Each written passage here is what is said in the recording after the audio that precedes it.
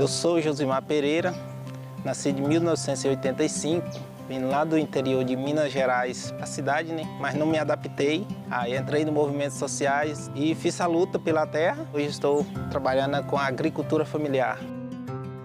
O acesso à terra é um direito de todos. A intenção é que a pessoa consiga seu pedaço de terra, consiga ser contemplado, que hoje é através do chamamento público, e que tira o sustento dali da família. Por isso que a gente se diz agricultor familiar.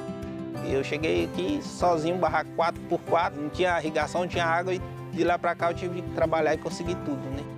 O mais importante da democracia é a gente ser livre para ir em busca do sonho e lutar e tocar adiante. Sou muito feliz vivendo da terra, a gente plantar, ter o próprio alimento e ainda tirar o sustento, isso é muito gratificante para a gente. Meu nome é Josimar e eu nasci com a democracia.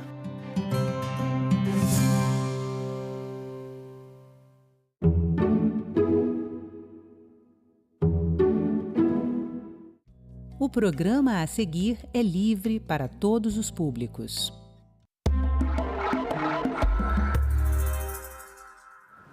O nome BRICS foi criado em 2001, inicialmente apenas como BRIC. No começo, a sigla fazia referência aos nomes dos países Brasil, Rússia, Índia e China. Em 2011, a sigla ganhou o S e passou a se chamar BRICS. S de South Africa, África do Sul em inglês, que passou a fazer parte do grupo de 5 países emergentes. Entenda o que é o BRICS, a sua história e a importância desse grupo para o Brasil no contexto atual. Geopolítica é assunto de cidadania e é sobre isso que eu converso agora com o consultor legislativo do Senado Federal, Guilherme Del Negro. Guilherme, bem-vindo ao programa Cidadania, obrigado pela sua participação aqui nos estúdios da TV Senado. Agradeço o convite, né? Fico muito feliz em poder participar desse programa que é tão importante para a gente tentar facilitar, né? E transformar o acesso mais democrático de algumas, tanto do que está acontecendo aqui no Senado, quanto de alguns temas importantes para qualquer brasileiro conhecer. Exato. Então, a gente vai ter agora em 2025, temos o encontro dos BRICS no Brasil. 2025, esse grupo tem a presidência brasileira e nós teremos também um evento no Congresso Nacional associado a esse grupo de países. Mas vamos começar explicando para as pessoas o que é o BRICS. Conta melhor o que eu acabei de falar aqui inicialmente, em poucas linhas. Conta um pouco da história, quando foi criado, por que esse nome BRICS, de onde surgiu essa ideia. Fala um pouco sobre a história desse grupo de países. Isso. Então, acho que o início de tudo realmente foi esse marco no ano de 2001, né, que a gente tem um relatório que foi escrito por estudiosos, pesquisadores para o Banco Goldman Sachs, que ele analisava a situação de alguns países que eles tinham um crescimento acima da média mundial, né, e contrastava com o crescimento de outros países, que eram as principais economias, o G7, né, que à época ainda era o G8, e examinando como que estava, né, essa economia, sugerindo que o investimento nesse país e era o BRIC, né, ainda. O BRICS, o S era ainda de um plural apenas, né, que a África do Sul viria a entrar depois, né, Brasil, Rússia, Índia e China.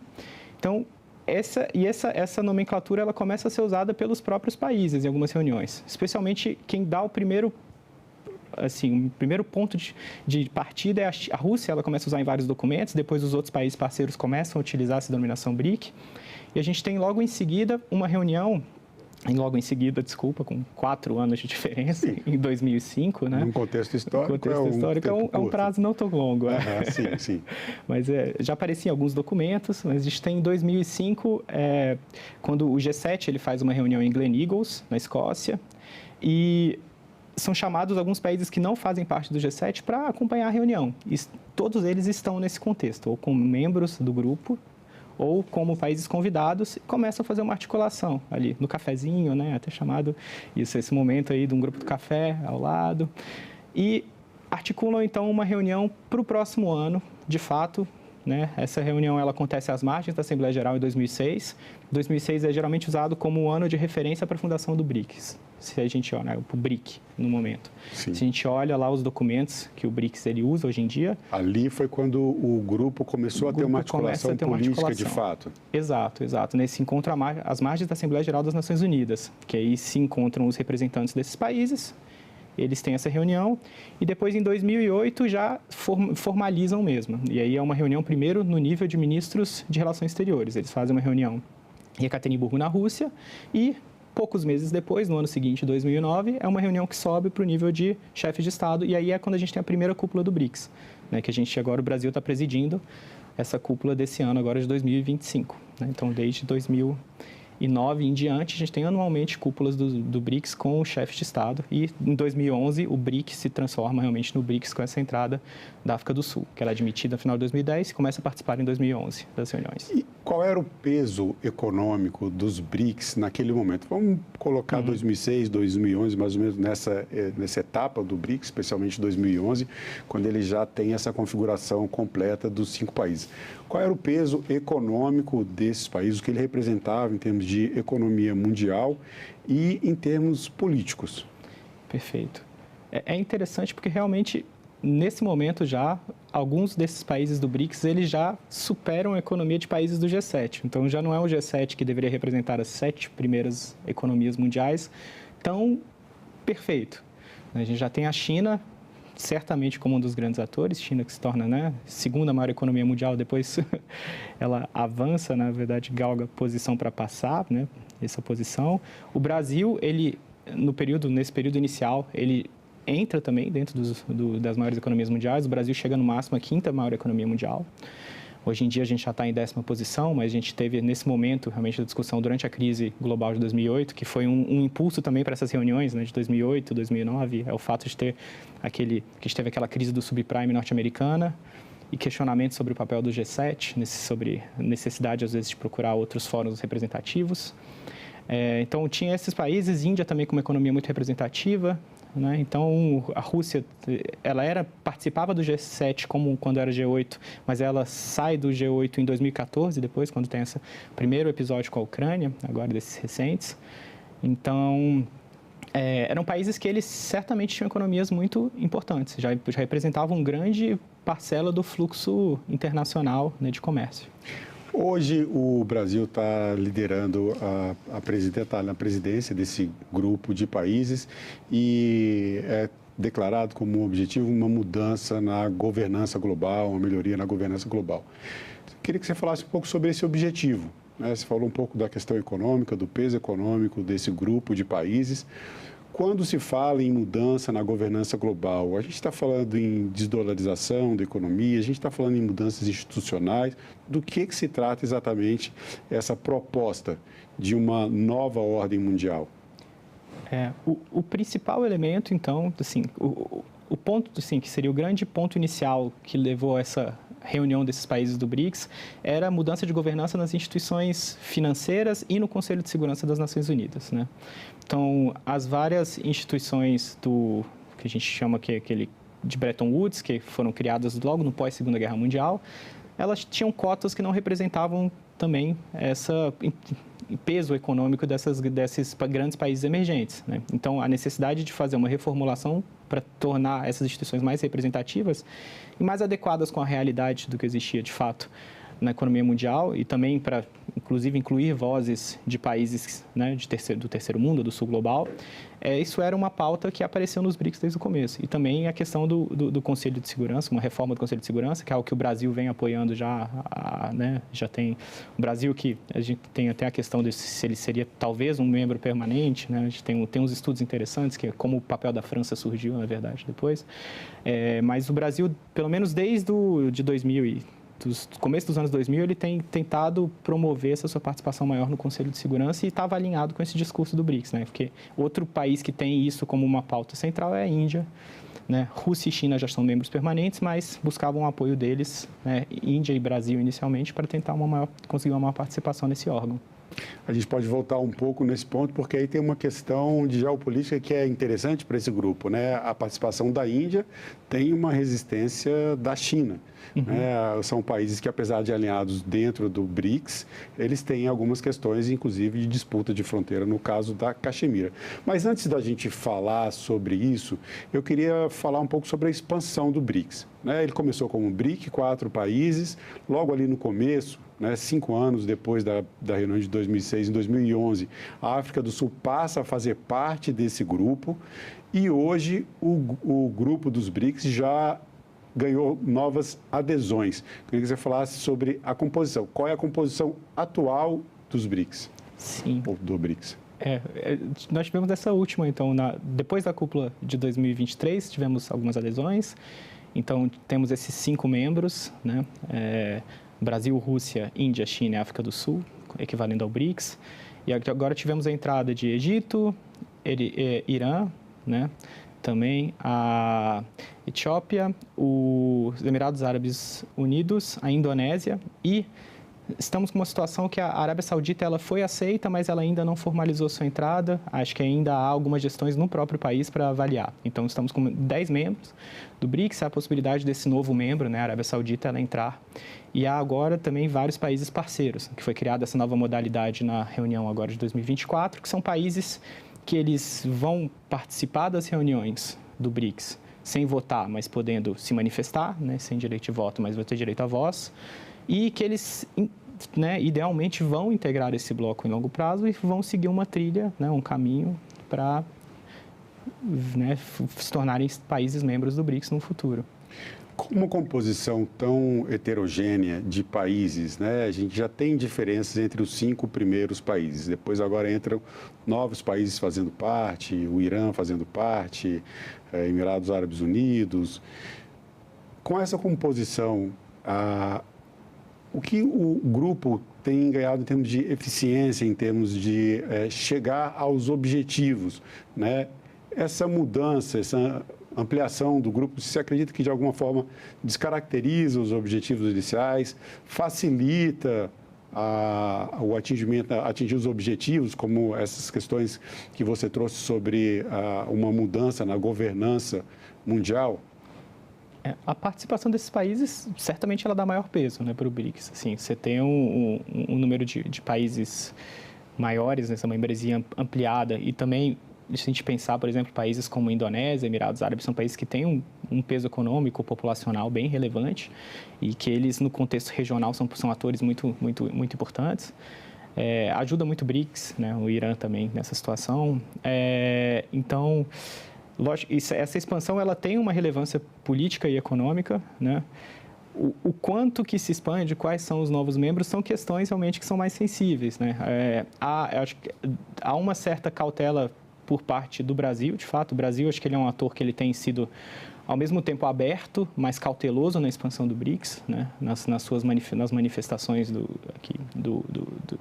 da posição brasileira quanto a isso. A gente concorda que tem que ser um bloco mais representativo, um bloco com participação mais ampla, mas o Brasil ele tem uma questão específica que se a gente olha a expansão que teve do bloco recente, por exemplo, ela se expandiu rumo à Ásia e à África. Não entrou nenhum país latino-americano. A gente teve a situação da Argentina, né, de fato, que é a mudança de governo. A Argentina entrou e depois saiu. Ela não chegou a entrar. Não chegou a entrar. Ela foi admitida para entrar. Sim. E quando houve a mudança de governo, o Milei recuou quanto ao que havia, né, inicialmente se pensava que a Argentina seria. E até essa ideia de transformar o BRICS um pouco mais num bloco também latino-americano faz sentido agora a gente olhar, por exemplo, os convites que o Poder Executivo fez, né? Então, quem são países que vão participar dessa reunião, também sem votarem, mas eles vão acompanhar as reuniões, foram chamados, né, México, Uruguai e Colômbia, que são países que eles têm também, né, especialmente se a gente olhar México e Colômbia, tem um peso econômico grande, populacional aqui seriam provavelmente ao lado da Argentina os 3 principais, né, países latino-americanos nesse sentido econômico. Então, tentar pelo menos dar uma cara mais latino-americana nessa expansão é algo que é interessante para o Brasil, para a gente também, né, não ser uma voz sozinha. E falando nesses interesses brasileiros, essa expansão, ainda seguindo a questão da expansão do número de países, essa modificação na configuração do grupo reduz a influência brasileira dentro do BRICS? Essa é uma pergunta como se falou, uma pergunta de $1 milhão, de fato, quanto que isso pode afetar.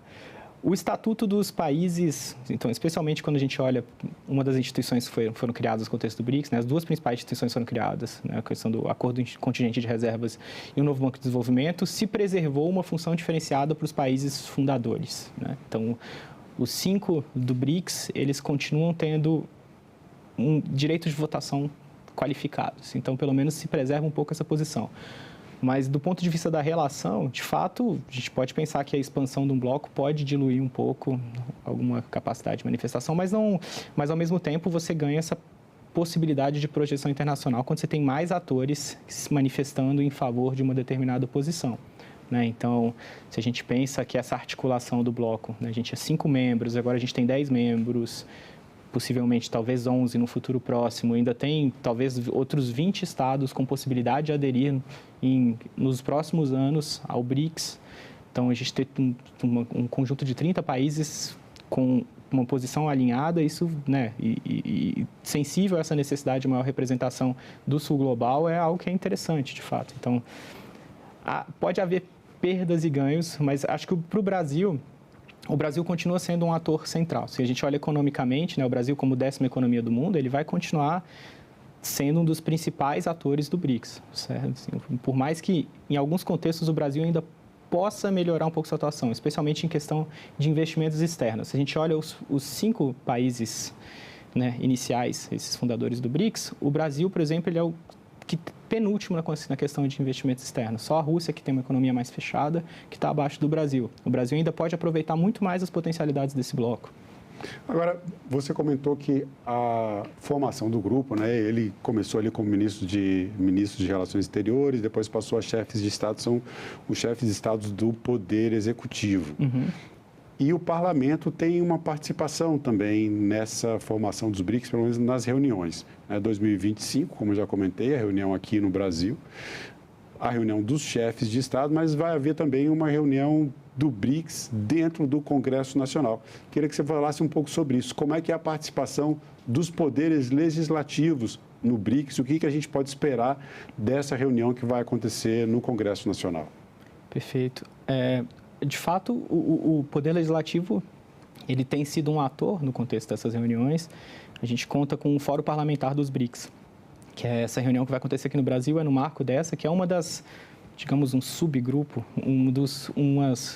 o BRICS, ele traz para a participação da sociedade civil, que é uma faceta que chamamos faceta People to People, vários atores importantes. Então, a gente tem também, por exemplo, um fórum empresarial, a gente tem um fórum de mulheres empresárias, um fórum jovem do BRICS e um fórum parlamentar, que é para trazer justamente uma palavra e trazer uma representação dos diferentes poderes legislativos dos Estados-membros do BRICS e os Estados-parceiros também participarão dessa reunião. E já vai ser a 11ª edição agora aqui no Brasil. Então, se a gente olha, já tem um bom tempo em que há uma atuação parlamentar dentro do BRICS e a grande ideia é pegar as pautas do BRICS e ver como que os parlamentos podem contribuir para o avanço dessas pautas.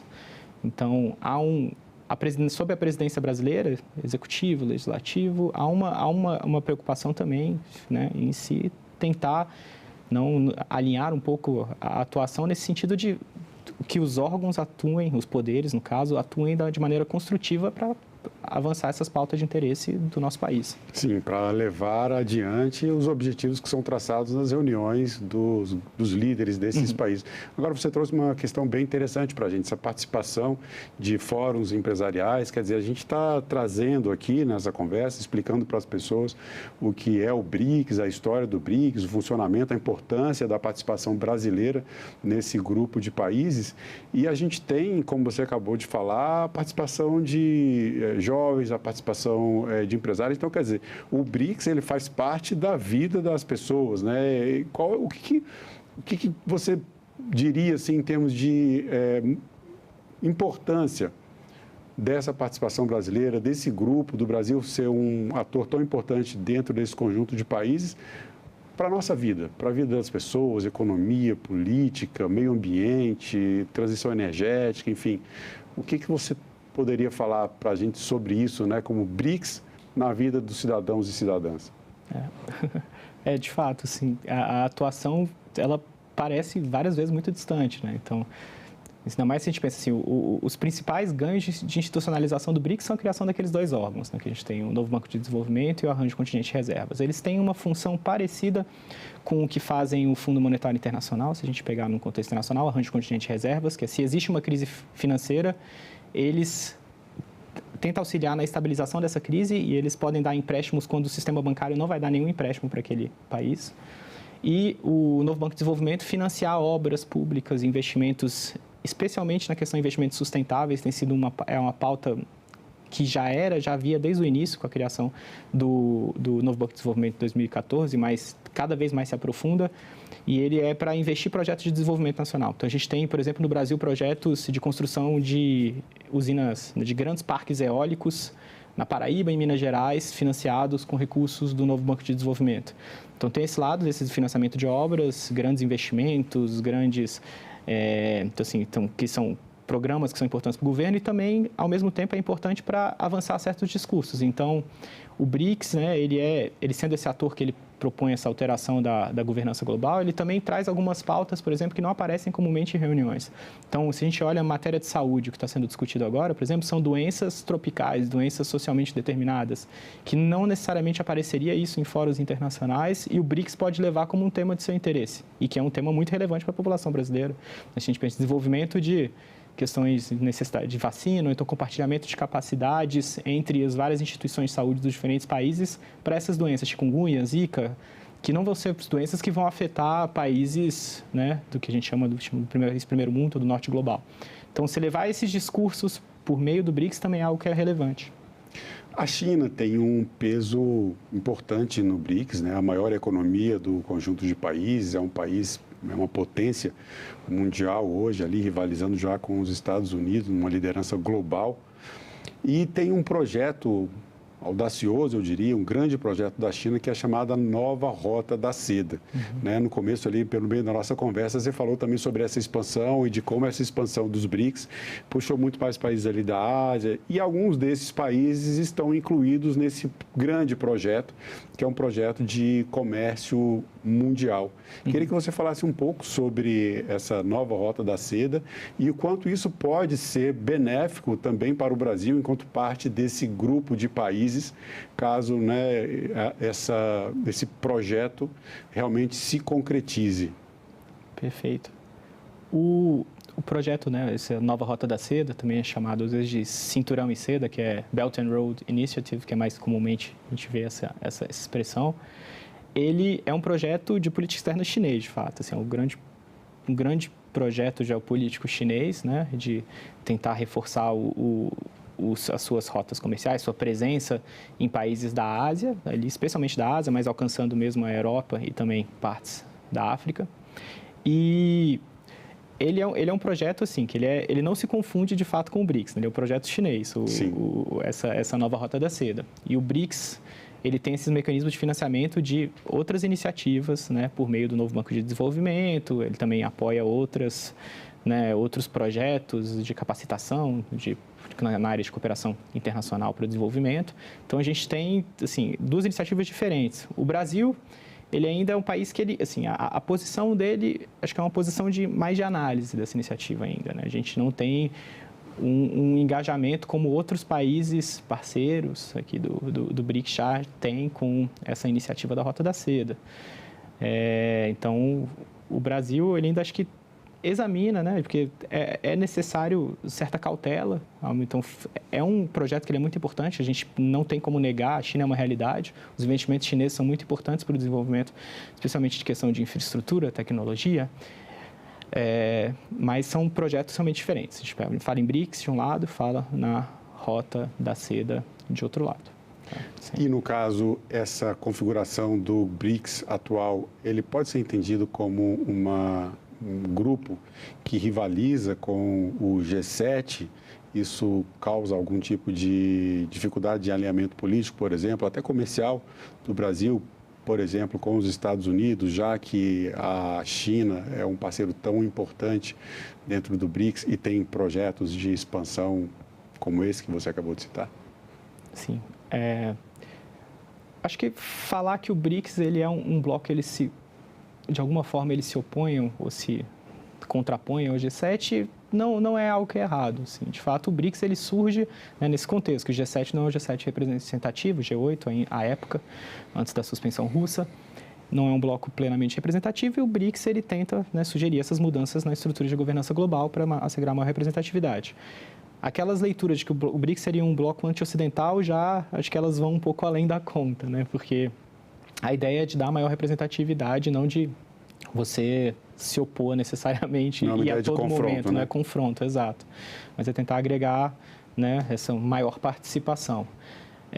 De fato, algumas das propostas, alguns dos pontos que são discutidos no BRICS, eles podem atrair, né, oposição de alguns atores. Então, a gente sabe que um ponto muito sensível das reuniões do BRICS, né, que é um ponto que ele aparece desde muito cedo nos documentos do BRICS. Então, aparece desde 2012, mas especialmente depois da criação do novo Banco de Desenvolvimento em 2014, começa a aparecer de maneira mais forte aquela questão de mecanismos de pagamento locais, que seriam o uso de moeda, né, você fazer transações diretamente nas moedas dos países. É um ponto que encontra oposição, certamente, dos Estados Unidos, né? Que é um ator que esse tema, e aí não é apenas do BRICS, você vai discutir isso em qualquer fórum mundial, esse tema vai ter algum grau de oposição por parte dos Estados Unidos, né? Porque já que o dólar é a grande moeda mundial ainda, né? Não por ser, de fato, existe uma necessidade jurídica, mas uma necessidade prática, que é a moeda, né, que ela é usada nas transações, os principais mecanismos são baseados no dólar.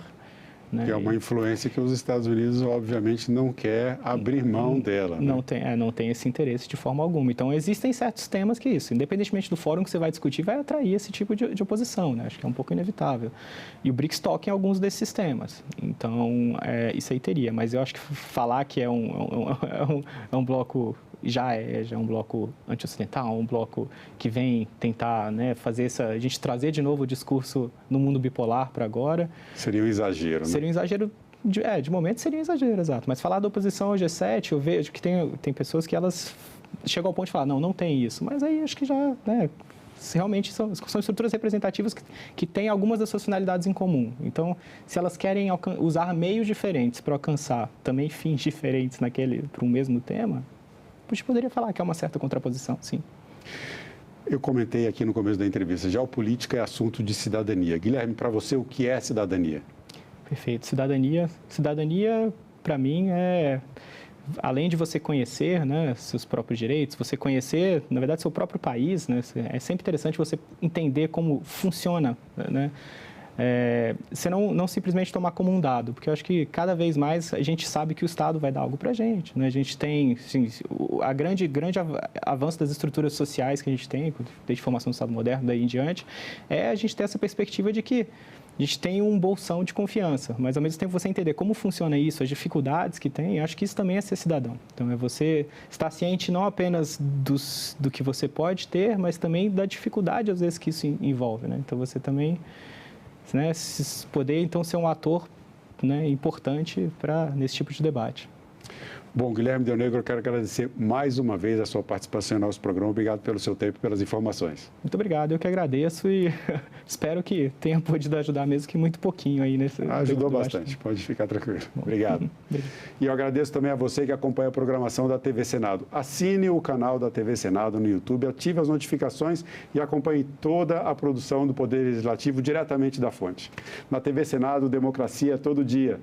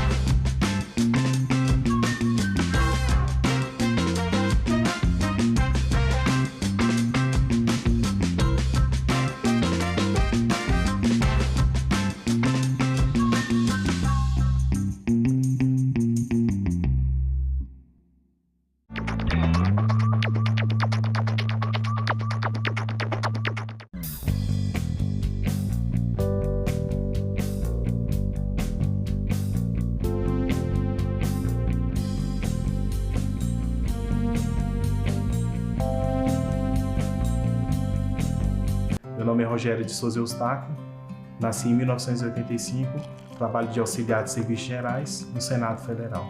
Tem uma banda que eu toco, que é a banda de forró. A música é algo que me move, né? Porque eu amo tocar. Quando eu vejo as pessoas dançando, vejo as pessoas felizes, eu amo muito o que eu faço. Sinto muito feliz por poder exercer a minha liberdade, né? Tanto cantando, quanto o meu poder ir, o meu poder vir. Em 8 de janeiro de 2023, eu trabalhei sim na limpeza no Senado. Me deu uma tristeza no coração. Então, para mim, como se tivesse destruído algo que a gente demorou tanto para construir, né? Se eu tenho um acesso melhor à saúde, é através da democracia. Se eu tenho segurança hoje em dia, é também através da democracia. Meu nome é Rogério e eu nasci com a democracia.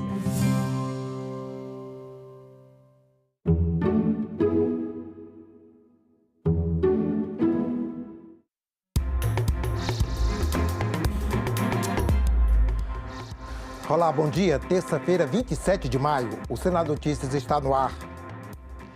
Guardas municipais e agentes de trânsito podem ser incluídos nos órgãos de segurança pública previstos na Constituição. A votação da proposta está marcada para hoje na sessão plenária do Senado, que tem ainda outros projetos na pauta. Guardas municipais e agentes de trânsito podem ser incluídos no sistema de segurança pública e ser equiparados na Constituição a outros agentes de segurança, como policiais federais, civis e militares. O plenário do Senado faz nesta terça-feira a 5ª e última sessão de discussão em primeiro turno da PEC que faz essa mudança. A proposta de emenda à Constituição pode ser votada no mesmo dia em primeiro turno. Eu sou um defensor de que a segurança pública a gente tem que ter ali um fechamento generalizado com as forças de segurança, tudo no mesmo rumo. E a Guarda Municipal, ela é uma força importante do município e eu acredito que deveria ser, no meu modo de entender, uma polícia municipal. Outra PEC terá a 4ª sessão de discussão em primeiro turno. O texto considera a educação inclusiva como um dos princípios do ensino previstos na Constituição. Garante a inclusão de todos os grupos em situação de vulnerabilidade e níveis da educação, básico, médio e superior. Ter a educação inclusiva enquanto princípio traz mais segurança e clareza a estudantes, famílias e educadores. Com a PEC, o poder público terá o compromisso de investir em um sistema educacional que permita que todas as pessoas, independente de suas características, estudem e aprendam juntas. Os senadores também podem votar o projeto de lei complementar que estimula a contratação de micro e pequenas empresas em processos de licitação pública. A proposta aumenta para R$ 140 mil o valor limite de licitações exclusivas para essas empresas. Atualmente, esse valor limite é de R$ 80 mil. Na pauta de quarta-feira está a autorização de atividades agrícolas ao longo de rodovias. Serão concessões de uso por prazo determinado, exclusivas para o proprietário do lote que faz fronteira com a estrada. Poderão ser plantadas culturas anuais ou reflorestamento e reconstituição de vegetação nativa. Também está na pauta de quarta a adoção de regras simplificadas para a produção artesanal de cosméticos, perfumes e produtos de higiene pessoal. A proposta também prevê regulamentação própria e isenção de registro na Anvisa para estimular pequenos produtores. Também está na pauta do plenário desta semana a criação da Frente Parlamentar Mista das Ferrovias Autorizadas. O grupo deve promover o debate, a formulação e o desenvolvimento de ações legislativas e institucionais para o fortalecimento do setor ferroviário no país. E daqui a pouco, na Comissão de Infraestrutura, a ministra do Meio Ambiente, Marina Silva, é a convidada para falar sobre a criação de uma unidade de conservação marinha na margem equatorial, no litoral norte do Brasil. O autor do requerimento foi o senador Lucas Barreto, que pretende ouvir a ministra do Meio Ambiente, Marina Silva, para falar sobre a proposta de criar uma unidade de conservação marinha na margem equatorial. De acordo com o parlamentar, a unidade será a maior do país e inviabilizaria a exploração de petróleo nos estados da região. A ministra é esperada nesta terça-feira na Comissão de Infraestrutura. A margem equatorial é a faixa costeira do litoral norte do Brasil, indo do Rio Grande do Norte ao Amapá. Rica em biodiversidade, é vista como uma nova fronteira para a exploração de petróleo. O tema gera debates entre interesses econômicos e a preservação ambiental. E a CPI das Bets deve ouvir daqui a pouco, a partir das 10 da manhã, 2 empresários do setor de apostas, John Vlogs e Jorge Barbosa Dias. Vamos saber os detalhes ao vivo com a repórter Ticiane Oliveira. Bom dia, Ticiane. Oi, André. Bom dia a todos que nos acompanham. Os 2 empresários do ramo dos jogos foram convocados por requerimentos da senadora relatora da CPI das bets, Soraya Tronic. John Vlogs é um influenciador que tem milhões de seguidores nas redes sociais. Só no YouTube ele tem um canal que tem mais de 6 milhões de inscritos e ele faz propagandas para as casas de jogos e apostas. Além disso, outra justificativa dos senadores para a necessidade de ouvi-lo é que recentemente John Vlogs abriu a sua própria casa de apostas. Então, os senadores que fazem parte da CPI querem entender melhor como funcionam os contratos de John Vlogs com as empresas para a divulgação dessas empresas de jogos e apostas e querem entender também o processo de abertura da própria casa de jogos do influenciador. O outro que será ouvido vai ser Jorge Dias, que é um empresário também do ramo de jogos e apostas. Ele recentemente teve a sua empresa credenciada pela Lotege e aí os senadores sentiram a necessidade de ouvi-lo para entender como foi esse processo de credenciamento junto à Lotege. A CPI tem investigado essa questão dos jogos, das casas de jogos e apostas, tem ouvido muitas pessoas, caminha agora para a reta final, já ouviu muitos influenciadores reconhecidos nacionalmente, influenciadores com milhões e milhões de seguidores e que fazem propagandas para essas casas de jogos e apostas. Havia, inclusive, uma suspeita de que esses influenciadores, além daquele valor fixo do contrato para fazer as propagandas, de que eles ganhariam também uma porcentagem em cima de todas aquelas apostas perdidas. Ou seja, quanto mais pessoas jogassem e perdessem, mais dinheiro os influenciadores ganhariam. Só que todos eles negaram esse tipo de cláusula, então a CPI segue investigando, investiga também essa questão moral, tendo em vista que essa questão dos jogos e apostas tem tomado uma proporção gigantesca no Brasil. Fala-se sobre a necessidade e desses influenciadores ficarem realmente influenciando pessoas, porque há muitos relatos de perda de família, de jogadores que estão viciados, começam ali jogando um pouquinho e depois comprometem a renda familiar, pessoas que usam auxílios sociais, ao invés de comprar comida para dentro de casa, usam para jogar. Então, todos esses relatos têm preocupado os senadores que estão ouvindo todas essas pessoas. Esses depoimentos de hoje estão marcados para logo mais às 10 da manhã. Nós vamos transmitir tudo pelas nossas redes sociais da TV Senado e também tem como você acompanhar na nossa programação da TV Senado. Logo mais então, André, às 10 horas da manhã começam os depoimentos. Ok, Ticiane, muito obrigado. A repórter Ticiane Oliveira nos atualizando aí sobre os depoentes e a reunião de hoje da CPI das Bets. 10 reuniões de comissões, sendo uma de CPI, sessão especial e sessão deliberativa no plenário. Confira a agenda desta terça-feira. Daqui a pouco, às 9 horas, como vimos, a Comissão de Infraestrutura recebe em audiência pública a ministra do Meio Ambiente. Marina Silva deve prestar informações sobre estudos e reuniões realizadas para a criação de unidades de conservação marinha na margem equatorial, no litoral norte do Brasil. Após a audiência, a ACI deve fazer nova reunião, dessa vez deliberativa. Na pauta, um dos projetos permite a licitação com concessão nos blocos em que esse regime for mais vantajoso para o Brasil e institui a disputa em igualdade de condições nas licitações de partilha da produção de petróleo, gás natural e outros hidrocarbonetos fluidos. Às 10 horas, reunião prevista na Comissão de Assuntos Econômicos. O primeiro item da pauta é a autorização de empréstimo com aval da União para o governo de Pernambuco, junto ao Banco Interamericano de Desenvolvimento. O montante de 32.800.000 dólares devem ser empregados no projeto de transformação digital do estado de Pernambuco. Também às 10, a subcomissão temporária criada para acompanhar os preparativos para a realização da COP30 tem reunião marcada. Na pauta, requerimentos e plano de trabalho. No mesmo horário, como vimos há pouco, a CPI das Bets deve se reunir para tomar os depoimentos do influenciador digital e criador da John Bet, John Vlogs, e do empresário Jorge Barbosa Dias, dono da Major Esportes. E às 10 horas está prevista a sessão especial no plenário do Senado para celebrar o Grupo Energisa pelos 120 anos de atividade de energia elétrica no Brasil.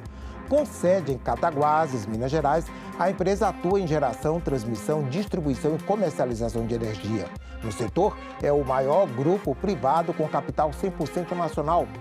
Às 11 horas, reunião marcada na Comissão de Segurança Pública. Na pauta, um dos projetos pretende combater a violência no ambiente escolar e valorizar a profissão de professor e dos demais profissionais de educação.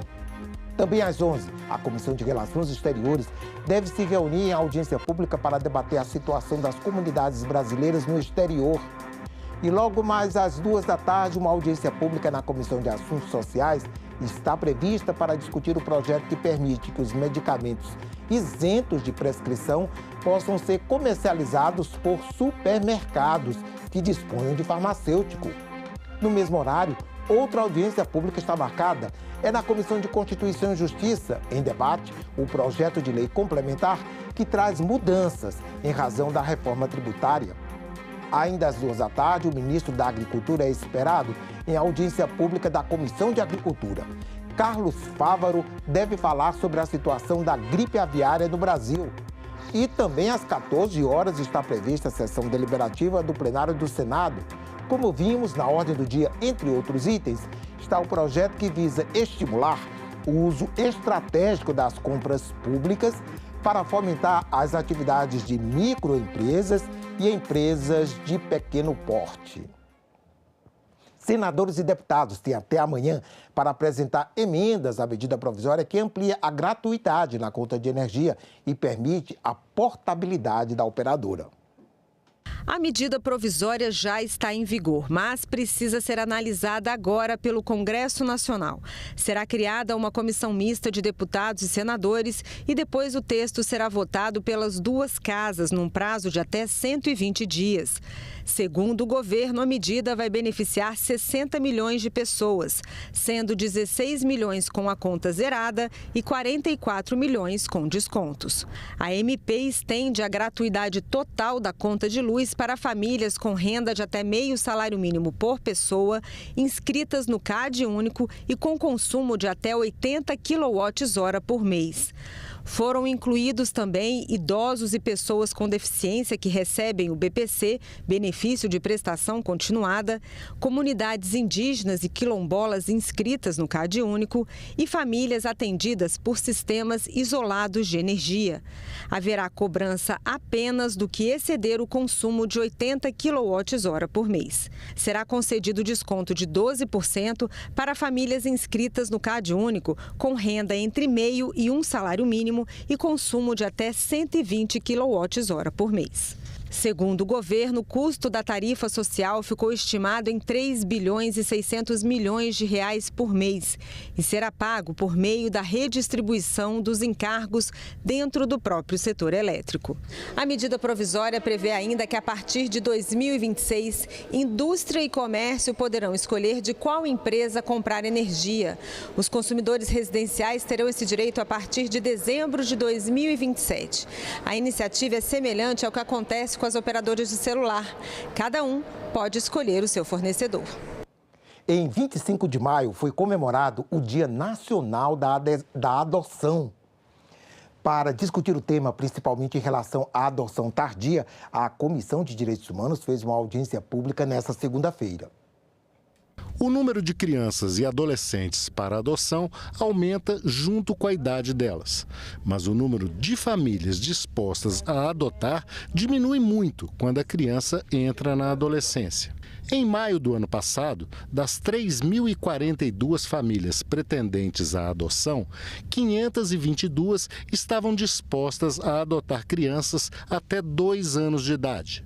De 2 a 4 anos, eram quase 1.000 famílias interessadas. Já na faixa entre 4 e 6 anos, o número passava de 1.000 pretendentes. De 6 a 8 anos, caiu para 399 famílias. E a disponibilidade diminuiu drasticamente com o aumento da idade dos melhores sem família.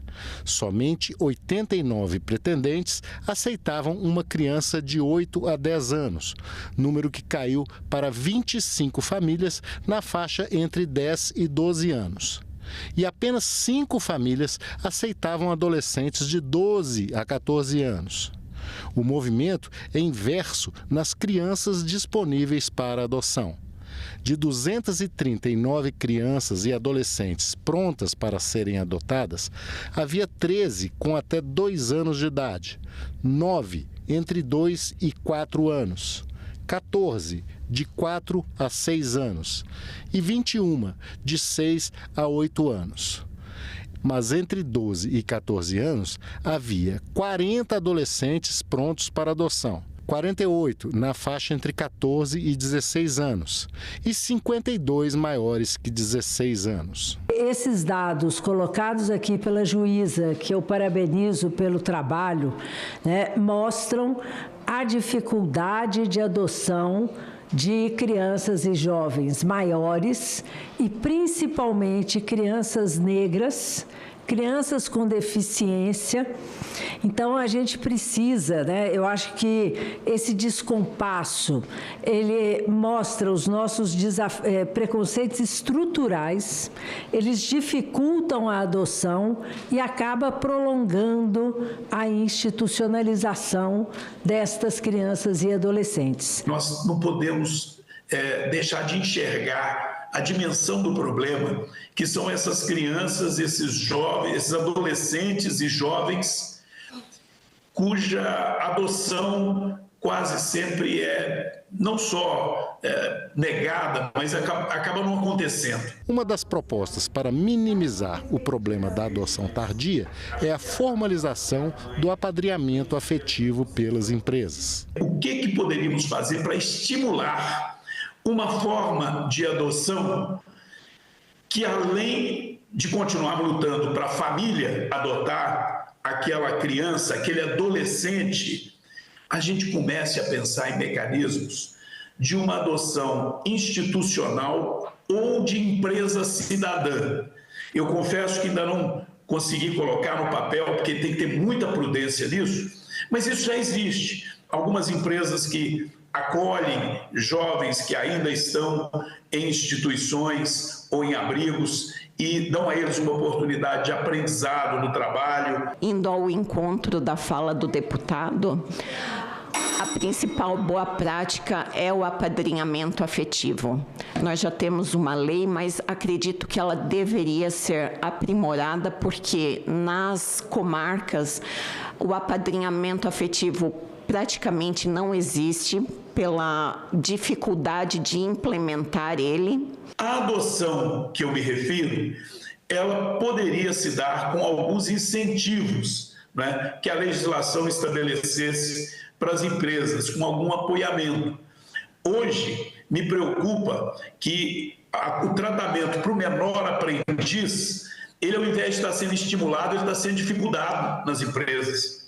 Eu soube aqui em Divinópolis, através de alguns empresários, que eles só podem contratar como menor aprendiz se eles pagarem um curso que, em alguns casos, está chegando a valores de mais de R$2.000. Quando a juíza mostrou o número de pretendentes, e quando ela mostra o número de pretendentes que não querem criança com deficiência, com doenças crônicas, com doenças raras, é quase que a maioria absoluta. E a juíza também trouxe, doutora, e a senhora falou aqui, secretária, a adoção de irmãos.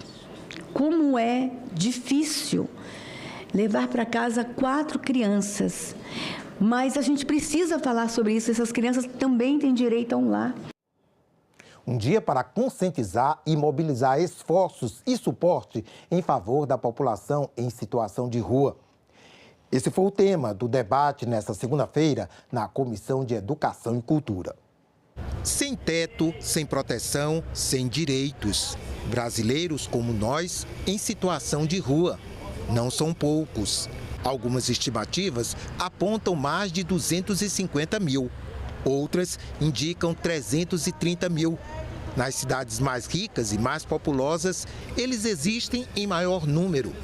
Quase invisíveis para a sociedade, alvo bem visível da violência. Rio, São Paulo, Minas e Espírito Santo, eles concentram, para se ter uma ideia, 67% da população em situação de rua está nesta região do país. A cidade com maior número de pessoas em situação de rua é a cidade de São Paulo, que chega a quase 90 mil pessoas. A cidade do Rio de Janeiro, nós temos cerca de 21 mil pessoas em situação de rua. Esta é uma marca muito dolorosa na nossa história e na construção de nossa política. Aqui no Rio de Janeiro, a tentativa de tocar fogo num homem em situação de rua que dormia numa calçada. Vimos em Santa Catarina situações semelhantes, no estado de Alagoas a mesma coisa, no estado de São Paulo agora recentemente, aquilo que foi o espalhamento, né, da população em situação de rua por uma política nefasta feita pela Prefeitura de São Paulo e pelo governo de São Paulo. A maior economia do nosso país, para citar um exemplo, tem tratado com desprezo, com violência, com negação de direitos, né, à população em situação de rua. Mas no Sudeste e no Sul do Brasil é uma campanha de criminalização contínua, permanente, sistemática e de um movimento neonazista de criminalização da população de rua. A população de rua é tratada sempre como suspeita, como criminoso. Essa operação que é chamada pelo povo de rapa, que retira deles tudo, que tira as carroças, a roupa, a medicação, o documento e que fere, machuca, causa revolta. O projeto em exame na CE prevê a criação do Dia da Luta da População em Situação de Rua e recorda um dia, em 2004, uma chacina na Praça da Sé, em São Paulo. 15 moradores atacados, 7 mortos. Foram dias seguidos de massacre e até hoje impune. Até hoje impune. Nós vamos ter o Dia Nacional da População em Situação de Rua na data do massacre, de um massacre ainda impune. Ao tempo em que aumenta a violência e persiste a impunidade, iniciativas de instituições mobilizam esforços em favor da população de rua. Nós temos tido várias ações afirmativas de trabalho com o Sistema S, que tem sido muito bom no sentido de franquear os cursos e de fazer cursos com a população de rua. Toda vez que nós negamos um olhar, toda vez que nós negamos a atenção a uma pessoa que vive numa condição de vulnerabilidade, a uma pessoa que luta pela sua dignidade, nós também perdemos um pouco da nossa dignidade. Segundo o padre Júlio Lancelotti, a solidariedade, que é humana e é local, também deve ser universal. Ver o genocídio, um genocídio televisionado em tempo real do povo palestino. Não se pode lutar pelo povo da rua no Brasil, em São Paulo, e não ter sensibilidade para o que está acontecendo na Palestina. Comemorado anualmente em 19 de maio, o Dia do Físico celebra a publicação em 1905 do artigo que apresentou ao mundo a teoria da relatividade do físico Albert Einstein. Nesta segunda-feira, na sessão especial do plenário em homenagem à data, os representantes pediram mais políticas públicas e recursos para a área. A física está em tudo. No celular que carregamos no bolso, na tomografia do hospital, na geração da energia que ilumina nossas casas, no monitoramento climático e na inteligência artificial, entre muitas outras coisas. Nessa segunda-feira, o Senado realizou uma sessão especial em comemoração ao Dia do Físico. A física é uma ciência fundamental, a base para outras ciências. Hoje, temos a radioterapia para raios, laser, radares, GPS, circuitos integrados, internet, telefonia celular, aparelhos de micro-ondas em casa, máquinas de ressonância magnética e muitas outras coisas dos hospitais. Além de facilitar a vida, a física também salva vidas. Tudo isso só foi possível por causa da física e dos físicos. O presidente da Sociedade Brasileira de Física defendeu a proposta de emenda à Constituição que protege o Fundo Nacional de Desenvolvimento Científico e Tecnológico, além de um bom orçamento para o Ministério da Ciência, Tecnologia e Inovação, para garantir a continuidade dos projetos científicos. A física brasileira atingiu grande maturidade e isso se reflete na participação ativa da nossa comunidade em grandes projetos estruturantes do novo PAC, como o Sirius, uma das mais avançadas fontes de luz síncrotron do mundo, o projeto Orion, um laboratório de máxima biossegurança que utiliza sofisticadas ferramentas da física, como linhas de luz e microscopia eletrônica, e o reator multipropósito brasileiro, que será essencial para a produção de radiofármacos voltados ao diagnóstico e tratamento de câncer, além de aplicações industriais estratégicas. O representante do Centro Brasileiro de Pesquisas Físicas reforçou a importância de políticas públicas para que a ciência brasileira seja uma força de transformação social. A física impulsiona o desenvolvimento tecnológico e também é ferramenta de inclusão social. Onde há ciência, há cidadania. O acesso ao conhecimento transforma as vidas, forma consciências e diminui desigualdades. Nesse espírito, homenageamos hoje César Lattes, físico brasileiro, fundador do Centro Brasileiro de Pesquisas Físicas, onde eu atuo atualmente, e recentemente inscrito no livro de Heróis e Heroínas da Pátria. Ele representa tantos físicos e físicas que no passado e no presente se dedicaram e se dedicam ao avanço da ciência brasileira como força de transformação social e de afirmação nacional. Débora Menezes, diretora do CNPq, lembrou que as mulheres têm participação importante na física. Então, vou relembrar aqui a Neuza Amato, Elisa Frota Pessoa, Elisa Saitovic, Márcia Barbosa, Belita Koiler, Andrea Latger, dentre muitas outras. E percebendo que a física está caminhando para ser mais inclusiva com os grupos subrepresentados, mas que ainda há muito a avançar, finalizo com uma frase de uma das muitas mulheres incríveis que contribuíram de forma indiscutível para o conhecimento da ciência que temos hoje. Madame Marie Curie, que falou: "Na vida não há nada a temer, mas a entender. E para isso, a física é a mais nobre das ciências." Multilateralismo e arquitetura de segurança no enfrentamento de um cenário esgotado. Essas são as linhas usadas pelo BRICS para a promoção de uma estabilidade global. Guerras em diferentes partes do mundo, milhões de pessoas mortas e desabrigadas, países destruídos, tarifas severas e a construção de uma política unilateral por parte dos Estados Unidos. Diante desse cenário de esgotamento, o BRICS aposta na defesa do multilateralismo, diálogo e fortalecimento da voz do Sul global para a construção de um cenário de paz. Guilherme Del Negro, consultor do Senado, ressaltou que o BRICS é um bloco que tem defendido o multilateralismo na promoção da paz. Trazer tudo para um debate, um fórum multilateral, reforçando o multilateralismo, traz soluções que elas são, né, mais adequadas, mais representativas, especialmente quando a gente pensa que essas instituições, né, boa parte de alguns dos espaços tradicionais de poder, eles podem não trazer respostas perfeitas, mas então o BRICS ele quer que ninguém possa adotar medidas de maneira isolada. O senador Humberto Costa falou da importância do BRICS nos embates internacionais, como nas tarifas impostas pelo presidente dos Estados Unidos, Donald Trump. O BRICS, ele representa um conjunto de países que possuem uma população extremamente significativa no mundo.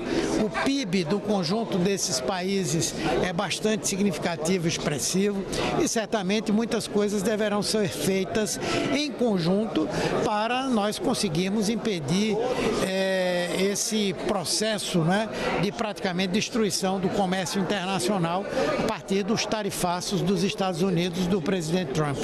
O consultor do Senado, Guilherme Del Negro, ressaltou que a arquitetura da segurança dos BRICS reforçaria as iniciativas de cooperação entre os países. Essa nova arquitetura da segurança global, esses países eles teriam um papel maior a cumprir, né? Alguns deles já participam dos mecanismos mais tradicionais de segurança internacional, mas uma nova arquitetura traria essas diferentes concepções que os vários países do BRICS podem agregar e, ao mesmo tempo, também reforçaria os próprios contatos e a cooperação entre esses países, né, do BRICS estendido.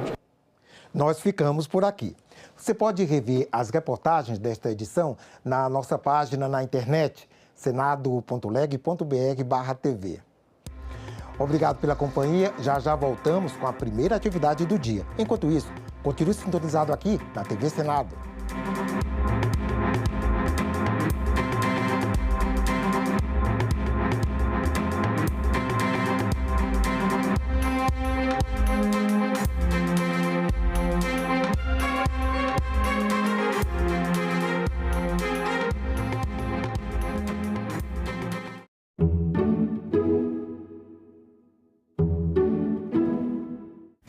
Professor Nelson Marconi, qual o risco, do ponto de vista econômico, de o STF liberar, de uma forma geral, a contratação de PJs?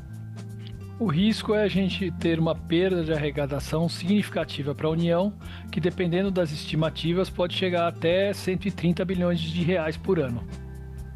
Agenda Econômica. Hoje, 20h, aqui na TV Senado. O senador Teotônio Vilela foi uma figura complexa, conduziu a sua vida de maneira inesperada e foi recebido em audiência pelo presidente Geisel. O presidente disse que ele podia confiar no processo de reabertura democrática. O senador, então, advertiu o presidente que iria sair pelo Brasil afora a pregar a redemocratização e a defender os direitos humanos. Terminou evoluindo para uma pregação popular que o iria compatibilizar com o próprio presidente Geisel e iria jogar no braço dos estudantes, dos operários e do povo. Não se pode classificar Teotônio como sendo da Arena, da UDN, da esquerda, da direita. Teotônio sempre foi Teotônio. O filho de vaca preta, onça pintada não come. Boi, boi, rouba!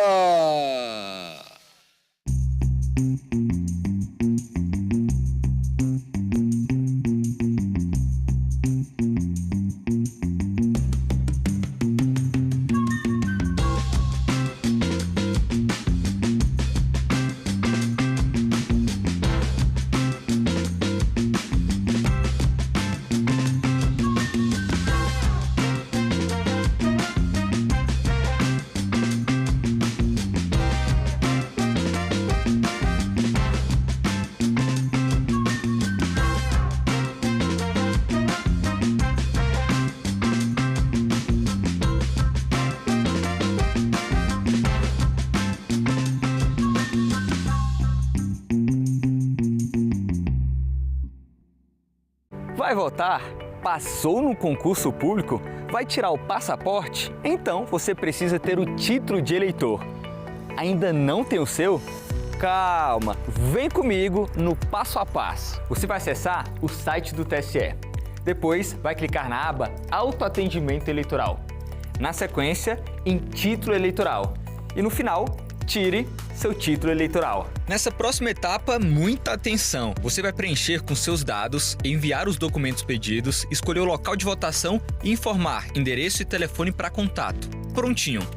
Depois, você recebe o número de protocolo para acompanhar a solicitação.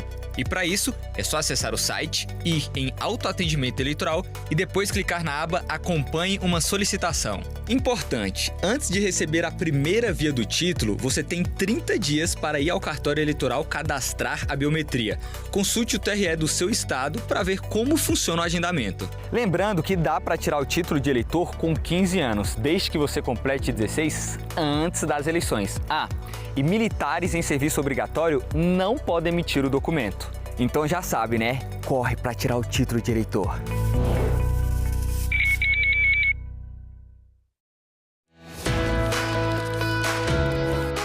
Esse cenário de cartão postal é uma forma bem didática para entender o que é o Senado e o que é o Poder Legislativo.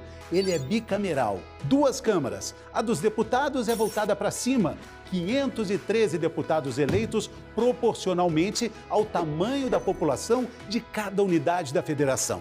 Já a cúpula do Senado, olha, é voltada para baixo. A palavra vem do latim senex, que significa sênior. É o lugar da ponderação. Cada unidade da federação elege 3 representantes. São 81 senadores. O mandato é de 8 anos. Mas a renovação é intercalada entre as eleições. E assim são escolhidos 1 e 2 senadores alternadamente. O processo legislativo sempre vai passar pelas 2 câmaras. Primeiro se vota em uma casa e a outra é responsável pela revisão. Então, se a votação começa pela Câmara dos Deputados, o Senado revisa. Agora, se ela começa pelo Senado, é a Câmara dos Deputados que exerce o papel revisor. O Senado fiscaliza o Poder Executivo. Então, por exemplo, o afastamento de um presidente da República, o impeachment, é julgado pelo Senado Federal. É daqui também que são autorizadas as nomeações para cargos muito importantes, como os ministros do Supremo Tribunal Federal e o Procurador-Geral da República. Grandes transações financeiras do Executivo também precisam de autorização do Senado. Existem também as comissões de variados assuntos, direitos humanos, meio ambiente, educação e desenvolvimento regional. Elas analisam as matérias antes da votação em plenário. Quando o caso é de investigação e denúncia, aí são criadas as CPIs, comissões parlamentares de inquérito, que investigam as irregularidades em assuntos que são de interesse público com poder de autoridade judicial. A história dessa casa vem de longe e vai mais longe ainda. Eu acredito que a chegada do Leão em Tucuruí, além de trazer uma energia segura e de qualidade, vai trazer também para o povo de Roraima uma energia mais barata. Senador, o que vai acontecer com o parque de termoelétricas do estado quando a energia de Tucuruí chegar? Pode virar museu para a gente lembrar depois, né? Nós não vamos sentir saudade disso. Salão Nobre, nesta quarta, 8h, aqui na TV Senado. Eu vou viver de arte ou eu vou virar mendigo, tá ligado? Tipo, a ideia de cumprir expediente era muito assustador. Então, ou eu ia viver do meu propósito, ou em pensar em arrumar um emprego formal para pagar conta, eu preferia não ter conta e não ter a responsabilidade de ter um emprego, sacou? E como morador de rua, eu acho que eu ia continuar produzindo, sabe? Era sobre arriscar tudo mesmo.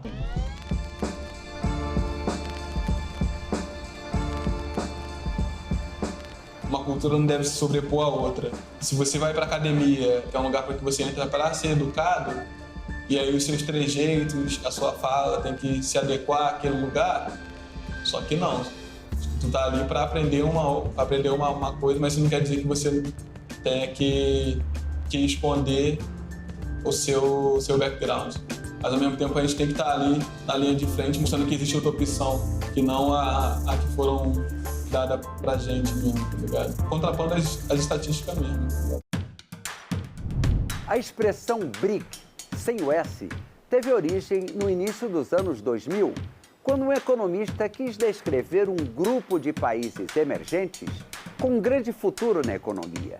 Ele falava de Brasil, Rússia, Índia e China. Os líderes dessas nações realizaram uma reunião informal em 2006, mas a primeira cúpula oficial do grupo foi realizada em 2009 na Rússia.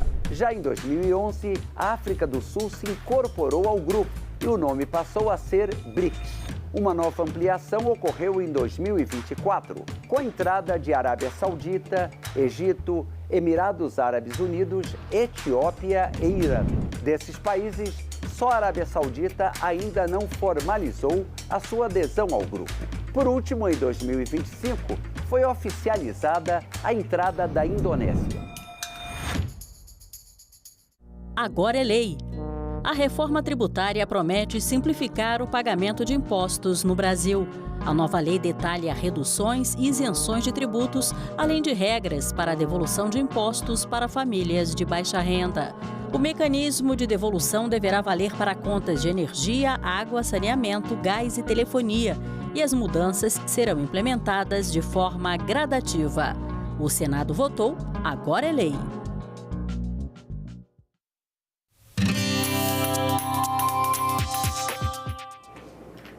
Olá, eu sou a Carla Benevides e este é o programa Argumento. A CCJ aprovou o fim da reeleição para cargos do Executivo e também o fim da realização de eleições a cada 2 anos. O autor dessa proposta de emenda à Constituição é o senador Jorge Cajuru, do PSB de Goiás, que está aqui conosco. Senador, seja bem-vindo e mais uma vez obrigada aqui pela sua presença. Eu que agradeço, Carla Benevides, Deus e saúde a todos e todas que acompanham no mundo inteiro a nossa conceituada TV Senado. E só pergunto a você o seguinte: você quer que eu fale que o presidente Davi Alcolumbre, espontaneamente, porque eu não pedi a ele, intitulou o fim da reeleição na minha proposta como PEC Cajuru? Isso que fique à vontade, eu senador. falo da minha autoria. Pode ser PEC Cajuru. O importante é a gente explicar o que ela muda. É porque no meio político o que mais tem é ciúme, né? Sim. Mas graças a Deus os meus companheiros, as minhas companheiras estão reconhecendo que eu fui o autor, exclusivamente texto criado por mim, elaborado por 3 meses, onde eu conversei com os maiores políticos deste país, os mais consagrados, experientes, não só na idade, mas também na capacidade, e nenhum deles discordou da minha PEC. Também conversei, Carla, no nosso meio, com os maiores jornalistas editorialistas do país, e todos eles concordaram, nenhum discordou. O Hélio Gaspari escreveu, inclusive, um editorial na Folha de São Paulo, onde ele colocava que a principal parte da PEC Cajuru era o alinhamento das eleições a partir de agora a cada 5 anos no Brasil, acabando de vez com a farra de eleições a cada 2 anos, o que representa um prejuízo de quase 5 bilhões do seu dinheiro público em gasto em compra de votos e em perda de tempo aqui, onde se para tudo no Senado e na Câmara e a maioria só fica pensando na eleição de outubro para prefeitos e vereadores nas eleições a cada 2 anos. Senador, o relatório que foi aprovado do senador Marcelo Castro prevê regras aí, uma transição para se chegar até essa coincidência de eleições e também essa mudança de... Olá, estamos de volta, são 9h12. Está começando nesse momento a audiência pública na Comissão de Infraestrutura com a ministra do Meio Ambiente. Marina Silva deve prestar informações sobre estudos e reuniões realizadas para a criação de unidades de conservação marinha na margem equatorial, no litoral norte do Brasil. Acompanhe. Meio Ambiente e Mudança do Clima, em atenção ao requerimento número 99 de 2024, de autoria do senador Lucas Barreto. Já tomando assento à mesa, a ministra de Estado do Meio Ambiente e Mudança do Clima, Marina Silva, bem como também o secretário João Prado, João Paulo Capobianco, secretário executivo do Ministério. Antes de passar a palavra à nossa convidada, comunico que esta reunião será uma reunião interativa, transmitida ao vivo e aberta à participação dos interessados pelo portal E-Cidadania na internet, no endereço senado.leg.br/e-cidadania ou pelo telefone 0800 061 2211. O relatório completo com todas as manifestações estará disponível no portal, assim como as apresentações que forem utilizadas pelos expositores. Na exposição inicial, cada convidado poderá fazer uso da palavra. No caso da ministra, como tenho feito aqui com relação a todos os ministros que têm comparecido à Comissão de Infraestrutura, eu não tenho estabelecido um tempo mínimo ou máximo. O ministro fica à vontade para fazer a sua exposição e, na sequência, pela ordem de inscrição dos senadores, iniciando sempre pelo senador autor do requerimento, cada um dos parlamentares terá a oportunidade para fazer suas ponderações, questionamentos à ministra Marina Silva. Ao fim das exposições, portanto, a palavra será concedida aos parlamentares. Já agradecendo aqui a presença do senador autor, senador Bagatoli, líder Jacques Wagner, e com certeza ao longo da audiência pública, os demais senadores aqui comparecerão, como tem feito com todas as reuniões de audiências públicas. Portanto, faculto nesse momento, asseguro a palavra nesse momento à ministra de Estado, ministra Marina Silva, para fazer a sua exposição. Vai utilizar a exposição, ministra? Em algum momento, provavelmente. Ok, já está ok? Então, a parte técnica já está com tudo ok? Então, com a palavra, ministra de Estado, Marina Silva.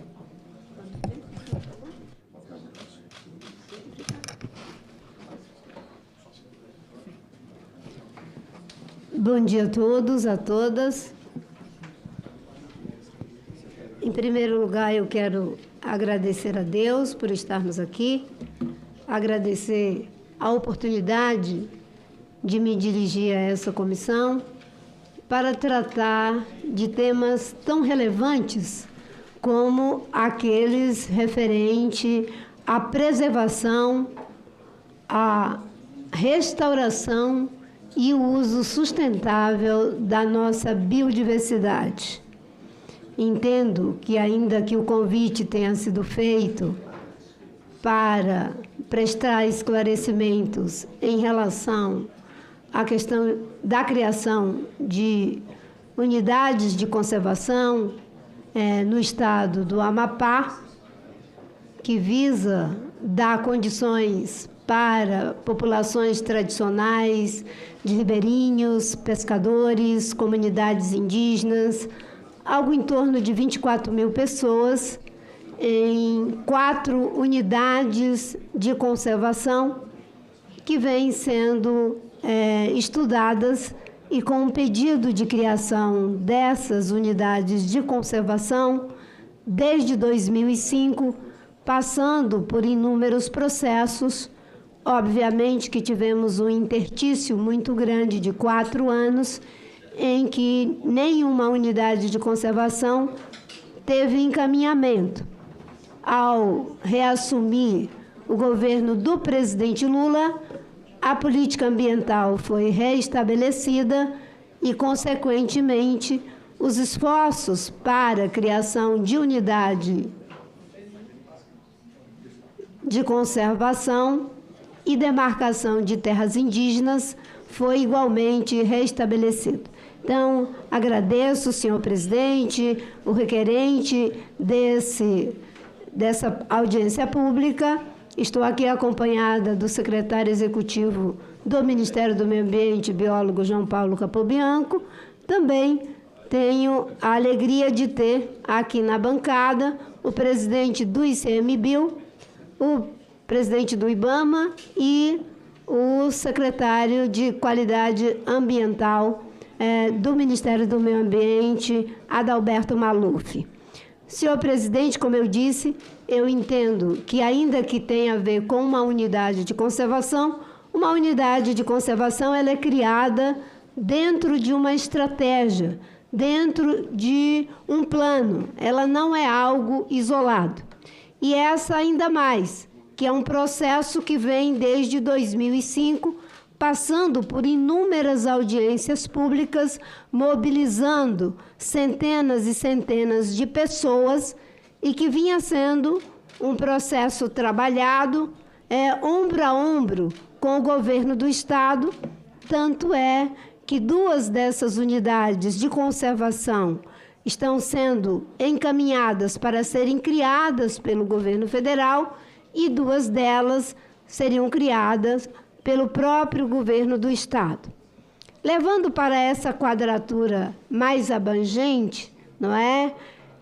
As unidades de conservação, elas têm um papel estratégico na proteção, no uso sustentável da biodiversidade, nos serviços ecossistêmicos que elas prestam e, portanto, as metas de criação de unidade de conservação estão dentro de uma estratégia bem mais ampla.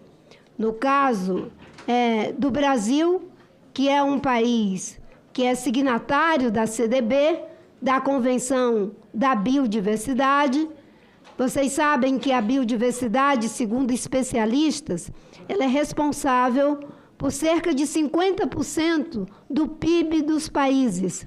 No caso de países em desenvolvimento, da África, da Ásia, da América Latina e Caribe, de regiões mais vulnerabilizadas em termos econômicos e sociais, isso chega a quase 70%. Nós geralmente celebramos muito quando o PIB cresce 2%, 3%, se chega a 4%, é uma festa. No entanto, a biodiversidade é responsável por 70% em alguns casos do PIB dos países e 50% do PIB dos países do mundo inteiro.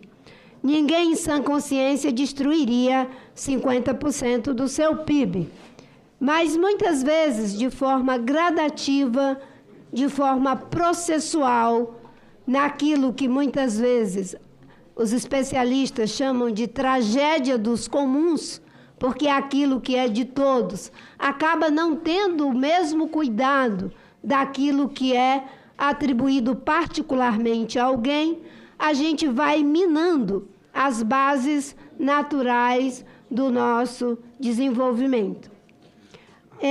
Nós somos um país que tem cerca de 22% das espécies vivas do planeta e 11% da água doce disponível do planeta.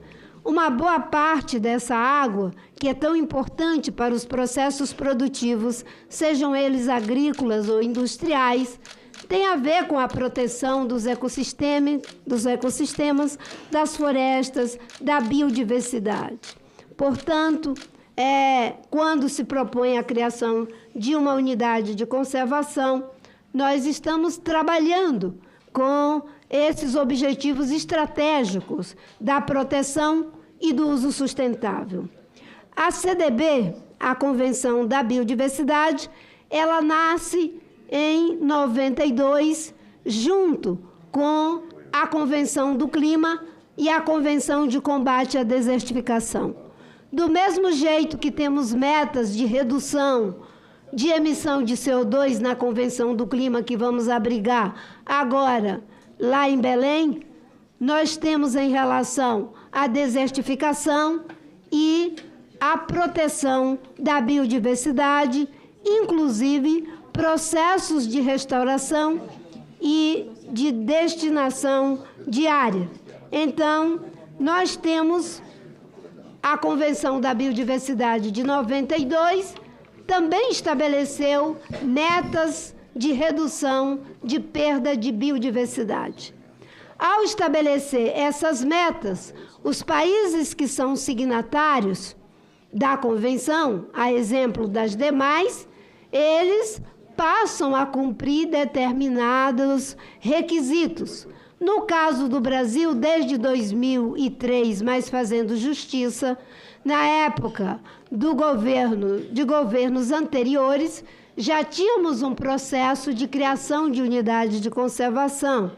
No governo do presidente Collor, no governo do Itamar Franco, no governo do presidente Fernando Henrique Cardoso, e o presidente Lula, quando assumiu em 2003, estabelecendo como prioridade a questão da redução de perda de biodiversidade. Inclusive, nós sediamos aqui a Convenção da Biodiversidade no Paraná.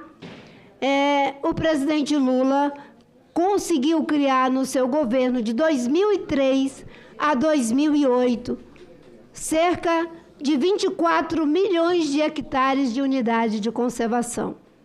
Na meta de redução de perda de biodiversidade, que eu acho que naquela época ainda era algo em torno de 10%, se não me falha a memória, nós representamos 83% das áreas criadas no mundo inteiro. Aí vocês podem dizer, mas isso é muita coisa. Não é. O déficit é enorme, porque durante toda a história da humanidade, nós temos pressionado os recursos naturais, de sorte que o planeta já se encontra no vermelho na sua capacidade de regeneração. Então, a CDB é a base para que possamos estabelecer as ações de proteção da biodiversidade.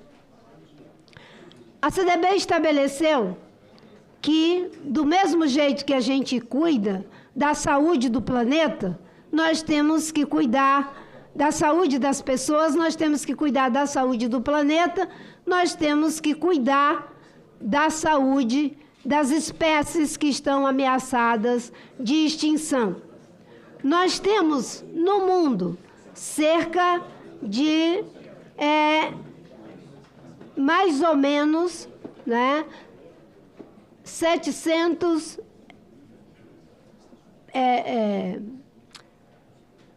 nós precisamos reduzir uma lacuna de financiamento na ordem de 700 bilhões para financiar a proteção da biodiversidade. Ao longo dos esforços para esse financiamento, e aí que eu quero fazer o link com o Brasil, que de moto próprio, sem recursos externos, dá uma grande contribuição para proteger floresta e biodiversidade, a meta é de 700 bilhões por ano para ajudar os países que são megadiversos ou megaflorestais a protegerem sua biodiversidade. E, infelizmente, nós só conseguimos até agora cerca de 200 milhões. Isso é muito pouco diante do que precisa ser feito. E aí o Brasil, graças a leis aprovadas no Congresso Nacional, que aprovou o artigo 225 da Constituição Federal, que estabelece que todo brasileiro tem direito a um ambiente saudável, graças à aprovação da lei do Sistema Nacional de Unidade de Conservação, o Brasil dá uma grande contribuição com as áreas protegidas que tem. Então, eu só queria colocar para os senhores alguns números e algumas metas com as quais nós estamos comprometidos no âmbito da CDB e dos nossos compromissos de moto próprio, porque o Brasil, nos governos que têm esse compromisso, eles fazem o dever de casa também, porque endogenamente há esse compromisso. As 23 metas a serem alcançadas até 2030, no âmbito da CDP, após a COP30, que estabeleceu em Montreal um compromisso de redução de perda de biodiversidade, estão algumas medidas, como, por exemplo, para evitar o colapso para bilhões de seres humanos que dependem da biodiversidade. Inclusive, na Amazônia, cerca de 80% da proteína animal que é consumida na Amazônia vem das atividades pesqueiras.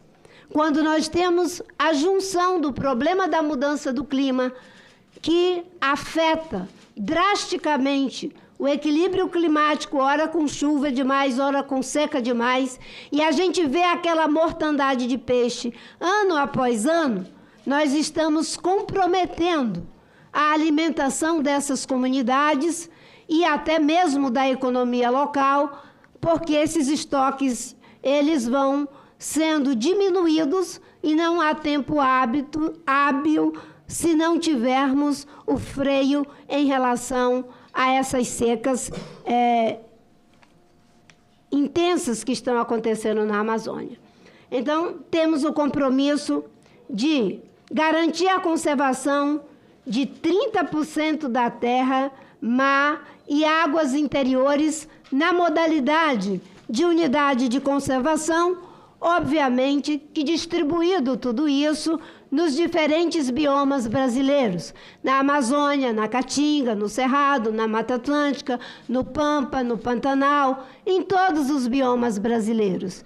E isso é fundamental para o equilíbrio climático, o sistema hidrológico, os processos produtivos, sobretudo a agricultura brasileira, que é uma das mais beneficiárias dessa proteção. Além de proteger 30%, nós temos também o compromisso de restaurar 30% dos ecossistemas degradados pela ação humana. Agora mesmo, nós acabamos de lançar um edital lá em São Paulo, eu, o ministro Fernando Haddad, o ministro Carlos Fávaro, senhor presidente, para restaurar 1 milhão de hectares de área degradada para disponibilizar para processos produtivos da agricultura brasileira. E por que nós estamos fazendo isso? Porque nós temos cerca de 80 milhões de hectares de área degradada. Se nós fizermos a restauração dessas áreas, nós podemos disponibilizá-las para processos produtivos, e é por isso que dizemos que é possível zerar o desmatamento, porque nós vamos aumentar a produção por ganho de produtividade e não por expansão predatória da fronteira agrícola. Restaurar 30% dos ecossistemas degradados pela ação humana, tanto restauração para uso produtivo, quanto restauração para voltar a estar em funcionamento os ecossistemas. Temos que reduzir também, e aí é um esforço que o mundo tem que fazer, cerca de 500 bilhões de dólares que são investidos em atividades que são destruidoras da biodiversidade. E destruidoras do clima é uma outra equação. Enquanto nós precisamos reduzir os investimentos de 500 bilhões em atividades que destroem, porque a gente pode ter atividades que não destruam, em todas as atividades econômicas. Né? No caso do clima, por exemplo, enquanto a gente não consegue o 1,3 trilhão para ajudar na transição energética, nos processos produtivos sustentáveis, nas formas adequadas de produzir e de consumir, a gente, mesmo diante do colapso da biodiversidade, do clima, da desertificação, e que são todos agravados pela mudança do clima, inclusive a perda de biodiversidade, enquanto a gente não consegue o 1,3 trilhão, nós continuamos investindo cerca de 5 a 7 trilhões de dólares em atividades que são destrutivas, não só da vida, mas das condições em que a vida nos foi dada. Além disso, temos o compromisso também, né, em função do fato de o país, como já disse, ser um país megadiverso, um país megaflorestal, um país que é detentor de 6 valiosíssimos biomas, aqueles que já mencionei anteriormente, sendo que um deles é particular a nós, é singular do Brasil. Só nós temos a Caatinga, que também está sofrendo uma pressão muito grande de destruição da Caatinga. Eu estou, já que tenho esse tempo, dizendo que a criação das unidades de conservação, elas não se dão debalde, elas não se dão como se fosse a gente jogando cartas de baralho sobre uma parede. Nós temos um mapa de áreas prioritárias para a conservação da biodiversidade. Nós temos uma lei que estabelece um Sistema Nacional de Unidade de Conservação. Nós temos compromissos de redução de perda de biodiversidade, como falei anteriormente. Em relação ao sistema costeiro marinho, que é a nossa zona econômica exclusiva, além das unidades de conservação que nós vamos criar no sistema terrestre, nós também, né, temos essa parte importante, que são cerca de 370 quilômetros para além das águas territoriais do nosso país, que podem ser utilizadas de forma sustentável. Indo mais adiante, senador, o Sistema Nacional de Unidade de Conservação, o SNUC, que é uma grande conquista do povo brasileiro e que eu agradeço por ter a oportunidade de falar nessa comissão desse sistema, né, que foi criado, né, pela Lei 9.985, de 18 de junho de 2000, acho que o relator, à época, foi o Fernando Gabeira, que corresponde, esse sistema, a um conjunto de unidades de conservação, seja do plano federal, seja dos estados. Nós, no Brasil, demos uma grande contribuição para a agenda da conservação. Até, talvez, a luta do Chico Mendes, a luta pela proteção da biodiversidade se dava muito no terreno estrito sensu da conservação, sem considerar aspectos sociais, sem considerar aspectos voltados para o atendimento das vulnerabilidades, sobretudo de países em desenvolvimento. Nós somos ricos em recursos naturais, mas temos que dar conta de problemas estruturantes de pobreza, de geração de emprego, de suprimento das pessoas em questões básicas de saúde, de educação, de segurança. Então, o Brasil ele é bastante disruptivo quando, além das unidades de conservação, estrito sensu, de proteção, como reservas biológicas, os parques podem ter uso de acordo com o plano de manejo, visitação. Aliás, eu quero parabenizar a iniciativa da Câmara dos Deputados, com a contribuição do Senado, que aprovou a lei de incentivo à visitação às unidades de conservação, porque é um mecanismo de proteção, uso sustentável, geração de riqueza e distribuição de beleza para os visitantes. Tivemos na Câmara dos Deputados uma grande contribuição do presidente da Casa, à época, o deputado Lira, e do deputado do meu partido, Túlio. E aqui nessa Casa, de uma forma incrível e célere, essa proposta foi aprovada e já pode ir para a votação, porque, além de fazer o incentivo, cria também um fundo para viabilizar o grande potencial de visitação das unidades de conservação, que acabamos de ter os Lençóis Maranhenses, não é? Como um patrimônio da humanidade, pelas belezas e riquezas que né, lá do estado do Maranhão. Então, nós criamos um sistema sui generis que vai além, não é, da proteção integral dessas unidades. Criamos também sistemas completamente disruptivos na modalidade da reforma agrária. Para o uso sustentável, nós temos as reservas extrativistas dentro do SNUC, mas mesmo dentro do processo produtivo, entendendo a necessidade dos agricultores, nós criamos uma modalidade que é dos assentamentos extrativistas do INCRA, que também protegem biodiversidade, mas permite às pessoas a usarem as áreas de base sustentável. Indo mais adiante, eu queria concluir dizendo que todos esses esforços, eles têm resultados muito positivos. Além da proteção e o plano de prevenção e controle do desmatamento da Amazônia, que nós pegamos, senhor presidente, o desmatamento de forma desenfreada, crescendo assustadoramente em todos os biomas.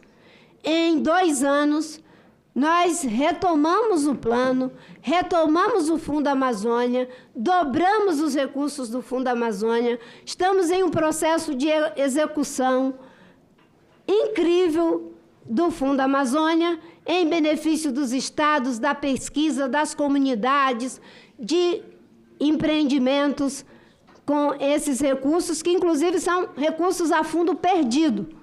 E esses recursos a gente consegue captar graças ao resultado alcançado de reduzir desmatamento.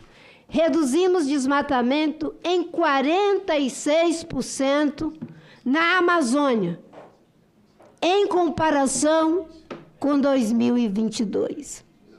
Reduzimos desmatamento em 32% no país inteiro, em todos os biomas, porque agora temos planos para todos os biomas. Então, todos esses esforços, quando eles se somam, o Plano Clima, a meta de redução de CO2, de redução de perda de biodiversidade, isso tem um resultado que muitas vezes as pessoas não veem.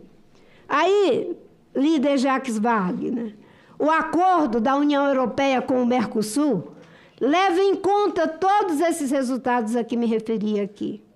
Eu me lembro que lá em Dubai ia ter uma mesa com várias mulheres, inclusive à época não era candidata, ainda era só vice-presidente, que era a vice-presidente do Biden, a Kamala Harris, e várias mulheres. E eu ia participar dessa mesa para falar desses resultados que a gente está alcançando aqui no Brasil. E, de última hora, houve uma inversão interessante. Ia até uma discussão sobre o acordo União Europeia e Mercosul, e eu tive que não ir para a mesa das mulheres e ir para a discussão sobre o acordo da União Europeia e Mercosul. E quem foi para a discussão no painel das mulheres foi o Paulo Teixeira, porque a orientação que eu recebi é que era fundamental a presença do Ministério do Meio Ambiente para poder mostrar que nós estávamos no controle da questão do desmatamento e estávamos honrando os acordos com os quais nos comprometemos internacionalmente. O ministro Carlos Fávaro, eu já perdi a conta. Ele diz o tempo todo que já abrimos mais de 300 mercados para a agricultura brasileira. E uma das coisas que ele faz questão de dizer é que esses mercados são abertos, claro, pelo volume, pela quantidade, o valor sanitário, pela capacidade que o Brasil tem de produção, pelo valor nutricional. Mas ele diz, isso a gente sempre teve. A gente tinha antes. E por que só agora é que nós abrimos mais de 300 mercados?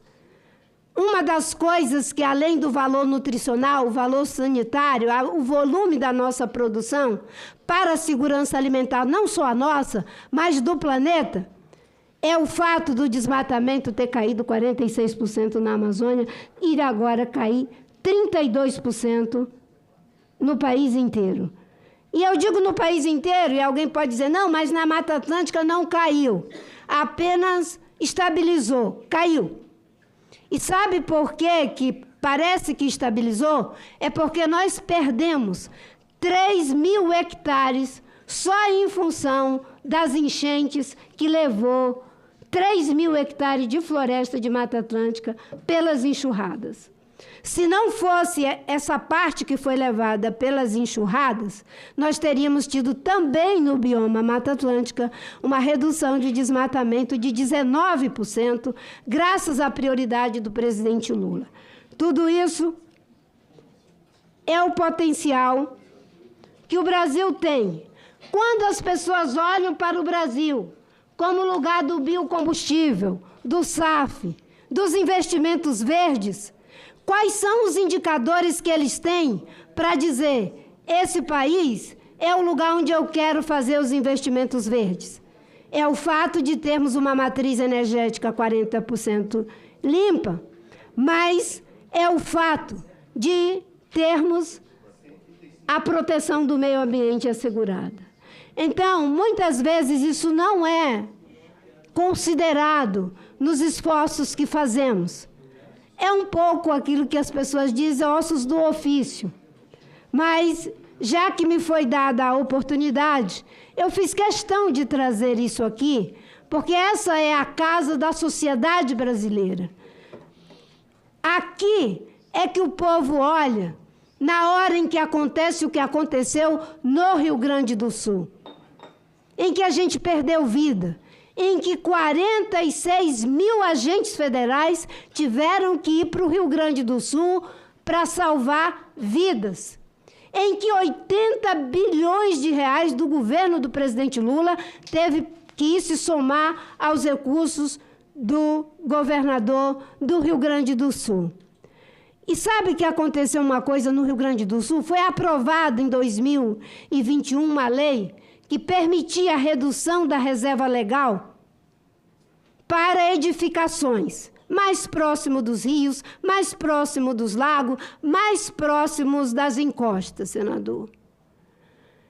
Nós temos um déficit de 700 milhões de hectares em unidade de conservação. Desses, aliás, são 10 milhões de hectares de unidade de conservação.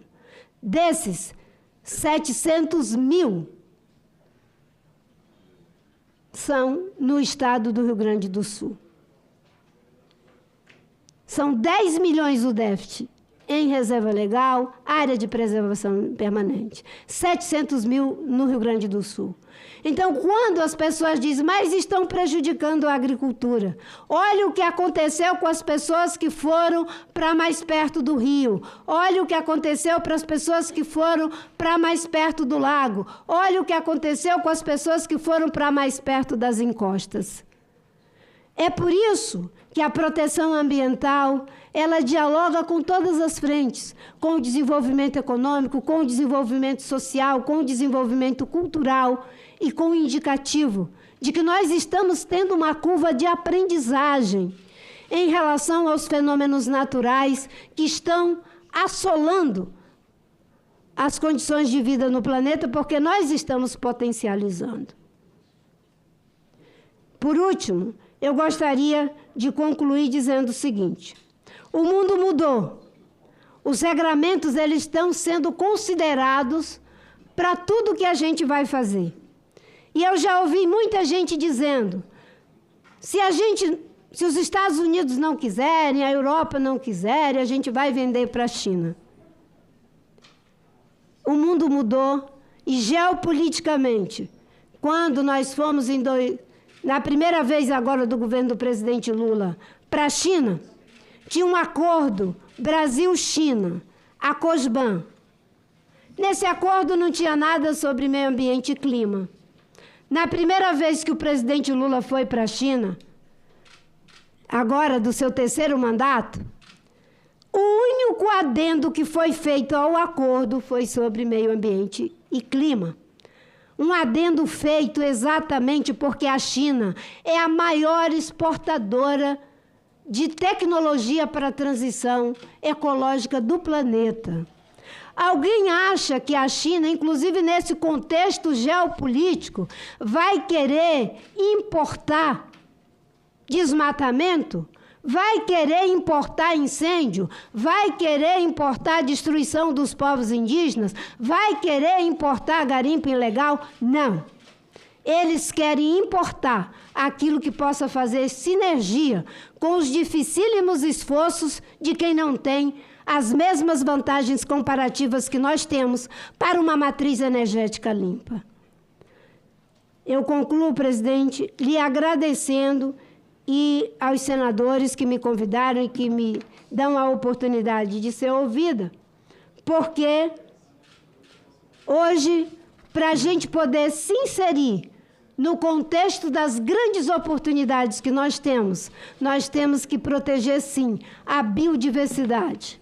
E a biodiversidade, só dizendo, esses esforços que nós estamos fazendo e de criação lá no Amapá, não incide sobre os blocos de petróleo.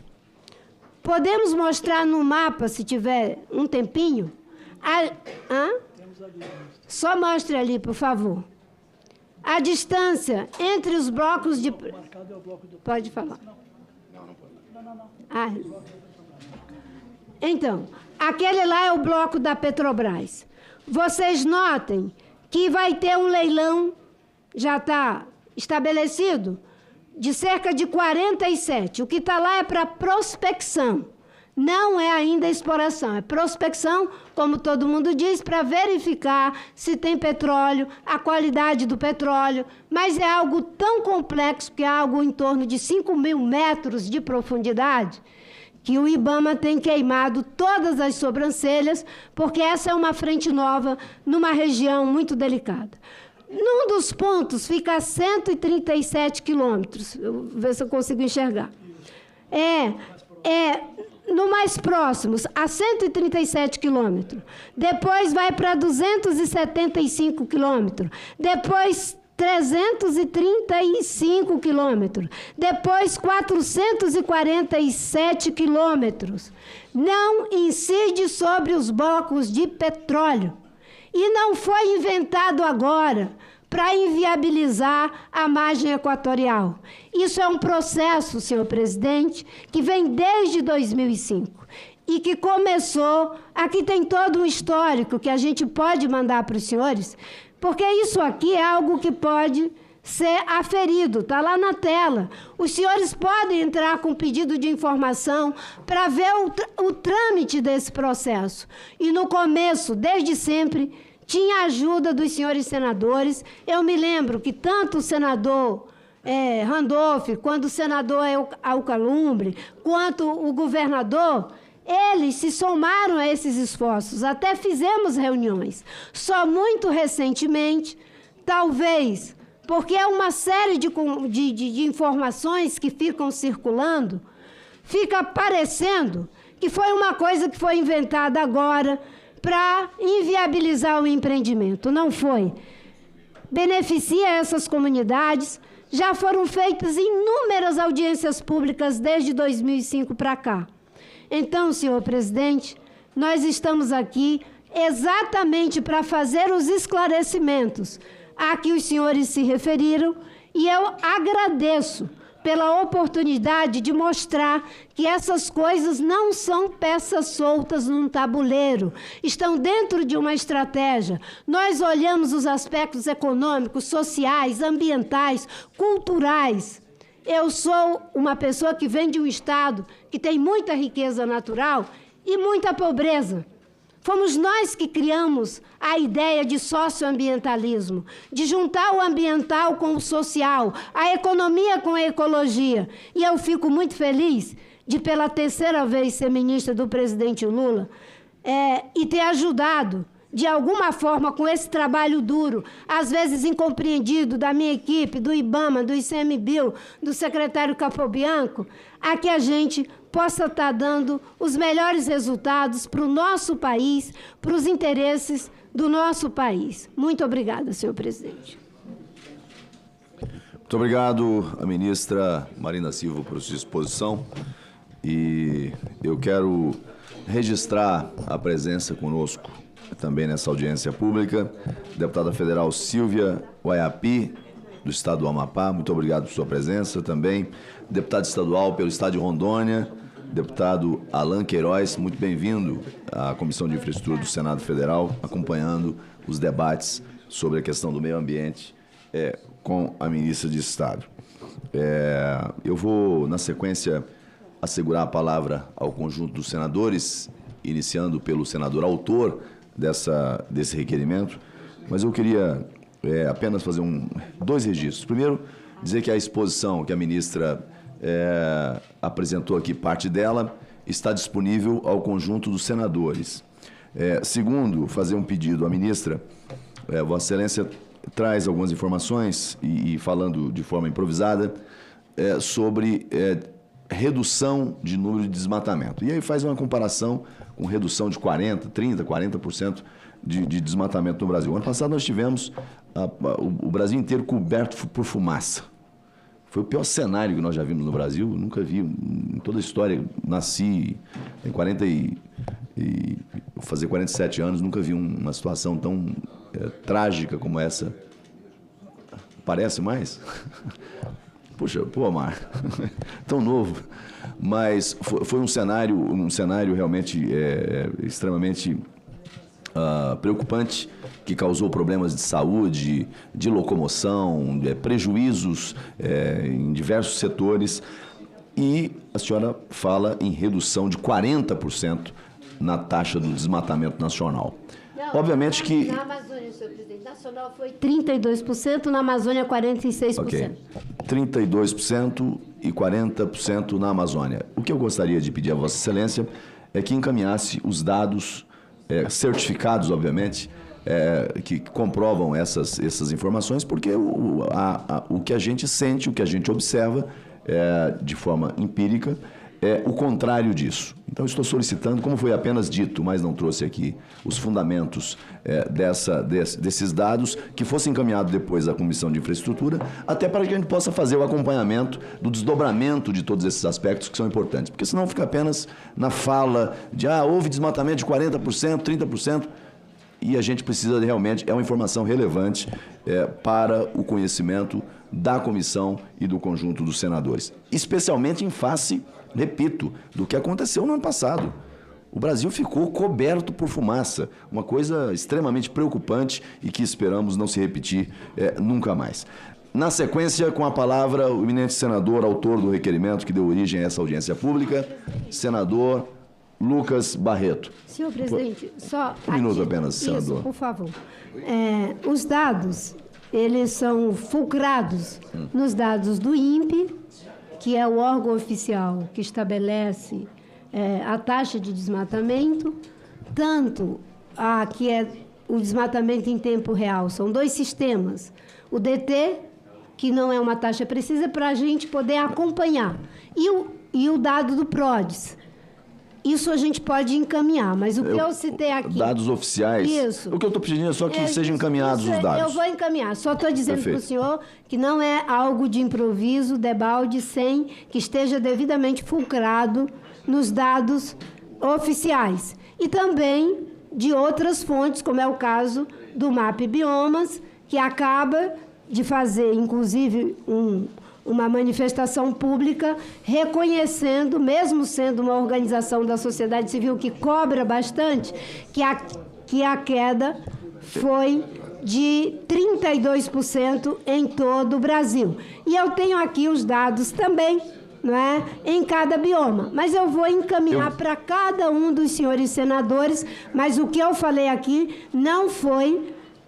algo da minha cabeça, em cima de dados técnicos, científicos, aliás, a política pública que nós fazemos para conseguir esse resultado é com base em dados e evidência, e quanto aos incêndios, na hora que for me dada a palavra novamente, eu posso falar sobre eles. Eu só consegui isso, ministra, porque aqui, às vezes, há uma cultura de vir e lançar números, sem dar o devido endereçamento de fonte. Isso, o que de fato se certifica ou não. DT, pode então, ter certeza. A senhora fez um comparativo entre o agora e 2022. Então, eu quero que a senhora mande para casa informações, estabelecendo justamente esse nexo comparativo, conforme foi anunciado. Quanto a isso, terei com a palavra, senador Lucas Barreto. Senhor presidente, senhores senadores, cumprimentar o nosso querido líder Jacques Wagner, que assumiu o compromisso que a ministra iria estar aqui na... Assumiu e cumpriu. E cumpriu. Muito obrigado, líder Jacques. Cumprimentar o nosso líder do PSD, senador Amaziz, amazonense, amazônida, nosso querido Jaime Bagatoli, do estado do nosso senador também, presidente da CI, nascido lá na terra do nosso senador Espiridião Amin. Cumprimentar o senador Chico Rodrigues, de Roraima, senador Zequinha Marinho, do Pará, onde nós temos andado, inclusive, no Pará, né, debatendo essa questão que é do petróleo, que beneficiará com certeza o Pará e o Amapá. Cumprimentar minha querida amiga da nossa bancada, a deputada Silvia Wayampim. Seja bem-vinda a essa casa. Cumprimentar todos que estão aqui. Cumprimentar a ministra Marina, né, o doutor Capobiano. Ministra, nós fomos surpreendidos, na verdade, depois de tantos anos, né, com a possibilidade da criação dessas 4 reservas de 1.300.000 hectares lá no Amapá. E foi um impacto muito grande. Primeiro, logo quando agora nós estamos tentando conseguir a autorização para prospecção do petróleo, que já houveram mais de 200 poços perfurados lá na costa, tentando prospectar em águas rasas. E não prosperou, só gás. E agora nós ouvimos que iam ter as audiências públicas, inclusive convocada pela Câmara de Vereadores de Macapá, porque Macapá também será atingida. E aí, de surpresa, o ICMBio cancelou as audiências públicas. E aí nós ficamos sem entender por quê. Porque será que de novo vão criar reservas no Amapá sem ouvir a população? Sem ouvir ninguém? Como criaram o Parque Nacional das Montanhas de Tumucumaque, no apagar das luzes do governo Sarney, do governo Fernando Henrique, houve uma onda de decretação de unidades de conservação, de reservas, unidades de proteção. Tudo que a senhora imaginar foi criado lá. Hoje, 74% do nosso território é área de proteção. E aí, se nós incluirmos as áreas inundáveis, as áreas que têm um relevo impróprio para qualquer coisa, nós teremos 11% aí do estado só propício para alguma atividade econômica. Com um detalhe, já transferiram as terras lá. Presidente Lula, presidente Dilma, presidente Davi, presidente Bolsonaro, agora o presidente Lula foi lá de novo e ninguém tem título de nada. Agora estão tentando tirar as pessoas que estão nas reservas que foram criadas lá atrás, no governo do presidente Lula, que é na reserva do Lago Piratuba. Só que a lei diz, criada a reserva, serão indenizadas as pessoas que estão lá com todo o seu patrimônio. Até hoje não indenizaram ninguém e querem tirar todo mundo. E na marra não vai, não tem como, é para isso que existe justiça. Por quê? Porque as pessoas estão lá há 100 anos, há 150 anos, têm documentos, e aí cria-se e retira-se. Essas reservas agora, a nossa ideia não é que ela vai atrapalhar o petróleo, não, ministra. Sabe o que ela vai fazer? Ela vai impedir que o Amapá desenvolva, porque fechando na área lá do limite com a Guiana Francesa, do Cabo Orange até Macapá, nós ficamos sem aquele corredor de fazer um oleoduto, um gasoduto entre o Amapá e Calçoene. E aí, vai para o Pará? O Pará recebeu agora 5 bilhões de reais do governo federal, 4 bilhões do BIRD. Sabe para quê? Para plantar árvore de plástico. Olha o absurdo. Olha o absurdo que está sendo isso. E lá está criando-se uma infraestrutura. Vai vir um mundo todo lá para a Amazônia dizer que querem preservar a Amazônia. Fundo Amazônia, da outra vez eu lhe perguntei aqui quanto foi para o Amapá, R$0. Até hoje, 0. Em projetos que nunca se executam. Que corpo de bombeiros, lá não pega fogo, chove o ano inteiro. Fogo que, sim, mas tem incêndio lá quando pega no Lago Piratuba. Mas isso é área natural. Também. Tem que ouvir. É área de turfa, todo ano pega fogo. É como mortandade de peixes na Amazônia, são áreas inundáveis. Quando a água baixa, ficam os lagos feitos, como é no Amapá, fica lá Tamoatá, Pirarucu, e morre de onde os peixes, os pássaros se alimentam, ministra. É onde a população pega até mais fácil.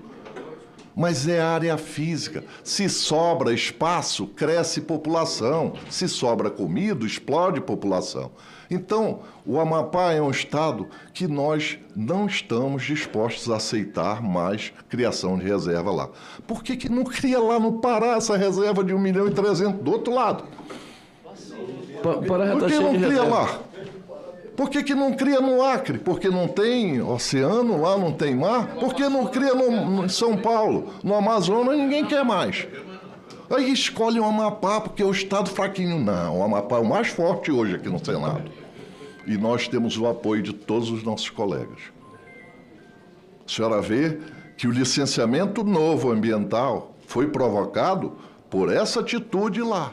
54 senadores se juntaram aqui para fazer com que as obras grandiosas, as obras que o Brasil precisa, que o Amapá precisa, se tornem questão ambiental, como foi Belo Monte.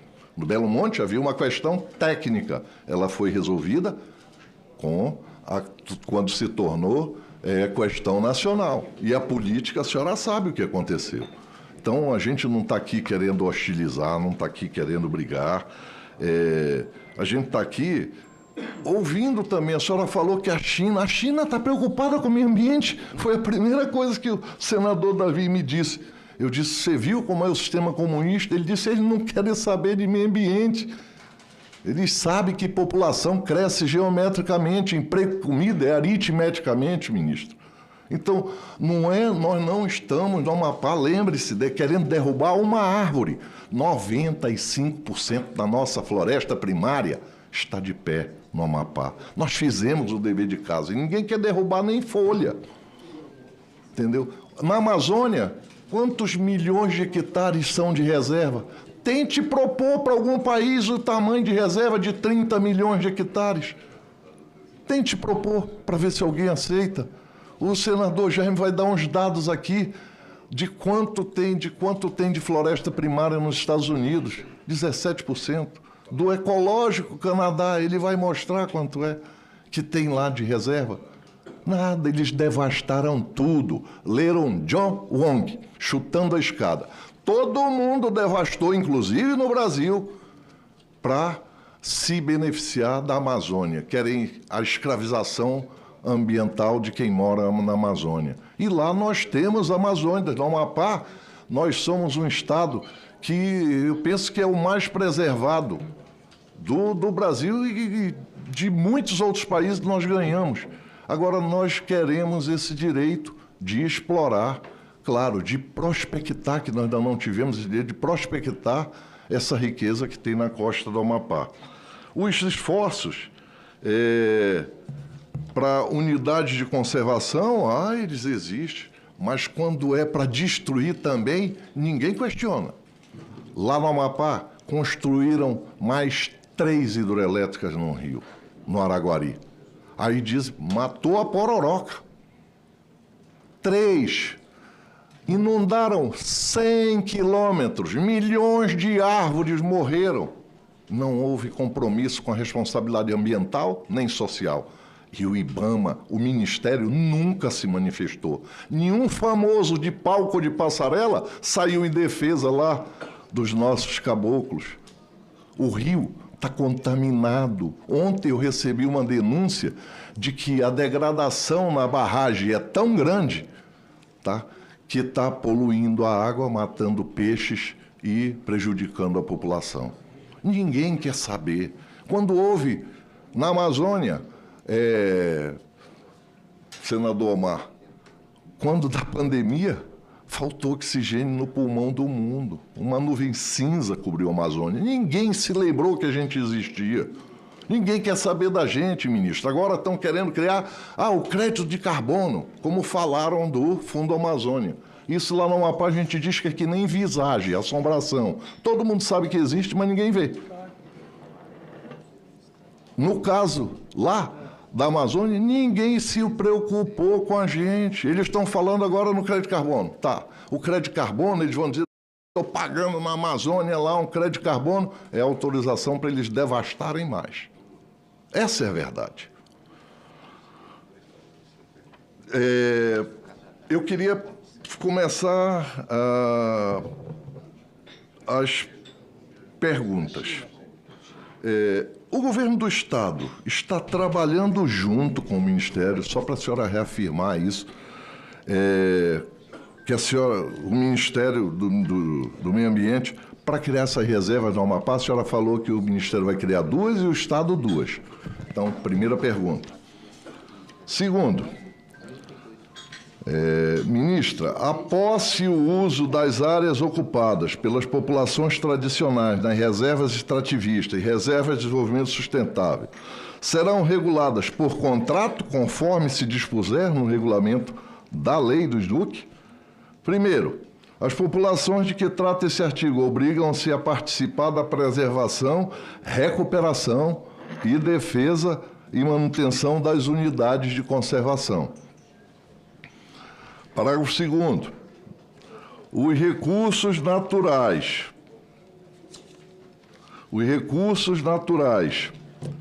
O uso de recursos naturais pelas populações de que trata esse artigo obedecerá às seguintes normas: a proibição do uso de espécie localmente ameaçada, extinção ou de prática que danifique seus hábitos, as demais normas estabelecidas na legislação, no plano de manejo, na unidade de conservação e no contrato de concessão de direito e uso,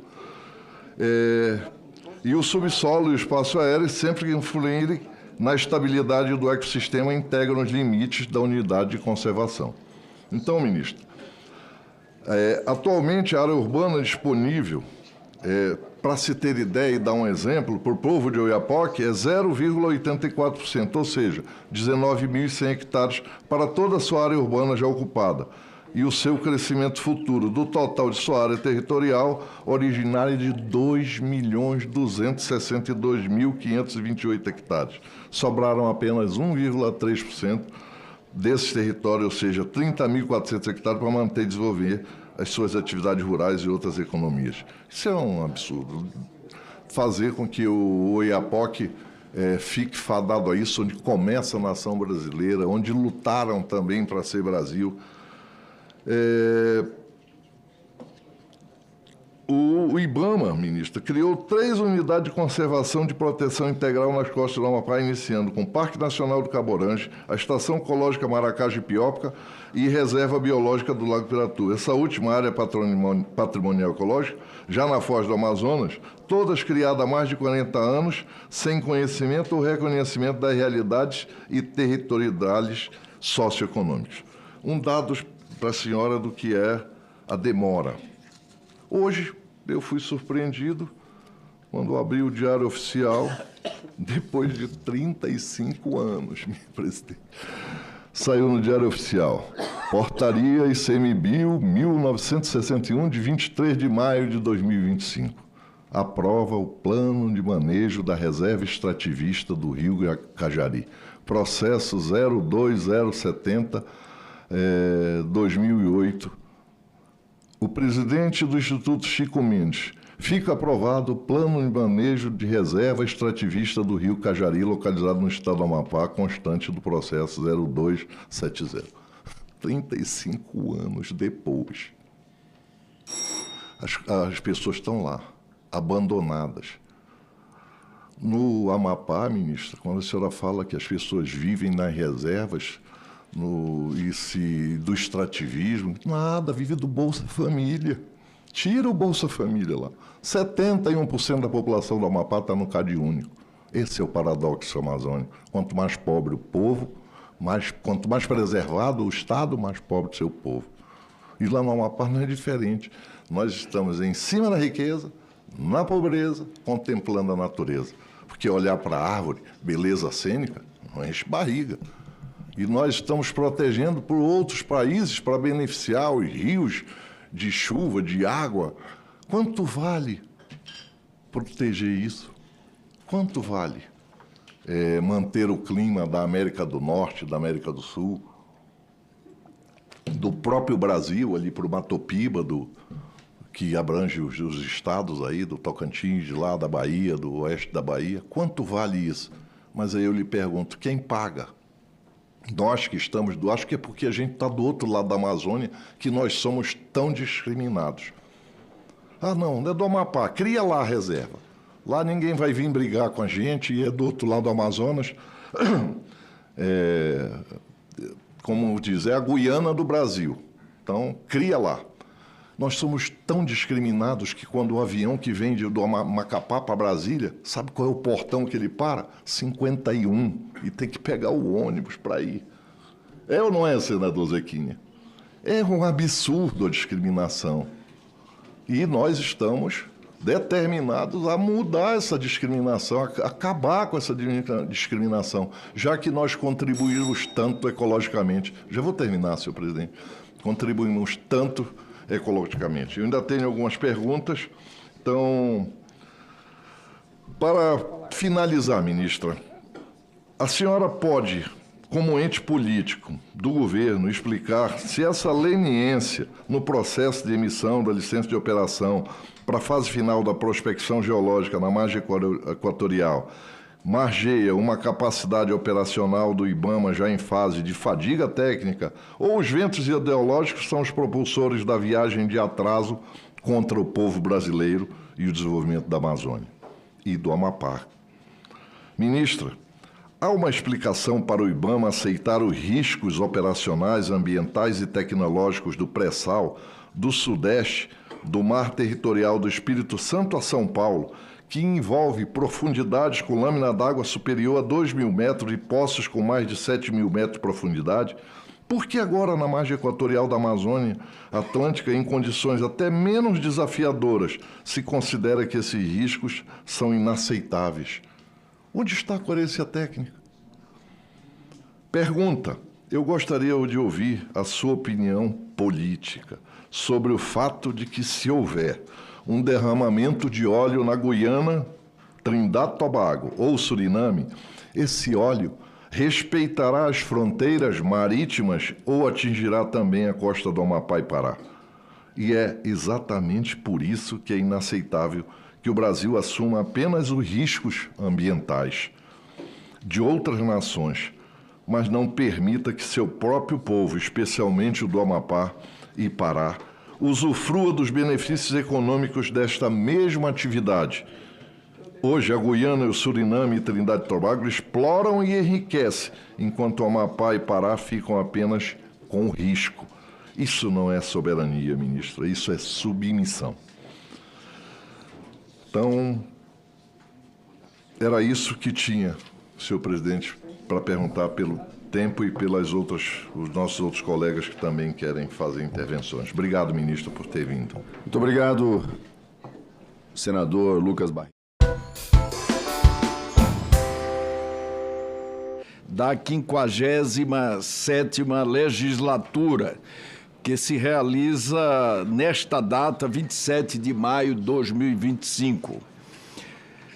Comunico aos senhores senadores e às senhoras senadoras que foram apresentados à comissão os seguintes documentos: ofício da Instituição Fiscal Independente, IFE, ofício do Ministério do Desenvolvimento, Indústria, Comércio e Serviço, ofício do Ministério da Fazenda, ofício da Câmara Municipal de Cândido Godói, no Rio Grande do Sul, ofício da Universidade de Brasília, UNB, ofício da Câmara Municipal de Vila Maria, no Rio Grande do Sul, ofício do Banco Central do Brasil, Os documentos, nos termos da Instrução Normativa número 12 de 2019, da Secretaria-Geral da Mesa do Senado Federal, estarão disponíveis para consulta no site desta comissão pelo prazo de 15 dias, podendo qualquer membro deste colegiado solicitar a autuação nesse período. Senhoras e senhores senadores, caros telespectadores, ouvintes e internautas. Presidente, pela ordem, que eu tenho aqui a CPI pela das ordem, PETs, eu concedo a palavra a Vossa Excelência. Eu queria pedir a Vossa Excelência, primeiro, no extra pauta, eu fiz aqui um requerimento de convocação, mas a gente normalmente transforma em convite, do ministro Fernando Haddad, para explicar um pouco essa questão do IOF. Então, se Vossa Excelência puder colocar, o senador Fernando, o senador Mourão também vão subscrever, aí vão fazer a defesa do requerimento. E eu já queria também pedir a Vossa Excelência uma vista regimental do item 4, presidente, que é o projeto 1365/2022. Senhor presidente, apenas para complementar o raciocínio de Vossa Excelência, para emitir o juízo e deliberar, que essa vista pode ser concedida, mas que volte na próxima sessão deliberativa, marcada por Vossa Excelência. Okay. Feito o acordo, Exalci. Okay. Nós trazemos hoje a deliberação desta comissão como item primeiro da pauta, autorização para a contratação de operação de crédito externo, com garantia da República Federativa do Brasil, no valor de $32.800.000, entre o governo do estado de Pernambuco e o Banco Interamericano de Desenvolvimento, BID, para projetos de inovação digital na justiça daquele estado. A matéria está com a relatoria do senador Fernando Dueire. O segundo projeto trazido à apreciação é o projeto de autoria do senador Giordano e relatoria da senadora Soraya Tronic. Trata da doação de alimentos por empresas e organizações sem fins lucrativos e de doações financeiras a entidades de proteção de animais, que podem ser consideradas como hipóteses de dedução do imposto de renda. Esse PL ainda será apreciado pela Comissão de Assuntos Sociais, aí sim, em decisão terminativa. Novamente, nós submeteremos a deliberação dos senadores e senadoras do item terceiro da pauta, o PL 79 de 2020, de autoria do senador Wellington Fagundes, com a relatoria do senador Laércio Oliveira, que determina o repasse das contribuições dos trabalhadores em transporte de todos os modais para o sistema SEST-SENAT.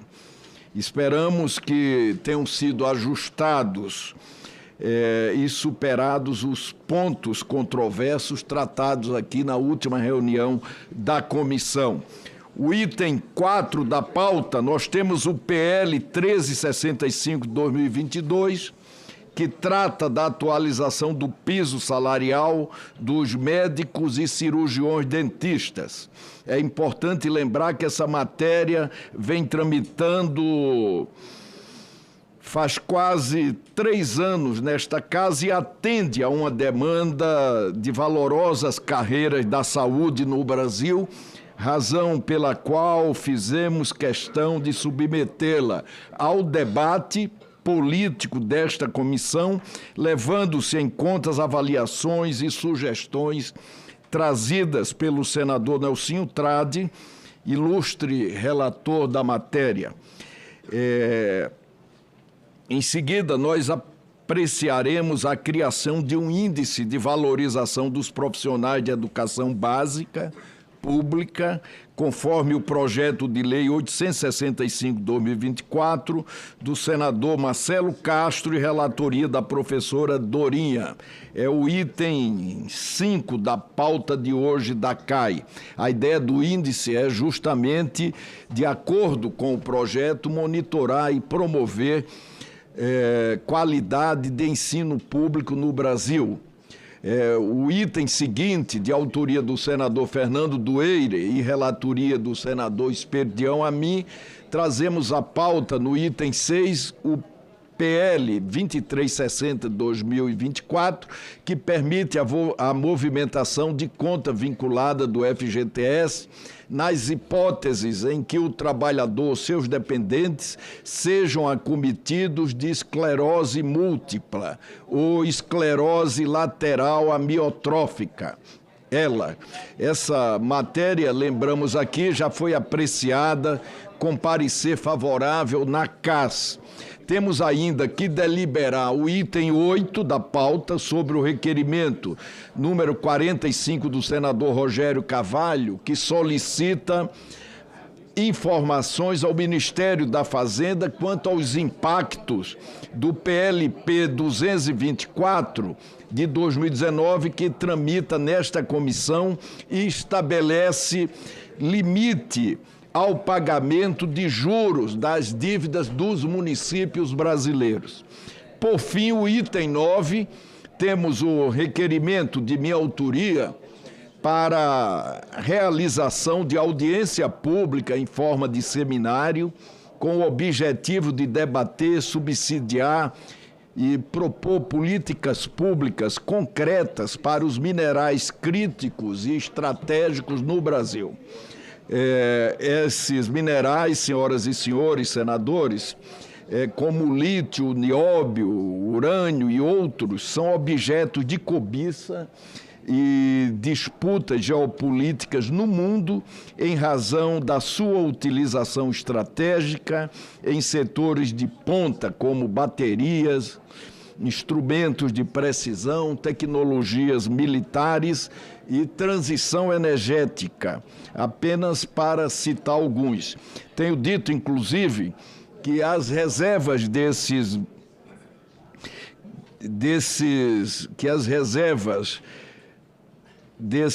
minerais, inclusive, esses minerais críticos e estratégicos no Brasil, são verdadeiramente outra camada de pré-sal, motivo pelo qual decidimos propor a essa comissão esta discussão. A data proposta é 1º de julho próximo, com programação e convidados indicados no anexo ao nosso requerimento. Tudo bem. Portanto, a ordem do dia.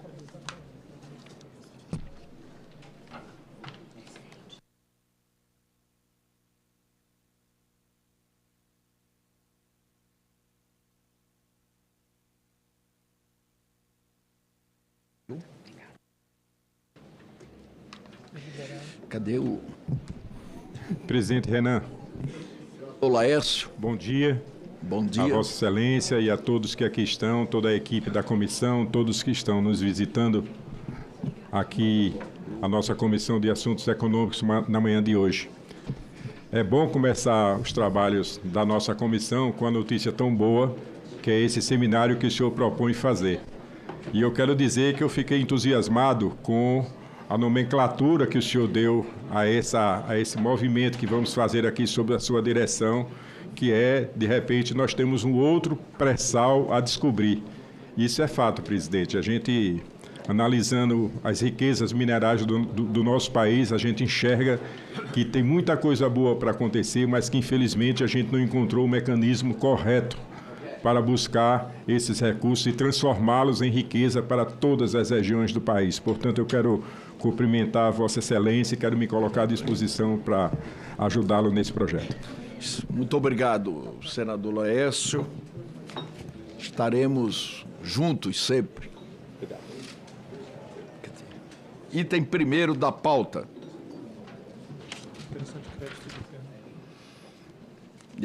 submete à apreciação do Senado Federal nos termos do artigo 52, inciso 5º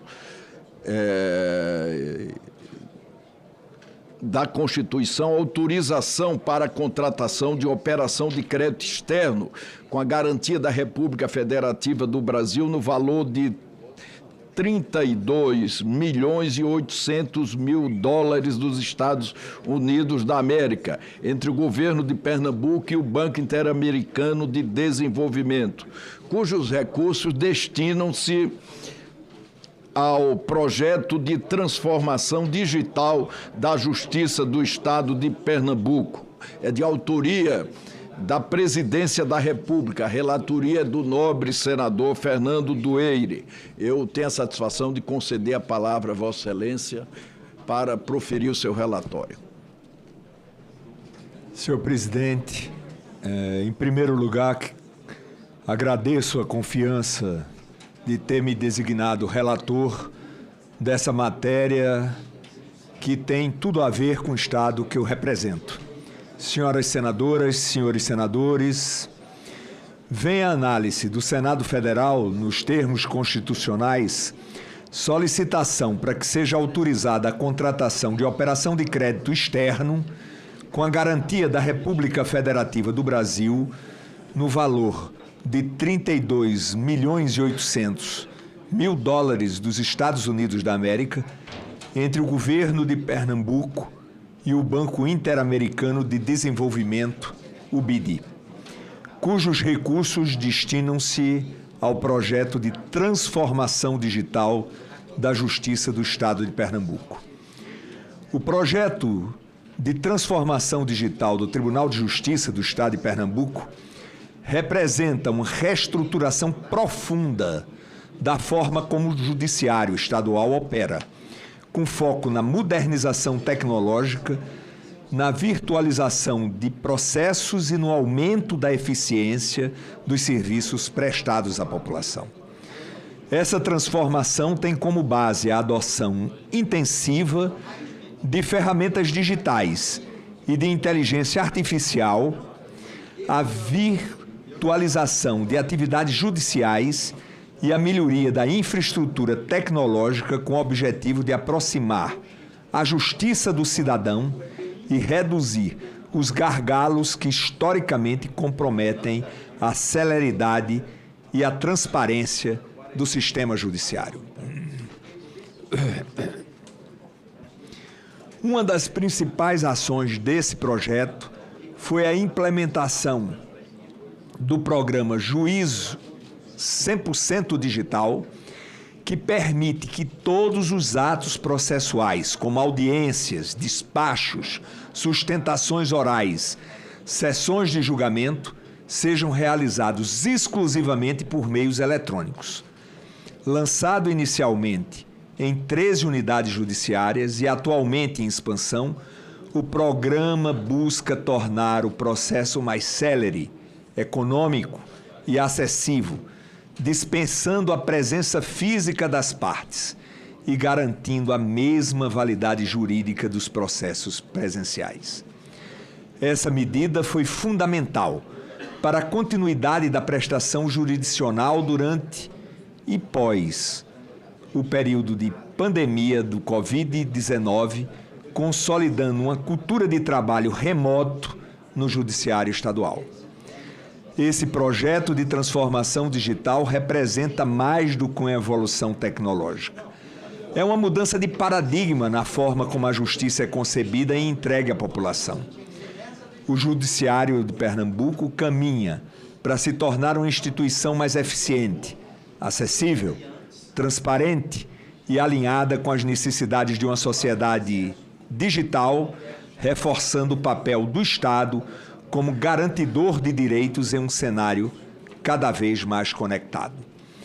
Atendendo os requisitos constitucionais e legais, o programa também foi identificado como passível de obtenção de financiamento externo pela Comissão de Financiamento Externo, COFIEX. Ademais, a Secretaria do Tesouro Nacional, STN, prestou as devidas informações sobre as finanças externas da União, bem como analisou as informações referentes ao mutuário, manifestando-se favoravelmente ao oferecimento da garantia da República Federativa do Brasil à referida operação de crédito. Por fim, a Procuradoria-Geral da Fazenda Nacional pronunciou-se pela legalidade das minutas contratuais e pela regularidade na apresentação de comprovações requeridas pela legislação, visando o encaminhamento do processo a esta Casa, ao Senado Federal, para fim de autorização da operação de crédito em tela, bem como a concessão de garantia por parte da União. Portanto, senhor presidente, me remeto ao voto. Em conclusão, o pleito encaminhado pela Presidência da República encontra-se de acordo com que se preceituam as normas do Senado Federal relativas à matéria em análise, devendo ser concedida a autorização para a contratação da operação de crédito externo pretendida, nos termos do projeto de resolução apresentada. Portanto, senhor presidente, era o que eu tinha a relatar. Muito obrigado e, mais uma vez, agradeço a confiança de ter me designado. Nós é que agradecemos ao senador Fernando Dueire, valoroso representante do Estado de Pernambuco no Senado Federal. O seu voto é favorável, portanto, à aprovação da matéria. A matéria está em discussão. Não havendo quem queira discutir a matéria, encerramos a discussão e passamos à votação. Os senadores e as senadoras que concordam permaneçam como se encontram. Aprovado o relatório, que passa a constituir o parecer da comissão favorável ao projeto, nos termos do projeto de resolução do Senado Federal apresentado. A matéria vai ao plenário. Pela ordem, senhor presidente, conceda a palavra a Vossa Excelência. A importância do projeto, que traz uma transformação digital, que faz com que o cidadão que vai à justiça termine em breve período, fazendo com que a justiça chegue a ele na palma da mão. Eu peço licença a Vossa Excelência para o pedido de urgência, de forma que a matéria possa ser apreciada ainda hoje no plenário da Casa. Em votação, a urgência proposta pelo senador Fernando Dueire. Os senadores que concordam e as senadoras que concordam permaneçam como se encontram. Aprovada a urgência. O item 2 da pauta foi retirado, que dispõe sobre a doação de alimentos humanos ou animais por indústrias, estabelecimentos comerciais, foi retirado pela senadora Soraya Tronic. Passamos, portanto, ao item 3 da pauta.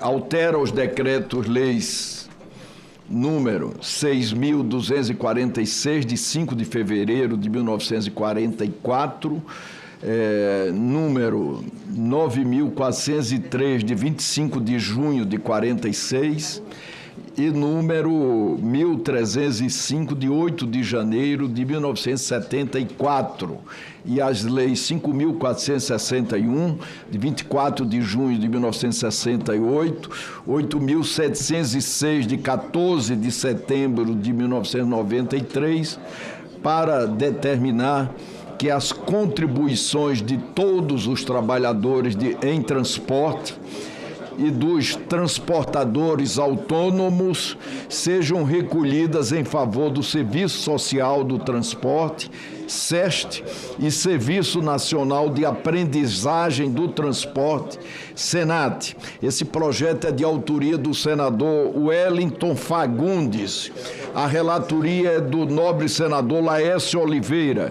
Eu tenho a satisfação de conceder a palavra ao senador Laércio Oliveira para proferir o seu parecer. Obrigado, senhor presidente, senador Renan Calheiros. Agradeço a deferência de Vossa Excelência no encaminhamento da relatoria para que recaísse sobre a minha pessoa. Quero dizer e tornar contextualizar que esse assunto foi discutido aqui na semana passada. Nós abrimos mão naquele momento com a aquiescência de Vossa Excelência que houvesse uma semana para os ajustes necessários e voltamos aqui nessa semana cumprindo exatamente aquilo que a gente tinha prometido e vamos à relatoria. Vou direto à análise com a sua permissão, senhor presidente. Nos termos do inciso 1º do artigo 99 do Regimento Interno do Senado Federal, compete a esta comissão analisar o aspecto econômico e financeiro do PL 79 de 2020, que destina ao SEST e SENAT novas fontes de arrecadação a partir de contribuições vertidas hoje para outros destinos. E essa é a questão principal desse projeto. O SEST e SENAT prestam serviço aos trabalhadores de todo o setor de transportes, mas financiam suas atividades a partir das contribuições sociais realizadas apenas pelas empresas privadas do modal rodoviário. Nesse sentido, o PES aquaviário e aeroviários, atualmente destinadas à Diretoria de Portos e Costas da Marinha e à ANAC, para as entidades que efetivamente prestam serviços aos trabalhadores do setor. Quanto aos aspectos formais, sem embargos de análises mais aprofundadas a cargo desta comissão, a cargo da CAIS, Comissão de Assuntos Sociais, não vislumbramos vícios de constitucionalidade, regimentalidade ou juridicidade que impeçam a tramitação e a aprovação deste importante projeto. Em relação à adequação orçamentária e financeira, o aspecto relevante é justamente a mudança da destinação das contribuições sociais das empresas particulares de navegação e das empresas privadas de transporte aéreo regular, não regular e de táxi aéreo. Essas contribuições, hoje, integram o orçamento da União e serão transferidas para o SEST e para o SENAT, a fim de que sejam verdadeiramente aplicadas no ensino profissional e na promoção social do trabalhador em transportes e de seus dependentes. De acordo com a Confederação Nacional dos Transportes, o impacto atualizado do PL, já considerando a emenda apresentada neste relatório, será de 249 milhões, sendo 154 milhões do setor aéreo e 95 milhões do setor portuário. Registra-se que a redução nas receitas poderá ser considerada na lei orçamentária nos termos do artigo 12 da Lei de Responsabilidade Fiscal, se o PL for aprovado em prazo compatível com a elaboração das projeções de receita pelo Executivo e o início da vigência da lei for postergado para o ano seguinte ao da sua publicação. Portanto, inexistem óbices sobre o ponto de vista orçamentário e financeiro.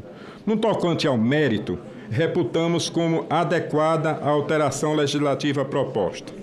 Uma vez que o SEST e o SENAT prestam serviços aos trabalhadores de todo o setor de transportes, é razoável que as contribuições sociais das empresas de todos os modais financiem as suas atividades. Porém, as contribuições arrecadadas das empresas dos modais aquaviário e aeroviário hoje inflam os superávites do Fundo de Desenvolvimento do Ensino Profissional Marítimo e do Fundo Aquaviário, sem que cumpram a sua finalidade precípua.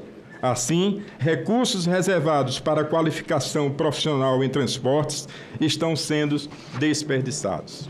Apesar disso, o SEST e o SENAT realizaram um total de 14,67 milhões de atendimentos apenas em 2023, sendo 6,55 milhões em desenvolvimento profissional e 8,11 milhões em saúde e qualidade de vida. A rede de unidades conta com 165 instalações em funcionamento no país, gerando impacto em cerca de 5 mil municípios. Não temos dúvida de que, de posse de mais recursos, essas entidades poderão contribuir ainda mais para o desenvolvimento profissional dos trabalhadores em transporte e para o bem-estar dos seus dependentes. O investimento em capital humano, por meio da qualificação profissional, é imprescindível para o crescimento da produtividade no setor de transportes e para o desenvolvimento da economia brasileira como um todo. O setor representa 5% do PIB e, indiretamente, está associado a todos os demais. Portanto, toda a economia é prejudicada pela restrição ao investimento em capital humano do sistema de transportes, ocasionada pela má alocação das contribuições sociais. Contudo, o projeto requer ajustes. Após um prolongado diálogo com as entidades e os órgãos do Poder Executivo afetados, promovemos alguns aprimoramentos no projeto que resumimos num substitutivo que ora anexamos a este relatório, senhor presidente. No tocante ao conteúdo, propomos uma versão mais equilibrada do PL, que contém essencialmente duas mudanças. A primeira se refere às atribuições e contribuições que serão transferidas para o SEST e para o Senat. Resumidamente, Marinha e ANAC continuarão responsáveis pelo ensino profissional de algumas atividades. A título de exemplo, concordamos que o ensino de navegação deve permanecer na alçada da Marinha, encarregada da proteção das águas jurisdicionais brasileiras, pois trata-se de atividade com potencial impacto na segurança nacional. A segunda alteração diz respeito à necessidade de recomposição das receitas do Fundo Aeroviário, que solucionamos por meio da transferência de uma pequena parcela da arrecadação do Fundo Nacional de Aviação Civil. E, neste ponto, realizamos um novo ajuste, pois ao considerarmos os cálculos da agência reguladora, conseguimos um percentual que se ajustasse tanto para o SEST e Senat, bem como para a ANAC. Assim, aumentamos de 3%, previsto no relatório anterior, para 5%.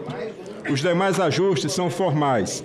As alterações nos decretos 6246, de fevereiro de 44, e 9.403, de junho de 46, para excluir as empresas de transporte da relação de contribuintes do SESI e do SENAI, foram suprimidas, pois a mudança na destinação das contribuições é efetivada nos outros diplomas legais atualizados pelo projeto de lei.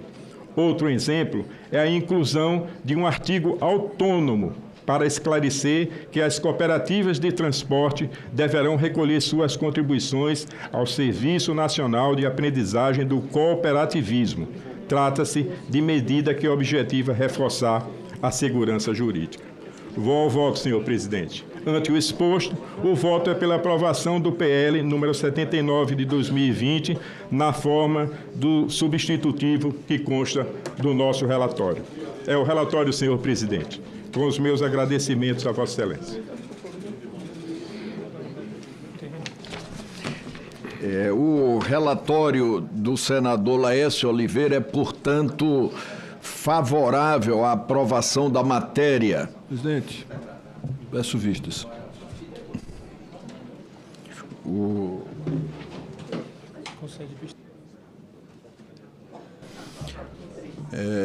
Concedo vista ao senador Rogério Carvalho, vista coletiva, regimental.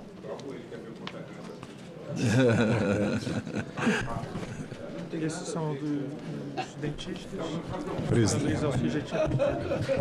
junto com o senador Hamilton Mourão. Passamos ao item 4 da pauta, projeto de lei 1365 de 2022. Presidente Renan. Eu concedo a palavra ao senador Irã. Com a palavra, Vossa Excelência. Obrigado, presidente Renan, senhoras e senhores senadores, a todos que nos assistem. Presidente, esse projeto de lei que tem a relatoria do nosso querido senador Nelsinho Trade, alvinegro que nem nós, e médico, ele tem o condão de atualizar o piso salarial, originalmente de médicos e dentistas, mas com a sensibilidade do senador, ele incluiu no relatório auxiliares de laboratório e auxiliares de radiologia. Fruto de uma audiência pública, uma discussão nessa casa. O que acontece é que o governo deveria ter avaliado já o impacto dessa matéria e aí não foi consolidado esse impacto, não é isso, senador? Das duas categorias. Então eu queria, eu já sendo... presidente, eu queria só terminar de falar, porque eu tenho que ir a outra reunião. Obrigado, pessoal. E palavra, Vossa Excelência. Como já houve um pedido de vista prévio que foi consignado aqui pelo senador Isalci, eu queria pedir aqui ao nosso líder do governo, Jacques Wagner, que nós pudéssemos fazer um acordo para votar o mais breve possível essa matéria, porque essas categorias, elas são e foram fundamentais para nós no enfrentamento da maior tragédia humana que já se abateu sobre o mundo todo, que foi a Covid-19, e a equipe multiprofissional de saúde foi fundamental no combate a essa endemia, e nós, nessa epidemia, digo melhor, e nós aqui, nós temos sofrido com essa questão de postergação desses direitos que são direitos que estão consignados em projeto de lei aqui, como foi o caso do PL 1466, que está aqui no Senado, que pode ser votado hoje e amanhã, onde ficaram fora os médicos e médicos veterinários, que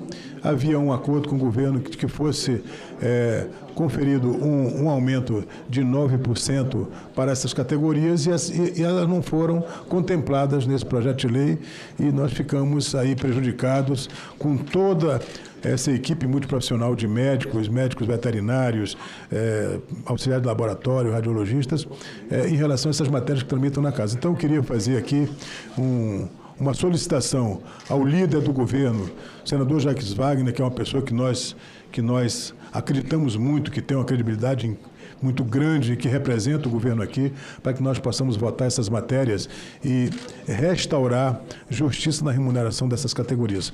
Muito obrigado, presidente, querido Jacques. Conto com o seu apoio para que nós possamos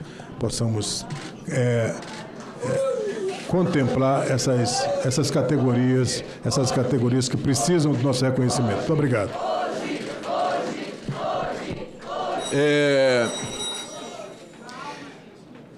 O item 4 da pauta, eu consigno que já há um pedido de vista que foi endereçado à mesa pelo senador Isalci. A vista será concedida na forma regimental. Pela ordem, senhor presidente. Eu só acrescentaria, acatando a decisão de Vossa Excelência, que ele pudesse retornar à pauta na nossa próxima sessão deliberativa, por obséquio. Eu parei com isso.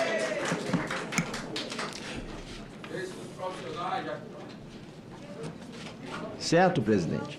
Certo. Perfeito. Então fica para a próxima sessão deliberativa. Perfeito. Senador Dorinha está a caminho, queria botar o requerimento antes, senador Carvalho. Falou, amigo. Porque o senador...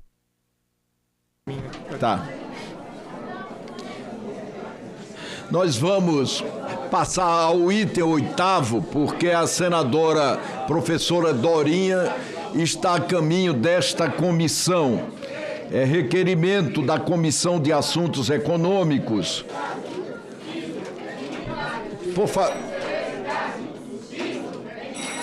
Por favor, encareço a todos silêncio. Encareço silêncio a todos, na forma regimental. A matéria voltará à apreciação desta comissão na próxima reunião.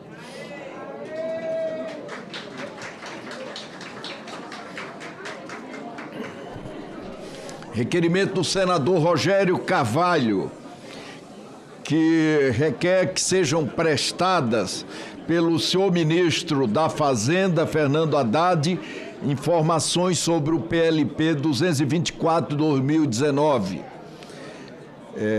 Em discussão, não havendo quem queira discutir a matéria, declaramos encerrada a discussão e passamos à votação. As senadoras e senadores que aprovam permaneçam como se encontram. Aprovado o requerimento. Tem outro requerimento que é o requerimento do senhor e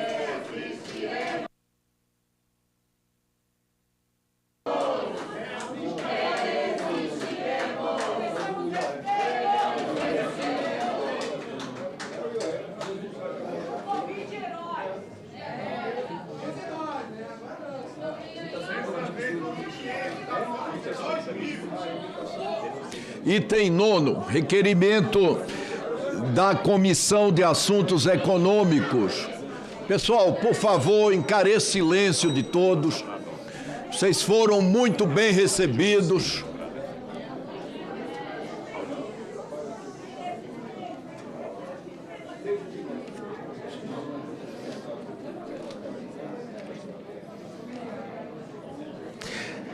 Requerimento da Comissão de Assuntos Econômicos número 46 requer a realização de audiência pública no formato de seminário com o objetivo de debater, subsidiar e propor políticas para o segmento de minerais críticos e estratégicos no Brasil. Este requerimento é de autoria do presidente desta comissão. Presidente, queria subscrever com o senhor esse requerimento. Com muita honra, senadora Damares. A votação, portanto, senador Fernando Eire. Gostaria de, presidente, subscrever com Vossa Excelência também. Com muita satisfação. Da mesma forma, senhor presidente, quero subscrever o vosso requerimento. Com muita honra. Eu também, presidente. Senador Rogério, senador Mourão, senador Laércio. Somos todos, na forma do regimento, subscritores da audiência pública que está sendo proposta. A votação será simbólica. Em votação, requerimento, as senadoras e senadores que aprovam permaneçam como se encontram. Aprovado o requerimento. A audiência pública acontecerá, portanto, ocorrerá no dia 1º de julho. Seminário. Presidente, o senador Amin está numa sabatina. Item 6º da pauta. Projeto de lei número 2360, que altera a lei 8.036, de 11 de maio de 1990, que dispõe sobre o Fundo de Garantia do Tempo de Serviço e dá outras providências para incluir entre as hipóteses de movimentação da conta vinculada o acometimento do trabalhador de dependente por esclerose múltipla ou esclerose lateral amiotrófica. É de autoria do senador Fernando Dueire. O relator é o senador Esperidião Amin, que pediu para que nós designássemos, e fazemos isso com muita satisfação, o senador Jorge Seife como relator ad hoc. Com a palavra, Vossa Excelência. Senhor presidente, um bom dia a todos. Se o senhor me permitir, vou direto para a análise. Ao examinar o PL 2360 de 24, a CAI observa as determinações no artigo 99-I do Regimento Interno do Senado Federal, devendo analisar os aspectos econômicos e financeiros da matéria, além da análise de admissibilidade por esta comissão terminativa. Com relação à regimentalidade, não vislumbramos óbices às proposições. O projeto atende aos requisitos de constitucionalidade, tendo em vista observar a competência da União, preconizada no inciso 1º do artigo 22 da Constituição Federal, quando se refere ao direito do trabalho. Cumpre mencionar que cabe ao Congresso Nacional dispor sobre todas as matérias de competências da União, conforme artigo 48 da Constituição, e adicionalmente registrar-se que não se observa no projeto nenhuma violação à disposição do artigo 61 da Lei Maior. Quanto à juridicidade, senhor presidente, a iniciativa adota certamente a normatização via lei ordinária para consecução dos fins almejados pelo autor. Ademais, o conteúdo abordado inova o ordenamento jurídico, adotando generalidade e coercividade sem olvidar dos demais princípios de direito. No que diz respeito à técnica legislativa, constatamos que o projeto está, no geral, vazado de boa técnica que trata a Lei Complementar 95, de 26 de fevereiro de 98, sendo dotado de concisão, clareza e objetividade. No entanto, concordamos com a emenda apresentada na CAS para ajuste e redação do artigo 1º do PL, devendo aparecer por extenso Fundo de Garantia por Tempo de Serviços, antes acrônimo FGTS. No mérito, somos favoráveis à proposta de permitir saque dos recursos da conta vinculada do trabalhador no FGTS quando ele ou seu dependente for acometido de esclerose múltipla ou esclerose lateral amiotrófica. O FGTS é uma poupança compulsória do trabalhador. Além da finalidade de garantir recursos em caso de demissão sem justa causa, o artigo 20 da Lei 8036 de 1990 relaciona diversas hipóteses em que o trabalhador pode sacar os recursos da sua conta, como nos casos da aquisição da casa própria, despesas com doenças graves ou aposentadoria. Fica evidente a finalidade social do recurso do fundo. A proposição em apreço atua nesse sentido, oferecendo meios ao trabalhador de enfrentar problemas de saúde. Em termos econômicos, o trabalhador poderá acessar mais rapidamente seus recursos, destinando-os ao custeio do seu tratamento, bem como destacou o autor da proposição. Ambas as doenças demandam acompanhamento médico permanente, requerem diagnóstico especializado e tratamento de alto custo, com medicamentos nem sempre disponibilizados pelo poder público. Sabemos que o SUS, infelizmente, é falho e deixa milhões de trabalhadores à espera de atendimento. Não permitir que o trabalhador utilize seu recurso de FGTS para custear seu tratamento equivale a penalizá-lo. Por isso, estamos de acordo com a matéria.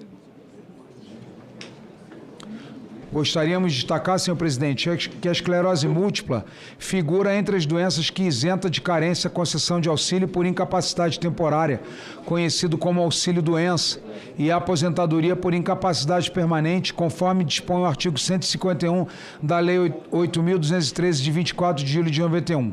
Esse tratamento diferenciado na esfera previdenciária evidencia justamente a situação gravosa que os acometidos por essas doenças se encontram, muitas vezes alçando a incapacidade para o trabalho. Defendemos que esse tratamento especial, que busca mais justiça social, deve ser estendido ao FGTS. É oportuno destacar, outro sim, o potencial da proposição em atuar em prol das mulheres, gênero historicamente mais vulnerável no mercado de trabalho. Isso porque a esclerose múltipla registra maior incidência entre as mulheres, grupo que já possui inserção laboral mais precária que os homens. Sendo assim, o uso dos recursos do FGTS pelas trabalhadoras evitará que sejam ainda mais negativamente impactadas no mercado de trabalho em decorrência de sua doença. Com relação à análise financeira da medida em 2023, o patrimônio líquido do FGTS estava em 125,8 bilhões de reais. Espera-se que a aprovação da matéria tenha um impacto financeiro bastante reduzido que poderá ser absorvido pelo fundo. O projeto, portanto, deve prosperar. O voto. Pelo exposto, o voto é pela aprovação do projeto de lei número 2360 de 24, com a emenda número 1 da Caixa. Obrigado, senhor presidente. O parecer é favorável. Concedo a palavra à senadora Damares para discutir a matéria. Presidente, primeiro eu quero cumprimentar o senhor pela sensibilidade de pautar essa matéria. Muitas famílias estão assistindo essa sessão hoje por conta dessa matéria. E eu quero cumprimentar o nosso autor. Senador, a gente é tão criticado, a gente tem ouvido tantas críticas desse Senado Federal lá fora, mas a gente tem feito tantas entregas para o Brasil. Essa é uma entrega preciosa. Essa matéria passou na casa com louvor. Todos nós na casa vibramos com essa matéria. Eu quero lhe cumprimentar. O seu Estado precisa saber da grandiosidade do senhor apresentando matérias como esta. E, claro, o nosso senador Amin traz um voto sucinto, direto, um voto necessário, assertivo, lido pelo nosso senador Seif, o que mostra que essa comissão tem feito entregas espetaculares, senador. O Brasil precisa entender que são nas comissões em que as respostas estão sendo dadas para o Brasil. Parabéns à CAI, parabéns ao autor, ao relator. As famílias atípicas estão assistindo nesse exato momento. Eu fui acionada muito por conta dessa matéria e eu estou muito feliz da forma como ela foi apresentada, passou na CAI e agora, com certeza, vai passar por unanimidade com louvor nessa comissão. Parabéns, presidente. Senador Jorge Seif, com a palavra, Vossa Excelência. Senhor presidente, muito obrigado. Eu queria dar um depoimento. Por favor. Para o senador Fernando Doeire, para o senador Amin e para a senadora Damares. Senador Dueire, eu tenho uma prima no Rio de Janeiro que antes dos 30 anos de idade foi infelizmente acometida por essa doença. E exatamente o que traz no voto do senador Espiridião Amin, as dificuldades, a burocracia, o tempo. A mãe dela teve que, inclusive, pegar empréstimos na Caixa Econômica Federal para conseguir custear o tratamento da filha. Ela está viva, está num estado muito delicado, porque essa doença é degenerativa e com pouco êxito no tratamento, você só tenta adiar esse fim inevitável. Então as pessoas já sofrem de forma tão agressiva com essa doença que não escolhe data, não escolhe cor, não escolhe religião. E muitas vezes, como esse caso nosso no Rio de Janeiro, da minha prima, ainda tem dificuldade de acessar o que é seu. Ela sempre trabalhou de carteira assinada, tinha direito e não conseguia acesso ao recurso, que levou ao endividamento da mãe dela. Então quero parabenizar o senhor, parabenizar o senador Espiridião Amin e toda a nossa solidariedade às famílias acometidas, alguns de seus membros, por essa doença tão terrível. Então essa é uma forma que o Senado Federal, senhor presidente, é uma resposta para amenizar um pouco essa grande dor e sofrimento que já é causado por essa enfermidade. Muito obrigado. Senador Fernando Dueire.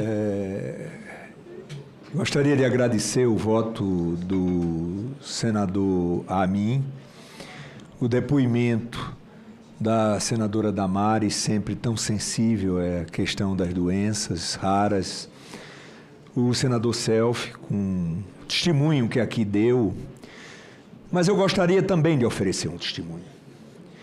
Há 37 anos, minha esposa foi acometida de esclerose múltipla.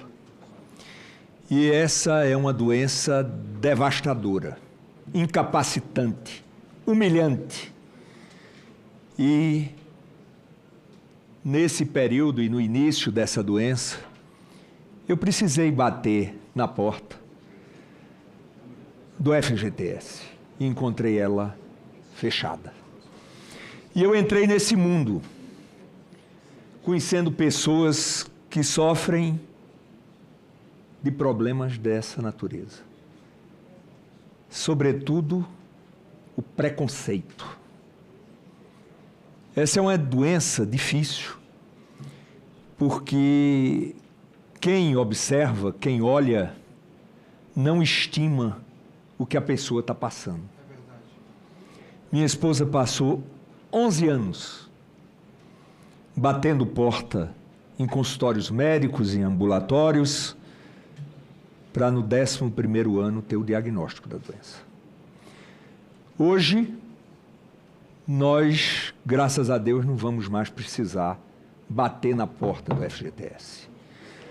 Mas eu, quando concebi, e que graças a Deus tenho a sensibilidade e o apoio de meus colegas aqui do Senado, eu fiz no intuito de que outras pessoas que passam por isso não sofram a humilhação que nós passamos. Portanto, eu agradeço profundamente a sensibilidade dos senhores, a sensibilidade do presidente Renan, que não deixa nada na gaveta, ele pauta tudo, ele traz a discussão, e do senador Amin, que fez um relatório sólido e que só fez enriquecer a matéria que hoje nós estamos discutindo. Aqueles que estão nos ouvindo, que estão nos vendo, senadora Damares, sabem que o testemunho que Vossa Excelência deu aqui é verdadeiro. As comissões e o Senado estão entregando muita coisa. Não é fácil, mas nós estamos entregando muita coisa. E isso acontece porque nós temos um conjunto que, diferente de algumas visões de mundo, convergem. É natural que pessoas tenham diferentes visões de mundo, sua origem, doutrina, credos, mas tem um momento em que essas pessoas de diferentes credos políticos, elas precisam se dar as mãos para atender aquilo que está acontecendo na ponta. Portanto, muito obrigado a todos aqui que estão e, sobretudo, senador Renan, a sua decisão determinada, definitiva, derradeira, de não deixar nada na gaveta. Obrigado, senador Fernando Dueire. Continua a discussão da matéria, não havendo mais quem queira discutir a matéria, declaramos encerrada a discussão e passamos à votação. As senadoras e senadores que aprovam permaneçam como se encontram. Terminativa, nominal. Perdão, a votação terá que ser nominal, porque a matéria é terminativa nesta comissão. Melhor ainda. Pode abrir o painel. Peço para abrir o painel. Passamos à votação nominal. O painel já está aberto.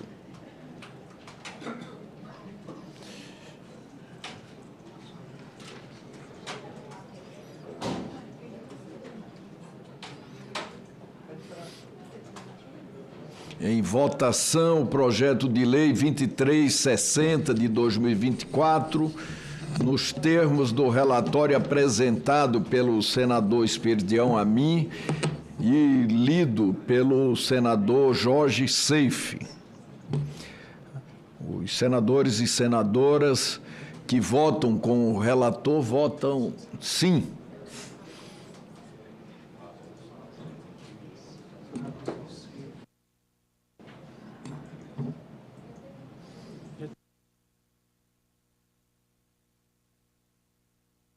Conta para qual?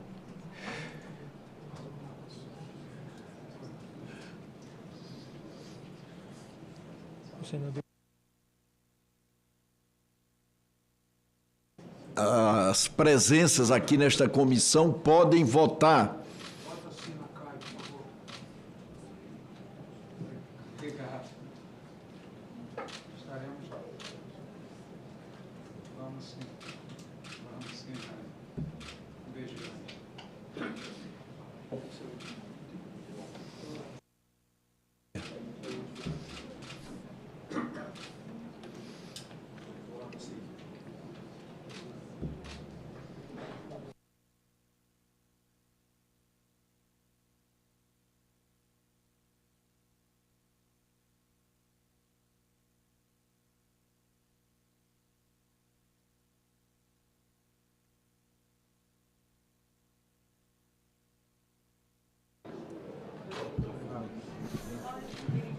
Presidente Renan.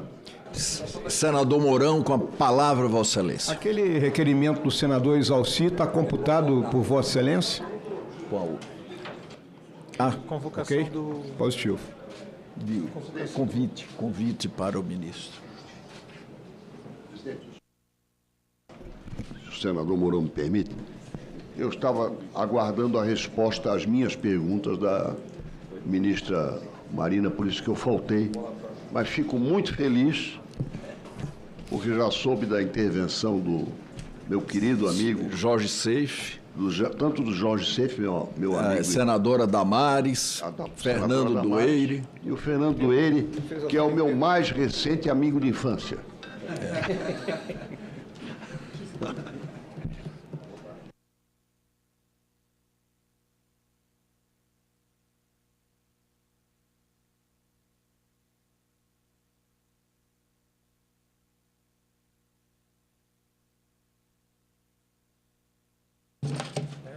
Já tem. Nós vamos encerrar a votação e proclamar o resultado.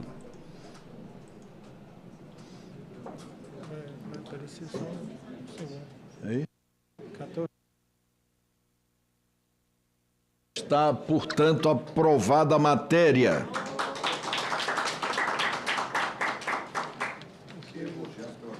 O senador Hamilton Mourão pediu, o senador Exalci é do convite. O senador Hamilton Mourão, que se retirou exatamente agora, pediu para que nós apreciássemos o requerimento com o qual eu me comprometi no início da reunião desta comissão. Portanto, em votação, o requerimento do senador Isalci. Os senadores e senadoras que aprovam permaneçam como se encontram. Aprovado. Senhor presidente, pela ordem, eu gostaria de pedir 3 extrapautas para o senhor. Na verdade, eu quero subscrever o requerimento 32, 33 e 34 da CAI e na verdade, pedindo a adição de alguns debatedores. O 32, o senhor quer que eu leia o requerimento inteiro? Quer que eu leia? Pode ler, Seif. Requerimento 32 da CAI, requeiro nos termos do artigo 93.1 do Regimento Interno do Senado Federal, que a audiência pública objeto do requerimento 6 de 2025 da CAI, com o objetivo de instruir o PL 1565 de 23, que altera a Lei 12.587, 3 de janeiro de 12, Lei da Política Nacional de Mobilidade Urbana, para determinar que as empresas ofereçam serviços de transporte remunerado privado individual de passageiros e instalem equipamentos de monitoramento nos veículos de seus colaboradores, o PL 974/2021, que altera consolidações das leis de trabalho, Decreto-Lei 5452, 1º de maio de 43, para garantir direitos trabalhistas aos motoristas de aplicativos, e o PL 1598 de 23, que altera a Lei número 12.587, de 3 de janeiro de 2012, para impor responsabilidade solidária às empresas de transporte remunerado privado individual de passageiros em caso de danos causados por pessoas físicas e jurídicas durante a execução do serviço de transporte, a título de parceria com empresas, seja incluído o seguinte convidado, senhor Vitor Calil, diretor administrativo, pesquisador e coordenador no Centro Brasileiro de Análise e Planejamento, SEBRAP.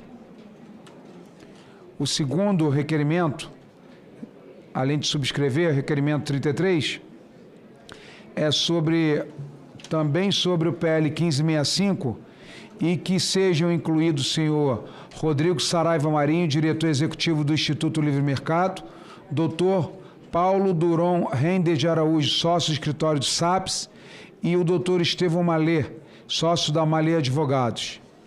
Por último, também, requerimento 34, também para instruir o PL 1565, que sejam incluídos os convidados presidente da Uber e o representante da 99. Eram esses os pedidos, senhor presidente? Em votação, os requerimentos, os senadores que aprovam permaneçam como se encontram. Aprovado os requerimentos. São as atas das últimas reuniões. Submeto à deliberação do plenário a dispensa da leitura e a aprovação das atas da 8ª e 9ª reunião, realizadas em 6 e 20 de maio de 2025. As senhoras senadoras e os senhores senadores que aprovam permaneçam como se encontram. Aprovadas atas estão aprovadas e serão publicadas no Diário do Senado Federal. Está encerrada a reunião.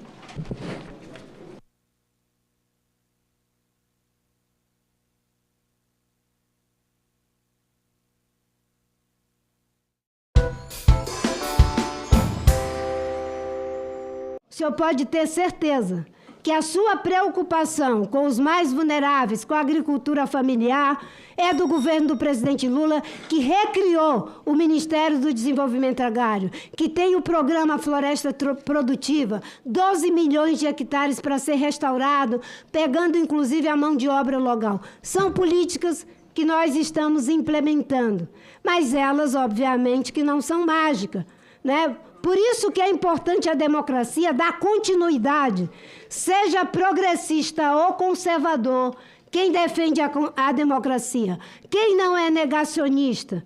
Eu sempre digo que sustentabilidade não é de direita nem de esquerda, é de ser humano, que tem cabeça e pensamento estratégico. Porque você pode ser um sustentabilista progressista ou conservador.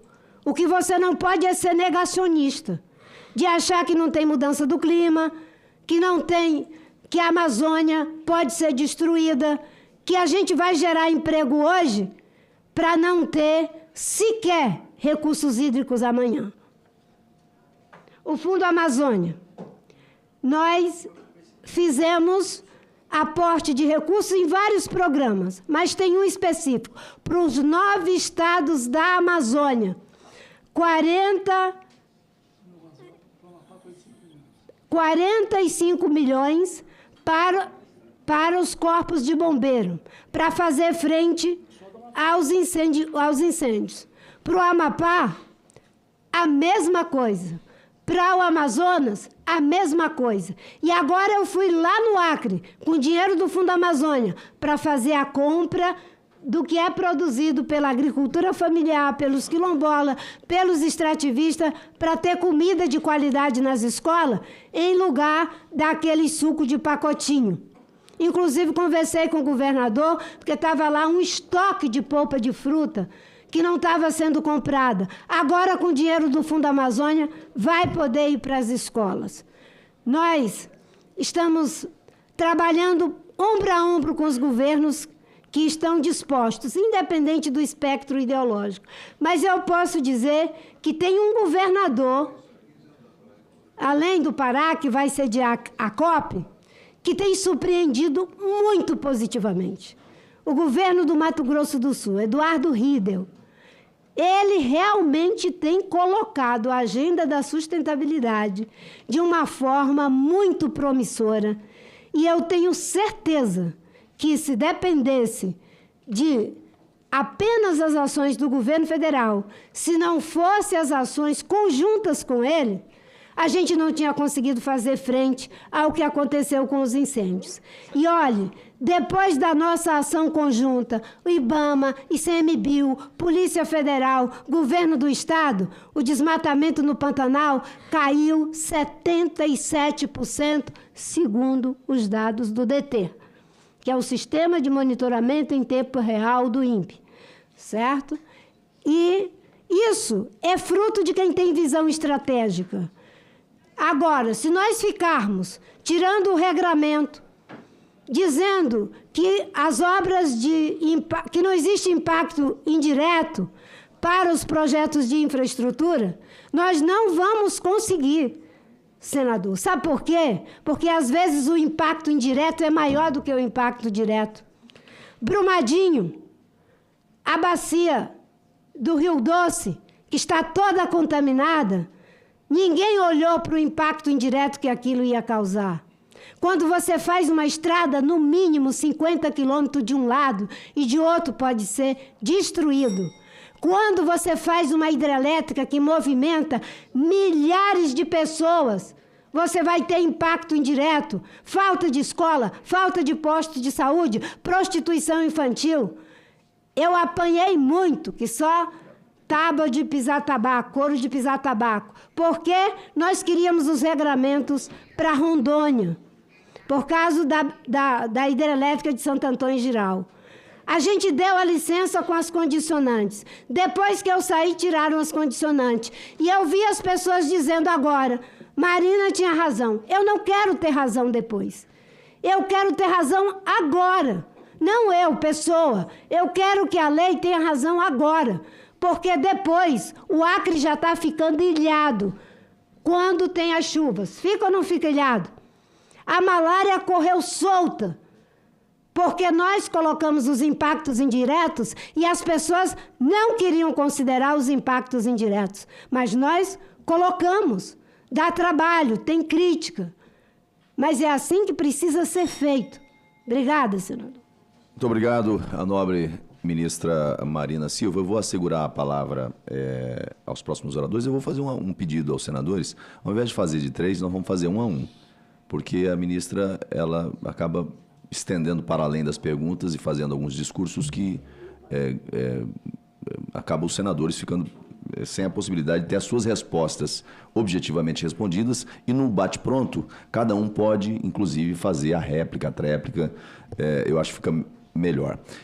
Apenas para eu não vou fazer perguntas ao final, então vou fazer aqui apenas uma ponderação em relação a esse tema. A senhora respondeu as perguntas e perpassou pela questão da renovação da nossa matriz energética, e falando do caso de Rondônia, A senhora está trazendo uma afirmação aqui que nós estamos questionando lá em Rondônia há muito tempo e nós estamos ouvindo agora da ministra do Meio Ambiente que a causa da enchente que está invadindo as pistas da rodovia 364 e inviabilizando o acesso, inclusive, lá de Guajará-Mirim, é das usinas. É a afirmação da ministra.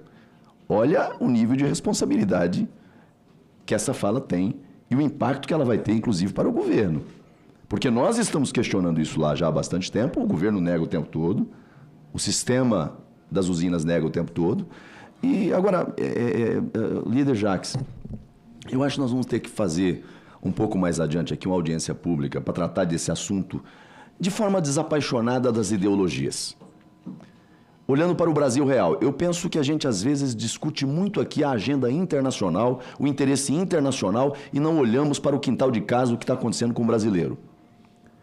A conta de luz absurda que ele está pagando e por que está pagando uma conta de luz absurda, a falta de acesso que permeia Brasil afora, a falta de condições de vida. Veja, o modelo energético brasileiro está lá Belo Monte, uma usina que foi projetada por 19 bi, chegando a quase 50 bilhões de investimento, que era para gerar 11 mil e tantos megas de energia, gerando, na média, 4,5 mil megas. Ou seja, metade, Omar Aziz, metade.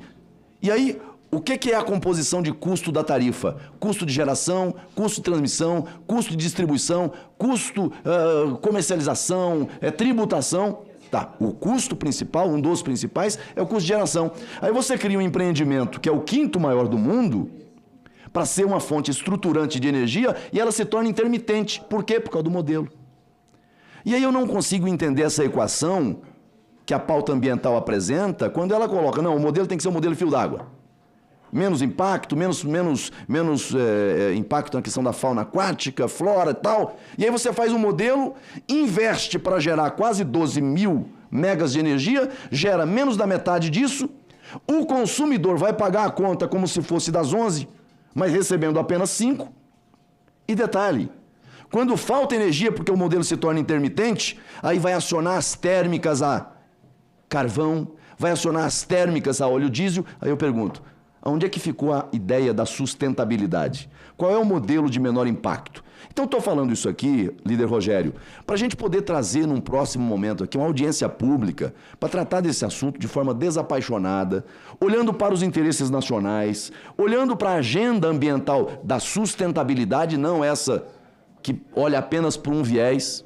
Nós estamos com um grupo de trabalho lá agora para discutir a questão da mineração.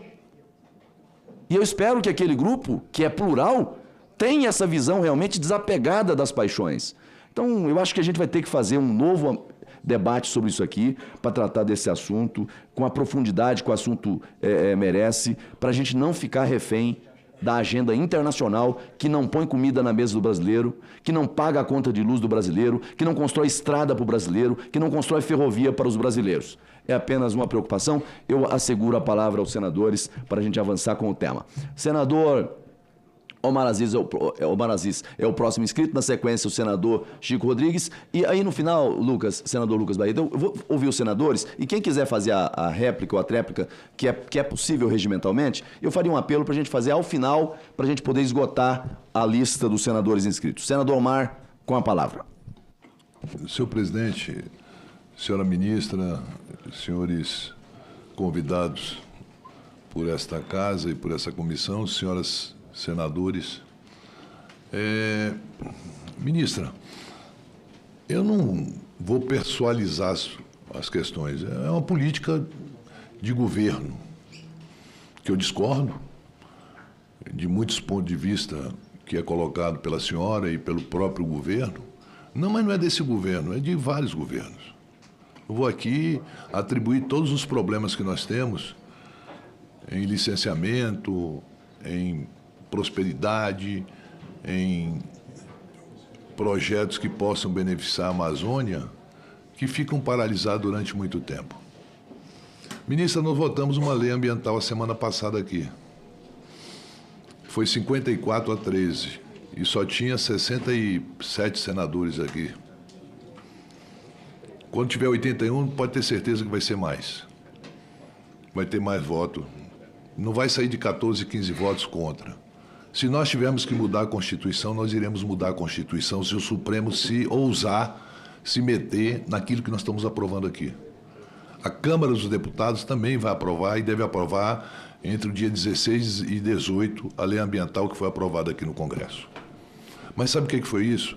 Eu acho que um senador que votou contra, ele falou a verdade. É meu amigo, votou contra, discordando, Rogério Carvalho. Mas ele disse uma coisa que me chamou muita atenção, querido Marcos. Ele disse, represaram muito.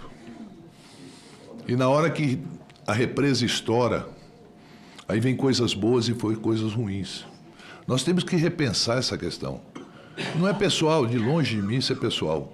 Tenho todo o respeito pela senhora, discordo das suas posições em muitas coisas, concordo com outros, e vou lhe dar alguns exemplos aqui, que a senhora, como amazônida, sabe melhor do que eu, ou tanto quanto eu, por viver lá. Eu fui governador do meu estado. Eu peguei um recurso do Fundo da Amazônia, Rogério, e fiz reflorestamento no sul do Amazonas com 2.000 árvores. É lógico, 2 milhões de árvores, aliás, desculpa. Até porque uma muda para se fazer, você não faz uma muda do dia para a noite, ela tem um custo. Se você pegar 5 mudas, R$5 uma muda, R$6 uma muda, 1 milhão de mudas são 6 milhões de reais. Então não é qualquer um que tem condições de fazer reflorestamento, esperar 20, 30 anos para fazer o manejo florestal. Que essa é a vantagem na questão ambiental, o manejo florestal lá na frente. Você replanta hoje, para lá na frente fazer o manejo florestal. Essa é uma questão. Mas eu vou falar sobre a lei de licença ambiental. Essa obra que a gente tanto pede, já fez tantos apelos, e que tem um compromisso do presidente Lula de fazer, vou deixar muito claro aqui, não é compromisso da senhora, não é compromisso do Ministério do Meio Ambiente, é compromisso do presidente de asfaltar a BR-319. Ela vai ser asfaltada agora, porque obras que já tinham sido asfaltadas, através dessa nova lei, elas podem ser asfaltadas sem precisar de licenciamento nenhum. Agora, o que mais me assusta é mostrar para o mundo que nós somos incompetentes em fiscalização. Porque se a gente não tem competência de fiscalizar 400 quilômetros, nós não temos competência para absolutamente nada num país de 8 milhões e meio de quilômetros quadrados, em que só o Amazonas é maior do que o Nordeste todinho. Eu saio de um município de Jato, de Manaus, para ir para o município, é a mesma distância que eu saio de Manaus para Brasília. A senhora conhece a nossa região.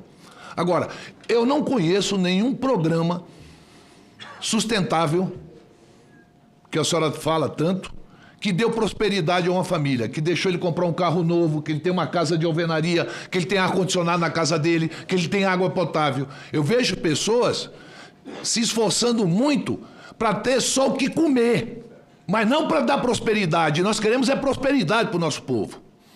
Nós queremos que o povo ganhe dinheiro.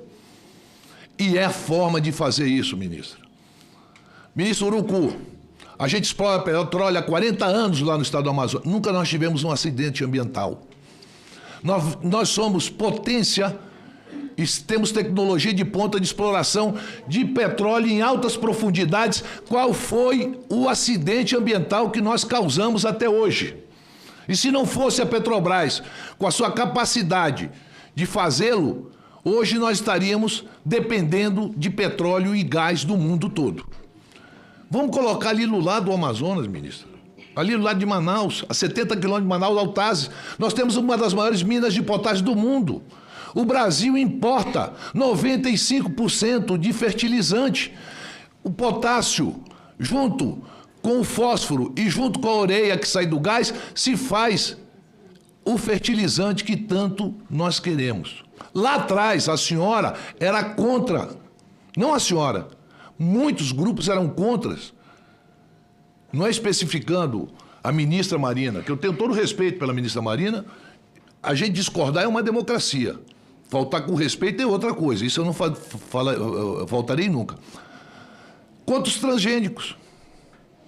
Em 2003, o Lula era contra. E se não fosse o presidente da Embrapa convencê-lo à época, hoje, nós não teríamos a potência, porque todo mundo fala que nós temos o agro, é forte por causa do Lula. que assumiu, matou no peito e deixou fazer o transgênico no Brasil. Que hoje nós somos essa potência em grãos.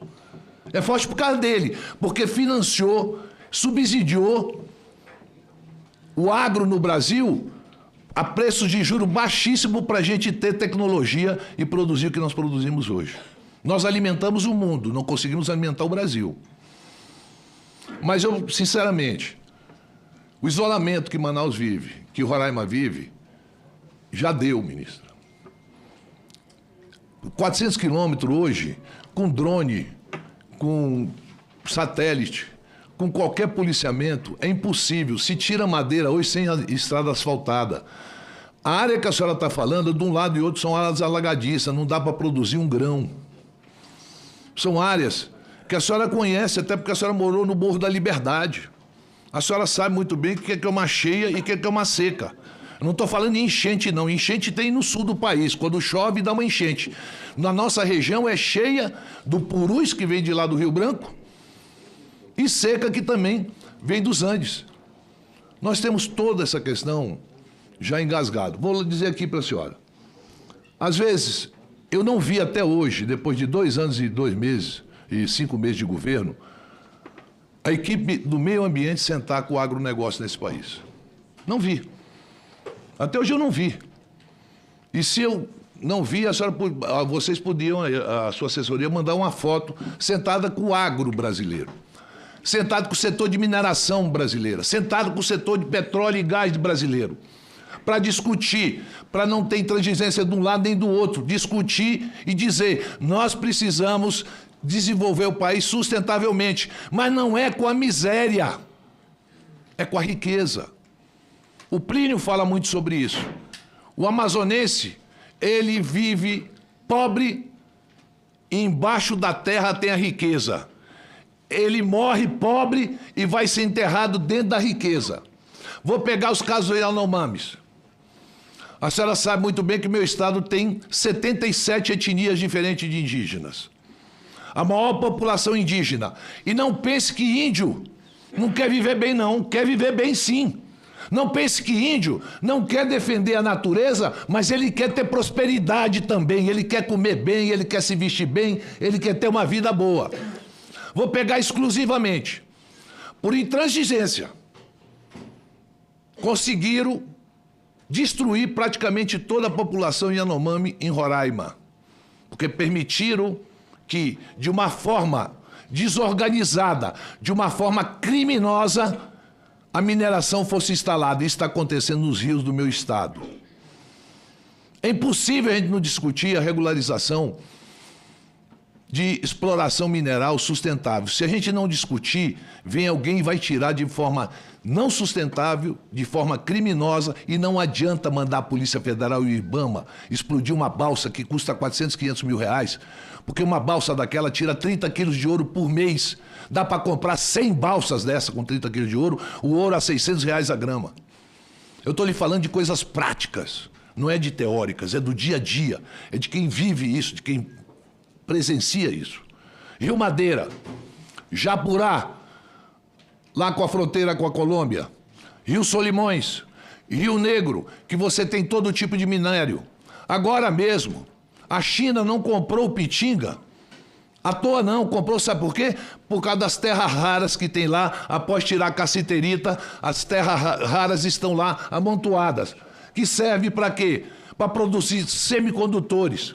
Hoje se leva o minério do Brasil para a China e dentro dele vai outros minérios. Não vai só ferro, não. Vai outros tipos de minério. E o que eu faço aqui, ministro, que eu lhe digo o seguinte. Nós pagamos uma conta muito alta. E eu sempre digo isso e não é palavras minhas. É palavra de qualquer amazonense. A Amazônia é brasileira a serviço da humanidade. Nós estamos a serviço. E essa remuneração de fundo da Amazônia é para inglês ver. É para francês explorar a Guiana Francesa com petróleo e não nos permitir que a gente explore as nossas aqui. Ou a senhora acha que o mesmo bioma que tem a Foz do Amazonas não é igual a Guiana e o Suriname? É o mesmo, ministra. Não há diferença. E por que eles, O Macron, que tanto defende, e emite mais CO2 do que o Brasil. A França emite mais CO2 que o Brasil. A Europa emite mais CO2 do que o Brasil. E a senhora falou uma coisa no início da sua fala, que eu estava aqui, que me chamou a atenção. Não estava no meu gabinete. Que hoje os países, tem país que tem 50%, 60% do PIB da biodiversidade. A senhora poderia me citar um país desse? Só um. É a média do mundo. Não, a média do mundo, mas a senhora está falando em exploração. Sabe quando ela fala sobre biodiversidade? Quando eles falam sobre isso, é a exploração de minério, a exploração de petróleo. Minério não é biodiversidade. Não, mas a senhora leia o que está escrito de onde a senhora tirou, que eles vão falar em mineração, vão falar em petróleo, vão falar em gás. Não, biodiversidade. Então me dê um exemplo. 60%. A senhora disse que tem país que dá 60% da média do mundo. Me dê um exemplo de um país. Tira o minério. Se a senhora não quer colocar o minério, tira o minério. Me dê um exemplo, por favor, ministra. Me dê um país que tenha 60% do PIB. Não, a senhora pode me responder. Quando a senhora fala o que eu estou lhe falando, eu lhe respondo. A senhora, tudo que eu estou falando aqui, eu tenho resposta para a senhora me perguntar. Eu estou lhe perguntando uma coisa. A senhora disse que tem países, no início da sua fala, que 60%, 70%. Falou bem assim. A média dos países. Sim, mas eu só quero um. Fique calmo. Não, eu estou calmo. Muito calmo. Não tenha dúvida. É minha forma de falar, não é desrespeitosa, longe de mim. Eu quero que a senhora me dê um país que tenha 60%, 70% de... Ele é apenas acelerado, ministro. Não, acelerado eu sou. Até porque eu sou filho de palestino e a gente é assim. Eu sou filho de palestino com um italiano. Italiano e árabe fala dessa forma. Eu não nego as minhas raízes. Né? Não, você é libanês. Ó, não vamos entrar nesse debate. Então vamos lá. Regional. Só quero falar aqui o seguinte, ministra. Pois não, Omar. Eu queria só que me desse o exemplo de um país que tem 60% do seu PIB de biodiversidade. E a senhora me cite, até me explique o que a senhora chama de biodiversidade para ter 60%, 70%. Até porque para ter 60% vai ter alguns, vai ter que ir muito mais. Não, tem que ter. Tem que ter. Pra ter média? Quero saber qual é. O Brasil, por exemplo, qual é a média do PIB brasileiro na biodiversidade? A senhora sabe me responder isso? Eu vou falar, depois que ela me responder, eu respondo. Porque senão vai parecer que eu estou sendo agressivo ou coisa parecida. E eu estou querendo resolutividade, não é conversa fiada. Não é discursinho. Porque se Brasília tivesse hoje ser construída, o Juscelino levaria 100 anos para construir Brasília, e coisa que ele fez em 5 anos. Porque se um calango tivesse aí, o Ibama não ia permitir. O Lago Paranoá não existiria. Lá na terra do senador Amin, Camboriú não existiria, porque foi aterro. Ipanema não existiria. Copacabana não existiria. Os túneis feitos pelo Lacerda não existiriam. Os túneis feitos pelos governadores de São Paulo não existiriam. Acabe com essa coisa e nós é que temos que pagar essa conta. É essa a minha revolta. Não é outra coisa, não. Eu moro na Amazônia. Eu moro lá. A gente quer, sim, a BR-319, ministra, para passear, como a senhora disse. Queremos, sim. Nós temos o direito de passear na 319. E não é a senhora que não vai permitir que a gente passeie na 319. Nós, amazonenses, queremos ter o direito de passear na 319. A senhora passeia na Avenida Paulista hoje. Nós queremos passear na 319. Obrigado, senador Omar.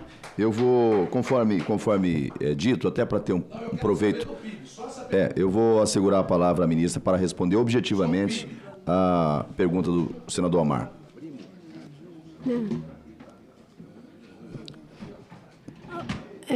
É 1 a 1, não é, senador? Não, eu só quero uma. Não, Ele fez uma pergunta só. Mas eu tenho um tempo para responder você. O que o senhor quiser. Correto? Eu só quero saber de uma pergunta. Então, eu vou responder a sua pergunta, mas como você... Ministra. Para responder, o presidente Lula assumiu um compromisso de asfaltar 319. Só para deixar claro, e do que eu saiba, ele é o presidente ainda. Só para consignar, para a gente não ficar aqui ad eterno, eu vou estabelecer o tempo de 5 minutos para a resposta, como vai ser 1 a 1, então o tempo de resposta é de 5 minutos. Bem, no debate a gente pode acertar e mudar as regras do jogo. A gente só não pode fazer isso no jogo, não é isso? Não, é porque antes eu perguntei para o senhor qual é o tempo que eu tenho. O senhor disse o tempo que a senhora quiser. Na exposição inicial, o tempo da senhora eu deixei livre e não lhe interrompi. Agora, na resposta aos senadores, eu tenho um tempo regimental. Que é de 5 minutos para... É de 3 a 5 minutos tá. para a resposta. Isso é para mim e o perguntador também? Não, só para mim entender as regras. Os senadores também têm o tempo regimental. Isso. A senhora já foi senadora nessa casa? Não, é só para mim. Mas é que as coisas mudam e aqui não, mas as o coisas senador, estão mudando com muita velocidade. Ministra, a senhora não vai discutir com o presidente. O senador Omar Aziz fez apenas uma única pergunta. Se ele tivesse feito 10 perguntas, esse senador teria a tolerância absolutamente mais generosa possível para dar, além dos 5 minutos, para a senhora responder. Ele fez apenas uma pergunta, por isso o tempo regimental.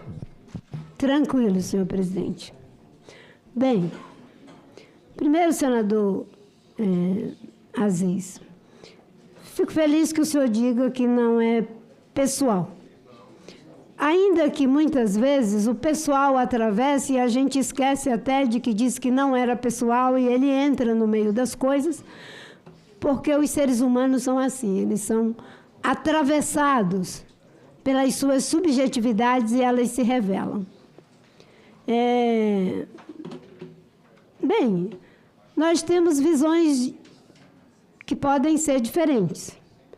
Mas eu gostei de uma equação que Vossa Excelência colocou, de que não é conversa fiada, é os fatos, coisa concreta. Vossa Excelência foi uma pessoa que teve a oportunidade, no seu estado, de estar nos dois lados. Não é? E muitas coisas concretas, com certeza, fugiram ao alcance da sua mão. Mas uma coisa é concreta, concretíssima. O debate da 319 é um debate que virou um debate em cima de um bode expiatório. Esse bode expiatório chama-se Marina Silva, porque é concretíssimo que eu saí do governo em 2008. De 2008 para 2023, quantos anos? Quantos anos? 15 anos. Por que as pessoas que são tão dadas às coisas concretas não fizeram a BR? Mas existe um bode expiatório que, mesmo durante 15 anos, continuou sendo o bode expiatório para esconder a incompetência daqueles que fazem promessas e não cumprem. Isso é concreto, é concretíssimo. Ou não é verdade que de 2008 a 2023 tem 15 anos? Por que o governo Bolsonaro não fez? E eu posso dizer mais. Quando eu saí, tinha um pequeno trecho, que eram aqueles trechos das cabeceiras, que nós deixamos a licença pronta para fazer aquele processo que já é uma área consolidada. Foi feito esse trecho? Agora que está sendo feito. Não, um pedacinho. O pedacinho só. Não foi feito tudo, senador. Foi feito pela presidente Dilma. Não foi feito Os 200 tudo. primeiros quilômetros, só para lhe responder aqui, ministro. Primeiro é o seguinte, a senhora está chamando o presidente Lula de incompetente também. Não estou chamando. Disse, não, falou. A senhora disse que promessas e tal. Eu estou aqui literalmente dizendo que o presidente Lula prometeu fazer a 319. É que quando o presidente Lula foi Eu não presidente... posso prometer porque eu não tenho dinheiro para botar lá dentro da coisa. E nem tenho o poder de fazer o licenciamento. É que quando o presidente Lula foi presidente, eu também era ministra. Isso. E ele era o ministro do transporte, certo? E depois outros, durante esses 15 anos, não fizeram.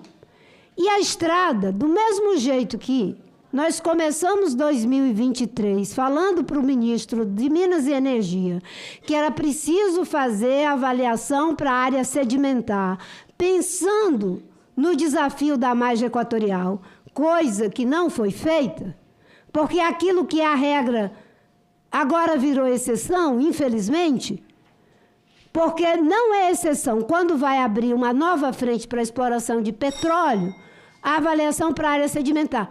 No caso da estrada, levei pessoalmente a proposta para o ministro do Transporte de que a gente deveria fazer a avaliação ambiental estratégica para a BR-319 para pensar a governança. O ano passado, numa reunião na Casa Civil, eu, o ministro Renan, o ministro Rui Costa, o secretário Capobianco e a ministra Miriam Belchior, secretária executiva, chegou-se a uma conclusão de que é necessário, sim, ter a governança da estrada. Exatamente para evitar que esses 400 quilômetros, que só com o anúncio da estrada, o desmatamento aumentou 119%. Aumentou. É os dados que o IBAMA, que o DT, que o INPA... Não faça essa maldade, ministra. Não faça isso, ministra. Eu moro lá, não diga isso, pelo amor de Deus. Ministra, eu vou... Então, eu lhe respeito, não, eu lhe respeito. Pode olhar, mas a senhora está dando um dado falso, ministra. Não, não é falso. É falso, ministra. São os dados que a minha equipe técnica me traz o tempo todo do INPE. Vamos, então, chamar os técnicos do INPE, pegar os polígonos, comparar antes do anúncio, quando o Fernando Henrique fez o anúncio da estrada, para ver o que aconteceu na estrada. Vamos pegar os polígonos. A senhora está falando de 30 anos atrás, ministra? A senhora pegou o polígono de 30 anos atrás para agora? Desde o processo em que vem se discutindo anunciar fazer a estrada, quando se fala da estrada, a primeira coisa que tem é uma corrida de grilagem. Por isso que o que se propõe desde lá é a avaliação ambiental estratégica. Qual é o problema de fazer? Qual é o problema de ter governança? Se é para passar apenas os carros, não vai impactar nenhuma margem e outra, qual é o problema de fazer? Nós estamos propondo desde sempre. Por que não faz? Agora o ministro Renan está trabalhando para fazer. Porque é isso que dá segurança aos empreendimentos. Essa discussão está posta desde sempre. Ela foi posta em relação à transposição do São Francisco. Sabe qual foi a diferença? É que na transposição do São Francisco, o ministro Ciro Gomes, fizemos o que precisava ser feito para o Nordeste não colapsar sem água. Fizemos as regras que precisavam ser feitas, não ficou brigando contra elas. No caso da 319, é a mesma coisa. Isso é muito concreto. Não é questão ideológica. Desmatamento é objetivo. Exploração ilegal de madeira é objetivo. Garimpo ilegal é objetivo. E o IBAMA, o ICMBio, a Polícia Federal, a PRF entraram lá na área Yanomami e nós conseguimos reduzir em mais de 90% o que estava acontecendo ali, e foi graças ao presidente Lula. É que o presidente Lula ele quer as duas coisas, como ele sempre diz, e eu também digo. Não é só dizer o que não pode ser feito, é como pode ser feito. E nós estamos dizendo que para fazer precisa da avaliação ambiental estratégica. Para fazer, precisa de ter uma visão abrangente para toda a área da bacia. Eu digo para Vossa Excelência, com toda a tranquilidade da alma, que isso tem uma mistura de técnica e de ética. Porque eu não faço o meu trabalho pensando nas próximas eleições. Eu faço o meu trabalho com base naquilo que é a lei e nas futuras gerações. A senhora não é mais ética do que ninguém aqui. Eu sei que eu não sou. Não é, não. Eu não disse que eu não sou. Não venha mensurar a ética para mim, porque a senhora não tem esse direito. Ético eu também sou. Mas eu não estou dizendo. Eu sou ético. Não, a senhora, eu não estou dizendo. A senhora subjetivamente... Mas o senhor disse que eu sou apenas ideológico. Não. O senhor disse. Eu disse que a senhora... Eu não disse... Senador, o senhor disse. Não é ideológica. Vamos pegar aqui... A senhora está atrapalhando o desenvolvimento do país. Eu lhe digo isso com a maior naturalidade do mundo. A senhora atrapalha o desenvolvimento do nosso país. Tem mais de 5 mil obras paradas por causa dessa conversinha, governança, bababá. Não é não, ministra. O Brasil está acompanhando o nosso debate, desculpa, ministra, senador. deixa eu lhe dizer uma coisa. O que eu lhe fiz duas perguntas. Eu lhe fiz uma pergunta só. Outra. A senhora não me respondeu até agora. Eu vou lhe responder. Qual é o PIB do país que tem 70%? Toda a agricultura dos países dependem da biodiversidade. Se o senhor for ver os processos... Mas é claro, senador. O senhor tem que olhar para o que diz a ciência. O senhor tem que olhar para o que mostra e comprova. Ministra Marina. Ministra Marina, a senhora está sem o microfone. Se a gente estabelecer um debate paralelo aqui, afora aquilo que é... Não, senhora, Vossa Excelência entrou num debate que não foi a pergunta feita pelo senador Omar. Ele perguntou objetivamente em relação aos dados que foram apresentados, qual é o país, o único país, de um país do mundo que tenha 60%. A média dos países... Não, ele perguntou um país. O Brasil tem a agricultura que tem por causa de quê? Ele perguntou um país. Mas eu vou assegurar a palavra aos próximos senadores, senão vamos ficar nesse debate. Só para agradecer a resposta da ministra e lhe falar uma coisa. Presidente, a ministra falou que os governos incompetentes. Eu sou da base do governo. É o maior tempo de governo. Então, veja bem, e talvez aqui uma das pessoas que mais defende esse governo seja eu. E aí, Vossa Excelência, que se contrapõe em várias ideias minhas, Vossa Excelência sabe. Então, eu tenho muita facilidade para falar sobre isso. Eu não acho o presidente Lula incompetente por não ter feito... Vossa Excelência sabe que eu não estou me referindo ao presidente Marina, Lula. Vamos assegurar a palavra ao senador? Pois não, senador Omar. E eu não vou cair numa conversa de a senhora se vitimizar para mim. Longe de mim. A senhora é uma pessoa muito respeitada mundo afora. Veja bem, a senhora é uma pessoa muito respeitada mundo afora. É lógico. Ah, sim, tem interesse de muitos países que a gente não explore os minérios nossos. Né? Tem muito interesse internacional que a gente não explore o petróleo nosso, o nosso gás. Tem sim. A gente sabe como é que o mercado internacional gira em torno e, sinceramente, ministra, acho que a BR-319, 400 quilômetros só. É 400 quilômetros. É muito pouco para a gente dizer que não tem competência para fiscalizar. Se houve um aumento, segundo seus dados, que eu não creio, e a senhora está falando de 30 anos atrás, tá? A senhora não está falando de ontem, não. A senhora está falando de 94. 1994 para cá são 30 anos. Escutem bem o que eu estou dizendo. Ela falou da época do Fernando Henrique Cardoso é que houve um aumento quando se ventilou asfaltar. Na década de 70 e de 80, a estrada já era asfaltada, ministra. A estrada já era asfaltada e naquela época, ministra, eu morava na beira do rio e chegava aquela jangada de madeira. Pele de jacaré, pele de onça. Nós evoluímos muito. Naquela época tudo era permitido. Bicho de casco você vendia em qualquer lugar. Hoje não, hoje existe sim, e com certeza existe uma fiscalização muito grande, e eu aprovo e defendo essa fiscalização. Antigamente você matar onça para tirar a pele, matar tartaruga, jabuti, não sei o quê, era normal no estado do Amazonas, na região norte do nosso país. Nós vivíamos e comíamos isso. Eu me lembro da quantidade de pele de jacaré que chegava lá na Rua dos Baréis. Para quem é do Amazonas sabe o que eu estou falando, ali na Manaus Moderna hoje.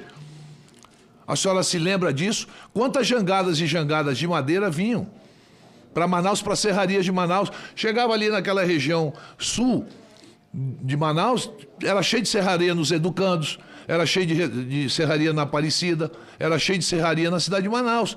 Serravam o quê? Uma madeira que era madeira tirada de uma forma irregular. Isso acabou. A senhora não vê mais isso. Pode até pontualmente ter em algum lugar. Lá no Acre. O Acre, hoje você sobrevoa o Acre. Quando eu vou para Pauini, que eu tenho que ir para a boca do Acre, eu paro lá em Rio Branco. Quando você entra na fronteira do Acre, está todo desmatado. Muito mais desmatado que o estado do Amazonas. Muito mais desmatado que o estado do Amapá. E a senhora é de lá. Veja qual é o desmatamento do Acre e veja qual é o desmatamento do Amazonas e do Amapá. É infinitamente menor. A senhora está debatendo não, nós estamos conversando com uma pessoa que conhece a região, que vive a região. Não é uma pessoa que mora num outro lugar e está discutindo a Amazônia. Eu sou de lá. A senhora é de lá. A gente não tem o direito de ir e vir numa estrada. A senhora não permitir interligar Roraima e o Amazonas ao resto do país. E essa discussão de governança, senador Amin, essa é uma conversa que eu já vi. Não, vamos fazer lá ferrovia. Não, agora vamos fazer não sei o quê. Agora vamos fazer um parque. Sempre é uma coisa para não fazer obra. Eu espero, ministra, que a gente possa avançar nisso. Eu gostaria de falar. Omar, eu vou pedir a você. A senhora veja bem, não reclame, do parlamento. Não. Eu vi a nota que o Ministério do Meio Ambiente soltou depois que nós aprovamos, porque nós não vamos aprovar. Se essas coisas não andarem, ministra, a senhora também terá responsabilidade do que nós estamos aprovando aqui. Pode ter certeza. Pela intransigência, pela falta de vontade de dialogar, pela falta de vontade de negociar, de conversar, de agilizar, nós iremos agilizar e vamos dar esse presente para o Brasil. Senador Omar, obrigado. Eu agradeço. Eu agradeço Vossa Excelência. Eu vou pedir aos senadores. Eu vou pedir aos senadores. Porque eu estou aqui como convidada. Ministra, Vossa Excelência está como convidada, mas não está presidindo a sessão. Não estou presidindo. Então, quando. Para que as pessoas. Eu acho que a senhora faz pouco tempo que a senhora saiu desse Senado Federal e parece que já perdeu a memória. Não, eu com todo respeito. Vossa Excelência é convidada ao Senado Federal. Eu tenho o maior respeito pelo conjunto dos senadores. O senador Omar Aziz é um senador da base do governo Lula. Vossa Excelência disse que o senador Omar está lhe ofendendo. Eu consulto os senadores. Se o Omar Aziz ofendeu a ministra em algum momento. Falou comigo aqui ao lado. Então eu vou assegurar a palavra aos demais senadores. Se Vossa Excelência quiser um minuto, ele não lhe fez nenhuma pergunta. Agora, se cada colocação... Uma manifestação. Mas é livre a manifestação dos senadores. Sei, mas é um debate. Vossa Excelência já fez isso aqui muitas vezes. Mas isso com é todo um respeito. Debate, é um debate. Não é um debate. O questionamento é respondido. O comentário não. Senão nós vamos ficar aqui até amanhã. Então, eu não tenho problema. As pessoas podem atribuir a mim qualquer Eu vou assegurar a palavra. Eu vou assegurar um minuto para Vossa Senhoria. Pela ordem, presidente. Eu vou assegurar um minuto para Vossa Senhoria. Se sentiu alguma pergunta no conjunto das falas do Omar, responder e, na sequência, o senador Chico Rodrigues. E depois a senadora Elisiane, pela ordem. Não, pela ordem. Eu asseguro a palavra à ministra nesse momento. Na verdade, é nesse sentido que a gente possa. Qual o custo de dar 1 ou 2 minutos para a senadora responder? Senadora Elisiane, Vossa Excelência chegou agora há pouco e não acompanhou aqui o que está acontecendo na comissão. Eu estou acompanhando, presidente. Não, eu acho que Vossa Excelência está impedindo a fala da ministra. No debate, eu estou apenas pedindo a Vossa Excelência que assegure a fala da ministra. Vossa Excelência está atrapalhando a fala dela, eu já dei um minuto. Não, senhor, não estou atrapalhando, não. Eu quero apenas pedir que Vossa Excelência segure a fala da ministra. Já está assegurada. Qual o problema dela não falar? Vossa Excelência, se estivesse aqui desde o começo, saberia que a comissão está sendo... A ministra Marina Silva está sendo tratada com mais absoluto respeito. A divergência de um senador não pode ser ponto de incomodação do ministro de Estado. O respeito precede dar a ela a garantia de fala. Quando questionada. Vossa Excelência não pode impedir isso aqui na sua casa. Quando questionada, ela vai responder. Senadora Elisiane, Vossa Excelência não tem questão de ordem. Ministra Marina, Vossa Excelência tem a palavra por 1 minuto. Como não tenho questão de ordem? A senhora tem a palavra por 1 minuto. Ordem sim. E Vossa Excelência tem o direito de me ouvir aqui nesta casa, neste parlamento. E não vou aceitar isso. Ministra Marina, Vossa Excelência tem a palavra por 1 minuto. A ministra tem o direito de fala e de responder. Não, isso aqui não é ditadura, não é casa. Senadora Elisiane, Vossa Excelência não tem questão de ordem.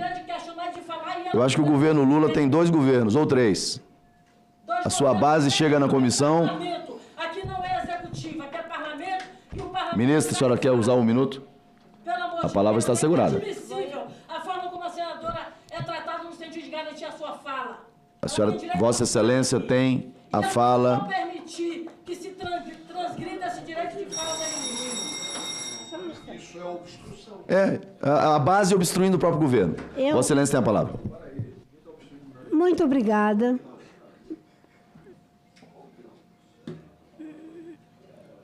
Posso? Não, é que estava tendo um diálogo ali, eu só queria... Você tem a palavra. Obrigada.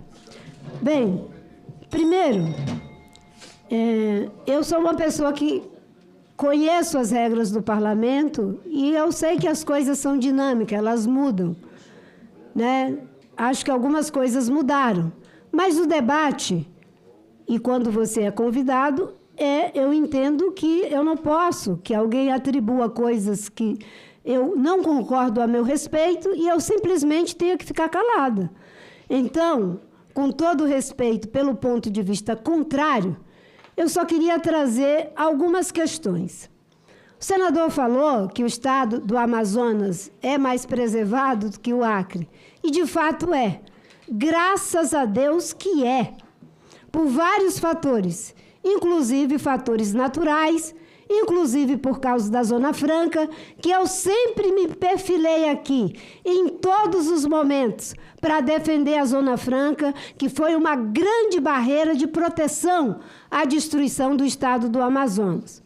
O estado do Acre, como Rondônia e outros, veio uma saga de ocupação para transformar os antigos seringais nativos em fazendas. Foi assim que surgiu a luta do Chico Mendes, da qual eu faço parte e me sinto muito orgulhosa de ter convivido com ele. O Acre, que ainda tem floresta, tem muito a ver com essa luta, senador. Eu não me importo se queiram imputar a mim, pelo fato de ser do Acre. Eu prefiro sofrer injustiça do que praticar uma injustiça. Eu estava do lado dos que estavam preservando. E se há algo preservado ali, é porque dos meus 18 aos meus 28 anos, eu vi morrer 6 pessoas nessa luta de proteção para que o Acre tivesse a preservação que tenha. De fato, ele não é tão preservado quanto o seu estado, mas eu estava na fronteira de defender a preservação do Acre, a preservação do seu estado. E quando eu disse que 60% está relacionado à biodiversidade, olha o que acontece em países da África, olha o que acontece em países da Ásia, olha o que acontece em países da América Latina e Caribe, principalmente países que têm uma base agrícola muito forte como é o nosso. Destrói a biodiversidade e é um efeito em cadeia de prejuízo. Com todo respeito a Vossa Excelência, eu não preciso me vitimizar, os telespectadores estão assistindo, eu estou aqui na resistência. E de resistência eu sei muito fazer. Sabe? Senhora, que é sobreviver. Obrigado, ministro. Obrigado. Agora, se quiserem atribuir que o Brasil não se desenvolve por causa da proteção do meio ambiente, esse debate a gente precisa fazer com mais tempo. E a discussão é técnica causada pela ética, a ética do cuidado com as pessoas, com o meio ambiente, com o futuro do Brasil. É isso que eu quis dizer. Obrigado, e não de dizer que ninguém é mais ético do que ninguém, né? Não podem atribuir a mim aquilo que eu não faço. Muito obrigado. Na sequência... Senador, só um minutinho. Senhor presidente. Ela falou em mortes. Eu não mensurar a morte, para mim, 1, ou 100, ou 1000, tanto faz, é morte. A senhora viu 6 pessoas morrerem. Eu vi 15 mil pessoas morrer na cidade de Manaus por falta de oxigênio, porque a BR-319 não estava asfaltada e era época de inverno, ministra. A senhora não me diga. Eu estava no... Nos 15 anos. A senhora vai me ouvir nos agora. Nos 15 anos que eu estava no governo. A senhora vai me ouvir. Por que não fizeram, senador? Ministra, Ministra, eu estou lhe dizendo que não dá para mensurar, eu não estou lhe atacando. A senhora está dizendo que viu 6 pessoas morrerem. Pô, eu fico solidário às famílias dessas pessoas que morreram. Obrigado. Eu estou dizendo para a senhora que eu vi morrer 15 mil pessoas na minha cidade por falta de oxigênio, porque não tinha uma estrada para levar oxigênio. A senhora quer que eu fique passivo a tudo isso? Ministra, deixa eu dizer uma coisa. Se a senhora tem uma história... A senhora tem uma história, eu tenho uma história. Eu morava numa cidade no interior, no Peru, que morreu 70 mil pessoas num terremoto. Eu perdi tudo, minha família. Eu era adolescente, minha família perdeu tudo. Eu via pessoas sendo enterradas em valas. porque poderia transmitir doença depois de 2, 3 dias, aqueles corpos todos estendidos ali. Não foi uma pessoa, não foi 6, foi 70 mil. Eu vi na minha cidade, meu irmão morreu por falta de oxigênio. Amigos meus morreram por falta de oxigênio. Porque não tinha oxigênio. E a senhora está me dizendo que viu 6 pessoas. Eu digo mais. Quem é que vive de extrativismo hoje ainda? Quem é que ganha dinheiro com extrativismo? Não me faça falar sobre borracha, porque vocês não chegam nem perto da exploração extrativista que o meu estado tem. Nem perto. Eu subsidiava o preço da borracha porque o seringueiro pudesse, além de equipá-lo. Ou a senhora acha fácil o cara entrar, levar picada de cobra, levar onça nas costas? A senhora também, a senhora é dessa região, eu sou dessa região. A senhora conhece essa região tão bem quanto eu. Obrigado, então Omar. a senhora não me fale. 6 mortes, ótimo. A senhora está falando que viu 6 pessoas morrer. Eu vi 15 milhas comigo. Obrigado, senador Omar. Com a palavra, o senador Chico Rodrigues. Eu estou dizendo que pessoas... A televisão está lhe ouvindo. Meia dúzia de comentaristas para falar besteira sem conhecer a nossa região. A televisão vai lhe ouvir, sim. As pessoas... nego pago aí para Vamos seguir a lista. Com a palavra, o senador Chico Rodrigues. Quem nos julga é a história. E eu tenho paciência. A história vai lhe julgar. Já está lhe julgando. Com certeza. A culpa da lei de licenciamento aprovada é da senhora. Não é. É sim. É a sua pela sua intransigência. Não enche, não faça isso. Não faça isso. Cada um que votou aqui. Faça Cada um que votou aqui assuma a sua responsabilidade. Ministra. Não venha botar a responsabilidade. Ministra, depois faça uma reunião lá da equipe do governo e faça esse debate. Vamos seguir a pauta da comissão. Senador Chico Rodrigues. É um governo de frente. Senador Chico Rodrigues. Ditadura que o senhor não se importou com ela. Senador Chico Rodrigues. Essa é a educação da ministra Marina Silva. Ela aponta o dedo e... Senador Chico Rodrigues. Mas eu não vou me vitimizar, não. Se eu fosse uma mulher submissa, eu não sou. Agora sexismo, ministro. Senhor presidente. Com todo respeito, ministro. Senhor presidente. Eu gostaria que eu fosse, eu não sou. Senhor presidente. Eu vou falar. Me respeite, ministro. Eu estou lhe respeitando. Me respeite. O senhor que tem que Senhor falar. presidente. Me respeite, ministro. Me respeite. Você ponha no teu lugar. Vossa Excelência tem a palavra. Isso, presidente! Não venha me chamar. Não venha. Ministro de Estado. Que desrespeito Ministro de é esse Estado. com a ministra? Não, Vossa Excelência está me chamando. Absurdo. Vossa Excelência está atribuindo a esse presidente como sexista. Não sou sexista. Absurdo. Senador Chico Rodrigues. Ponha-se o senhor no seu Ministro lugar, de Estado. presidente. Ponha-se o senhor. Vossa Excelência, Vossa Excelência veio a esta comissão para tumultuar. Me perdoe. Senhor, que absurdo. Vossa Excelência está debatendo com um aliado do governo, que eu tenho o maior respeito, permitir as falas aqui. Não, ministra, todos os ministros do governo que vieram nessa comissão, eu tratei com o maior respeito. Está aqui a base do governo, que é... Estou lhe tratando com a mesma dignidade. Não estou lhe tratando com diferença. Agora, a pasta de Vossa Excelência, as posições, inclusive de membros do governo, são posições diferentes, divergentes. Como é na democracia. Então não atribua ao presidente dessa comissão a divergência. Com todo respeito. Senador... Responsabilidade minha. Senador Chico Rodrigues, Vossa Excelência... Ministra Marina Silva. Sem dizer que votou por vingança. Quem ganha o voto do povo tem que assumir a Ministra Marina Silva. Vossa Excelência, quiser continuar fazendo discurso, não vão trazer... Pois não, senador Chico Rodrigues. Presidente. Não tem problema, eu disse para o senhor, eu não me preocupo com as próprias... Nós vamos fazer mais uma audiência aqui, Vamos fazer mais uma audiência para a gente continuar o debate aqui por mais tempo. Não, da próxima vez não vai ser audiência e nem convite. Vai ser convocação.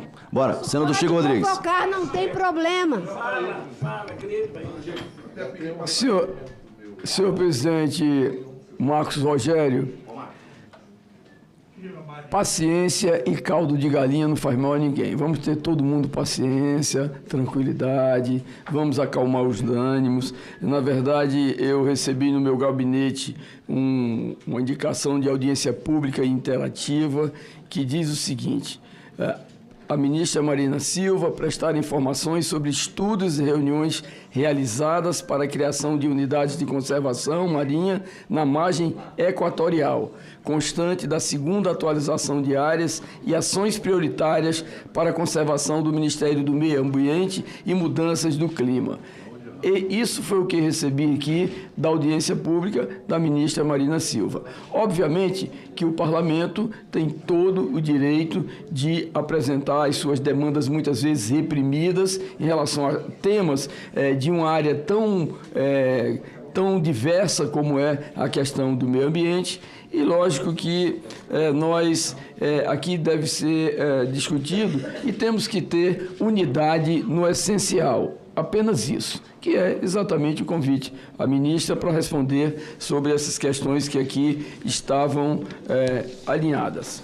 Eu apenas queria também parabenizar o senador Lucas Barreto pela preocupação, pela luta intermitente dele em relação a esse tema da margem equatorial. Nós sabemos que foi um assunto que se arrastou por dias, por meses, para que pudesse efetivamente ter uma definição do Ministério do Meio Ambiente, através do IBAMA, as concessões das licenças para pesquisa, nem ainda exploração, e, obviamente, as coisas, cada coisa no seu tempo. E as coisas estão acontecendo de uma forma muito tranquila.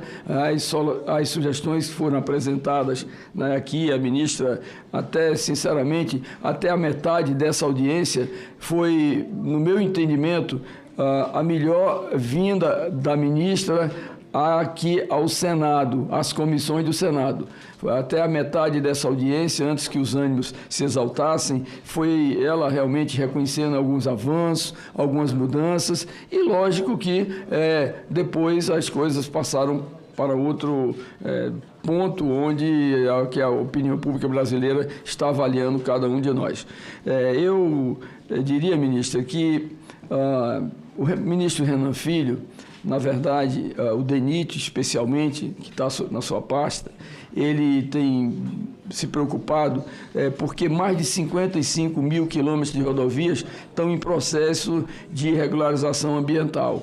E desses, apenas 7.700 já estão com licenças para executar todas essas obras que são necessárias para o desenvolvimento do país. Mas, ministra Marina Silva, algumas questões que, na verdade, nos afligem, por exemplo,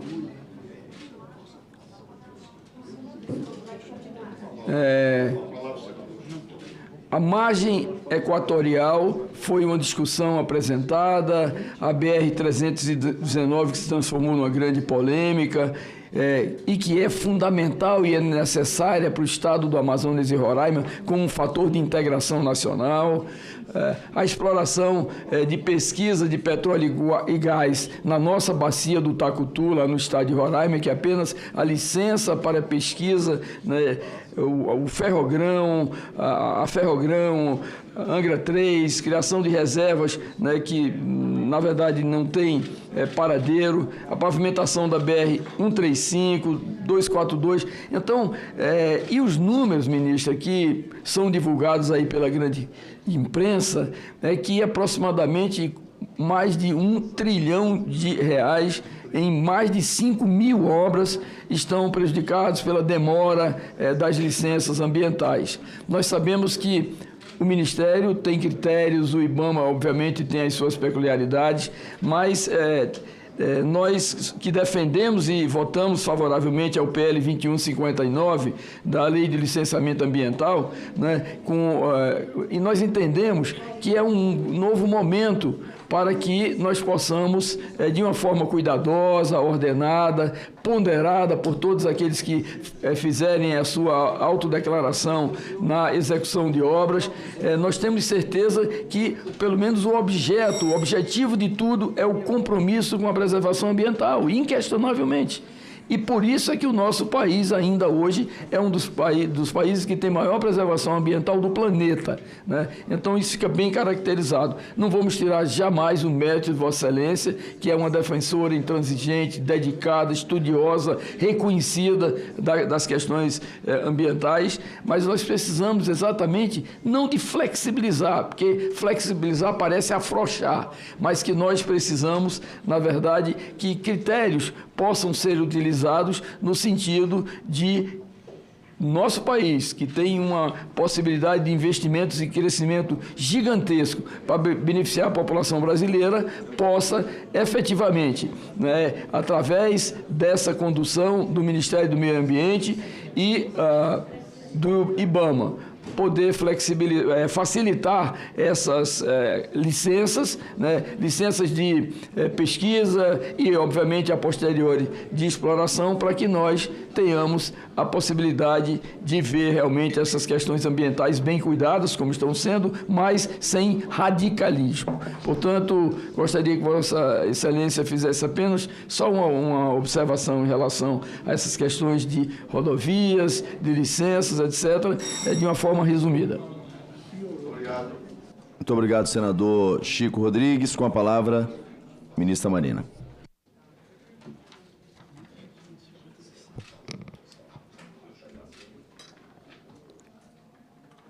Primeiro eu fico... Quanto é o tempo? 5 minutos, né? 5 minutos. Uhum. Obrigada, senhor presidente. Eu fico pensando, né? O trabalho da pasta de meio ambiente, que é o meu lugar, defender meio ambiente, esse é o meu lugar. E é o lugar que eu ocupo, não por ser ministra, mas por ter compromisso com essa agenda, desde que me entendo por gente. E talvez eu só esteja no ministério porque tenho esse compromisso e essa prática. Então, o meu lugar, em primeiro lugar, é o de defender o meio ambiente. E ao defender o meio ambiente, eu estou defendendo o combate à pobreza. Ao defender o meio ambiente, eu estou defendendo o agronegócio. Ao defender o meio ambiente, eu estou defendendo a indústria. Ao defender o meio ambiente, eu estou defendendo os interesses estratégicos do Brasil. Porque hoje tudo passa pelo meio ambiente. Esse é o meu lugar.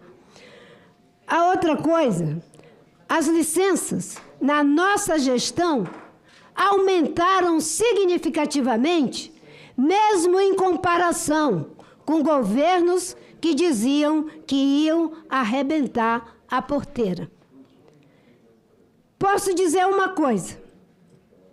Entre 2023 e 2025, já foram cerca de 1.250 licenças.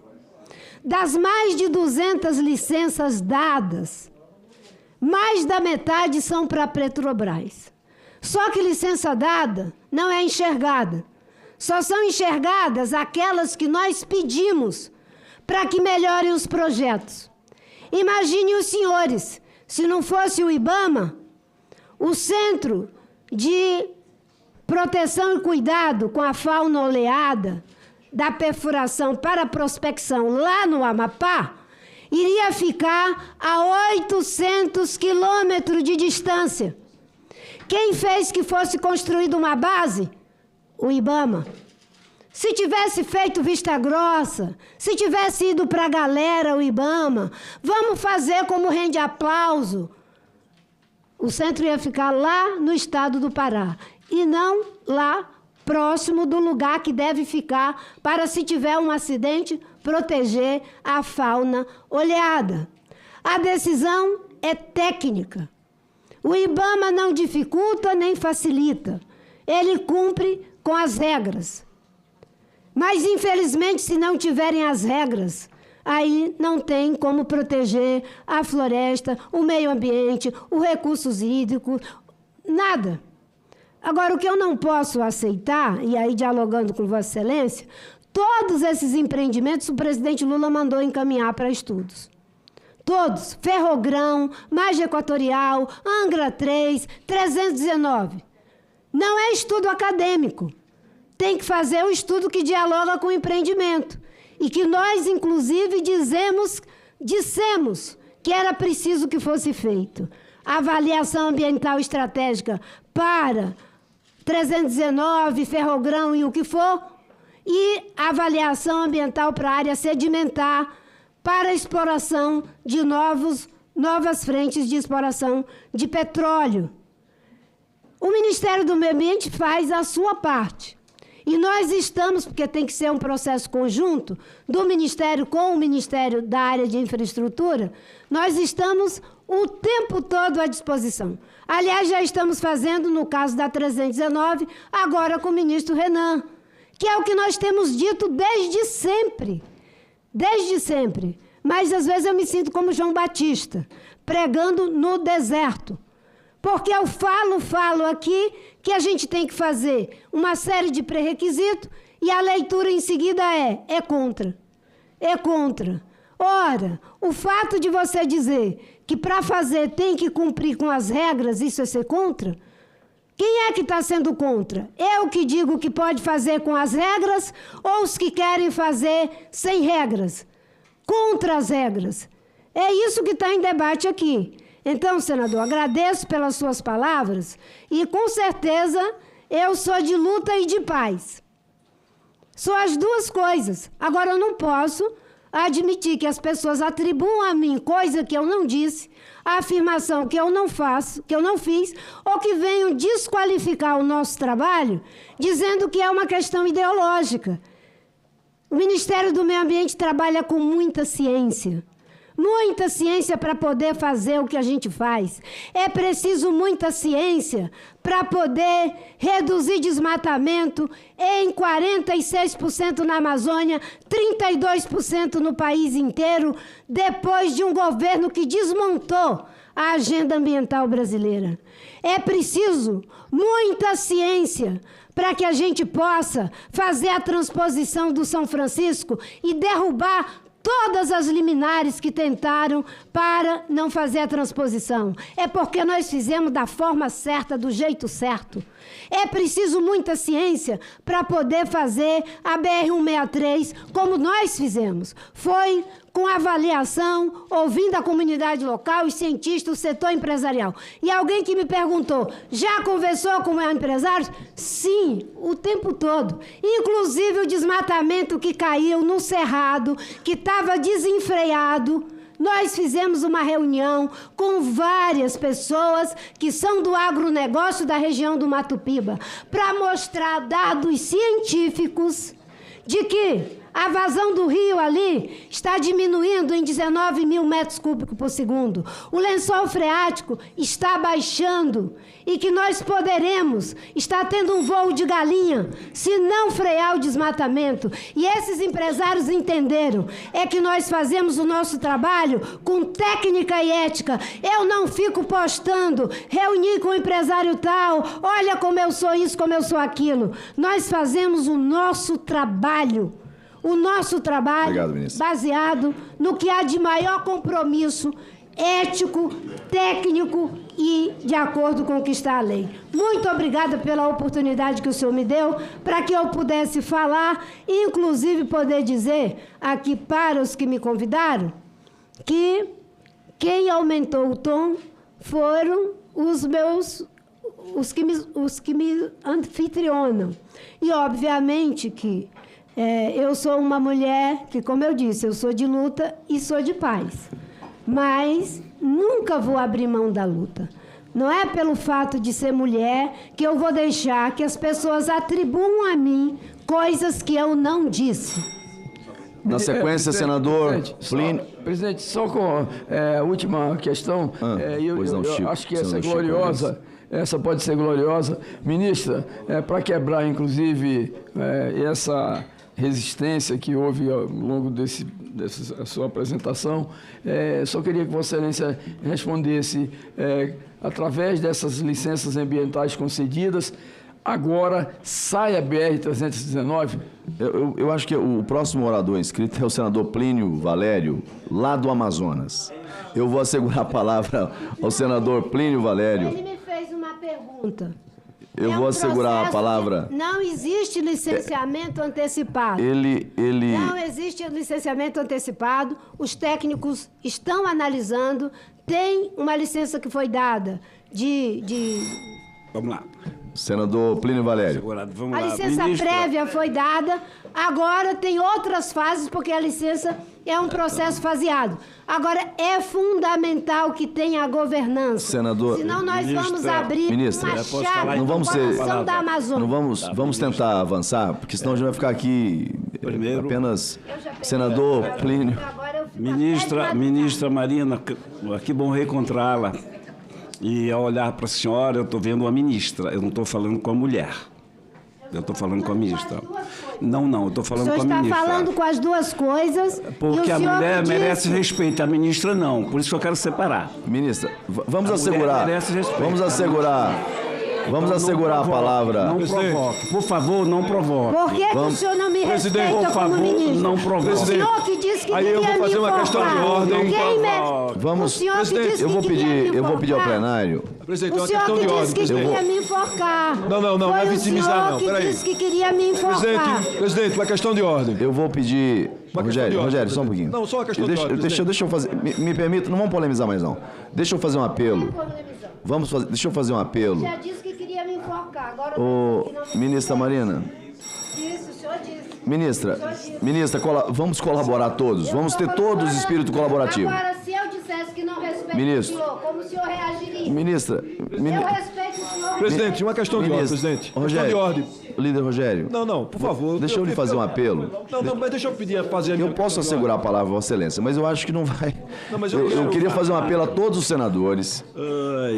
Eu queria fazer um apelo a todos os senadores. Eu sei que esse tema é um tema que desperta, obviamente, posições das mais diversas possíveis.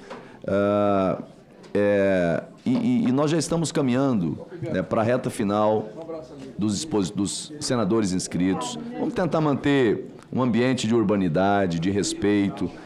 Posições firmes são naturais do parlamento, né? Não se pode confundir posições firmes, né, com ofensas pessoais, com ataques pessoais, mas de lado a lado. Não se pode ter nem de um lado nem do outro. Pois não, Vossa Excelência tem a palavra para a questão de ordem, senador Rogério. Primeiro, presidente, eu acho que o debate político, ele pode ser caloroso, pode se expressar as divergências, pontos de vistas. Agora, manifestação de desrespeito é inaceitável. Quando alguém começa um debate dizendo que eu respeito a mulher, mas não respeito a ministra, isso não cabe num debate institucional. Por favor, num debate sem manifestações, por favor.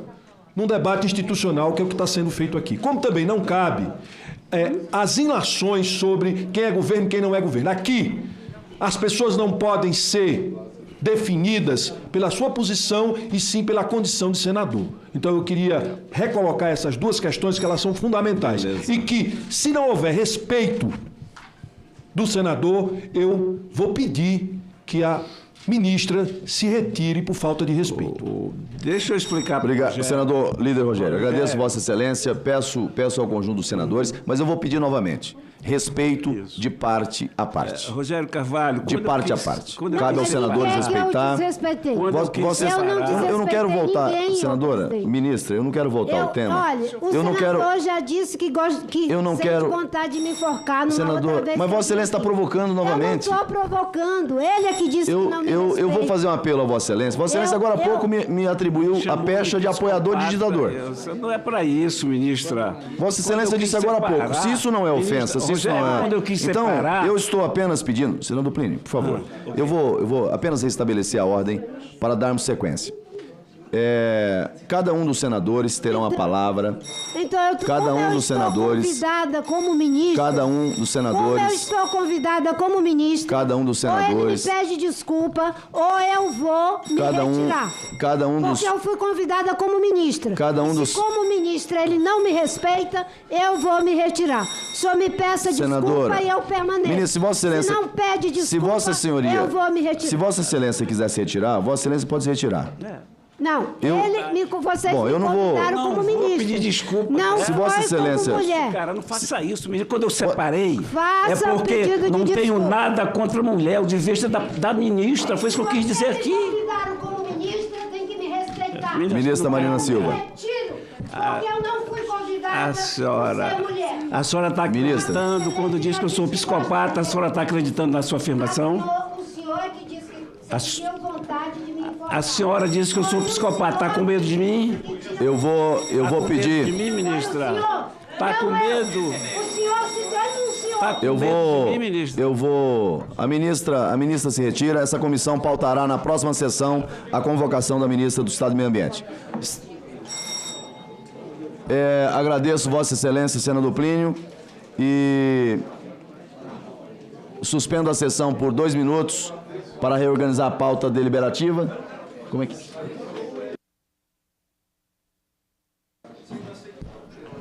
Como são 2 sessões, a sessão de audiência pública e a sessão de deliberativa, declaro encerrada a sessão de audiência pública, agradecendo a presença dos senhores e das senhoras senadores.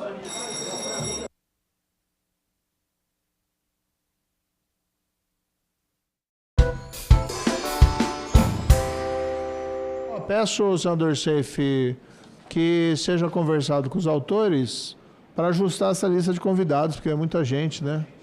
Então precisa ter enxugar um pouquinho. Então, dito isso, não havendo mais projetos ou itens na pauta, declaro encerrada essa sessão, agradecendo os ilustres colegas senadores. Vamos almoçar no bloco.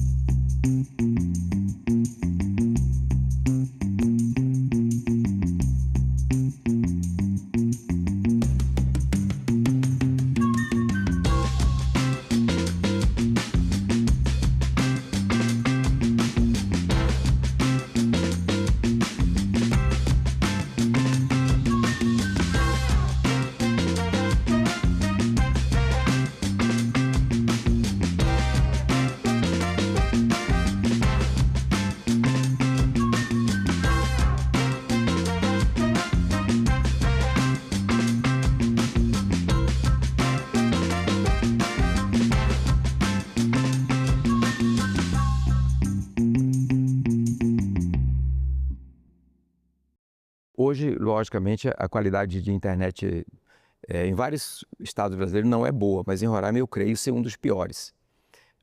O Linhão de Tucuruí vai trazer a fibra ótica também. Então nós vamos ter internet de qualidade para todos aqueles que usam e precisam para o trabalho, para a diversão, para estudar, que usam a internet.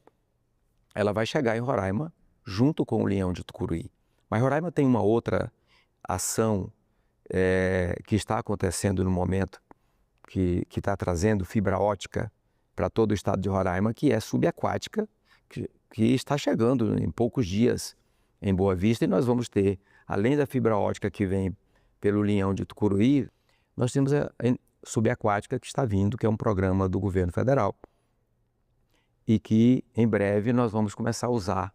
Em breve Roraima terá uma das melhores internets do Brasil. Em breve, 50% das exportações desse país sairão pelo Arco Norte. Isso é uma coisa muito nova.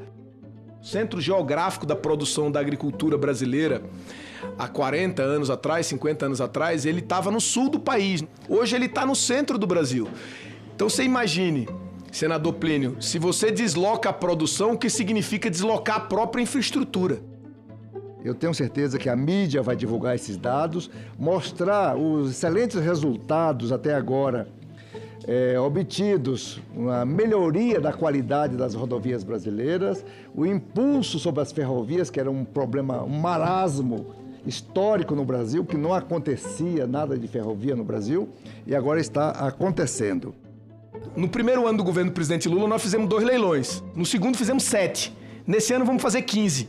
E a ideia do ano que vem é fazer 20. Depois desse conjunto de leilões, nós vamos viver um outro modelo no Brasil, com muito mais investimento privado. A parceria público-privado, acho que as PPPs foi uma opção, né, que o Brasil adotou para fazer frente à escassez de recursos públicos, né, no enfrentamento de pontos de estrangulamento na infraestrutura nacional.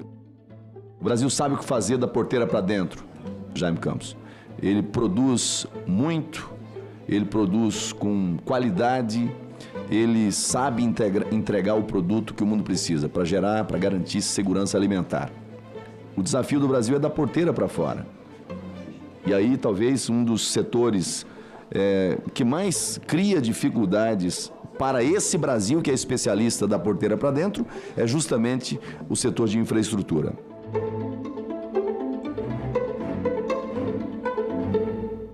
A maioria das pessoas que frequentam o ambiente de academia, eles fazem uso da suplementação. Muitos pacientes, eles acabam comprando aquilo que eles nem sabem mesmo. Também pode te levar a passar mal, a ficar internado. Emagrecimento, todos nós queremos, né, emagrecer. As pessoas compram devido aos seus benefícios. Esse algo a mais, ele deve ser acompanhado com um acompanhamento ali médico. Em discussão, nesta quinta, 20h, aqui na TV Senado. Uma notícia falsa pode vir de quem a gente menos espera, no grupo da família ou nas nossas redes sociais. Mas como saber se uma informação é verdadeira? Agora, as informações sobre o Senado podem ser checadas pelo WhatsApp. Envie texto, link, foto, captura de tela ou vídeo de qualquer notícia duvidosa sobre o Senado Federal. Nossa equipe vai analisar o material e responder se a informação é falsa, verdadeira ou imprecisa. Ficou na dúvida? Senado verifica. Banhado pelo Rio Nilo e terra dos antigos faraós e das imensas pirâmides que impressionaram até o próprio Napoleão Bonaparte, o Egito é um dos novos membros do BRICS. Com 118 milhões de habitantes e uma área de 1 milhão de quilômetros quadrados, tem Cairo como a capital. Sua segunda cidade é Alexandria, fundada, como o nome indica, por Alexandre o Grande. O Egito é uma república unitária, tendo como chefe de Estado o presidente e como chefe de governo o primeiro-ministro. O parlamento é bicameral. A Câmara dos Representantes conta com 596 deputados. Já o Senado é composto por 300 parlamentares.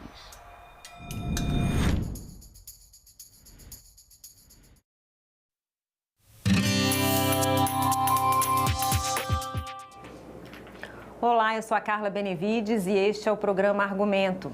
A CCJ aprovou o fim da reeleição para cargos do Executivo e também o fim da realização de eleições a cada 2 anos.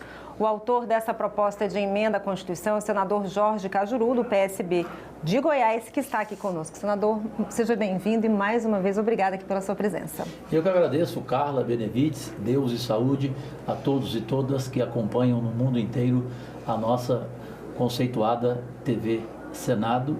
E só pergunto a você o seguinte: você quer que eu fale que o presidente Davi Alcolumbre, espontaneamente, porque eu não pedi a ele, intitulou o fim da reeleição da minha proposta como PEC Cajuru? Só que fique à vontade, eu senador. falo da minha autoria. Pode ser PEC Cajuru. O importante é a gente explicar o que ela muda. É porque no meio político o que mais tem é ciúme, né? Sim. Mas graças a Deus os meus companheiros, as minhas companheiras estão reconhecendo que eu fui o autor, exclusivamente texto criado por mim, elaborado por 3 meses, onde eu conversei com os maiores políticos deste país, os mais consagrados, experientes, não só na idade, mas também na capacidade, e nenhum deles discordou da minha PEC.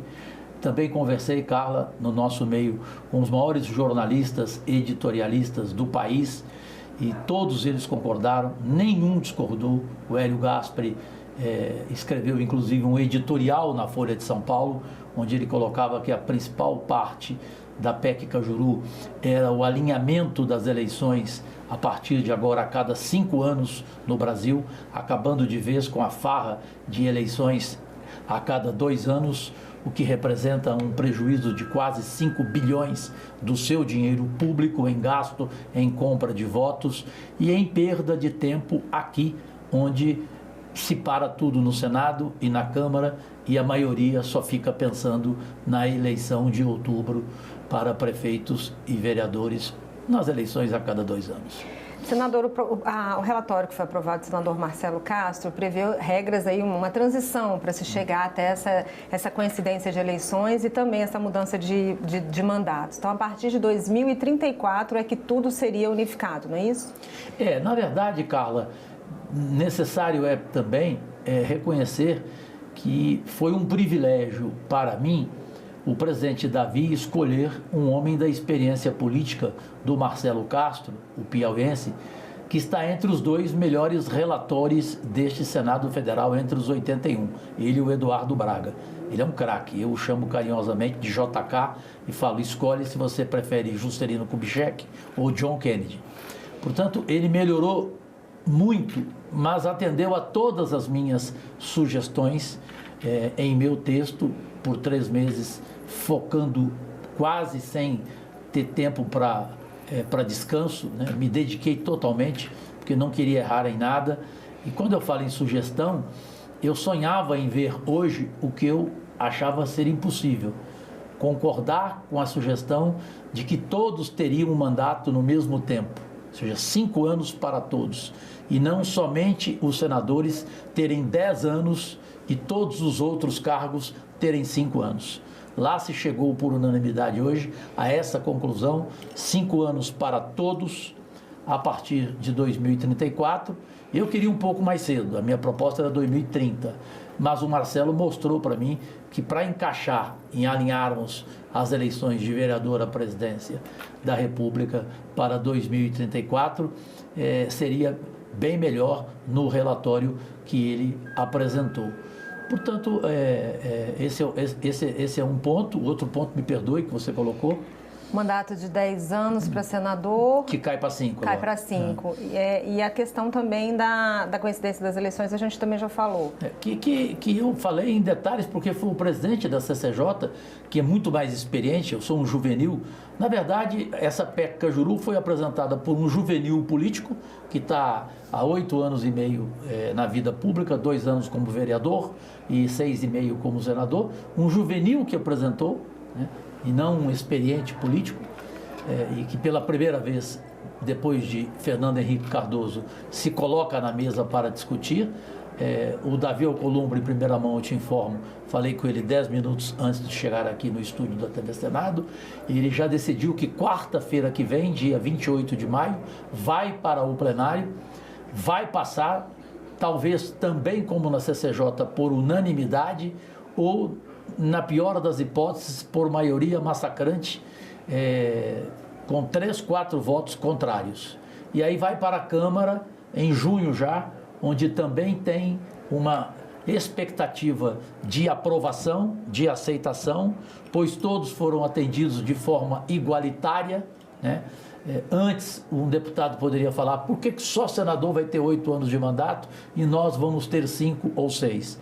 Então, decidiu-se igualar todo mundo, 5 anos de mandato e eleições alinhadas a cada 5 anos. Senador, pela proposta é possível um candidato se candidatar à reeleição, mas não dentro de um mandato consecutivo, por exemplo, assim como acontece nos Estados Unidos? A pessoa é eleita presidente da República, cumpre lá os seus 5 anos, pula um mandato, ela pode se reeleger novamente? No caso da minha proposta, eu dou o direito de você ter 5 anos de mandato, depois você espera mais 5 anos, se candidata, e se você fizer uma boa gestão, que é suficiente esse tempo de 5 anos para fazê-la, certamente você voltará depois de 5 anos. Você terá uma chance enorme, né? E continuará a tua vida pública. E acabará de vez com aquilo que boa parte da população brasileira diz, que todo político transforma o seu cargo em profissão e ele quer ficar lá até morrer. Eu não quero ficar aqui até morrer. Eu quero morrer namorando, conversando, sendo feliz, viajando, mas deixando aqui um legado. Eu não passei aqui de passagem como a maioria passa. Senador, durante a sua defesa lá na Comissão de Constituição e Justiça, defesa da proposta, e também o senador Marcelo Castro, falaram várias vezes sobre, no momento em que o político assume, a primeira coisa que ele começa a pensar é em reeleição. E o senador Marcelo Castro deu um dado também que 83% dos prefeitos eleitos nas últimas eleições foram reeleitos. Essa é uma preocupação dessa alternância de poder? Bom, como sempre, Carla, você faz pergunta oportuna e diferenciada, e essa é uma das principais. Quando eu comecei a conversar com o Marcelo Castro, eu, o autor da PEC Cajuru, e ele, o relator, ele me deu uma entrevista em um programa de entrevistas que eu tenho com a Leila do Vôlei, onde ele foi muito feliz ao falar sobre essa sua pergunta. Ele falou: Cajuru, o sujeito que tem a reeleição, seja presidente, seja governador, seja prefeito, seja lá quem for, ele começa o mandato dele, no caso do executivo, ele escolhe ministros ou secretários. A preferência dele vai ser por ministro político, que tenha capital de votos, ok? Que tenha força nas urnas, para ajudá-lo na reeleição dele e do próprio ministro na próxima, ou seja, daqui a 4 anos, para ele chegar aos 8 anos de mandato. Logo, o argumento do Marcelo é muito forte, porque o eleito para uma eleição já começa pensando na reeleição, normalmente, pensam vocês, nossos únicos patrões aí do outro lado, ele, Carla, ele não escolhe secretários competentes, ele escolhe para os seus cargos principais políticos, de preferência aqueles que têm voto de verdade. Então ele está pensando nele primeiro e no outro que ele vai colocar como ministro ou secretário.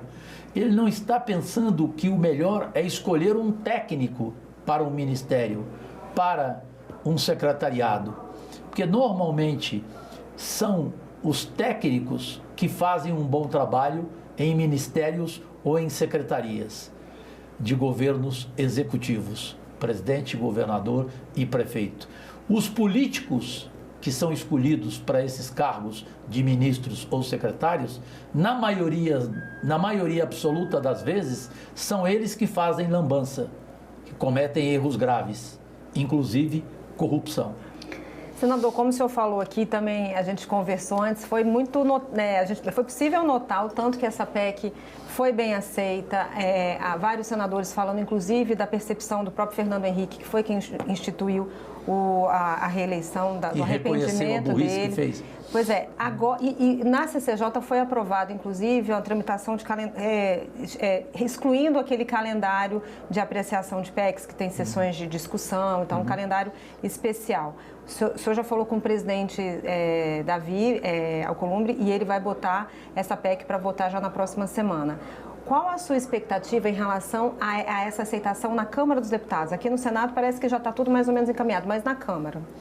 Eu conversei com vários deputados, e como tenho dominicalmente esse programa de entrevistas, 10h30 da noite, eu e a Leila do Vôlei, todos os entrevistados, sejam deputados, deputadas, senadores, senadoras, todos, por unanimidade, concordaram. Isso significa que na Câmara é praticamente impossível você prever que a PEC Cajuru será derrotada. Ela também será vitoriosa na Câmara, até porque atendemos a eles, deputados. Eles ganham um ano a mais. Sim, eles não foram excluídos, porque seria, evidentemente, um desrespeito ao mandato deles, eles ficarem com 4 anos e nós, senadores, ficarmos com 5. Nós já temos 4 a mais do que eles. Aí, de novo, vem uma proposta em que eles ficam com 4 e os outros com 5? Não, agora todos somos iguais, como a música de Ivan Lins. Só que não, a do Ivan Lins somos todos iguais nessa noite. Aqui somos todos iguais nessa casa, seja outra ou seja essa. Senador, quero agradecer mais uma vez a sua presença, desejar sucesso aí na tramitação da PEC Cajuru. Obrigado, eu que acredito que ela vai ser. Carla Benevides, muito obrigado de novo pelo espaço aqui na TV Senado, que é sempre precioso e importante, porque as pessoas entendem melhor do que um telejornal que apresenta um assunto tão fundamental e tão histórico e que absolutamente vai ficar para a história, essa PEC Cajuru. Um telejornal divulga esse assunto em 30 segundos. Vocês dão um tempo necessário para que a população entenda e aí amanhã não seja chamada de ignorante porque ela não entendeu o conteúdo, né, desta PEC. Tá certo, senador. Obrigada. E eu agradeço a você também que nos assistiu. Se você quiser rever esse programa, é só acessar o nosso site, senado.leg.br/TV ou o nosso canal no YouTube. Obrigada pela sua companhia e até a próxima.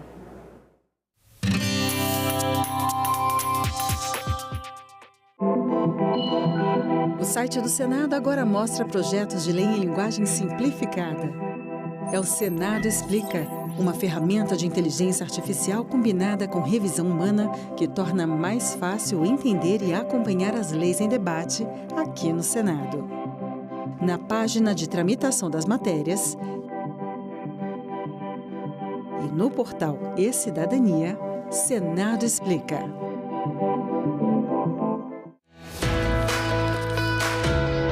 As leis fazem parte da nossa vida de todo dia. Elas podem começar de diversas formas, mas todas elas passam pelo Congresso Nacional. As leis nascem por um projeto de lei. É um longo caminho que pode demorar alguns anos até a aprovação. Mas quem pode, afinal, apresentar uma ideia, um projeto de lei? Muita gente. Os senadores, os deputados, o presidente do Supremo Tribunal Federal, procurador-geral da República, o presidente da República, claro, e você também. Qualquer cidadão pode apresentar um projeto de iniciativa popular.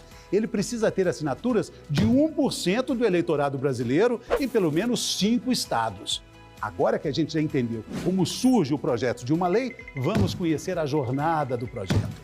Vamos supor, o projeto é de um senador. O ponto de partida é quando a proposta é lida em uma reunião do plenário. Na sequência, ela vai passar por uma ou mais comissões especializadas que vão avaliar também se a proposta está de acordo com a Constituição. Essas comissões colocam em votação o relatório e ele volta para o plenário. Se for aprovado do Senado, esse projeto vai para a Câmara dos Deputados, onde é feita uma revisão do projeto. Se os deputados fizerem alguma mudança no texto, aí o projeto volta para mais uma votação no Senado. Quando a proposta de lei é feita pelos deputados, ou tem uma votação iniciada na Câmara, como, por exemplo, os projetos de lei de iniciativa popular, aí o caminho se inverte.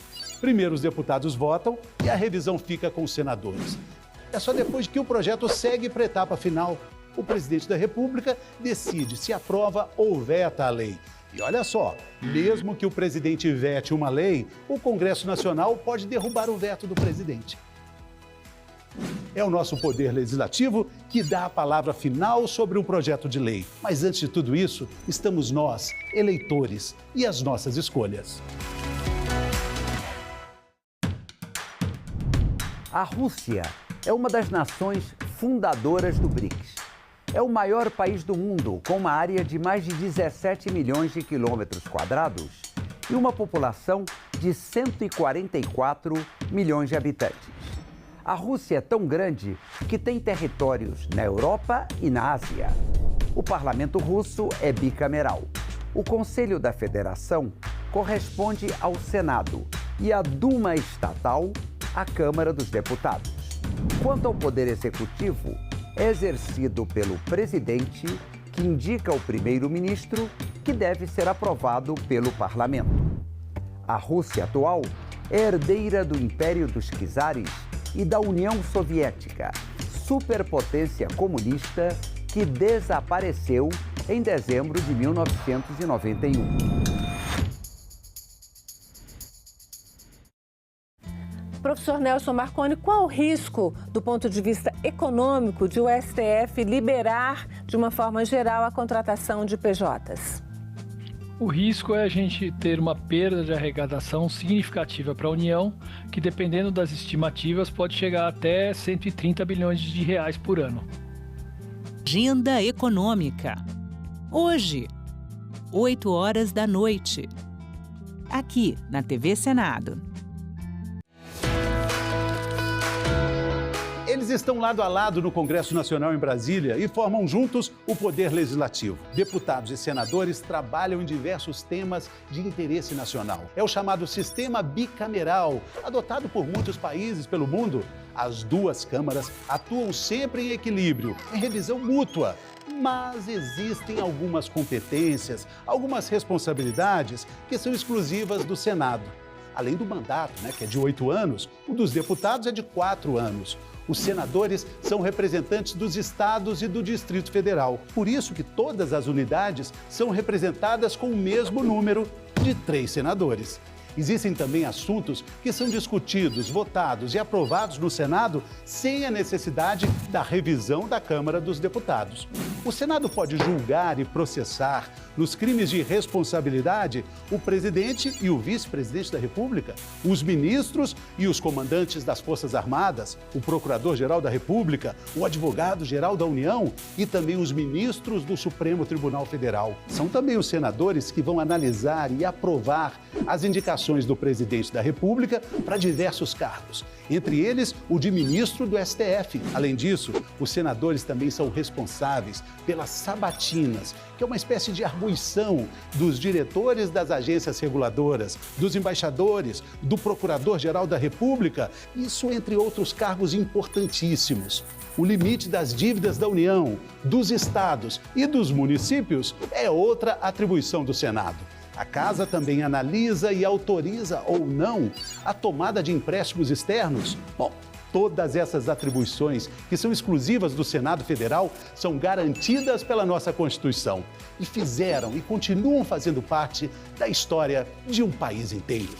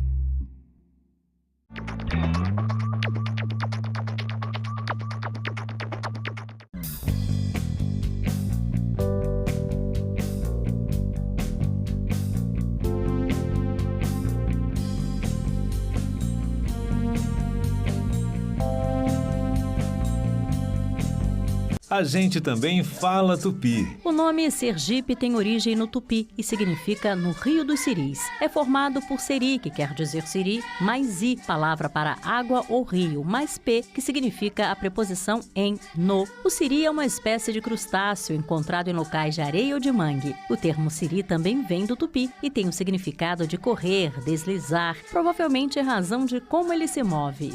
A gente também fala tupi.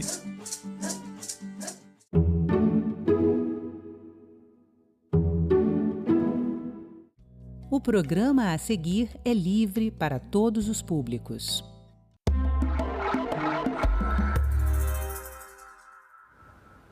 Até que ponto nós devemos nos adaptar ao trabalho? Até que ponto nós conseguimos nos adaptar ao trabalho? Essas perguntas surgem quando, na vida moderna, é cada vez maior o número de pessoas que se queixam de esgotamento físico e mental, atribuindo ao trabalho a origem dos sintomas. Cidadania hoje vai conversar com a psicóloga Raquel Millions, especialista em transtornos e análise comportamental. Seja bem-vinda, Raquel. Muito obrigada, Paulo. Obrigada, Cidadania, por me receber aqui hoje. O conceito de síndrome de burnout, ele deriva de sintomas de esgotamento, cansaço e vários outros, falta de ar às vezes, inadaptação ao trabalho, né? Isso. Essencialmente. Existe esse conceito desde 1974, quando foi citado a primeira vez. Mas a Organização Mundial da Saúde, só em 2019, ele incorporou isso a uma evidência faz mal às pessoas, como se for, não é uma doença, mas é um conjunto de sintomas que é o que caracteriza a síndrome. Como você definiria, então? Paulo, o burnout, inclusive, ele tem que tomar muito cuidado porque ele pode ser confundido com ansiedade e depressão. Então, os sintomas do burnout, por serem muito próximos de um diagnóstico de ansiedade e depressão, eles têm que ser presentes de forma persistente. Então, por exemplo, igual isso que você trouxe, exaustão, esgotamento mental, físico, essa sensação de desmotivação, de desânimo, de procrastinação intensa, eles são sintomas que eles devem ser persistentes. Isso, inclusive suscitando outros problemas, como problemas digestivos, insônia. Né? Exatamente, dores de cabeça constantes. É a famosa somatização que a gente fala, né? Que quando o estresse mental ele fica num nível tão alto, tão grande, que o corpo acaba reagindo a isso. Ou seja, não é algo que o diagnóstico seja feito através de exame de sangue, de urina, nem de eletroencefalograma, senão pelo profissional da saúde mental. É isso? Exatamente. Um psicólogo, um psiquiatra. É muito importante, caso a pessoa se identifique com esses sintomas, e necessariamente, Paulo, relacionado diretamente ao trabalho. Mas o burnout, ele pode afetar outras áreas da vida, mas ele não deriva de outras áreas da vida, ele é derivado exclusivamente do trabalho. Então, caso a pessoa se sinta inclusa dentro desses sintomas que a gente trouxe, é importante procurar um profissional, sim, um psicólogo, um psiquiatra, porque muitas vezes pode necessitar de uma intervenção medicamentosa com antidepressivos, ansiolíticos, e esse acompanhamento psicológico que ele é de extrema importância. Raquel, quando a pessoa tem uma lesão de esforço repetitivo, porque está digitando muitas horas, ou porque um problema de ficar sentado muito tempo no computador, sente uma dor nas costas e tal, isso pode ser uma inadaptação ao trabalho também.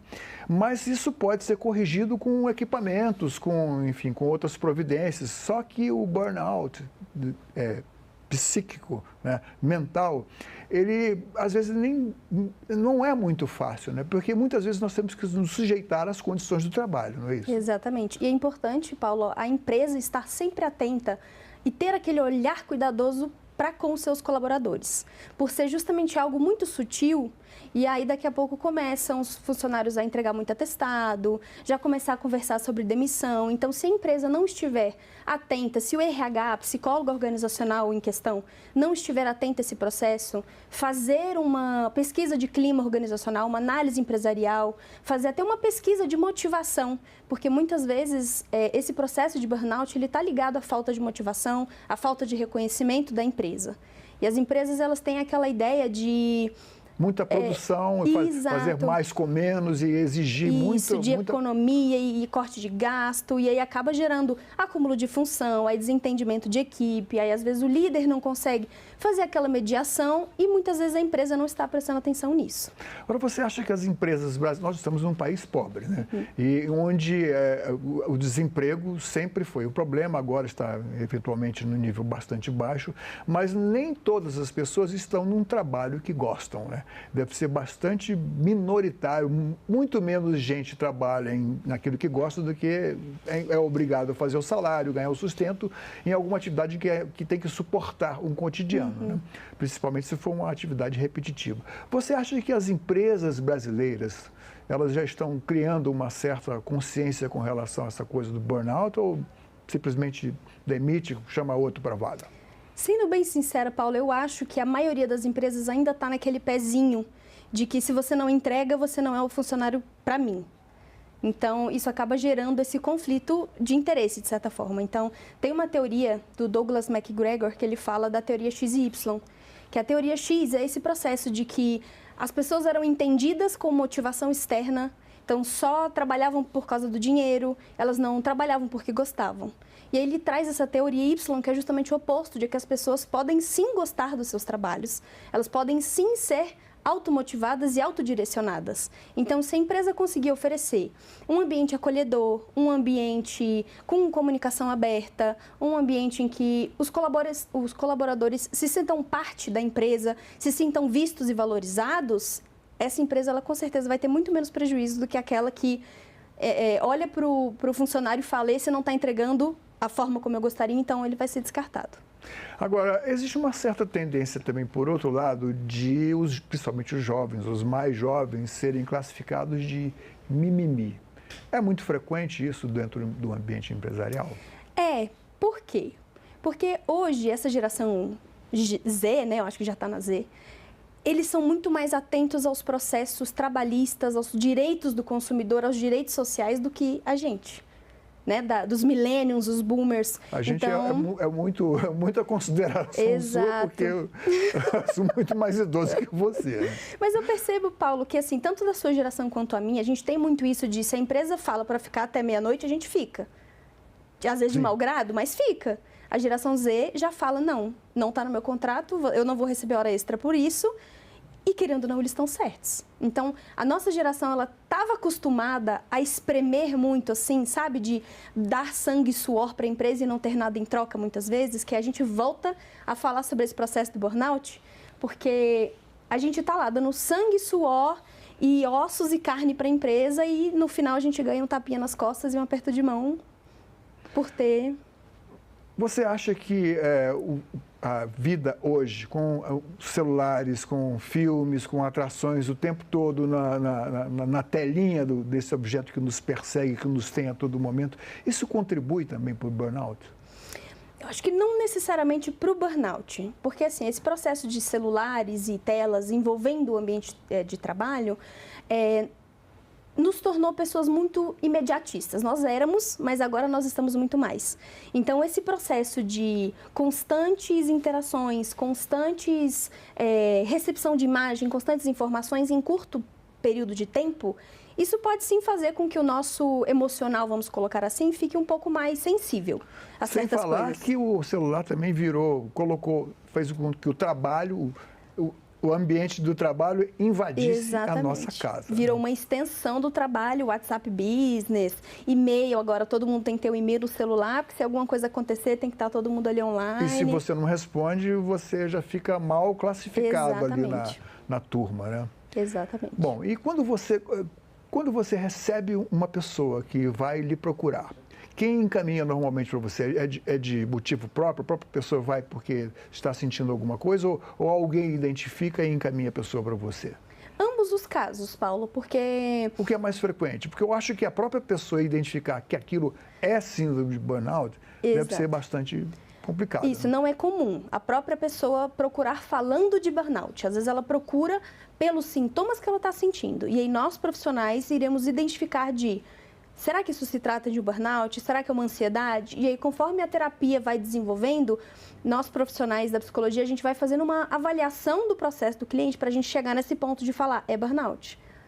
E aí, às vezes, a gente encaminha para um psiquiatra, talvez se houver a necessidade de um acompanhamento medicamentoso, um afastamento do colaborador da empresa, porque às vezes pode piorar o processo dele, estando fazendo terapia e ainda estar nessa...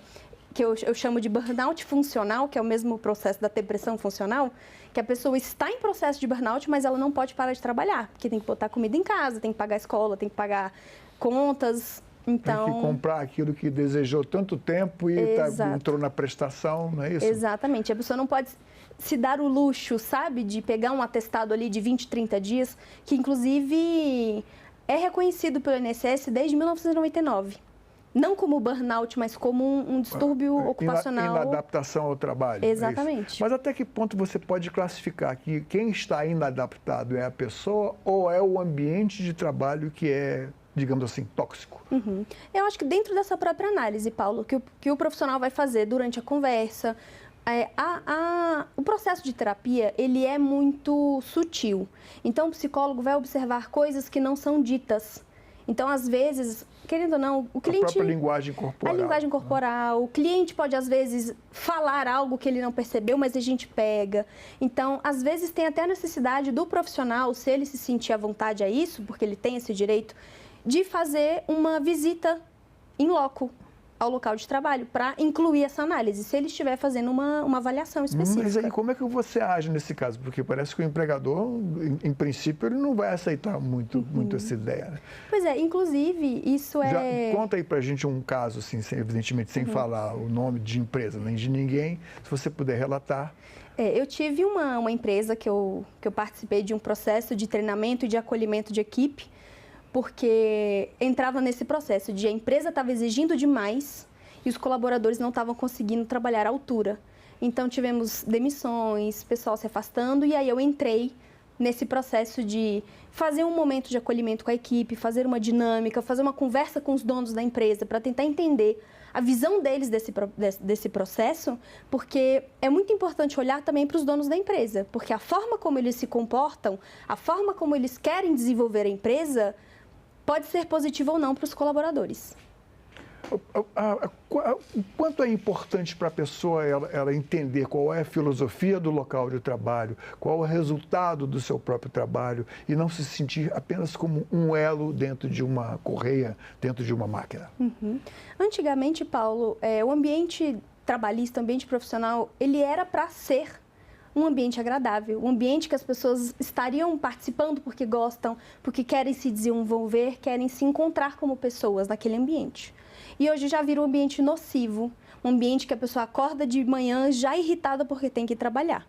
Então, eu conheci, inclusive, empresas que o trabalhador acorda de manhã feliz por estar indo. Então, eu vejo que existe sim uma possibilidade da empresa se adaptar a esse processo de fazer essa análise do clima organizacional, dos afastamentos e das rotatividades de colaboradores, saber onde exatamente ele pode investir. E não digo investimento financeiro, porque teve um gestor uma vez nesse processo de empresarial que eu fiz, que ele falou para mim assim, ser gestor é você pegar o mesmo e fazer melhor. Mas já há uma certa pressão nisso aí, né? Sim. Que não é necessariamente negativa. Mas assim, o que eu queria te perguntar é o seguinte, como é que você identifica que é um caso de burnout? Porque aí você tem que afastar outras síndromes que são mais de psicogênicas, problemas psicológicos, problemas que não são ligados ao trabalho.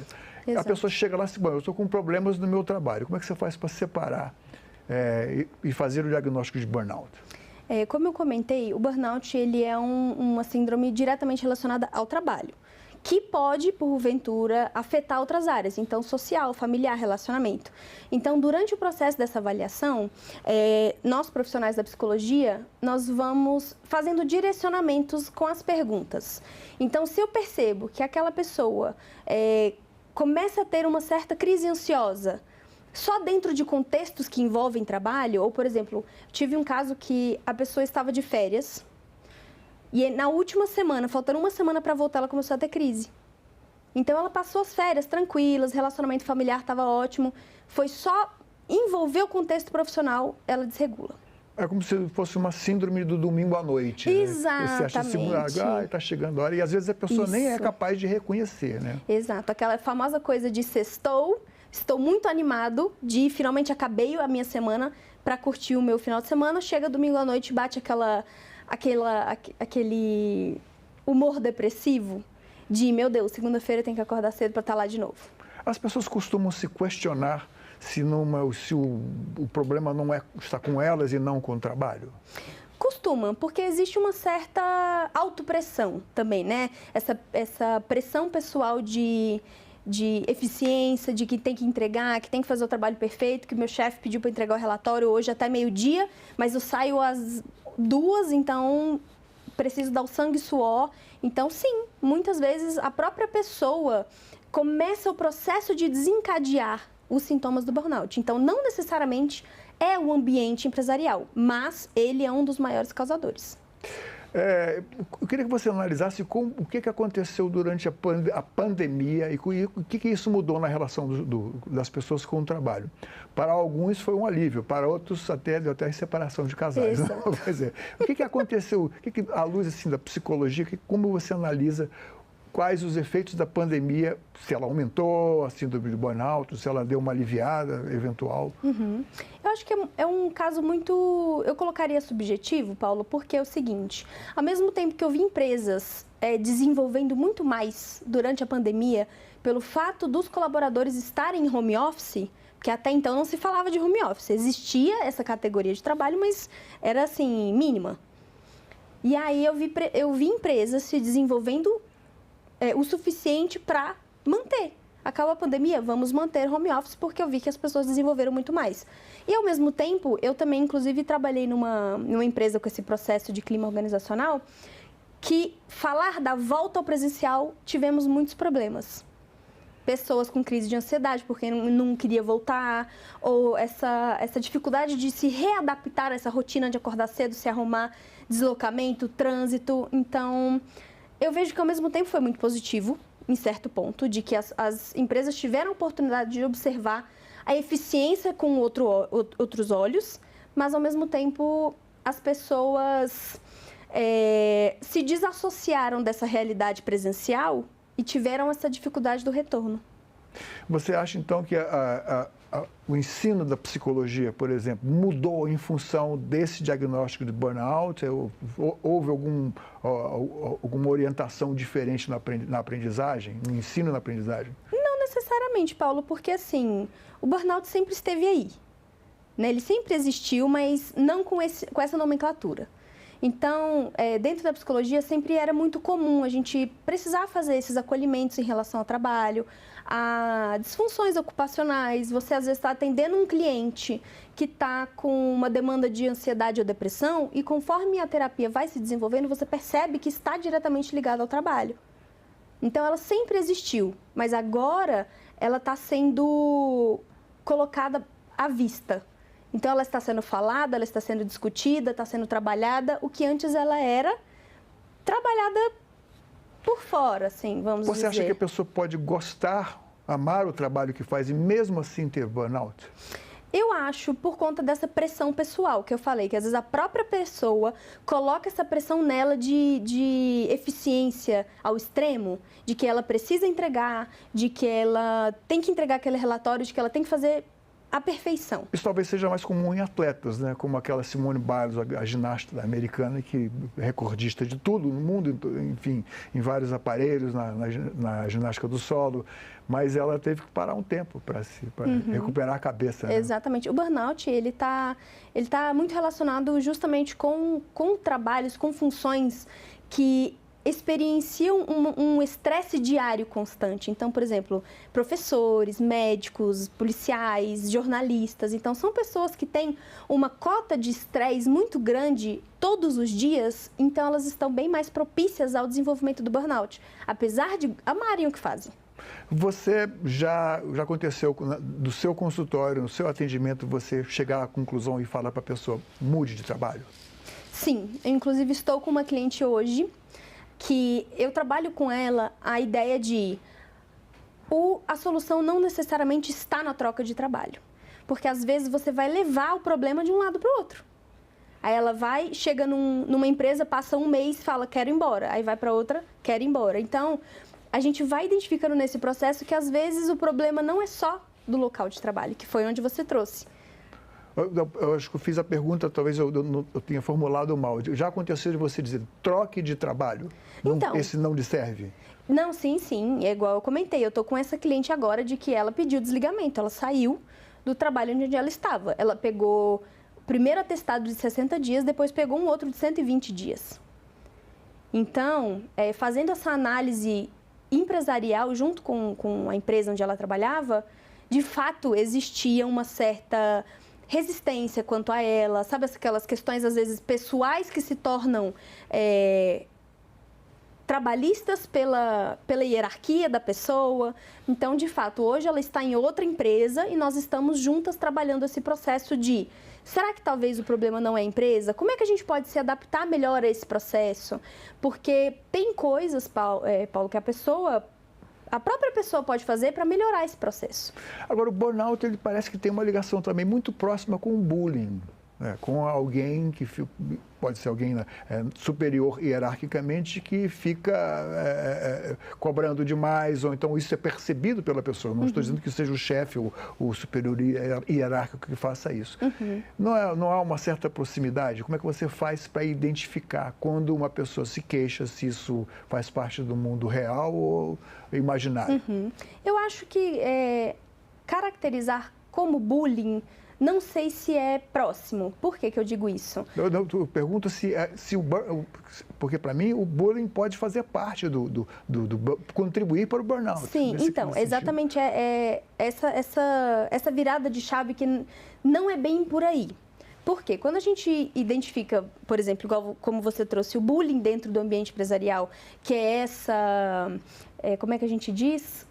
Quando a pessoa está no cargo de hierarquia superior e acaba impondo certas coisas para quem está abaixo. Então, o burnout, ele tem uma certa categoria que é esse excesso de exigência, cobranças, sim, mas ela entra nesse caráter de uso excessivo de poder quando ela é direcionado. Então, por exemplo, eu sou a chefe do Paulo, então toda vez eu vou até o Paulo e falo, e aí, Paulo? Cadê o relatório que eu pedi? Só que eu não faço isso com mais ninguém. Assim, aí há uma diferença marcada. Marcante, aí, né? exato, que é pessoal. O bullying, ele tem esse caráter pessoal. É frequente você fazer tratamento em consórcio com a medicação? Você trata de uma parte e o psiquiatra ou psicanalista trata de outra? Sim. Psicanalista, no caso, não, mas o tratamento medicamentoso, tomar remédio, digamos. Sim, inclusive, dentro dessa análise da psicologia, conforme o desenvolvimento da terapia vai seguindo, a gente percebe se existe uma necessidade de um ansiolítico, um antidepressivo, e aí a gente faz esse trabalho multiprofissional, sim, com os psiquiatras. A gente faz reuniões para saber como é que está o cliente, se ele foi na consulta que ele falou para mim, psicóloga que tinha marcado. Eu dou a minha opinião de eu acho que não sei, a dosagem da medicação talvez esteja muito alta ou muito baixa, e aí existe e é necessária essa troca entre profissionais.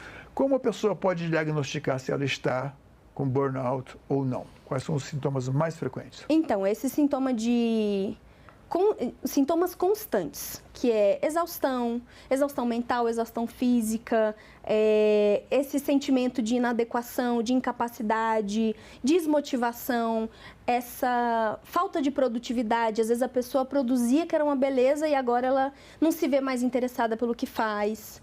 E aí tem os sintomas físicos, como você mesmo trouxe, essa náusea, dor de cabeça constante, essa insônia, e que é a famosa somatização. Às vezes pode dar até psoríase, né, que são aquelas alergias. Já vi casos, inclusive, de desenvolvimento de vitiligo por conta de estresse mental. Ou seja, o nosso corpo, ele reflete tudo o que acontece. Nós podemos, assim, não é uma somatização pura e simples, é algo que é real, né? Exatamente. Você pode ficar com hormônio, com hormônio do tireoide fora dos níveis, pode ficar com açúcar, insulina, etc. Enfim, mas é uma coisa preocupante de qualquer forma. Isso, desregula a nossa homeostase, né? Porque o corpo e a mente, eles trabalham juntos. Não tem como um estar funcionando se o outro não está. Ok. Raquel, muito obrigado pela nossa presença aqui no Cidadania. Espero que você volte numa outra ocasião para conversarmos mais sobre esse e outros temas. Eu que agradeço o convite. Foi um prazer estar aqui com vocês hoje. Essa entrevista e todos os nossos outros programas estão disponíveis para você rever ou compartilhar no nosso site, senado.leg.br/TV, ou então pelo nosso canal no YouTube. Inscreva-se lá e marque o sininho para receber notificações. Obrigado pela companhia e até o próximo Cidadania.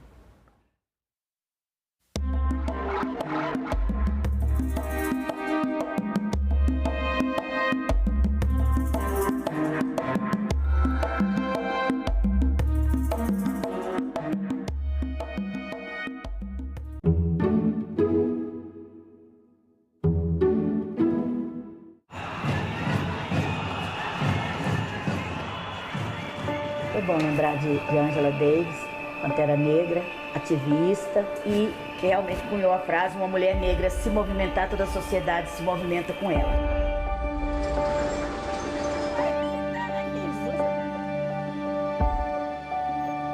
Então não foram os policiais que foram acompanhando que bateram no senhor.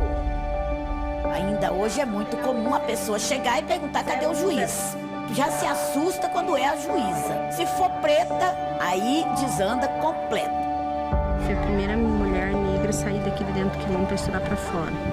E depois de mim tem quantas outras lá. Eu via que eu precisava me tornar ativista, ainda que isso não fosse um ativismo literalmente político, mas que fosse um ativismo a partir da arte.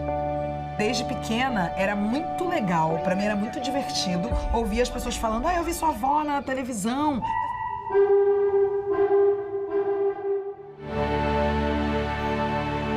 Quando eu não tinha mais a quem acolher, elas me acolheram. Então, meu primeiro trabalho de doméstica, lembra? Você que arrumou ali na Augusto de Lima. Quando a pessoa diz: mas a senhora não tem cara de juíza. Aí eu digo: não tenho cara porque eu tenho a mesma cara que você. Eu não tinha noção, assim, do quanto é importante a gente ter conhecimento dos nossos direitos. Então, realmente, quando uma mulher negra se move, toda a sociedade se move com ela. A nação deve mudar. A nação vai mudar. Queremos proclamar a nossa abolição. Chamamos a nossa sofrida Maria da Penha. Medidas adotadas não se restringem a cotas, embora em alguns casos essas cotas sejam necessárias. Lutamos para ganhar a universidade. Quando eu era mais nova, eu tinha muito medo de ser mãe. Eu sempre digo que a sociedade às vezes obriga as mães negras a deixarem os filhos por causa das dificuldades. Era o que minha mãe nos dizia sempre: tudo que alguém já fez um dia, você também consegue fazer. Eu sou uma mulher preta e me deram a concessão de poder falar para outras mulheres pretas e muitas vezes por outras mulheres pretas. Quando tu sobe, tu tem que segurar a mão da outra pra outra subir contigo. Pra ti chegar onde tu tá foi difícil. Então tu já sabe quanto é difícil pro outro que tá lá embaixo também subir mais um degrau.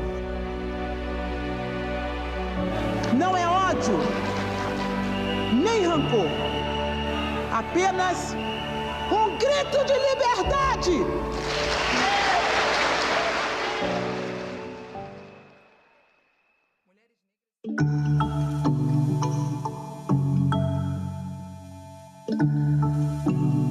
A jornada de trabalho expressa na Constituição Federal é de 44 horas semanais. No regime 6x1, trabalha-se 6 dias na semana, com 1 de folga. No Senado, projetos de lei alteram a norma em vigor, de 44 para 40 horas semanais, com redução ano a ano de 1 hora, até chegar a 36 horas semanais. Emenda ao projeto garante 2 folgas sem redução de salários. Outra proposta também prevê redução da jornada sem redução salarial, mas condicionada a acordo coletivo de trabalho. A luta pela redução de jornada sem redução salarial é uma bandeira histórica da classe trabalhadora. A redução de jornada para 36 horas semanais trará inúmeros benefícios.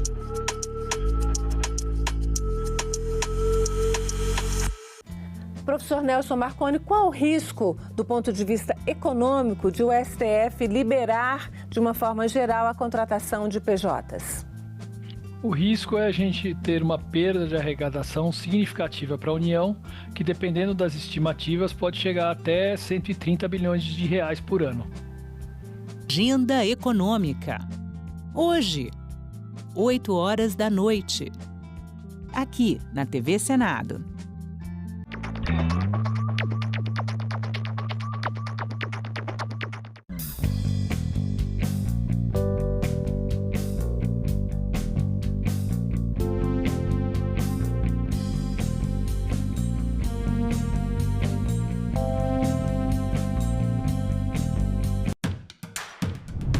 País mais populoso do mundo, a Índia é uma das fundadoras do Grupo BRICS. São 1 bilhão e 464 milhões de habitantes que vivem em um território de mais de 3 milhões de quilômetros quadrados. A Índia é uma república federativa e parlamentarista. O presidente é o chefe de Estado e o primeiro-ministro, o chefe de governo. O parlamento indiano é bicameral. O Conselho dos Estados corresponde ao Senado e a Casa do Povo representa a Câmara de Deputados com 543 membros. Com uma cultura milenar, a população indiana fala mais de 400 idiomas diferentes, sendo o hindi o mais importante, prevalecendo na parte norte do país.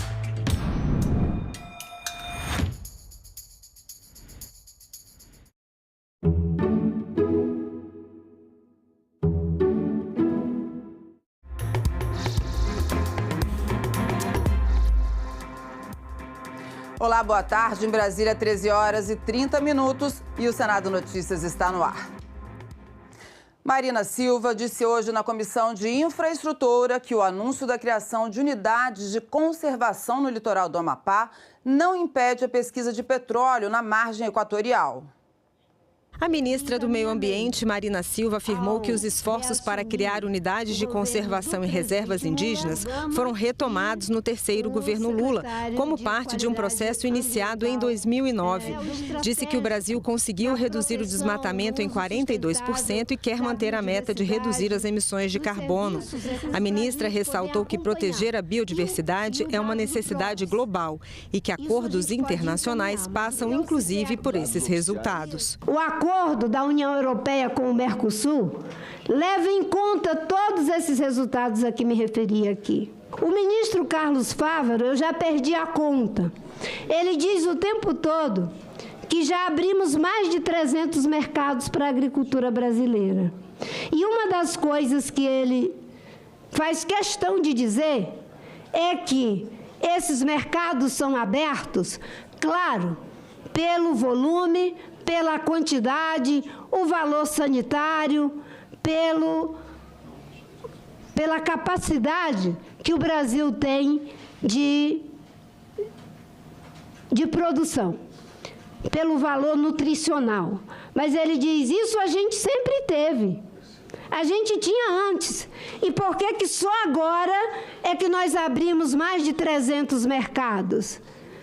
Uma das coisas que, além do valor nutricional, o valor sanitário, o volume da nossa produção para a segurança alimentar, não só a nossa, mas do planeta, é o fato do desmatamento ter caído 46% na Amazônia e agora cair 32% no país inteiro. Marina Silva reforçou que criar unidades de conservação é essencial para garantir a sobrevivência de comunidades tradicionais e manter a biodiversidade. Ela negou que a criação das unidades de conservação marinha no Amapá agora tenha por objetivo impedir a pesquisa de petróleo na margem equatorial. Nós fomos surpreendidos, na verdade, depois de tantos anos, com a possibilidade da criação dessas 4 reservas de 1.300.000 hectares lá no Amapá. E foi um impacto muito grande. Primeiro, logo quando agora nós estamos tentando conseguir a autorização para prospecção do petróleo, hoje 74% do nosso território é área de proteção.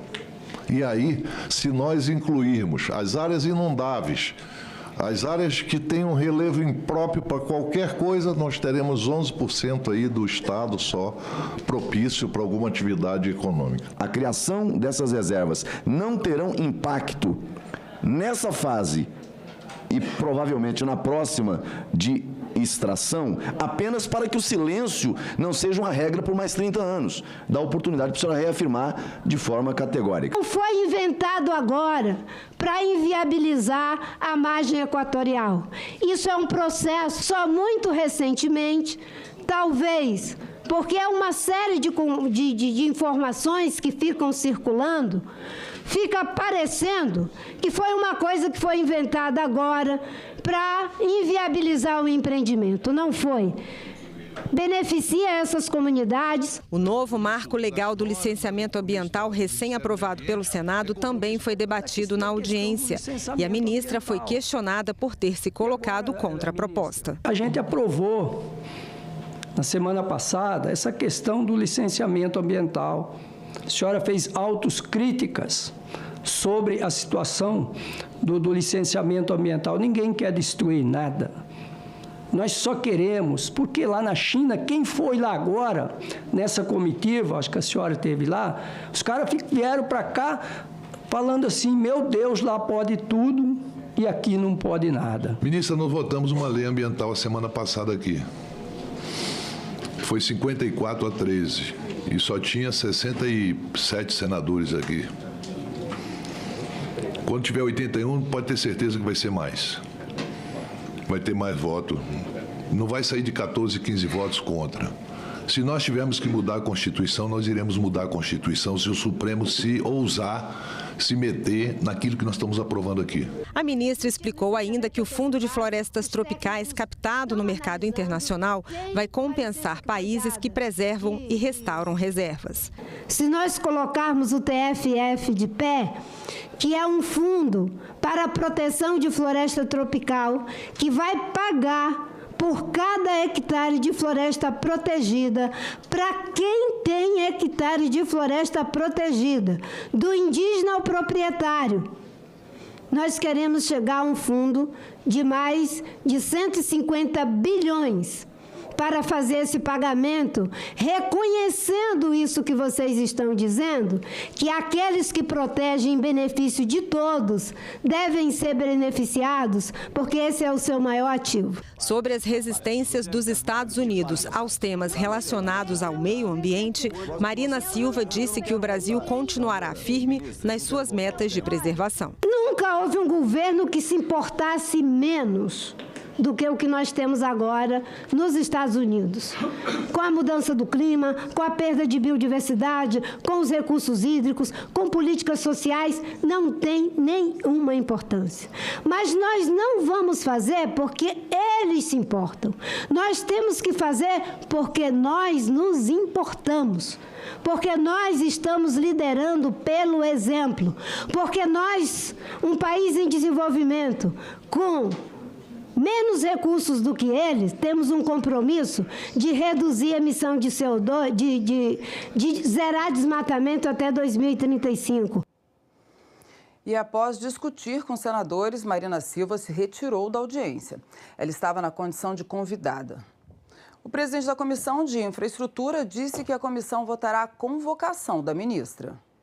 O senador Omar Aziz e a ministra discutiram por causa da BR-319 no Amazonas. O senador questionou o porquê de a rodovia não ter sido asfaltada até hoje. É necessário, sim, ter a governança da estrada. Exatamente para evitar que esses 400 quilômetros, que só com o anúncio da estrada, o desmatamento aumentou 119%. Aumentou, os dados que o IBAMA, que o DT, que o INPA... Não faça essa maldade, ministra.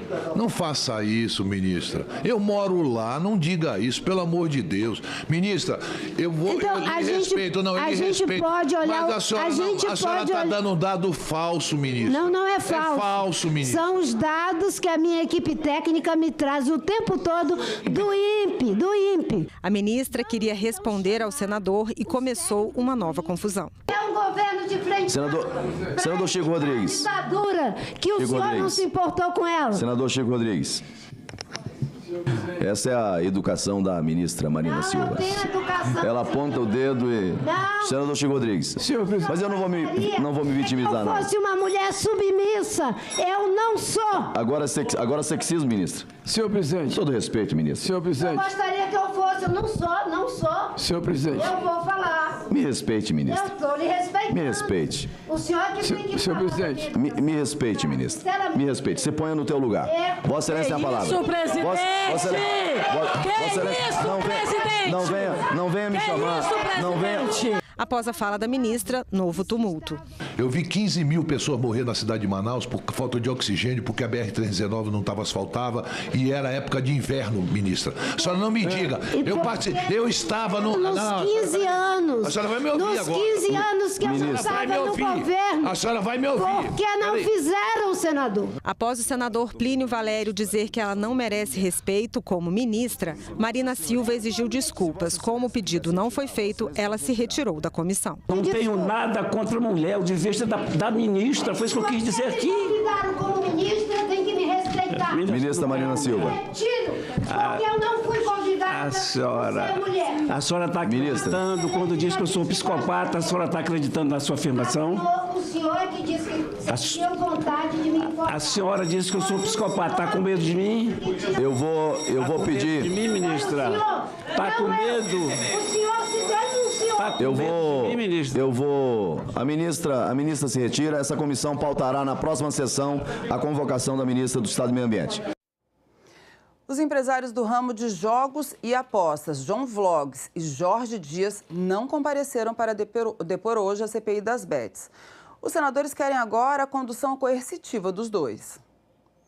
Os dois empresários afirmaram estar fora do país e que, por esse motivo, não poderiam comparecer à CPI para prestar depoimento. John Vlogs é um influenciador que faz propaganda para casas de apostas para seus milhões de seguidores. Além disso, John Vlogs abriu sua própria empresa de jogos. O outro convocado, Jorge Dias, é dono de uma casa de jogos que conseguiu recentemente o credenciamento junto à Lotege para operar apenas no Rio de Janeiro. Mas, segundo os senadores, a casa estaria operando em todo o Brasil. Sua falha em comparecer não é um mero inconveniente. É um ato de desprezo com essa comissão. O povo brasileiro e as famílias devastadas pelas operações descontroladas das plataformas de apostas. Reprovamos esse comportamento com a máxima severidade, pois obstrui nossa capacidade de integrar justiça e transparência, motivo pelo qual determinarei a adoção de medidas apropriadas à advocacia do Senado, incluindo uma possível condução coercitiva. Eu gostaria de parabenizá-lo pela medida mais drástica em relação a essas pessoas que não vêm. Nós sabemos muito bem quão ricas elas são e elas podem sim, vir do exterior, porque tem voos todos os dias para o Brasil. Então, na minha concepção, uma má vontade, uma desculpa e a condução coercitiva é o remédio que temos para que essas pessoas venham, para que essas pessoas sejam ouvidas. E a Comissão de Assuntos Econômicos aprovou na manhã de hoje o projeto de lei que permite o saque na conta do FGTS para tratamento de esclerose múltipla ou esclerose lateral amiotrófica. São doenças do sistema nervoso, incuráveis e de causa desconhecida. Demandam um acompanhamento médico permanente e um tratamento de alto custo, com medicamentos nem sempre disponibilizados pelo poder público. Causam problemas de locomoção e prejudicam a visão, entre outras consequências. E a esclerose múltipla figura entre as doenças que não precisam de carência para receber o auxílio-doença e a aposentadoria por incapacidade permanente. Os senadores relataram experiências pessoais com a doença. Há 37 anos, minha esposa foi acometida de esclerose múltipla. E essa é uma doença devastadora, incapacitante, humilhante. E nesse período e no início dessa doença, eu precisei bater na porta do FGTS. E encontrei ela fechada. Eu tenho uma prima no Rio de Janeiro que antes dos 30 anos de idade foi infelizmente acometida por essa doença. Ela está viva, está num estado muito delicado, porque essa doença é degenerativa e com pouco êxito no tratamento, você só tenta adiar esse fim inevitável. Então as pessoas já sofrem de forma tão agressiva com essa doença que não escolhe data, não escolhe cor, não escolhe religião. E muitas vezes, como esse caso nosso no Rio de Janeiro, da minha prima, ainda tem dificuldade de acessar o que é seu. Ela sempre trabalhou de carteira assinada, tinha direito e não conseguia acesso ao recurso, que levou ao endividamento da mãe dela. Muitas famílias estão assistindo essa sessão hoje por conta dessa matéria. E eu quero cumprimentar o nosso autor.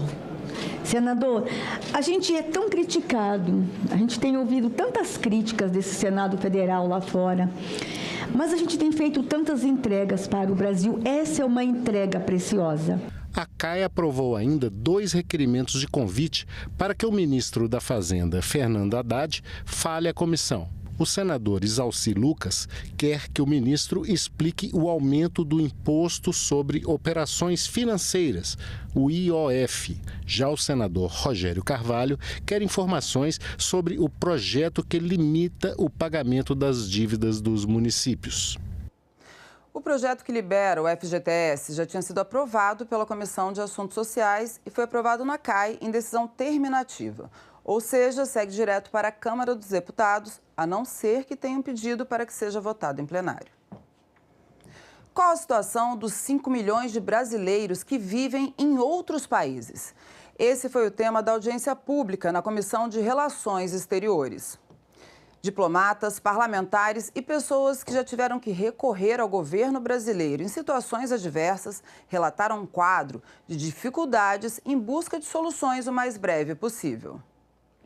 Já são quase 5 milhões os brasileiros vivendo fora do país. A maior comunidade de emigrados mora nos Estados Unidos, onde a política de imigração do governo Trump vem dificultando a situação dos estrangeiros na concessão de visto e asilo, com programas de detenção e deportação dos não documentados. Esse é um exemplo marcante, mas brasileiros existem em todos os continentes e sempre que necessitam de auxílio, recorrem aos consulados, sobretudo em situações de emergência, como doenças, hospitalizações, falecimentos, prisões e outros casos. Em 2023, os 186 consulados administrados pelo Ministério das Relações Exteriores atenderam quase 80 mil casos de brasileiros necessitando de assistência em outros países, um aumento de 50% em relação a 2022. Mas apesar do crescimento da demanda, os recursos humanos e materiais permaneceram os mesmos.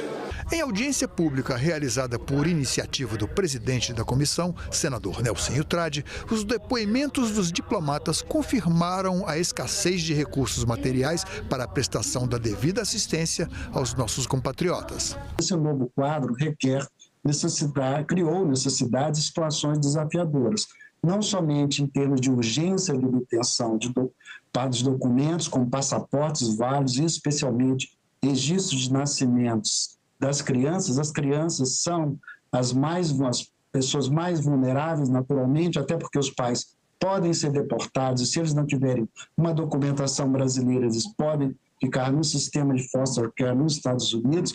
A impossibilidade atual de reforço dos recursos humanos e financeiros para os consulados em razão das restrições orçamentárias tem criado dificuldades para o atendimento, então, dessas necessidades de emergência. Por exemplo, atualmente, esses documentos que eram emitidos em cerca de 48 horas passaram a exigir de 1 a 2 meses, de tal ordem, o número de serviços requeridos hoje. Eu, pessoalmente, vislumbro a alternativa de que as taxas e emolumentos consulares cobrados, que hoje se revertem para o Tesouro, sejam destinados aos serviços consulares. Se os consulados pudessem manter a renda consular para sua manutenção, acho que seria, praticamente a maioria dos consulados seriam autossuficientes com os recursos que arrecadam.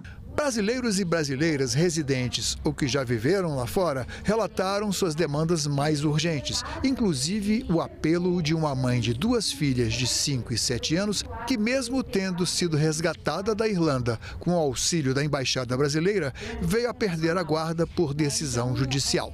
Há uma dificuldade muito grande para nós, mulheres brasileiras, buscarmos ajuda no exterior, porque nós sofremos, como foi dito, diversas violências, né? Eu fui levada pelo próprio cônsul do Brasil na Irlanda, né, tendo sido retirada de uma situação de cárcere privado com minhas filhas, onde uma das minhas filhas foi vítima de abuso sexual e eu de violência doméstica. A polícia diversas vezes foi até a nossa casa, mas muitas das vezes não podia fazer nada. Eu estou buscando apoio, porque agora precisaremos fazer toda a questão diplomática, reconhecimento de sentença em estado estrangeiro, e não sei ainda como isso vai acontecer. Eu estou há 2 anos sem ter nenhuma notícia das minhas filhas, e minhas filhas estão lá fora correndo risco que foi falado pelos ministros do STJ, reconhecido pelo Superior Tribunal de Justiça, mas elas ainda continuam lá sem nenhum suporte das autoridades brasileiras, sendo brasileiras. Elas têm 5 e 7 anos, são muito pequenininhas, e é uma preocupação minha como mãe, como mulher, como brasileira e como 2 crianças brasileiras que estão também lá fora sem nenhuma proteção do Estado brasileiro. Muito forte tudo isso que Vossa Senhoria falou. Conforme já disse anteriormente, isso vai constar do relatório que nós vamos enviar ao chanceler e com certeza haverá de ter resposta não só desse seu caso, como das outras sugestões. E a Comissão de Segurança Pública aprovou uma proposta que prevê cursos gratuitos de defesa pessoal para mulheres como uma forma de dissuadir a violência doméstica. O projeto agora segue para a Câmara dos Deputados. Mais de 1/3 das brasileiras sofreram algum tipo de violência no último ano. É o que mostram os dados do levantamento feito pelo Fórum Brasileiro de Segurança Pública, divulgado em março, que diz ainda que 57% das agressões aconteceu dentro de casa. Não se pode esquecer que, na maior parte dos casos, a violência doméstica e familiar é cometida dentro da residência das vítimas, entre 4 paredes, o que dificulta pedidos de socorro e, sobretudo, o acionamento da polícia. Assim, o oferecimento de curso de defesa pessoal voltado à dissuasão da violência doméstica e familiar é medida de fundamental importância, pois permitirá que, mesmo estando sozinha, a mulher possa se defender de maneira eficaz. Texto aprovado pela Comissão de Segurança Pública prevê que centros de assistência social e organizações vinculadas ao Sistema Único de Assistência Social ofereçam cursos gratuitos de defesa pessoal voltados à dissuasão da violência doméstica e familiar contra a mulher. Uma emenda da relatora prevê que o curso é opcional. Me parece que os ajustes que foram feitos até, senadora, foram importantes para que não fosse interpretado em desfavor da mulher.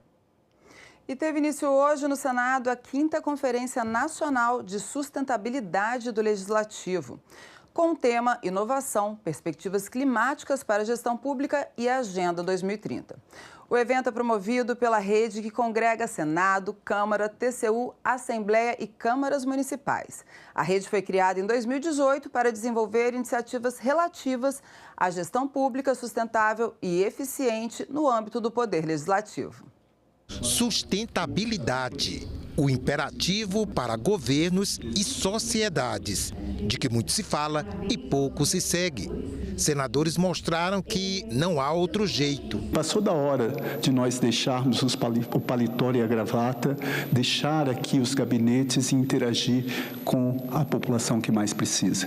Passou da hora da gente visitar os índios guaranis kaiowás, lá em Dourados, Mato Grosso do Sul, ou os Yanomamis, e assim sucessivamente. Passou da hora da gente visitar as comunidades quilombolas, passou da hora da gente lidar mais com a população preta, passou da hora da gente denunciar que o Estado criminaliza a pobreza e criminaliza a cor da pele. Eu fui delegado e sei o que estou falando. Água é direitos humanos. Trabalhe o tema água dentro do seu legislativo, na perspectiva de direitos humanos e meio ambiente. Nas casas legislativas são feitas as leis que promovem a sustentabilidade. E são elas que devem dar o exemplo. A Câmara hoje consome apenas 1/3 do que consumia 20 anos atrás, com mais de 100 milhões de reais economizados, o que é um caso de sucesso absoluto, porque a Câmara muitas vezes tem 30 mil pessoas em um dia. Então, a Câmara é uma cidade, né?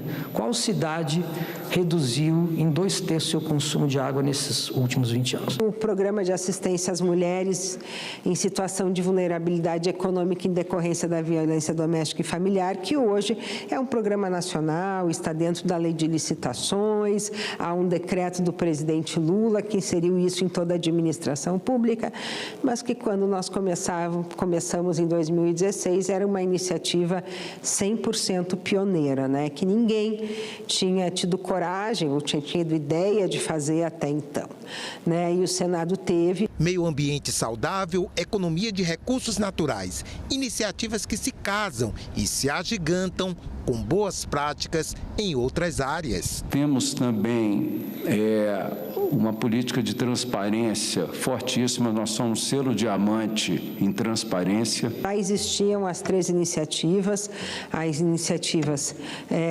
ambientais, as iniciativas de gênero e as iniciativas de inclusão e acessibilidade já estavam presentes no Senado Federal. Talvez elas precisassem ser um pouco potencializadas. E de repente uma tragédia ambiental aparece.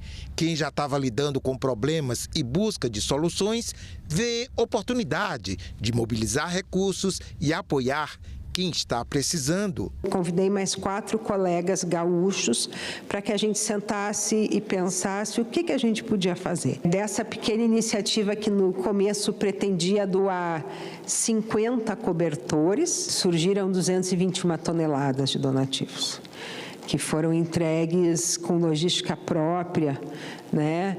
Também feita com parceiros por toda a rede que se ligou ao Senado Federal, e aí veio Câmara, e veio o TCU, e veio o Judiciário, e veio o Samba da Tia Zélia, e veio a torcida organizada do Grêmio e do Inter, e veio a representação do Rio Grande do Sul, e todo mundo que quis se aliar. O professor chama a atenção para a grandeza do desafio. No mundo, 2 bilhões de lixo por ano. Só no Brasil, 80 milhões. O que fazer é simples e é para todos. Pessoas comuns, governos, empresas e instituições. Não dá para a gente tentar resolver um problema que tem mais de 50 anos e que parece não ter solução, que é a gestão de resíduos municipal, né, se a gente não pensar de forma inovadora e criativa.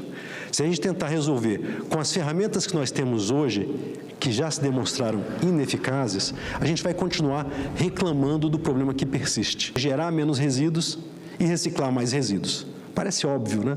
Então tem que gerar menos e reciclar mais. E confira agora a agenda prevista para a tarde de hoje. Daqui a pouco, às 14h, uma audiência pública na Comissão de Assuntos Sociais deve discutir o projeto que permite que os medicamentos isentos de prescrição possam ser comercializados por supermercados que disponham de farmacêutico. No mesmo horário, a Comissão de Constituição e Justiça também faz audiência. Em debate, o projeto de lei complementar que traz mudanças em razão da reforma tributária. Ainda às 14h, o ministro da Agricultura é esperado em audiência pública da Comissão de Agricultura. Carlos Fávaro deve falar sobre a situação da gripe aviária no Brasil. Guardas municipais e agentes de trânsito podem ser incluídos nos órgãos de segurança pública previstos na Constituição. A proposta pode ser votada na sessão deliberativa do Senado, marcada para daqui a pouco, às 14h. Guardas municipais e agentes de trânsito podem ser incluídos no sistema de segurança pública e ser equiparados na Constituição a outros agentes de segurança, como policiais federais, civis e militares. O plenário do Senado faz nesta terça-feira a 5ª e última sessão de discussão em primeiro turno da PEC que faz essa mudança. A proposta de emenda à Constituição pode ser votada no mesmo dia em primeiro turno. Eu sou um defensor de que a segurança pública a gente tem que ter ali um fechamento generalizado com as forças de segurança, tudo no mesmo rumo. E a Guarda Municipal, ela é uma força importante do município e eu acredito que deveria ser, no meu modo de entender, uma polícia municipal. Outra PEC terá a 4ª sessão de discussão em primeiro turno. O texto considera a educação inclusiva como um dos princípios do ensino previstos na Constituição. Garante a inclusão de todos os grupos em situação de vulnerabilidade e níveis da educação, básico, médio e superior. Ter a educação inclusiva enquanto princípio traz mais segurança e clareza a estudantes, famílias e educadores. Com a PEC, o poder público terá o compromisso de investir em um sistema educacional que permita que todas as pessoas, independente de suas características, estudem e aprendam juntas. Os senadores também podem votar o projeto de lei complementar que estimula a contratação de micro e pequenas empresas em processos de licitação pública. A proposta aumenta para R$ 140 mil o valor limite de licitações exclusivas para essas empresas. Atualmente, esse valor limite é de R$ 80 mil. Na pauta de quarta-feira está a autorização de atividades agrícolas ao longo de rodovias. Serão concessões de uso por prazo determinado, exclusivas para o proprietário do lote que faz fronteira com a estrada. Poderão ser plantadas culturas anuais ou reflorestamento e reconstituição de vegetação nativa. Também está na pauta de quarta a adoção de regras simplificadas para a produção artesanal de cosméticos, perfumes e produtos de higiene pessoal. A proposta também prevê regulamentação própria e isenção de registro na Anvisa para estimular pequenos produtores. E também está na pauta do plenário desta semana a criação da Frente Parlamentar Mista das Ferrovias Autorizadas. O grupo deve promover o debate, a formulação e o desenvolvimento de ações legislativas e institucionais para o fortalecimento do setor no país. Outro item que pode ser votado é o projeto que estimula o uso estratégico das compras públicas para incentivar as atividades de microempresas e empresas de pequeno porte. Multilateralismo e a arquitetura de segurança no enfrentamento de um cenário esgotado.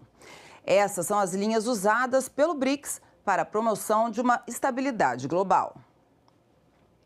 Guerras em diferentes partes do mundo, milhões de pessoas mortas e desabrigadas, países destruídos, tarifas severas e a construção de uma política unilateral por parte dos Estados Unidos. Diante desse cenário de esgotamento, o BRICS aposta na defesa do multilateralismo, diálogo e fortalecimento da voz do Sul global para a construção de um cenário de paz. Guilherme Del Negro, consultor do Senado, ressaltou que o BRICS é um bloco que tem defendido o multilateralismo na promoção da paz. Trazer tudo para um debate, um fórum multilateral, reforçando o multilateralismo, traz soluções que elas são, né, mais adequadas, mais representativas, especialmente quando a gente pensa que essas instituições, né, boa parte de alguns dos espaços tradicionais de poder, eles podem não trazer respostas perfeitas, mas então o BRICS ele quer que ninguém possa adotar medidas de maneira isolada. O senador Humberto... Nós encerramos o jornal porque agora teve início a sessão ordinária do plenário do Senado. Muito obrigada pela sua companhia e acompanhe.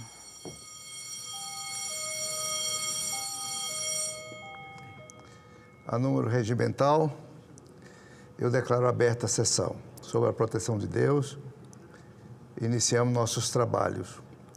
As senadoras e os senadores poderão se inscrever para o uso da palavra por meio do aplicativo Senado Digital, por lista de inscrição que se encontra sobre a mesa ou por intermédio dos totens disponibilizados na casa. A presente sessão deliberativa ordinária é destinada à apreciação de seguintes matérias já disponibilizadas em avulsos eletrônicos na ordem do dia eletrônica de hoje. Proposta de emenda à Constituição número 52, de 2023, do senador Marcelo Castro. Proposta de emenda à Constituição 37, de 2022, do senador veneziano Vital do Rego. Projeto de lei complementar 234, de 2020, do senador Chico Rodrigues.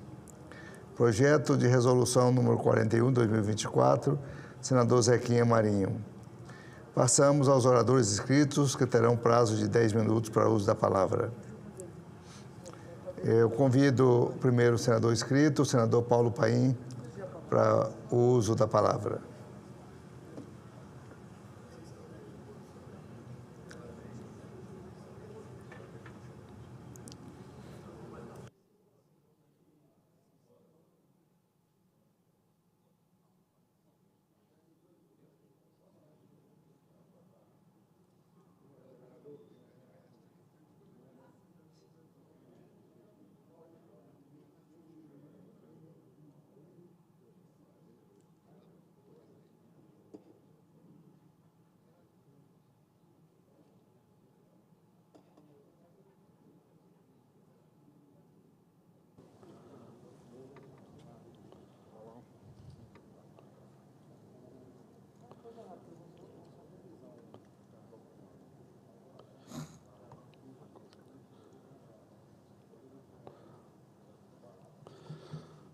Senador presidente, Confúcio Moura, senador Chico Rodrigues, senador Laércio, satisfação falar com a presença dos senhores aqui no plenário. Senhor presidente, veio hoje falar sobre a situação das pessoas com deficiência. Presidente Confúcio Moura, o Estatuto da Pessoa com Deficiência, Lei 13.146, de 2015, originou-se de projeto de minha autoria e teve vários relatores. Senador Flávio Arnes, deputado Celso Russomano, deputada, hoje senadora Maria Gabrilli, e o senador Romário. O Estatuto, também conhecido como Lei Brasileira de Inclusão, tem um de seus principais avanços, a avaliação biopsicossocial. De acordo com esse modelo, a deficiência não é determinada apenas por um diagnóstico. Para que uma pessoa seja considerada com deficiência, é necessário que as alterações do seu corpo, mais uma série de barreiras externas, dificultem suas atividades diárias. Olhar para a deficiência por este ponto de vista é responsabilizar o Estado e a sociedade pela exclusão e pela desigualdade sentida diariamente por essas pessoas. As dificuldades vivenciadas pelas pessoas com deficiência seriam bem menores ou até deixariam de existir se em nossas cidades houvesse acessibilidade.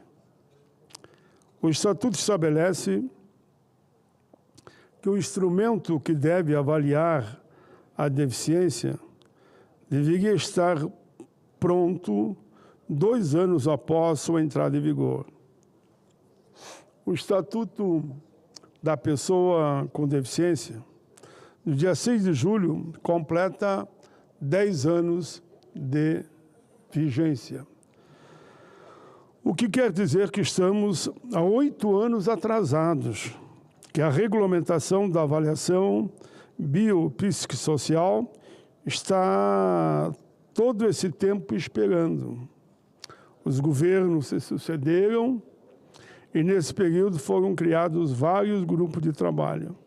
Grupos esses que contaram com a contribuição da Universidade de Brasília, com o empenho de vários especialistas que se debruçaram sobre a temática e desenvolveram o Índice de Funcionalidade Brasileiro, modificado, o IFBRM.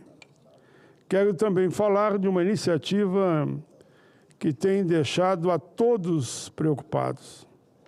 Aqueles que construíram o Estatuto, aqueles que estão trabalhando ainda na regulamentação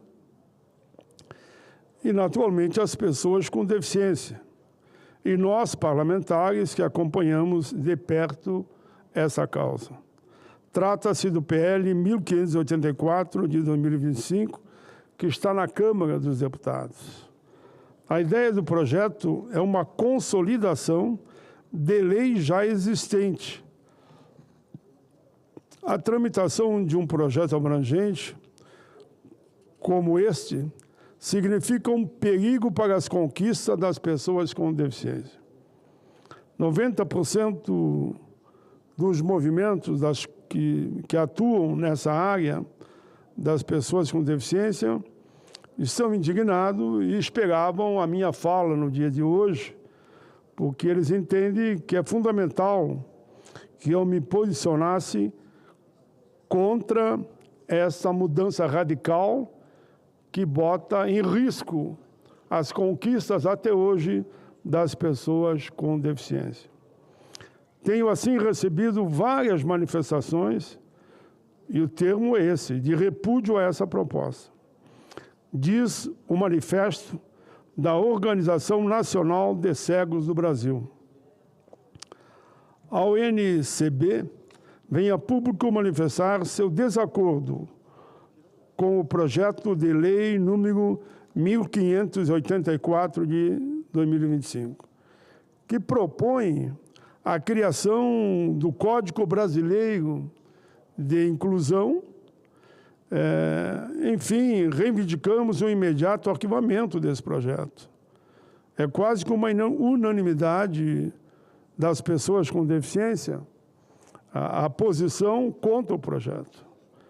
Diz eles: reafirmamos que qualquer proposta que impacte a vida das pessoas com deficiência deve ser amplamente debatida com o segmento, assegurando nossa participação ativa e respeitosa em todos os processos decisórios. Senhor presidente, o Estatuto da Pessoa com Deficiência, Lei Brasileira de Inclusão, já é uma consolidação dos direitos da pessoa com deficiência. Para que fazer outro? Qual o motivo? Eu me lembro que, quando comecei com esse bom combate, ele tramitou por cerca de 15 anos. Surgiu de uma demanda da sociedade e, em todas as etapas da tramitação, contou com a participação efetiva dos movimentos das pessoas com deficiência. Não precisamos de nova consolidação. É algo que possa colocar em risco os direitos conquistados durante esse tempo. Além do mais, a quem interessa uma nova consolidação, se já temos uma pronta, pode ser aperfeiçoada, mas não como propõe revogar e construir uma outra. O movimento social das pessoas com deficiência não foi consultado. Onde está a chamada deles a essa? Nada sobre nós sem nós.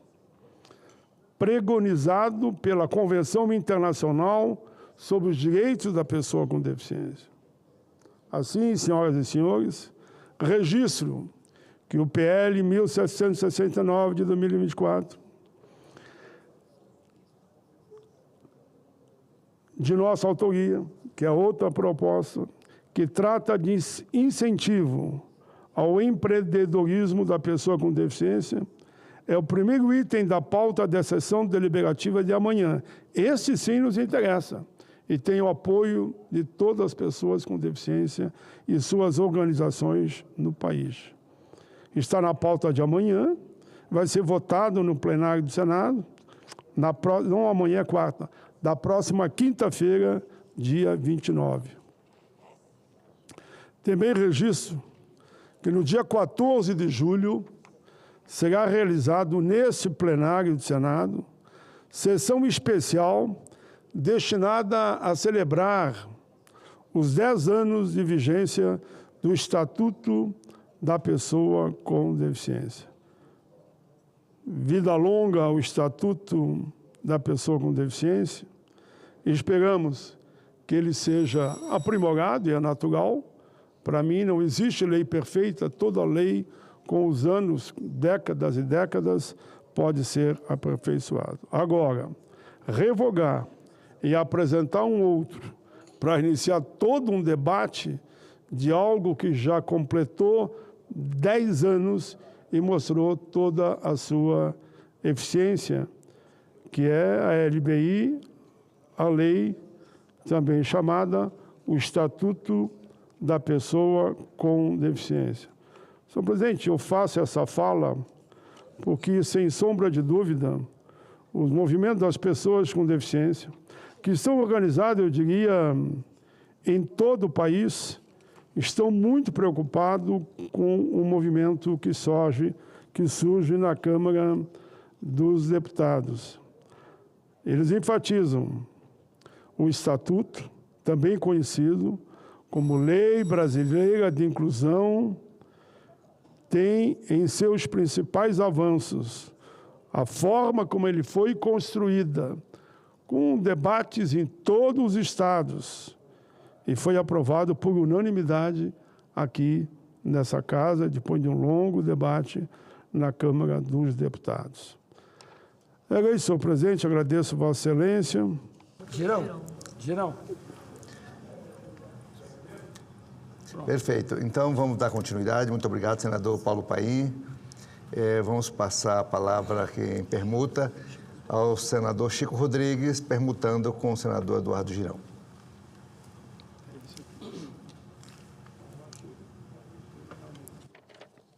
Essa caneta aqui é de vocês. É?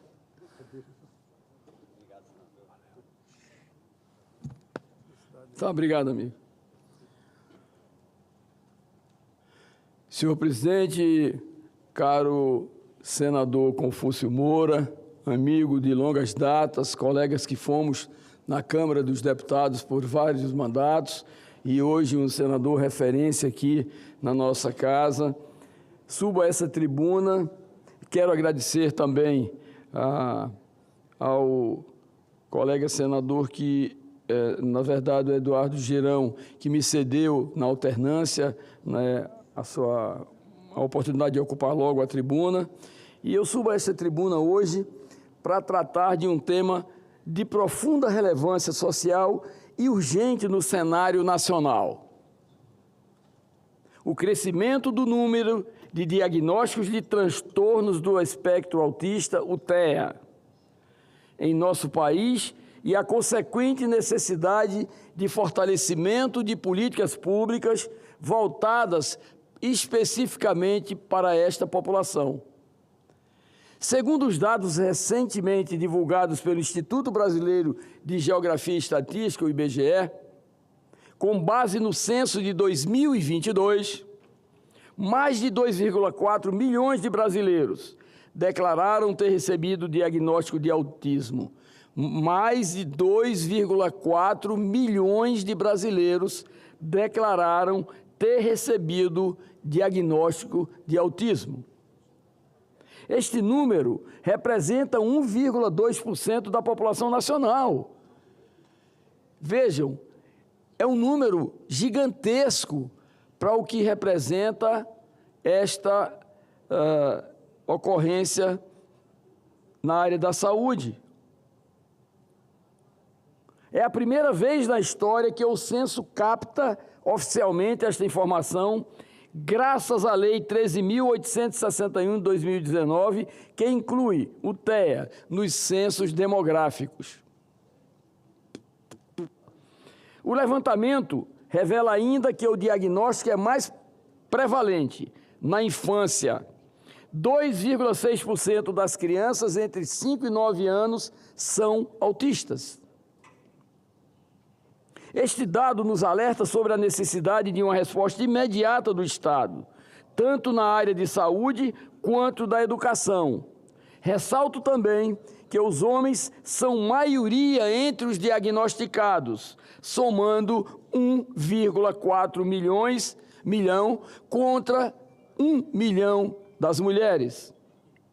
Senhoras e senhores, senadores e senadoras, a luta das famílias de pessoas com TEA não se resume ao diagnóstico. Vai muito além. Envolve acesso à saúde especializada, terapias adequadas, inclusão educacional e amparo financeiro. Por isso, chamo a atenção de Vossas Excelências para 2 projetos de lei que apresentei nesta casa. No projeto de lei 292 de 2024, propus a isenção do imposto de renda para os rendimentos recebidos por pessoas com TEA ou seus representantes legais, até o limite de R$ 8.472 reais por mês.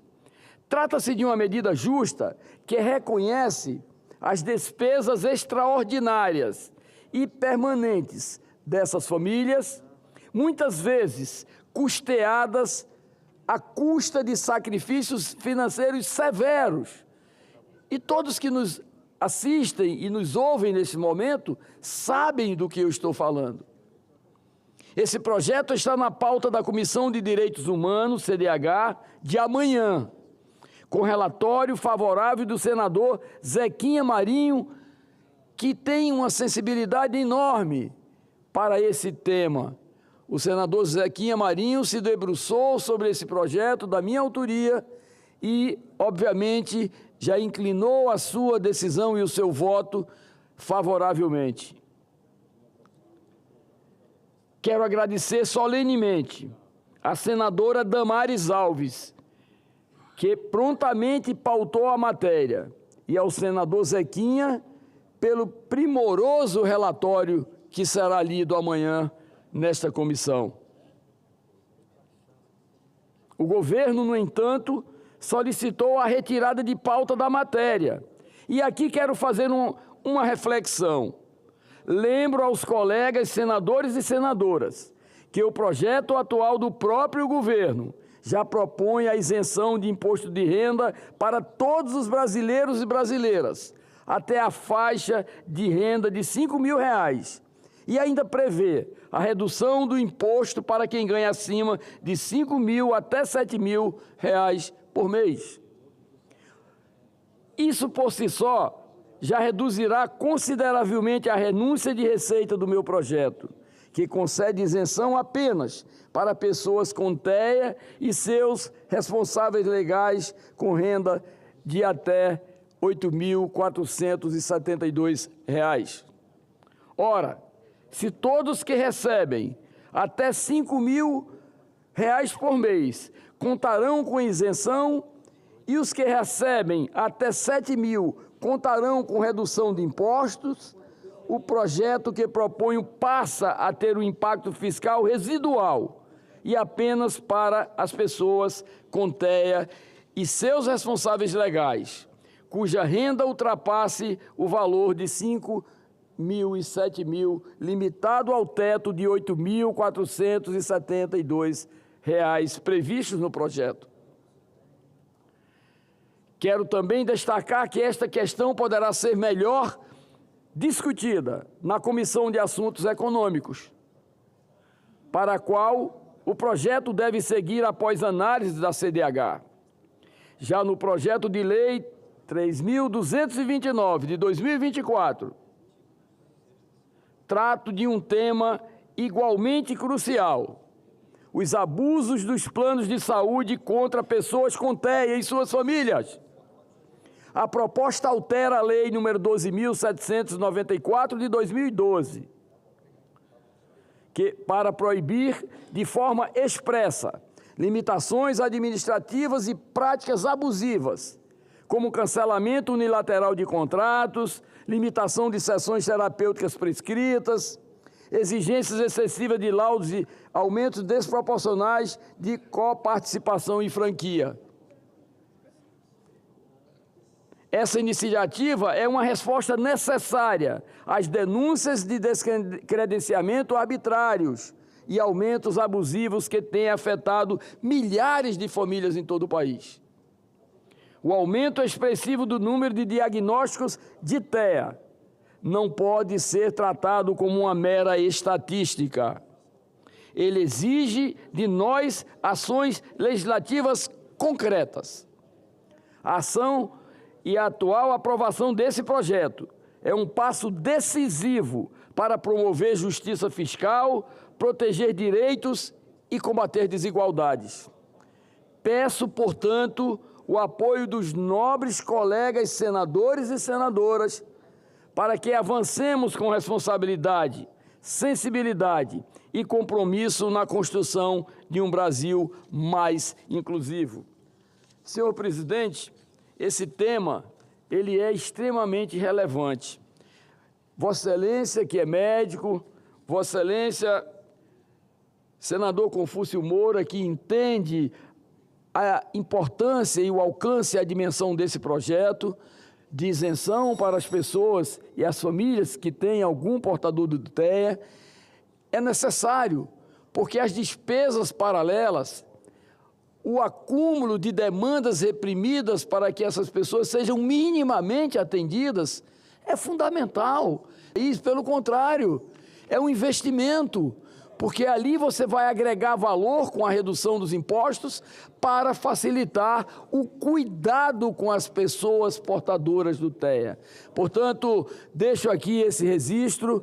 Gostaria de contar com a participação e a votação de todos os senhores senadores e senadoras, porque é um projeto extremamente relevante e importante para o nosso país. Portanto, senhor presidente, agradeço a Vossa Excelência a tolerância do tempo e deixo registrado nesta tarde de terça-feira esse meu pronunciamento para que seja apresentado em todos os veículos de comunicação do Senado. Mas antes, eu não poderia, antes de desocupar a tribuna, deixar aqui de render as minhas homenagens ao nosso querido ex-presidente do Senado, Rodrigo Pacheco, de um coração enorme, um parlamentar de uma qualidade invejável, e dizer a Vossa Excelência que o Brasil, não apenas essa Câmara Alta, mas o Brasil inteiro reconhece o trabalho de Vossa Excelência ao longo dos anos que passou presidindo essa casa e dando orgulho ao Brasil. Um grande abraço e prazer em revê-lo.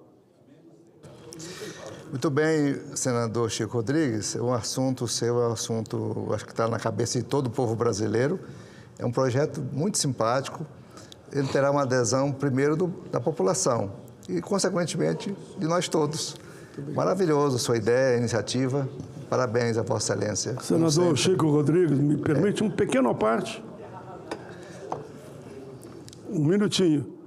Primeiro, me somar a Vossa Excelência na homenagem ao nosso sempre querido presidente Rodrigo Pacheco.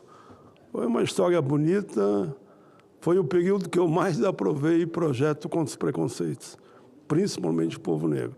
E faço questão de declarar aqui em público que Vossa Excelência faz falta sempre, no plenário, na presidência, ou no Supremo, ou como ministro. Vossa Excelência que escolhe, com certeza, pela sua bonita história de vida. O governador de Minas, né?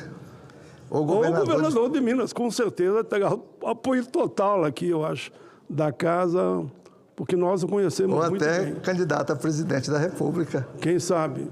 Vossa Excelência faz muito bem ao Brasil.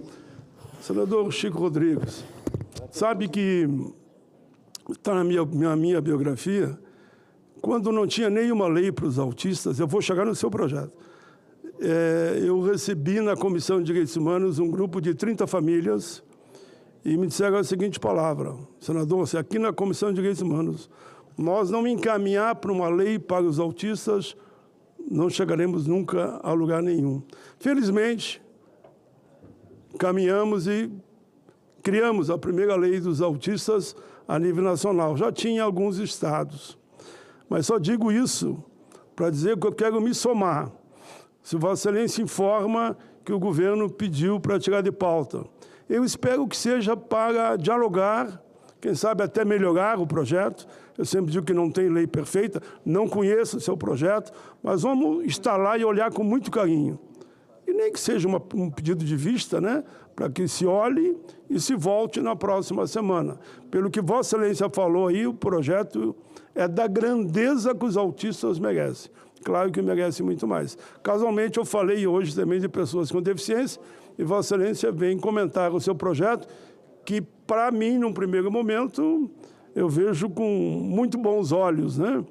E espero eu que a gente chegue no entendimento que o seu projeto seja aprovado. Parabéns, viu? Presidente, rapidamente, só pela ordem, eu sei que o senador Chico Rodrigues está na casa, mas eu não posso deixar de cumprimentar também nosso colega, nosso irmão, senador Rodrigo Pacheco, que eu disse para ele há pouco. É muito importante, senador, por mais que em algum momento tivemos alguma divergência, faz parte da democracia e tudo, mas o senhor sempre foi muito respeitoso, um exemplo de ser humano, no aspecto de ouvir, de ponderar, de buscar a paz, né? Então, eu quero aqui render as homenagens ao senhor, né? Que Deus lhe guie, lhe abençoe, em qualquer que seja a missão. Seja muito bem-vindo aqui à casa. Muito bem, então vamos dar continuidade. Muito obrigado, senador Chico Rodrigues, e parabéns pelo seu pronunciamento. Vamos dar continuidade. Mais uma vez, o senador Girão faz uma permuta com o nosso querido senador Laércio de Oliveira, a quem eu solicito que ocupe a tribuna para o seu pronunciamento. Senhor presidente Confúcio, senador querido, de uma história política brilhante, pelo qual eu nutro um carinho e um respeito muito grande. É sempre bom estar aqui nessa tribuna, tendo Vossa Excelência como presidente do Senado Federal. Eu quero me somar aos meus pares aqui. Eu cheguei nesta casa em 2023, sob a presidência do senador Rodrigo Pacheco. E dele eu recebi, como meus pares aqui citaram, eu recebi atenção, eu recebi gentilezas as mais diversas possíveis, a tal ponto que eu me tornei um fã do senador Rodrigo Pacheco. Todas as qualidades destacadas aqui pelos nossos pares, senador Rodrigo, são verdadeiras e legítimas de um brasileiro de qualidade como é Vossa Excelência. Eu tenho o privilégio de usufruir da sua amizade, do seu convívio, e é bem verdade que dentro dessa casa, dentro desse plenário, faltava o seu brilho, faltava o seu voltar para o seu ninho, porque aqui todo mundo lhe quer muito bem e certamente o senhor engrandece o Senado Federal e este plenário. Portanto, hoje é um dia muito feliz para todos nós que temos o privilégio, depois desse momento de presidência, da transição da presidência, agora você retomar a sua vida e o seu convívio aqui conosco. Seja muito bem-vindo, estou muito feliz em revê-lo aqui no dia de hoje. Senhoras e senhores, eu quero falar de um tema que causou surpresa a todos os brasileiros. Eu subo hoje a essa tribuna com um misto de incredulidade e inconformismo. Sim, por decreto, o governo veio com uma outra pancada nas costas das empresas e dos trabalhadores e elevou, pasme os senhores, o imposto sobre operações financeiras, o IOF. Eu confesso aos senhores que eu fiquei incrédulo. Não pode ser. Como é que pode? O governo sai com uma proposta como essa de aumentar o imposto sobre operações financeiras. Até certo momento é inacreditável, mas, infelizmente, era verdade absoluta. Mais um aumento de imposto. Não é correto dizer que só quem paga IOF é o grande investidor e o empresário rico. O governo, infelizmente, nesse quesito, senhoras e senhores, falta com a verdade. Os empreendedores que antes pagavam 0,88% de IOF passarão a pagar 1,95% para cada empréstimo que fizerem. A conta, infelizmente, vai recair sobre o trabalho dos pequenos e dos microempreendedores, optantes do Simples Nacional. Representa um aumento de 210%. Vou repetir. Esse aumento do IOF representa uma elevação de 210%. Sinceramente, eu não quero acreditar que o governo quer quebrar de vez e jogar na fila de desemprego 23,4 milhões de contribuintes do Simples Nacional. Destes, 16 milhões são microempreendedores individuais. São famílias que decidiram abrir seu próprio negócio. São pais, mães e filhos que juntos, com muito suor, põe de pé aquele sonho de uma pequena mercearia, de uma padaria, de um salão de beleza, de um escritório. Não se manipula o imposto de caráter regulatório, usado apenas em casos de desequilíbrio do mercado para fazer um ajuste fiscal. Isso, lamentavelmente, é inconcebível. Eu sou relator do aumento do teto do Simples para empresas que fazem parte desse programa que é o Simples Nacional. Esse projeto encontra-se na Comissão de Assuntos Econômicos e nos próximos dias estarei conversando com o presidente da comissão, senador Renan Calheiros, pedindo a ele para que a gente paute esse projeto, porque a rotina da Comissão de Assuntos Econômicos hoje é enfrentar no voto todos os projetos que lá estão. E esse projeto tão importante para o Brasil será levado àquela comissão para que a gente consiga fazer a votação. Isso sim é que é uma medida positiva, elevar o teto das empresas que fazem parte do Simples Nacional por um dever de justiça, reconhecendo a importância desses empregadores, micro, pequenos e médios empregadores que um dia acreditaram no Brasil e resolveram abrir o seu próprio negócio, conforme eu já falei aqui. Esse aumento do IOF torna impraticável a tomada de crédito por esses milhares de contribuintes. Em meu dever de legislador, vou apoiar todas as ações de senadoras e senadores para assustar imediatamente os efeitos dessa infeliz medida baixada pelo governo. A parcela que me cabe como senador da República, eu farei. Eu estarei ao lado dos que geram emprego, movimentam o comércio local e fazem a economia girar com dignidade e com coragem. O Brasil que trabalha, que é o país que eu acredito, merece respeito e não mais esse castigo fiscal. Obrigado, senhor presidente. Muito bem, senador Laércio. Vamos em frente. Eu vou passar aqui, com a permissão do senador Girão, para o senador Rodrigo Pacheco. Pode? Então, tá bem, senador Girão, com a palavra. Gentileza. Muito obrigado, presidente. Antes de mais nada, eu queria aproveitar, pela ordem aqui, rapidamente, fazer aqui um convite aos colegas senadoras, colegas senadores, porque eu quero registrar e celebrar um importante evento que estará acontecendo hoje, a partir das 18h30, na Biblioteca do Senado Federal.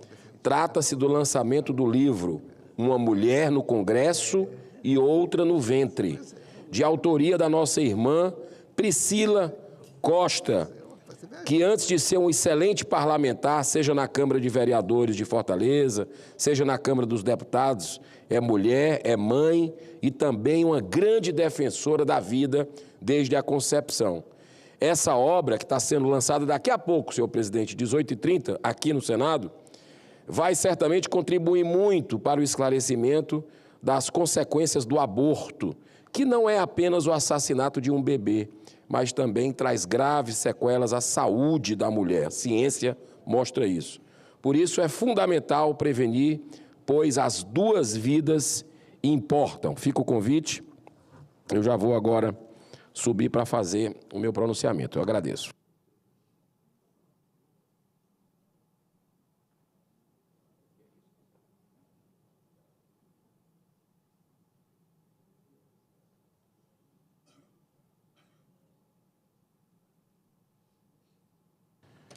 Muito obrigado, senhor presidente. Quero cumprimentar senhoras senadoras, senhores senadores, funcionários dessa casa, assessores, brasileiras e brasileiros que nos acompanham pelo trabalho da equipe da TV Senado, Rádio Senado e Agência Senado. Olha, senhor presidente, em recente matéria publicada pelo jornal Diário do Nordeste, lá do meu estado, do Ceará, foi realizado um grave alerta sobre o tratamento, abro aspas aqui, sobre o travamento de leitos hospitalares no Ceará, em decorrência do aumento do número de pacientes com doenças mentais. Ou seja, o que estava ruim agora está piorando a cada dia. Essa é uma crise anunciada que começou há mais de 20 anos, com o movimento denominado Luta Antimanicomial, apoiada totalmente pelo PT, e que defendia a extinção dos hospitais psiquiátricos, incluindo os de custódia, onde pessoas com graves transtornos mentais e, por isso, inimputáveis, seriam reabilitados em meio aberto, mesmo depois de terem cometidos crimes. Em 2023, o CNJ, Conselho Nacional de Justiça, aprovou a Resolução 487, instituindo a política antimanicomial brasileira, Com isso, cerca de 5.800 criminosos sentenciados e cumprindo pena em hospitais psiquiátricos de custódia estão sendo soltos, representando um grande perigo à sociedade. Imediatamente nós aprovamos a realização de uma audiência pública no Senado para ouvir especialistas, todos contrários à decisão do CNJ. Além do Conselho Federal de Medicina, foram ouvidos a Associação Brasileira de Psiquiatria, que reúne aí mais de 10 mil médicos, a Associação Médica Brasileira e a Federação dos Médicos. A principal crítica de todos os especialistas foi para a falta de estrutura do SUS, principalmente em relação à quantidade de CAPs, Centro de Atenção Psicossocial, que são apenas 3.019 em todo o território nacional. Em Fortaleza, capital do estado, com a população superior a 2,5 milhões, 2,5 milhões de habitantes, existem apenas, acredite se quiser, 16 unidades. Durante a última campanha que elegeu Evandro Leitão, do PT, o próprio candidato reconheceu o tamanho do problema, dizendo que seria necessário aumentar para o número mínimo de 65 CAPs. Além da falta da estrutura física, há uma enorme carência de profissionais, pois um bom CAPs depende de equipes multidisciplinares formadas por psiquiatras, psicólogos e assistentes sociais. Há muita reclamação de pacientes que estão aguardando meses para conseguir uma única consulta. O agravamento da crise foi, inclusive, reconhecida publicamente pela Secretaria Municipal de Saúde. Essa grave crise, senhoras e senhores, é uma das faces da prática política do PT e seus aliados. Antes desse governo Lula, as maiores demandas da sociedade eram relativas à economia, com oportunidades de emprego e melhorias salariais. Agora, além da crise na economia que estamos vivenciando e na saúde pública, está aqui um caso, a maior demanda é por segurança pública, que está um absoluto caos no país, principalmente nos estados do Nordeste, como o Ceará, a Bahia, governada há muito tempo pelo PT. A leniência com o crime organizado ficou mais uma vez escancarada com a recente negação feita pelo governo Lula a um pedido oficial dos Estados Unidos para que o PCC e o Comando Vermelho fossem reconhecidos como organizações transnacionais não apenas criminosas, mas também terroristas. Foi também o PT um dos grandes defensores da manutenção, da saidinha dos presos criminosos. Foi preciso que o Congresso derrubasse, e eu votei com meu voto, o crime, exatamente essa questão do veto de Lula em relação à saidinha dos presos. Pior que isso é a defesa da legalização da maconha. Inclusive, acabou de chegar, adivinha pelas mãos de quem? Pelas mãos do governo Lula, um projeto de maconha medicinal, que todo mundo já entendeu, né? Inclusive em debates internacionais, países estão voltando atrás, porque já viram que não existe maconha medicinal, aquilo é uma farsa. Se tem crianças e adolescentes, e tem, que precisam de um tratamento para epilepsia refratária, já existe uma das 500 moléculas da maconha, da cannabis, que é trabalhada em laboratório e que gera o CBD. Então, por que manda um projeto desse para cá agora? Isso é literalmente aí uma cortina de fumaça, uma fumaça da maconha, para encobrir a tragédia que é esse governo do PT, o que está fazendo em todos os setores. Então, senhor presidente, como não foi possível avançar no Congresso Nacional, foi feita pelo STF essa questão do porte de drogas, e eu cumprimento, não é por acaso que está aqui o presidente Rodrigo Pacheco, não existe nada por acaso, e eu faço aqui um elogio ao Senado, que fez o seu papel com a PEC, primeiro assinado pelo senhor, uma PEC originária do senhor, e eu fui um dos primeiros também a assinar depois, e o Senado cumpriu o seu dever de o que já tinha sido entendido há 20 anos, com votações do governo Lula e governo Bolsonaro, a tolerância zero em relação às drogas. Essa PEC está parada na Câmara dos Deputados e chegou a hora de votar. Já deu. Não vamos ficar eternamente com uma PEC do fim do foro privilegiado. Também outra conquista aqui, durante a presidência do senador Rodrigo Pacheco, a PEC do fim das decisões monocráticas. Nós temos que deliberar isso. De uma certa forma, a sociedade precisa cobrar por isso. Então, senhor presidente, para ampliar ainda mais o quadro de devastação, nós temos o resultado trágico das apostas esportivas, que explodem no país. Eu não sei se o senhor viu, presidente, ex-presidente, eterno presidente dessa casa, acho que foi em Minas, teve um caso em Minas e outro em São Paulo, de suicídio coletivo. Algo inimaginável está acontecendo no Brasil, muito por causa de aposta esportiva. O desespero. Essa casa fez até o papel. Eu votei contra, mas nós tentamos fazer uma contenção naquelas emendas. Infelizmente, a Câmara tirou a legislação que o Senado colocou de travamento, senador Plínio, dessas apostas esportivas que estão aí acontecendo o estrago e sendo protagonistas de escândalo por cima de escândalo, porque é muito dinheiro, são cerca de 20 a 30 bilhões por mês que é movimentado nisso, e estão usando até Bolsa Família.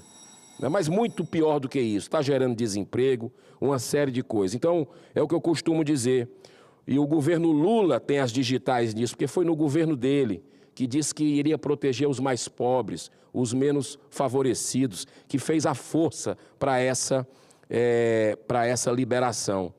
São impostos à custa de sangue, à custa de destruição de famílias e do suicídio de muitos viciados. E como se não bastasse tudo isso, senhor presidente, eclodiu o maior escândalo de corrupção que eu acredito que nós vamos ter que mergulhar, que mensalão, petrolão, vai ser fichinha, que é o dessa fraude perversa dos aposentados e pensionistas, que pode passar de 100 bilhões, B de bola e de índio, 100 bilhões de reais, e que deverão ser devidamente investigados por uma CPI. Eu encerro com o sábio pensamento nos deixado há 2.500 anos, sabe por quem? Em sua homenagem. Confúcio. Eu estava na dúvida entre dois discursos ali, importantes sobre o meu estado. E aí, quando eu vi que o final era Confúcio, e Confúcio estava na presidência aqui, eu optei por esse. Amanhã eu faço outro. E Confúcio dizia o seguinte: a lei da vida correta não fica imediatamente clara nem à pessoa comum e nem ao sábio. A lei da vida correta só fica clara quando se tenta segui-la. Muito obrigado. Deus nos abençoe hoje e sempre. Obrigado. Pronto, e aí, mestre Pacheco? Muito bem, então, com a palavra para uma comunicação inadiável, o senador Rodrigo Pacheco. Pode colocar.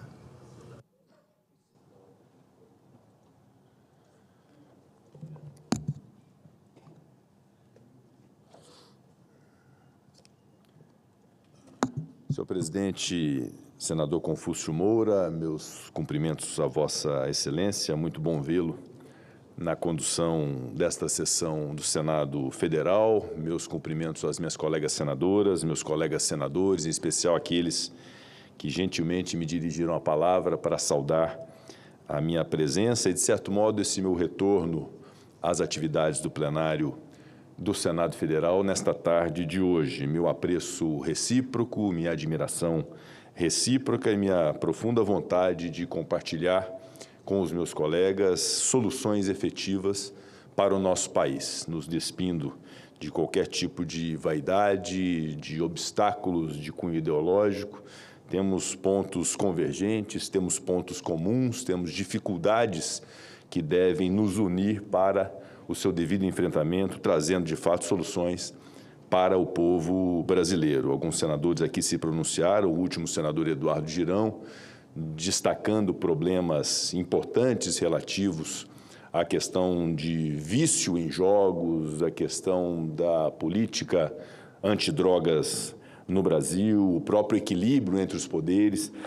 E há inúmeros temas que mereceriam ser tratados nesse meu pronunciamento da tribuna na data de hoje, inclusive alguns projetos dos quais fui autor, estando como presidente do Senado Federal, e que mereceriam devido destaque. Cito o projeto da inteligência artificial, da regulação da inteligência artificial, que foi aprovado no Senado e agora tramita na Câmara dos Deputados, e temos buscado acompanhar essa tramitação no âmbito da nossa Casa Irmã.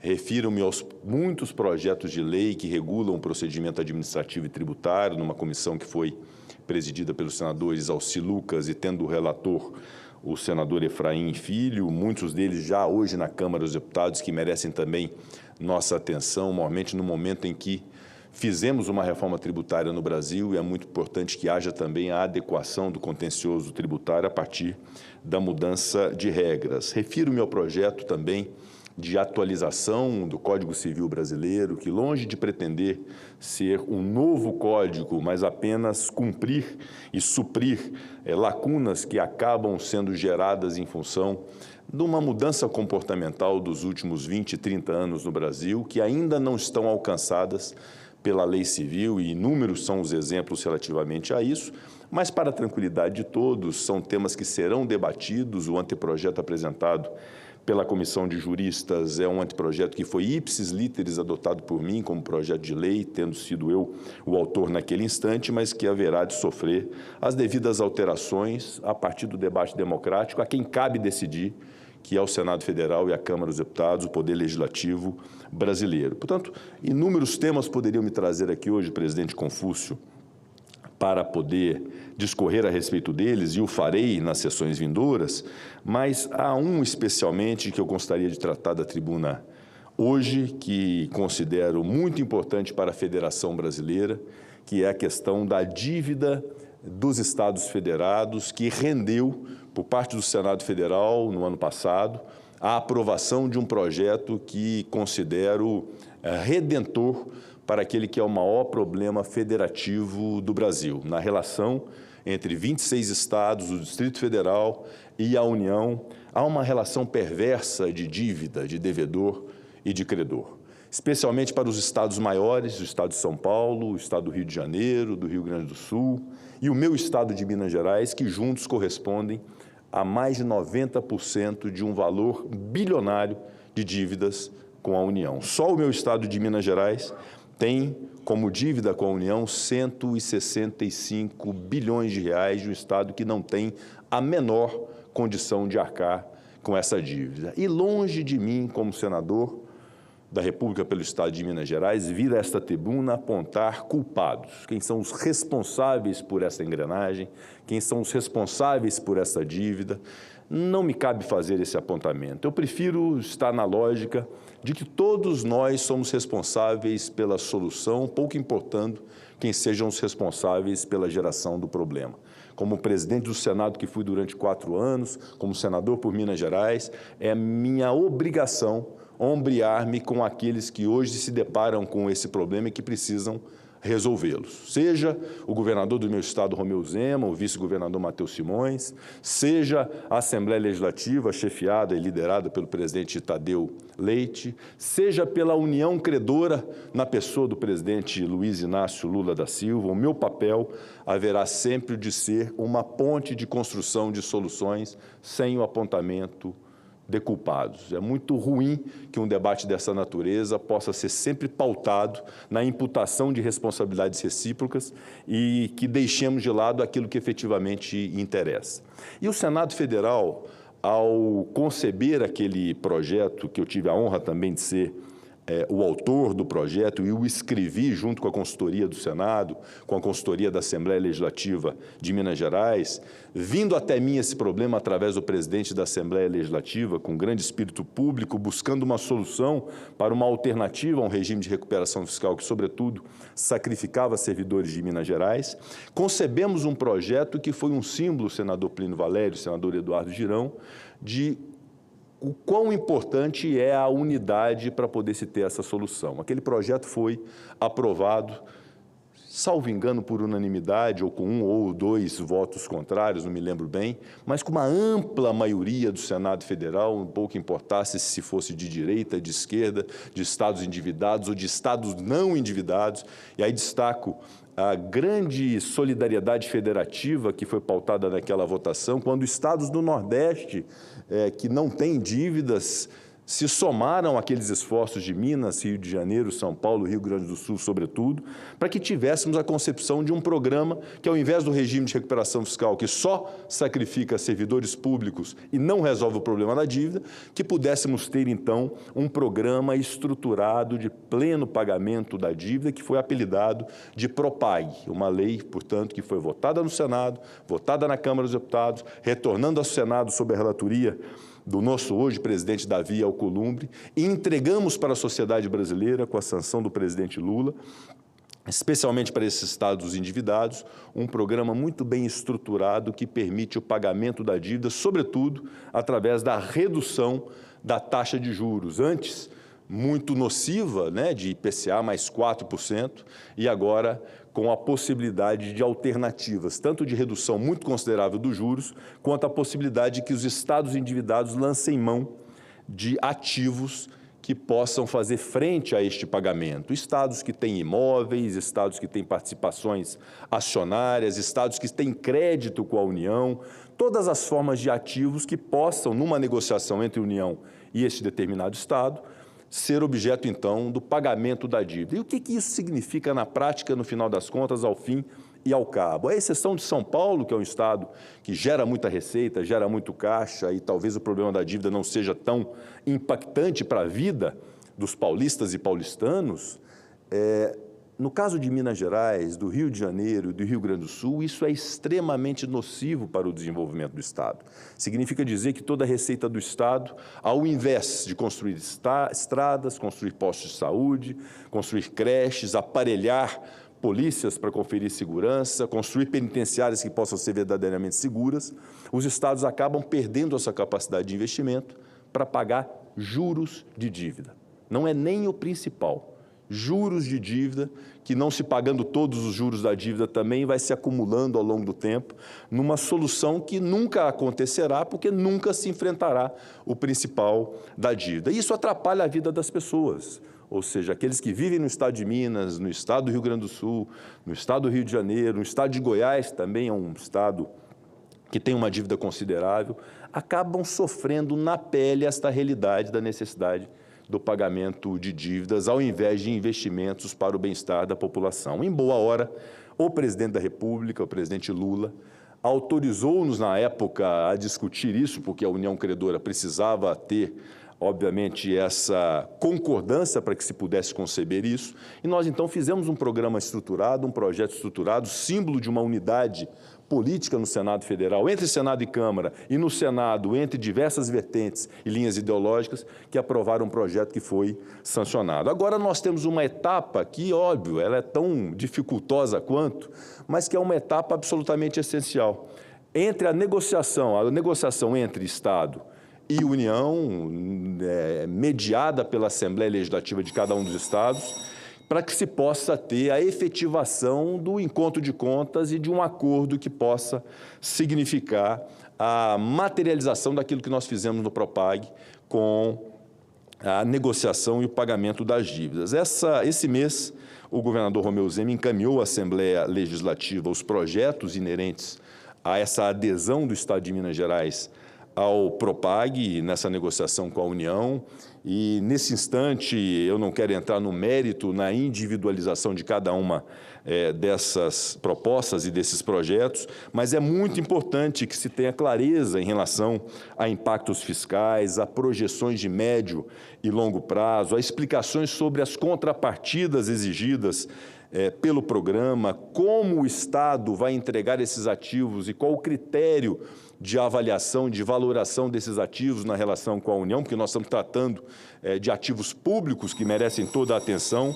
Mas o que eu quero invocar aqui ao final desse meu pronunciamento é que, assim como nós estabelecemos na política um diálogo que pôde ser capaz de construir um consenso com o espírito republicano de compreendermos que estávamos diante de um maior problema federativo do nosso país e entregamos uma lei federal que disciplina o programa de pleno pagamento da dívida dos estados, eu invoco o espírito público, o senso de responsabilidade dos sujeitos desse processo que haverão de estar agora dialogando, do governador do estado, Romeu Zema, do vice-governador Matheus Simões, de todos os deputados e deputadas estaduais do meu estado, da nossa bancada federal, que hoje, exatamente hoje, realiza uma reunião a respeito desse tema, liderada e idealizada pelo deputado federal Rogério Correia, e que possamos deixar de lado as controvérsias, os aspectos de cunho eleitoral do próximo ano,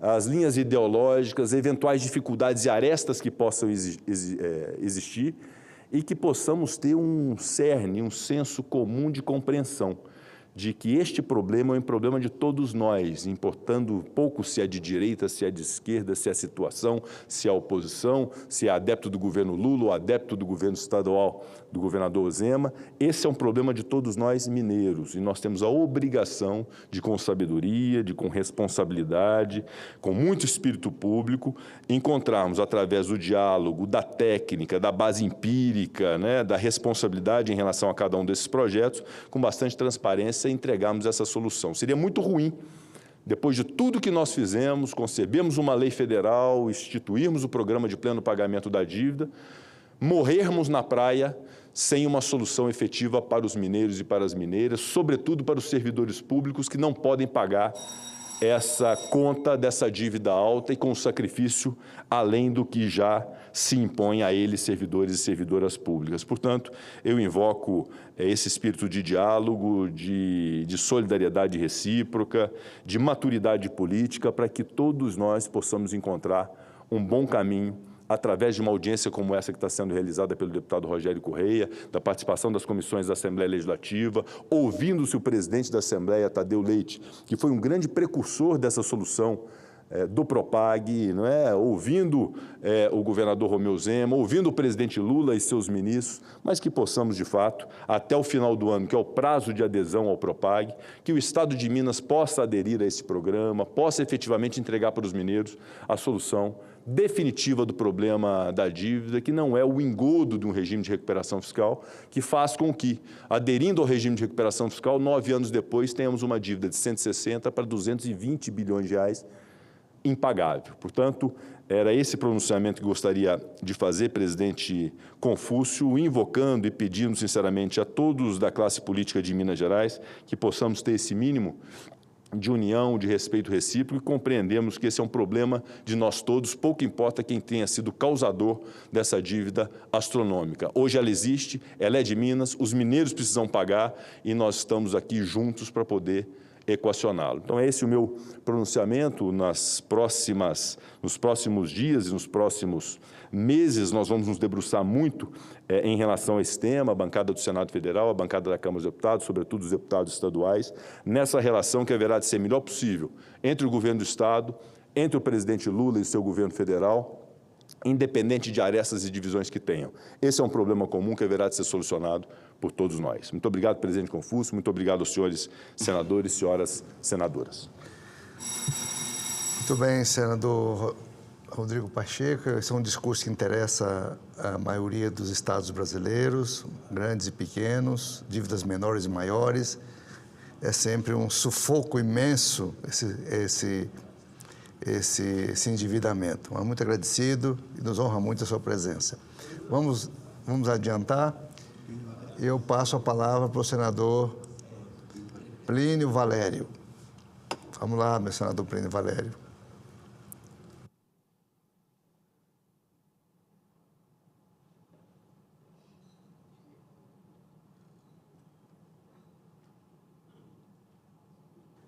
Presidente Confúcio, senadoras, senadores, presidente Rodrigo Pacheco, seja bem-vindo. Eu fui, por 4 anos, Girão, ouvidor geral do Senado, exatamente os 2 mandatos do Rodrigo. Seja bem-vindo, irmão. Conte com a nossa bancada do Amazonas também para ajudar Minas. Hoje eu perdi uma oportunidade e vou pedir a paciência dos senhores e das senhoras que eu vou falar disso aqui. A ministra Marina Silva esteve na Comissão de Infraestrutura e quando chegou a minha hora de falar, houve algum problema, ela se retirou e eu não pude questioná-la do que eu iria falar, porque na CPI das ONGs, Rodrigo, a ministra falou textualmente: eu não vou permitir que se construa uma estrada para passear de carro, sobre a 319, que não era para passear, só para passear, que isso era um direito, que não é viável economicamente. Hoje eu ia passar uns dados sobre Zona Franca e ia perguntar dela se ela mantinha essa afirmação ou mudava de opinião, quem sabe. Mas, infelizmente, quando chegou a minha vez, ela já estava muito nervosa e acabou se retirando. Ano passado, Girão, Rodrigo, a Suframa controlou a entrada de 127 bilhões 569 milhões de reais em mercadorias incentivadas, que é o papel da Zona Franca. Deste montante, 86 milhões, arredondando um pouquinho, bilhões, estou falando de bilhões, são de mercadorias importadas principalmente da Ásia. Vem navio cargueiros, não tem nada a ver com estrada. Mais 42 bilhões, 41 bilhões 902 milhões de reais são de mercadorias nacionais, ou seja, compradas no Brasil. Estamos falando de 42 bilhões. Que muito bem poderiam utilizar esse modal rodoviário acessando a 319, mas não é possível isso. Nós não temos isso, não trafega. Então, eu queria mostrar esses dados para mostrar para a ministra que não é só para passear, que é um direito nosso, meu, teu, dela, direito de passear, de ir e vir. Nós somos brasileiros, os preceitos fundamentais da Constituição asseguram direitos iguais. Estrada, educação, saúde, não estão sendo respeitados nisso. Infelizmente, não pude mostrar. Então, eu queria falar para vocês, brasileiros, que a nossa rodovia, por isso que a gente aqui bate todos os dias, é uma importante alternativa logística para a Zona Franca também. Mas nós estamos falando do que chega no Amazonas, medicamento, alimentação, outras mercadorias, do que sai do Amazonas. E ao longo da estrada, no que pesa não ter asfalto no meião, tem moradores que precisam de saúde, precisam de escola, de posto médico, precisam trafegar. Por isso que a gente bate nessa tecla. Daí eu pedi sempre paciência de quem está ouvindo em casa e lamentar que eu não pudesse hoje mostrar esses dados para a ministra Marina da Silva. Lamentar que ela tenha saído, não sei qual vai ser o comentário amanhã. Da outra vez me lacraram como machista e eu não ofendi, não teve nada, porque é um direito da gente. É um dever respeitar as mulheres e um direito de não concordar com a função. Quantos milhares de pessoas em Manaus acham que eu sou um péssimo senador? Milhares, caçamba. Então, não tem problema nenhum quanto a isso. E eu achar que uma ministra não merece o meu respeito, não tem nada de mais nisso. É a função que não merece. Infelizmente, outro problema teve e essa reunião não aconteceu. Nós precisamos, sim, dessa estrada. Na Covid morreram mais, acho que mais de 100 mil pessoas, está exagerando, mas foram milhares. A gente via as pessoas morrendo por falta de oxigênio e via os vídeos e as fotos de caminhões transportando oxigênio atolados na B319. Agora, está na cheia, ela funciona, atolando. Vai vir a seca.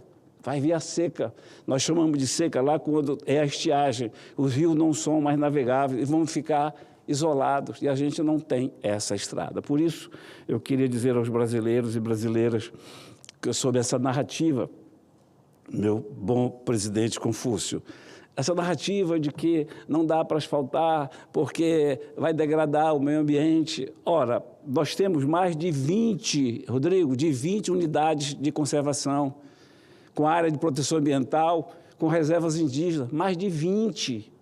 Ou seja, já está blindado. Já está blindado quando a gente fala do entorno, porque no trajeto, eu continuo dizendo, se derrubar uma só árvore, eu deixo de ser senador porque eu estaria aqui mentindo, e é o que eu não faço. A gente precisa, brasileiro, a gente precisa, imagine só, isso foi dito pelo ministro Renan Filho, que eu estou usando, ministro, me permita, eu vou usurpar essa fala. Manaus é a única capital no planeta com mais de 2 milhões de habitantes que não é ligado por asfalto a outra cidade, a outra capital. No planeta, dito pelo ministro Renan Filho, que eu usurpei essa frase e vou citar esse dado também. Imagine só, 2 milhões e 200 mil pessoas, só de Manaus, isolados. Eu não posso chegar até vocês pela estrada. Tem que ser ar ou água, e que torna muito caro. Portanto, estou aqui mais, presidente Confúcio, lamentando a falta de oportunidade, registrando, Girão, nos anais de que a gente busca, a gente quer paz, a gente quer os mesmos direitos que os brasileiros têm, que são assegurados na Constituição. Por que se permite, e nada contra o Pará, pelo amor de Deus, irmãos e irmãs paraenses, moram mais de 300 mil em Manaus, por que lá pode destruir uma floresta de 13 quilômetros, derrubar, para fazer pista para que os donos de jatos possam, na COP30, trafegar da sede para os seus hotéis? 13 quilômetros de floresta virgem, ninguém diz nada. Porque só a gente, porque só nós amazonenses, e a gente, uma das funções é essa aqui, é protestar. Então, amanhã, eu não sei o que vocês vão ler e ouvir na televisão, da outra vez foram verdadeiros absurdos, dessa eu não sei o que direi. Eu só separei a mulher da ministra. Mulheres respeitadas sempre, sempre. É um dever nosso respeitar as mulheres. E quem está falando aqui é quem é avô de 6 netas. Agora, ministro, governador, senador, eu posso respeitar ou não. E a ministra do Meio Ambiente eu não tenho como respeitar, porque ela desrespeita a gente o tempo inteiro, não nos permitindo que nós nos tornemos brasileiros de fato e de direito com o asfaltamento da BR-319. Obrigado, presidente. Bem, eu não sei o que é que... Hein? Como é que é? Sim, senador Cleitinho, Vossa Excelência deseja fazer uso da palavra? Pois não, pode usar, que depois ele te encerra e vão aguardar a ordem do dia.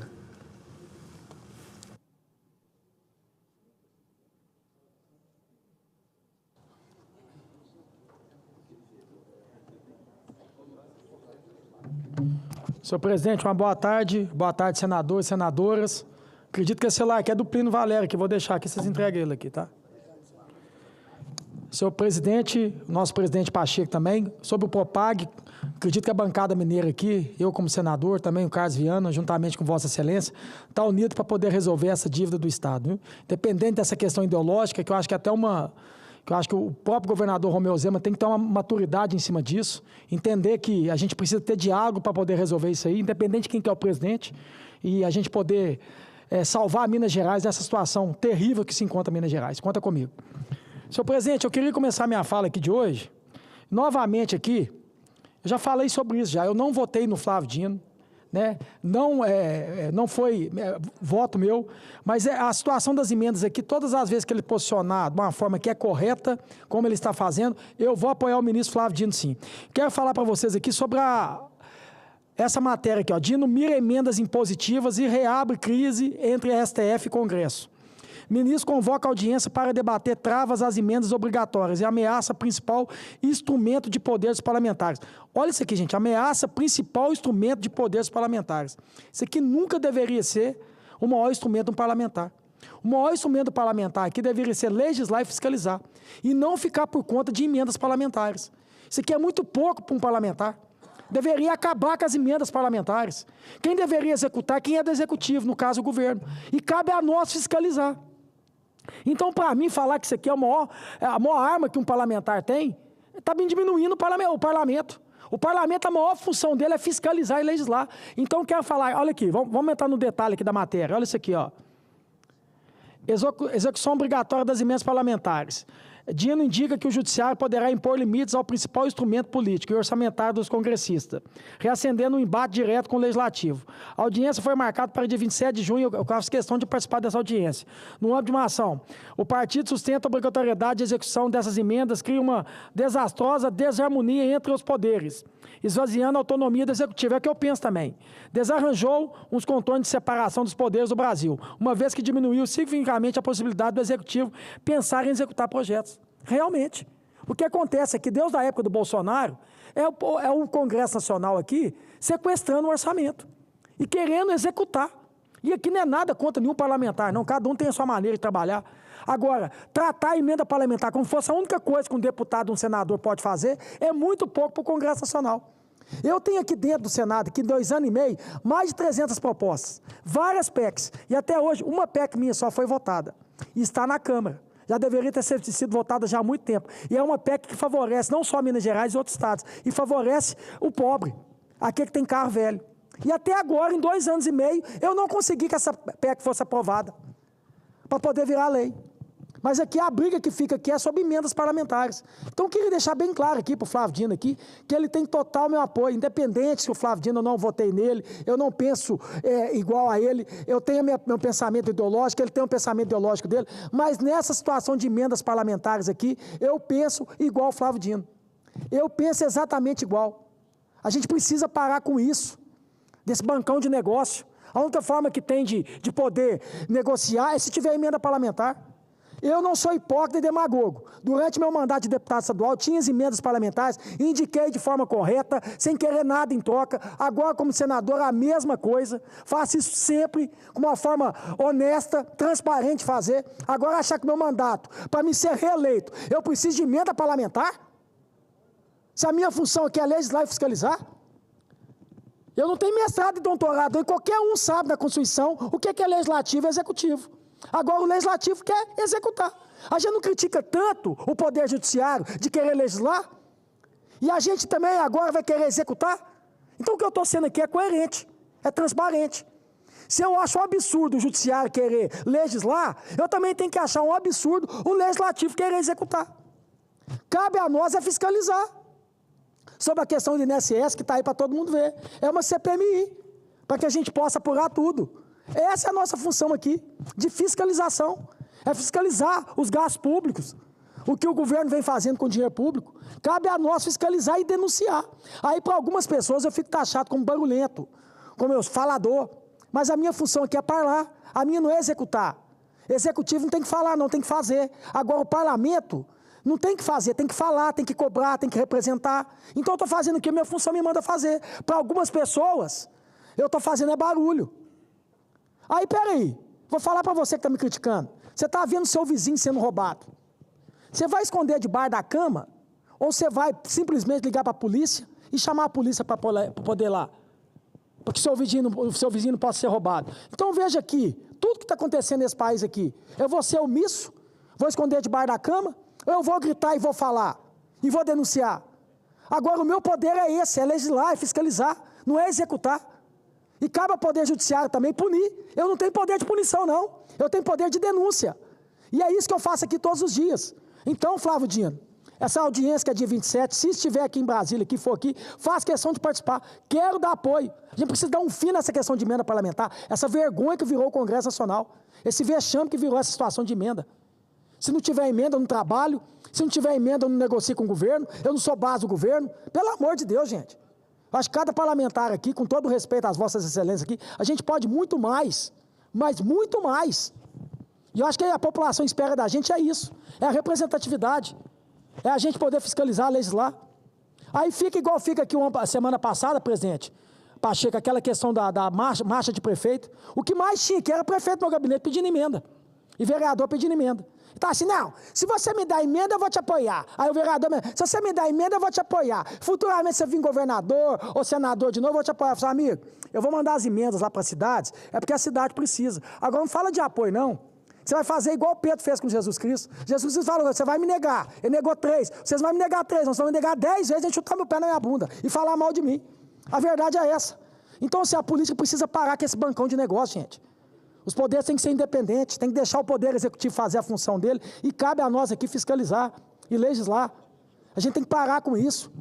Agora, eu falo para vocês aqui, já falei isso aqui, se Deus resolver descer aqui, abrir o livro do Congresso Nacional, antes da Constituição e depois da Constituição, e que fique claro que eu não estou aqui generalizando, não, tem vários senadores e deputados sérios dentro do parlamento. Mas se Deus descer aqui, abrir o livro e mostrar o que faz com essas emendas parlamentares, meu Deus, eu não. Pode abrir meu livro, minha capivara, faz questão de mostrar tudo que eu fiz como deputado estadual e agora como senador. Fiz tudo correto, eu nunca fiz dificuldade para vender facilidade. Eu nunca pedi 5%, 1%, 2%, 3%, nunca pedi nada. E não estou aqui acusando ninguém. Eu só estou falando uma realidade que a própria imprensa toda mostra todos os dias. E se não tivesse isso, o Flávio Dino não tinha mandado parar com isso. A verdade é o ministro do STF. Senador Cleitinho, você me permite uma parte? Fica à vontade. Não, eu queria lhe cumprimentar pelo seu discurso.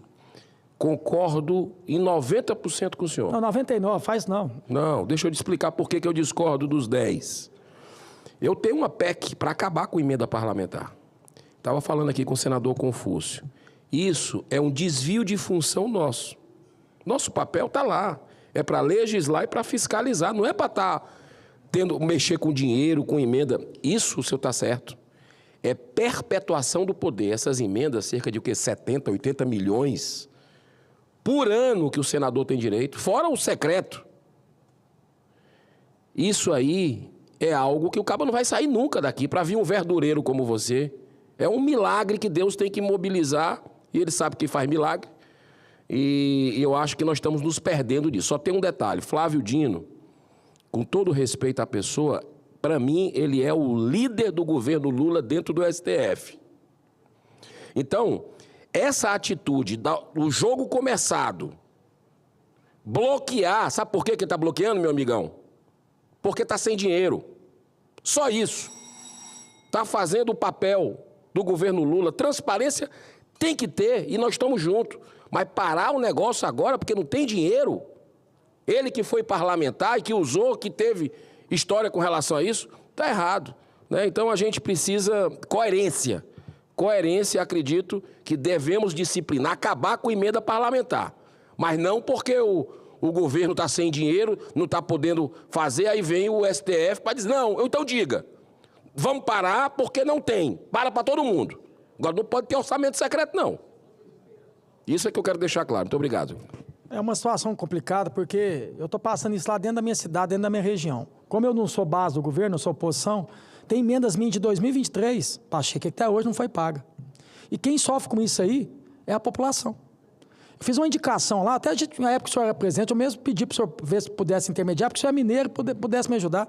Pedi com maior humildade lá. Então, a estrada do Buritis, que é 7 quilômetros. Tem 50 anos que eles esperam a pavimentação. Conseguimos, através das emendas aqui. Mandei um valor. Aí, aquela situação que você paga e depois vai lá e faz mais um pouco. A Caixa vai lá e libera. Fizeram, acho que 2 ou 3 quilômetros e até agora não pagou o restante. As emendas de 2023. Não tem nada de errado. O pessoal está na poeira. Não é eu que estou na poeira, não é eu que moro lá no Buritis. Então, esse tipo de coisa na política precisa acabar. Eu estou vendo a situação lá dentro do próprio governo mesmo. O próprio Pacheco, que às vezes pode ser um pré-candidato a governador, eles já falam, eu como pré-candidato a governador também, o governo está a mesma coisa. Se tiver alguma coisa que é do Cleitinho, da cidade lá do Cleitinho, se tiver alguma coisa que é aliado do Cleitinho, é tudo cortando. Agora, gente, pelo amor de Deus, que tipo de política que é essa? Principalmente vindo de um partido que chama Novo. Novo, que veio para fazer a diferença, igual sempre falou, é novo. E fazendo as práticas velhas. Quando vocês fazem isso dentro da minha cidade de Divinópolis, ou na minha região, ou com algum prefeito que me apoiou, eu já apoiei, vocês não estão fazendo isso comigo, com o prefeito. Vocês estão fazendo isso com o povo, que mais precisa. E que votaram também no governador Romeu Zema. Então tem hora que eu fico achando que só pode que o governador Romeu Zema, ou o próprio vice-governador Matheus Simões, que é uma pessoa séria, eu acredito que vocês não estão sabendo de uma situação dessa. Porque eu jamais, na minha vida, um dia que eu for um presidente, um governador, um prefeito, eu vou fazer situações como essa. Sabe? Ah, não, aqui, ó, se for do Cleitinho, se for da... Não faz, não. Então é isso que me desanima de mexer com política. E achar que eu vou sentar para negociar, gente, eu não vou fazer isso. Eu não vim aqui para negócio, eu vim aqui para propósito. Então não vou fazer isso de forma alguma. Então quando vocês fazem isso com o Carlos Viana, que é senador, com o Pacheco, comigo, vocês não estão prejudicando os senadores, que estão com salário em dia, que tem carro bom, que tem passagem, tudo por conta do Senado. Vocês estão fazendo isso com um trabalhador lá do Buritis, que tem que pegar ônibus, e quando está na poeira agora, que no shopping, pega poeira. E daqui ao final do ano começar a chover, vai atolar. Vocês estão entendendo? Então vamos mudar esse tipo de política. Vamos fazer a política séria. A política para o povo, de verdade. E eu acredito, sabe, Girão, você até é do Novo, você é um dos caras que eu mais tenho admiração aqui, respeito, que me identifico para cá. Eu acredito que o governador Romeu Zema e o Matheus Simões, porque o governador Romeu Zema não está nem aqui, está lá em El Salvador, né? Não tá como governador, ele está fazendo campanha como presidente. Então eu acredito que ele não está sabendo disso. Porque quando eles prejudicam um prefeito igual o meu irmão, até com sacanagem, que eu estou sabendo aí, querendo envolver judiciário no meio, palhaçada, vocês estão mexendo com família séria. Vocês estão mexendo com pessoas que veio para entrar para a política para fazer o certo, para fazer o bem. Vocês estão mexendo com pessoas que foram ungidas por Deus. Vocês vão cair do cavalo. Eu não tenho medo de ninguém. O único medo que eu tenho que é da minha consciência com Deus. E do meu pai que não está mais aqui comigo. Eu não tenho medo de ninguém. Que fique claro isso aqui. Se vocês querem prejudicar o meu irmão, a cidade, a região, Minas Gerais, por causa de mim, querem prejudicar o Pacheco, o Viana, por causa de politicagem, eu não tenho medo. Eu estou avisando. Medo que eu tenho é de Deus e do meu pai que não está aqui mais. Eu queria finalizar, presidente, vou finalizar correndo aqui. Como eu estou falando aqui que eu apoio situações do ministro Flávio Dino, mas isso aqui eu não acredito, né? Isso aqui, apesar que veio da Globo News. Então eu queria mostrar para toda a população brasileira aqui que é difícil de acreditar no que eu vou mostrar para vocês aqui. Porque aí eu vou ter que chamar a atenção do Flávio Dino. Que eu não acredito que o Flávio Dino está fazendo isso, porque o Flávio Dino ficou muito tempo aqui, mas ele foi senador. O Flávio Dino foi deputado federal. Então ele sabe que a nossa função aqui também é legislar, é criar projetos. E dentro da Constituição não tem nada que impeça a questão da anistia. Então eu queria mostrar para vocês aqui, olha aqui, ó. Olha isso aqui. Queria só dar uma informação da Lídia Rodrigues, que é a nossa apuradora agora, que falou com o Sóstenes Cavalcante, que diz o seguinte, que é líder do PL, que vai se reunir com o Hugo Mota na terça-feira para falar sobre anistia. Que acredita que o PL tem, quer dizer, que essa base bolsonarista mais uns agregados tem número que vão de 200 e tanto até 310. E tem um outro ponto, que o candidato a presidente da República com apoio do Bolsonaro tem que estar filiado ao PL. Então, Tarcísio tem que ir para o PL. Ratinho Júnior tem que ir para o PL. Calma que vai piorar. Então, Caiado. Não vai para o PL. Ratinho Júnior, ao que consta também, não iria. Então, tem algumas questões. Mas o ponto que eu queria destacar é, tudo na política eu aprendi a analisar me perguntando quanto custa. Qual é o custo político para o Centrão de patrocinar o avanço da anistia? É enorme, porque compra uma briga direta com o Supremo Tribunal Federal. E, como disse você, tem um bando de gente amarrado pelo pescoço. O Supremo nunca teve... Com as emendas, então, o que tem de... Imagina, passa anistia. Imagina uma decisão do ministro Flávio Dino, falou assim, bom, então estou decidindo aqui, vamos abrir tudo, Polícia Federal você entra, Tribunal de Contas me passa tudo aqui, vai sobrar o quê? Cara, eu não consigo entender, não. Um bando de parlamentar que está enforcado. Assim, quem falou isso aqui foi a Globo News. Isso aqui é muito grave, é muito sério. E essa questão agora de ameaça, se não votar anistia, vai botar a Polícia Federal, botar fulano, botar ciclano, para poder tudo ser investigado. Lembrando que a anistia aqui, ela é constitucional, a gente pode, dentro da nossa prerrogativa aqui, poder pautar sim uma anistia. É isso que virou o parlamento, isso aqui, gente? É isso aqui? Sinceramente, eu queria resposta. Eu acho que a própria Natuza deveria saber, o pessoal que está aqui, contar para nós o que está acontecendo. Vocês sabem mais do que a gente nos bastidores aí. Sabem mais que os senadores, os deputados federais. Que é isso? O que virou esse país aqui, gente? Então quer dizer então que não pode votar anistia, não. Se votar anistia, quem votar anistia, a faca vai entrar no pescoço. Como assim? Vocês colocam todo mundo na vala? Eu não estou nessa vala, não, pô. E outra coisa, a nossa função aqui é essa aqui. A anistia, ela é constitucional. Agora o plenário é soberano. Quem quiser votar a favor, vota a favor. Quem quiser votar contra, vota contra. O Flávio Dino, que foi deputado federal, ele sabe muito bem disso. Ele sabe muito bem disso. Muito obrigado, senhor presidente. Cleitinho, um discurso muito oportuno, muito sério. Eu passo a palavra para o senador Jorge Seife, poderoso senador do Santa Catarina, o dono dos mares.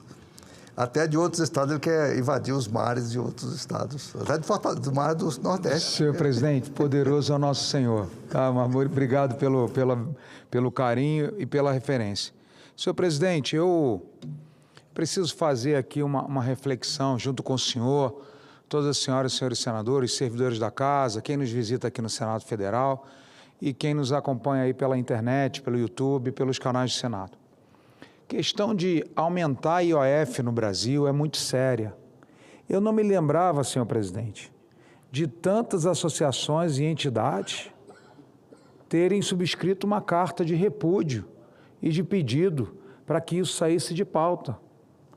Nós já temos uma das maiores, se não maior, carga tributárias do mundo. Os impactos para os investimentos, os impactos para o empreendedor, os impactos para o agronegócio, os impactos para os importadores e exportadores que no fim da linha, no fim do dia, são quem empregam e que pagam impostos nesse país, são na casa de 20 bilhões de reais, segundo ontem eu vi na CNN, perto de 20 bilhões só esse ano. Então, eu subo essa tribuna, mais uma vez, e denunciar a irracionalidade e a injustiça tributária que impera no nosso país, senhor presidente. O famigerado IOF, Imposto sobre Operações Financeiras. E lembrando aqui, senador Amin, que foi criado como um imposto provisório e há décadas se transformou num instrumento permanente de confisco silencioso da renda do brasileiro. Um tributo, senhor presidente, que penaliza justamente quem precisa financiar, quem precisa empreender e quem precisa consumir. Eu só quero lembrar ao senhor ministro da Fazenda, Fernando Haddad, que nós, políticos, governo, prefeituras, Assembleia Legislativa, Câmara Federal, nós não produzimos. Quem produz, nós produzimos leis, normas, regras, isso é nossa função. Mas quem produz riqueza, emprego, paga imposto, paga o hospital, o SUS, que é gratuito para a maioria da população, que paga investimento nas estradas, que paga a farmácia popular, que paga o Bolsa Família, que paga salário de médicos, enfermeiras, que trabalham no sistema público, de professores, quem paga as universidades federais, são os impostos desses caras, empreendedores, que precisam fazer operações financeiras o tempo todo, pegando dinheiro emprestado, pegando dinheiro lá fora, tendo outros investimentos de empresas estrangeiras, pegando dinheiro em banco, pegando dinheiro no BNDES. São esses caras que pagam essa conta.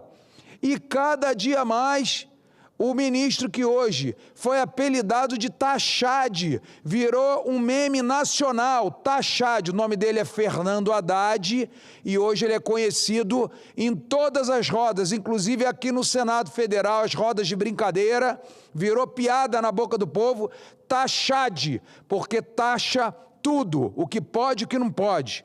O IOF, senhor presidente, é um símbolo da cultura do Estado perdulário, especialmente nesse desgoverno. Tributa empréstimos, seguros, operações de crédito, câmbio, importações, exportações e sufoca o setor produtivo, dificulta acesso a crédito, especialmente os mais pobres e pequenos empreendedores, que são 80%, 90% desse país.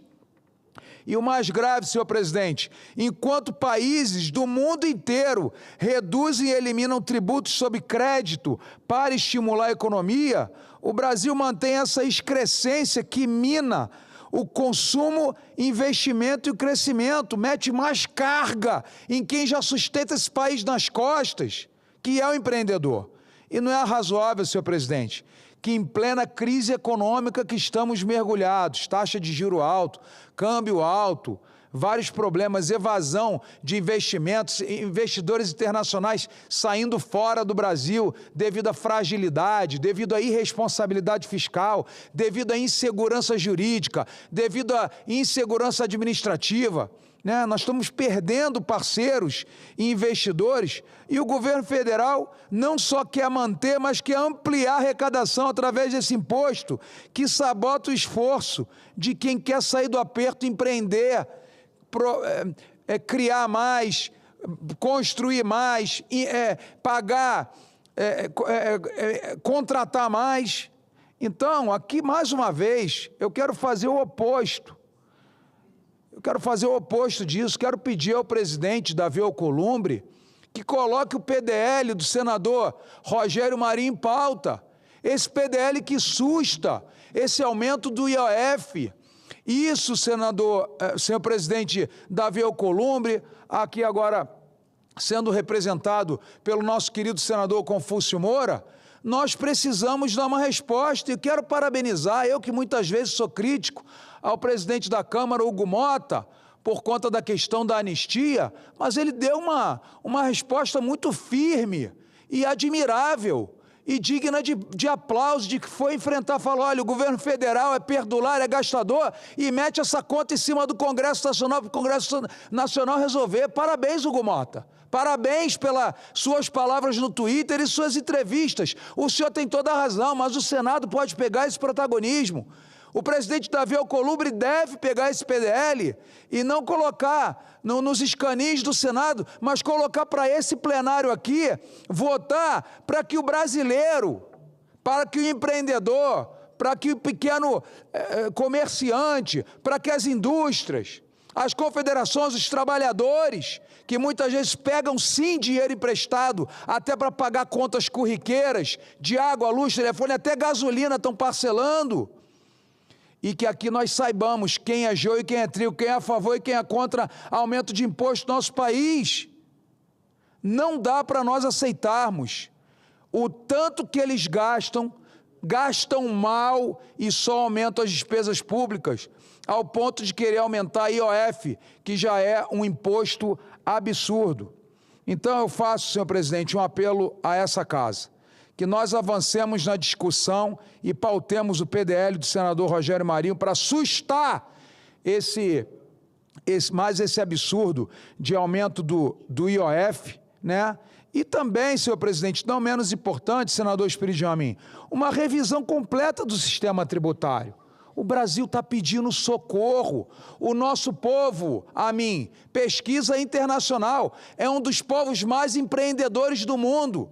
E te falo mais, é um dos povos mais corajosos do mundo, porque empreender num país desse de inseguranças e com as maiores taxas, os maiores impostos, as maiores cobranças de IR e tantas outras coisas que já se paga, o cara para empreender aqui é macho, é homem, é corajoso, como poucos.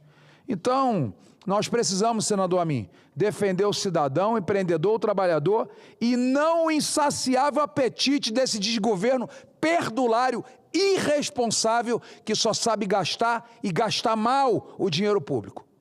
Concedido à parte.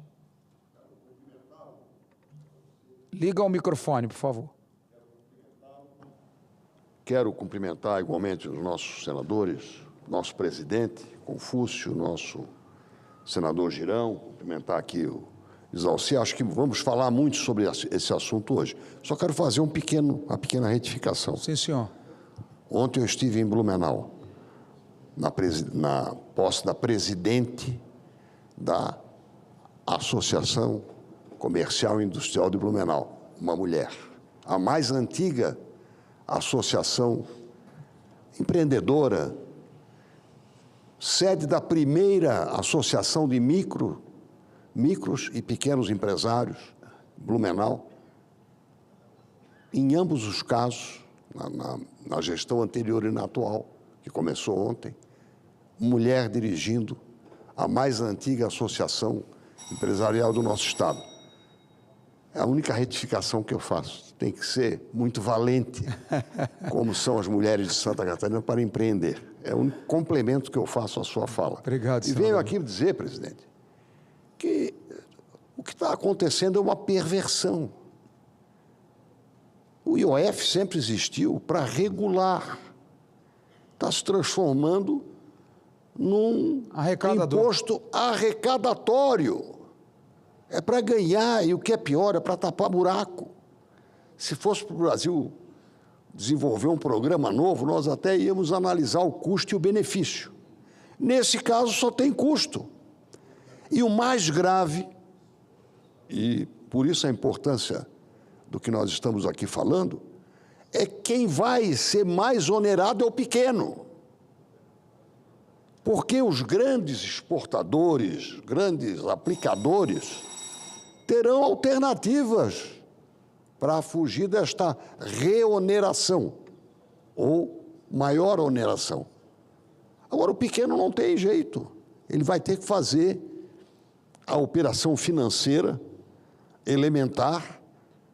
Uma pequena empresa, inclusive empresas que estão exportando, mas têm pequeno porte, vão ter que pagar esse valor, criando, inclusive, uma insegurança jurídica, porque nada impede que nós tenhamos, daqui a pouco, uma descaída ainda maior, em termos de ajuste fiscal, e se aumente ainda mais a gastança ou a falta de dinheiro, e vai buscar onde o dinheiro? Onde for possível.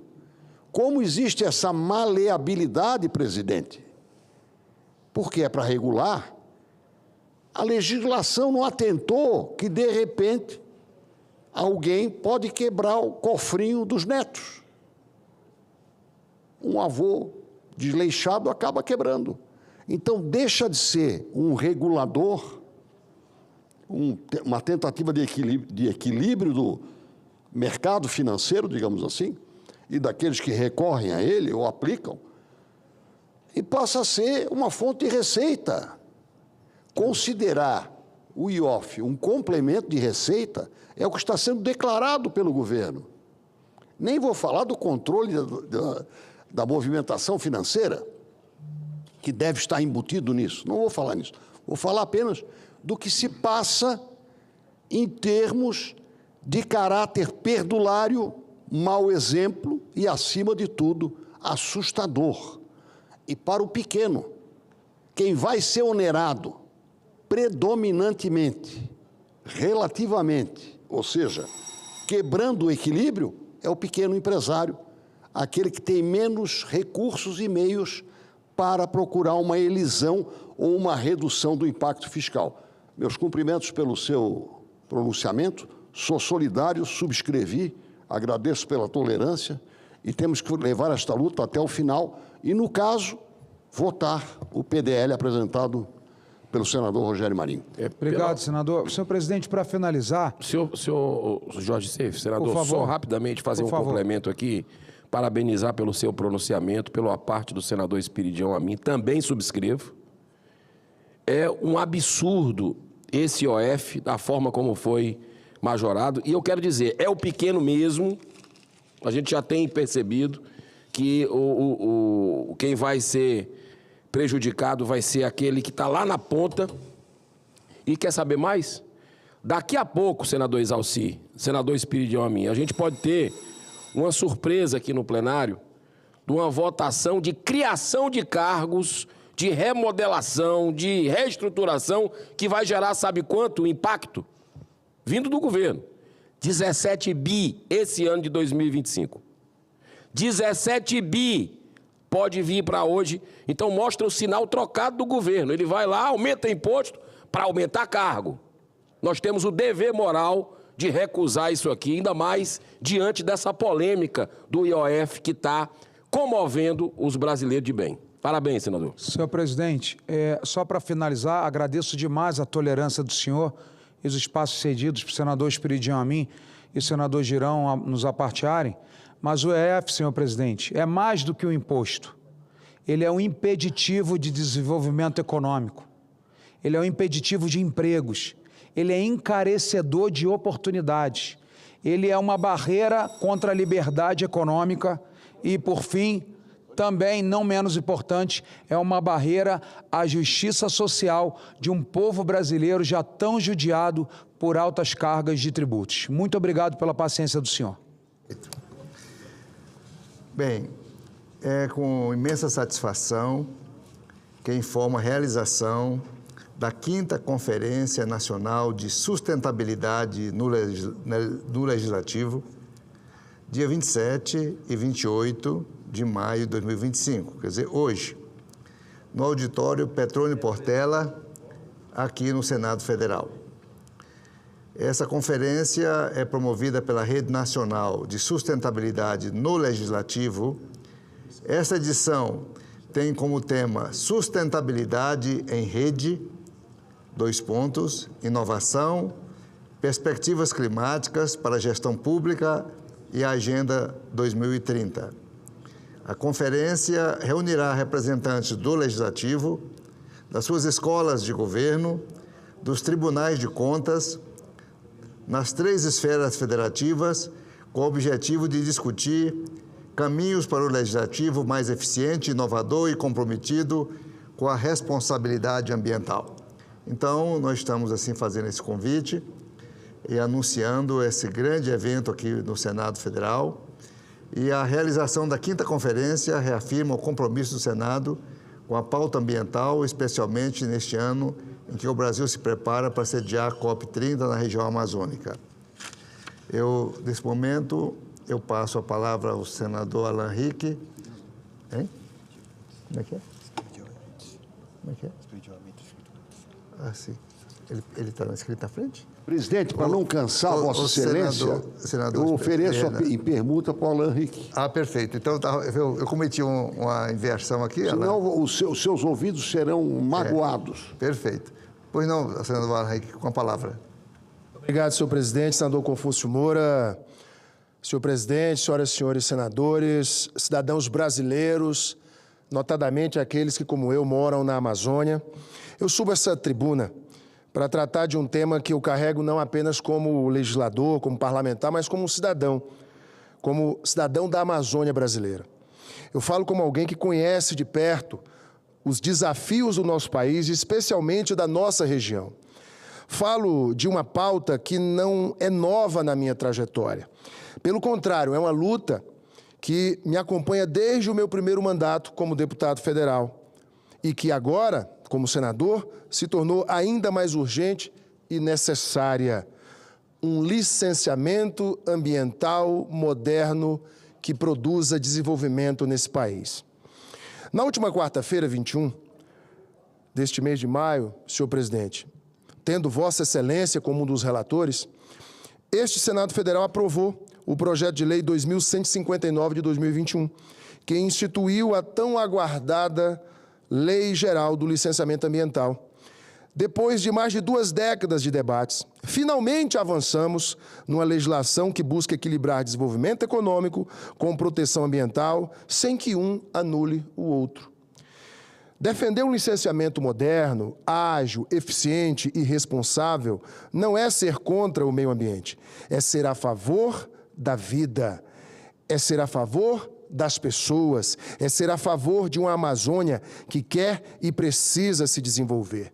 Ainda na presidência da Comissão de Agricultura e Reforma Agrária deste Senado, acompanhei o debate e, na condição de presidente, designei a senadora Tereza Cristina como relatora desse projeto e pude ver a construção de um texto equilibrado, juntamente com Vossa Excelência, presidente Confúcio, que respeita o meio ambiente, mas que também respeita e muito o direito das pessoas ao desenvolvimento. Quem vive na Amazônia sabe, talvez quem não vive não saiba, que mais da metade da nossa população não tem esgotamento sanitário. E apenas 13% dos nossos esgotos são tratados. Sabe o que significa na prática? Significa que, enquanto uma obra de saneamento espera 5, 10 anos por uma licença, Os nossos rios, os nossos igarapés, os nossos mananciais são bombardeados por toneladas e toneladas de esgoto não tratado diariamente. Mananciais são contaminados, crianças adoecem, famílias inteiras vivem cercadas por risco sanitário. Por isso, a aprovação da nova Lei Geral do Licenciamento Ambiental, senhor presidente, senhoras e senhores senadores e senadoras, é mais do que um avanço legislativo, é um passo civilizatório. E eu não aceito e jamais aceitarei que tentem transformar esse avanço em retrocesso. Isso é apenas discurso. Retrocesso, senhoras e senhores, é a burocracia que paralisa o país. É a paralisia que impede que uma estação de esgoto seja construída, mas nunca impediu que os dejetos continuassem sendo jogados nos nossos mananciais. Isso sim é retrocesso ambiental. Isso é que adoece, isso mata, isso destrói. E sabe quem paga essa conta? É a mãe que vê o filho pegar hepatite da água contaminada, é o ribeirinho que perde a pesca porque o igarapé virou um esgoto, é o morador que não tem acesso à água tratada, porque mais da metade da Amazônia sequer tem isso garantido. A Amazônia precisa ser olhada com a complexidade que ela exige. A Amazônia não é um santuário intocável para ser admirado à distância. É uma casa viva, onde mora gente, onde mora quem trabalha, quem produz, quem sonha. E quem tem direito, sim, direito, de viver com qualidade e dignidade. Eu conheço essa realidade, senhor presidente, eu vim dela. E falo com a segurança de quem sabe que defender o desenvolvimento não é ser contra o meio ambiente. É, na verdade, defender o único caminho possível. Portanto, senhor presidente, senhoras e senhores, esse debate não é e nunca foi ideológico. Ele é um debate civilizatório. Com a nova lei, modernizamos a legislação. Estabelecemos segurança jurídica, clareza nos procedimentos, prazos definidos e regras objetivas. E fizemos isso sem abrir mão da responsabilidade ambiental. Esta é a Amazônia que defendemos. Uma Amazônia com a floresta em pé, sim, mas também com água tratada, com esgoto tratado, com estradas dignas, com energia elétrica, com internet, com qualidade de vida para quem vive lá. Senhor presidente, senhoras e senhores, não há caminho fora da responsabilidade, mas também não há responsabilidade fora do desenvolvimento. Nos próximos dias, em São Paulo, terei a oportunidade de receber uma homenagem da ABCOM-Sindicom, entidade que representa o setor do saneamento e serviços públicos no nosso país. Recebo essa homenagem como reconhecimento não apenas pessoal, mas do trabalho de todo esse parlamento que entendeu seu papel histórico ao aprovar esta lei. Estendo esta homenagem, senhor presidente, à Vossa Excelência, à senadora Tereza e aos parlamentares que, de forma responsável e com altíssimo e estrito dever com o seu país, aprovaram a nova Lei Geral do Licenciamento Ambiental no Brasil. Uma lei que não é do governo, não é da oposição, não é do setor A ou do setor B. É uma lei do Brasil. A Amazônia não quer escolher entre floresta ou dignidade. Ela quer e tem o direito de ter os dois. Sigamos, portanto, trabalhando pelo Acre, pela Amazônia e pelo Brasil. Muito obrigado, senhor presidente. Senador, a mim só um pouquinho, eu quero fazer aqui uma referência muito especial à exemplar atuação da Agência Nacional de Vigilância Sanitária, Anvisa. Durante um dos períodos mais desafiadores da nossa história recente, que foi a pandemia da Covid-19. Realmente, a gente não pode esquecer da Covid-19. O tempo passa e a gente vai esquecendo. Mas morreram 700 mil brasileiros. Nomeado diretor da Anvisa, diretor-presidente, em novembro de 2020, o almirante Barra Torres, médico e contra-almirante da Marinha, demonstrou liderança, competência técnica e compromisso inabalável com a saúde pública. Sob sua gestão, a Anvisa, em tempo recorde, com rigor técnico absoluto, autorizou o uso emergencial das vacinas Coronavac e Oxford, AstraZeneca, em janeiro de 2021, permitindo o início da vacinação no país em 17 de janeiro de 2021, daquele ano. A urgência autorizou com rigor técnico e em tempo oportuno o uso emergencial das vacinas Coronavac e Oxford AstraZeneca, janeiro de 2021, permitindo o início da vacinação imediata. Essa rapidez e responsabilidade contribuíram para que, no final de 2021, 80% da população brasileira adulta estivesse vacinada com 2 doses, resultando uma queda de 79% do número de mortes por Covid-19 em 2021. Foi um resultado maravilhoso. Destaco também a atuação diligente de diretores da Anvisa durante aquele período. Dr. Daniel Meirelles Fernandes Pereira, responsável pela 3ª e 5ª diretorias. Danitza Passamay Rojas Buvnik, diretora substituta de 3ª diretoria. Rômicio Rodrigues Mota, à frente da 4ª diretoria. E a doutora Meiruzi Souza Freitas, da 2ª diretoria. Esses profissionais, juntamente com o almirante Barra Torres, mantiveram estreita colaboração com a Comissão Temporária da Covid-19, aqui no Senado, a Comissão Mista da Covid-19, as quais eu tive o privilégio de presidir, nos fornecendo informações técnicas, operacionais, essenciais ao trabalho dessa comissão. Trabalhamos muito nesse período e é importante ressaltar que, mesmo após o encerramento do seu mandato, do Dr. Barra Torres, em 24 de dezembro de 2024, o almirante permanece no cargo até a nomeação de um novo presidente da Anvisa. Está lá no cargo, trabalhando todo dia. Neste contexto, considero extrema importância que a doutora Meiruzi Souza Freitas, profissional de notório conhecimento e saber e competência, seja indicada pelo presidente da República para sucedê-lo. Será muito importante essa continuidade, contando com meu total apoio para essa nomeação. A dedicação do presidente Barra Torres e da sua equipe da Anvisa foram fundamentais para o enfrentamento da pandemia em nosso país. São profissionais que trabalharam incansavelmente, muitas vezes sob intensa pressão, sempre pautados pela ciência e pelo interesse público. Aqui esse registro sirva de reconhecimento e agradecimento a todos que na Anvisa contribuíram decisivamente para salvar vidas e proteger a saúde dos brasileiros. Realmente foi fantástico o trabalho do almirante Barra Torres à frente da Anvisa naquele período tão difícil para o Brasil. Por favor. Eu vou passar aqui a presidência para o Chico Rodrigues, nosso senador, para ele dar continuidade ao trabalho. O próximo agora é o senador Esperidião Amin.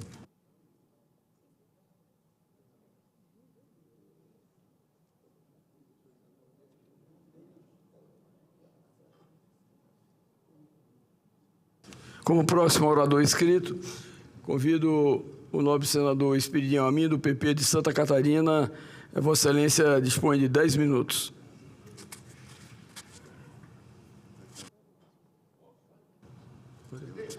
O senador Esperidião Amin fez uma permuta com o senador Oriol Visto. Vossa Excelência, então, dispõe de 10 minutos para o seu pronunciamento.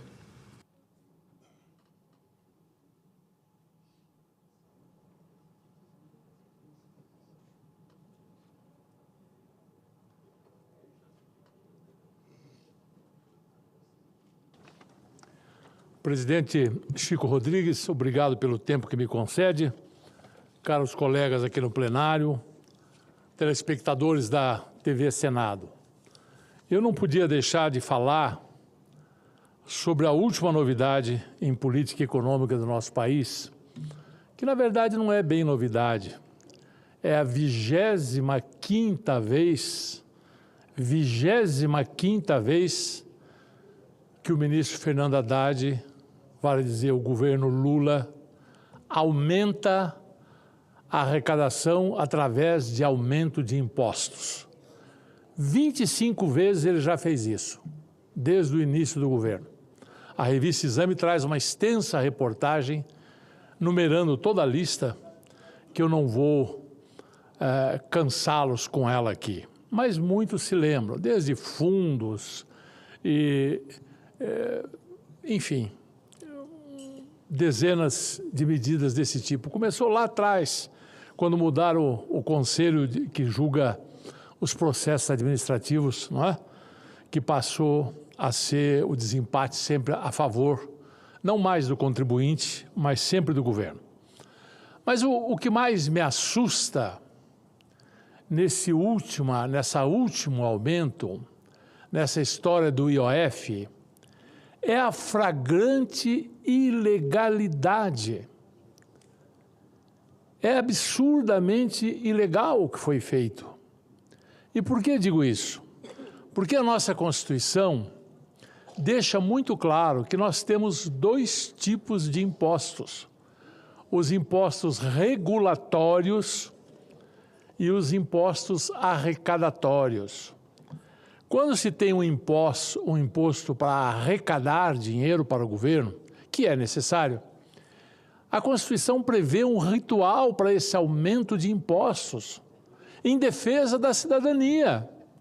Não é a vontade do Executivo que diz simplesmente vou aumentar os impostos. Não.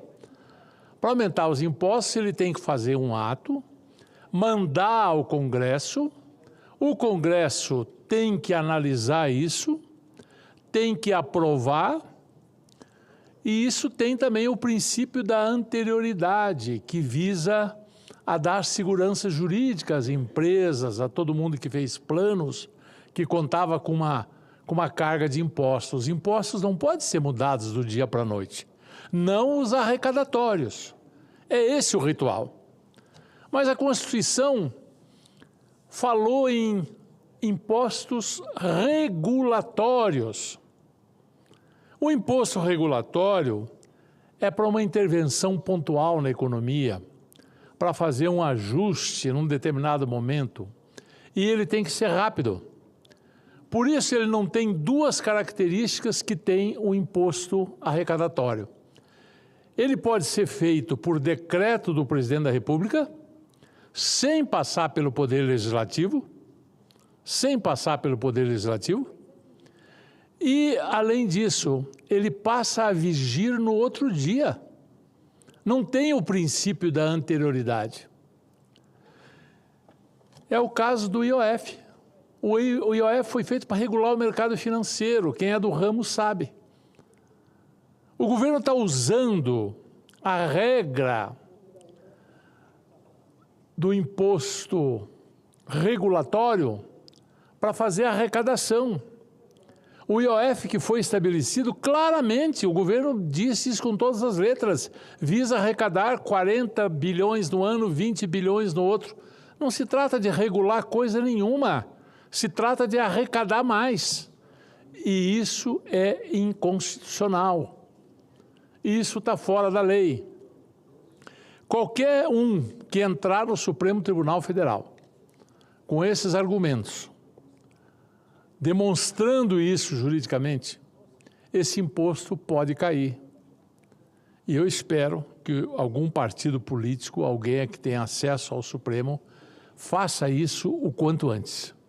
E espero também que prospere aqui nessa casa e na Câmara dos Deputados um dos inúmeros projetos que já temos aqui para simplesmente por um decreto legislativo cancelar esse aumento do IOF por flagrante inconstitucionalidade.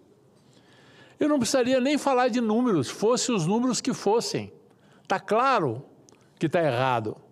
Está claro que estão usando a lei de forma distorcida.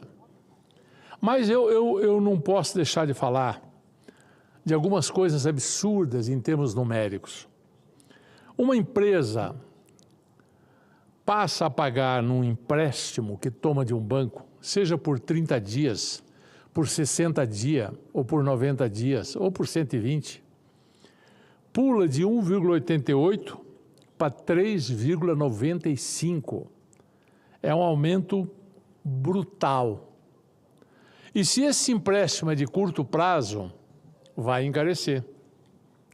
Todo mundo que compra no cartão de crédito e parcela vai pagar muito mais IOF. Isso vai atingir em cheio o consumo, a população. Mesmo as empresas do Simples, aumenta de 0,88 para 1,95. Isso não é pouco. Isso impacta, isso não estava no planejamento das empresas. E isso é do dia para a noite. Segurança jurídica? Onde está a segurança jurídica? Não tem segurança jurídica nenhuma. O afã do governo por mais dinheiro, sem nunca falar em corte de gastos, é impressionante. Fazem até atrapalhadas, como fizeram, de taxar fundos no exterior, que inviabilizaria uma série de negócios do mercado financeiro, voltam atrás no meio da noite, porque vira besteira que fizeram. Mas o que está feito é flagrantemente ilegal. Flagrantemente ilegal. E eu tenho certeza que nos próximos dias, ou esse Congresso Nacional toma uma atitude e enquadra o governo para que ele não confunda mais imposto arrecadatório com imposto regulatório, ou que alguém entre com uma fundamentada ação no Supremo Tribunal Federal para que esse aumento de IOF seja declarado nulo. É lastimável que o governo não pense em fazer economia. É lastimável que só pense em gastar, tudo em função das próximas eleições. É lastimável que a médio e longo prazo o país caminha para um buraco sem fim. Um descontrole total das finanças. E não vai demorar muito. Todo mundo que entende de economia sabe que de 2027 não passa. Não passa porque é uma dívida interna que se agiganta, taxa de juros nas alturas, e cada vez essa bola de neve fica mais inviável. E é incrível, porque é como se os astrônomos tivessem já detectado o meteoro que está vindo de encontro à Terra, e nós continuássemos vivendo normalmente como se nada estivesse acontecendo. Há um meteoro para cair sobre nossa economia. Ele está a caminho. Mas o governo federal, os poderes de modo geral, e parece que até a economia como um todo, insiste em ignorar. Parece que tudo está bem, mas não está. E já começam a aparecer atos absolutamente ilegais para tentar tapar buraco. 31 bilhões de congelamentos que vão afetar, obviamente, os serviços públicos, e além disso, e afeta sem critério, porque é feito de afogadilho, e além disso, um aumento brutal da carga tributária via IOF, que é uma coisa totalmente fora da lei. Muito obrigado, senhor presidente.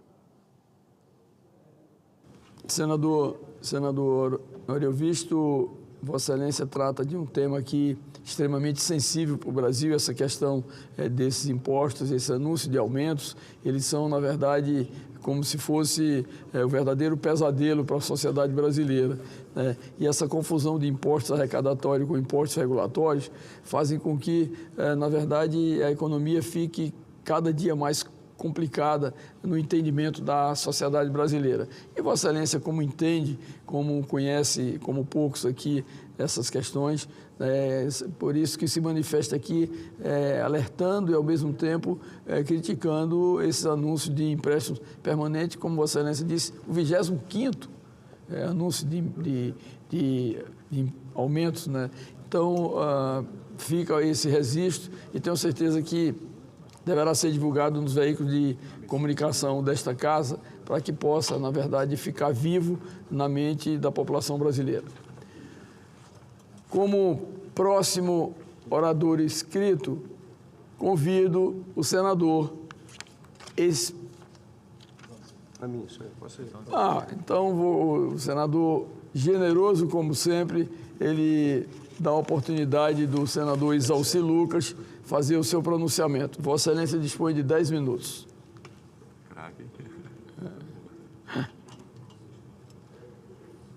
Aqui.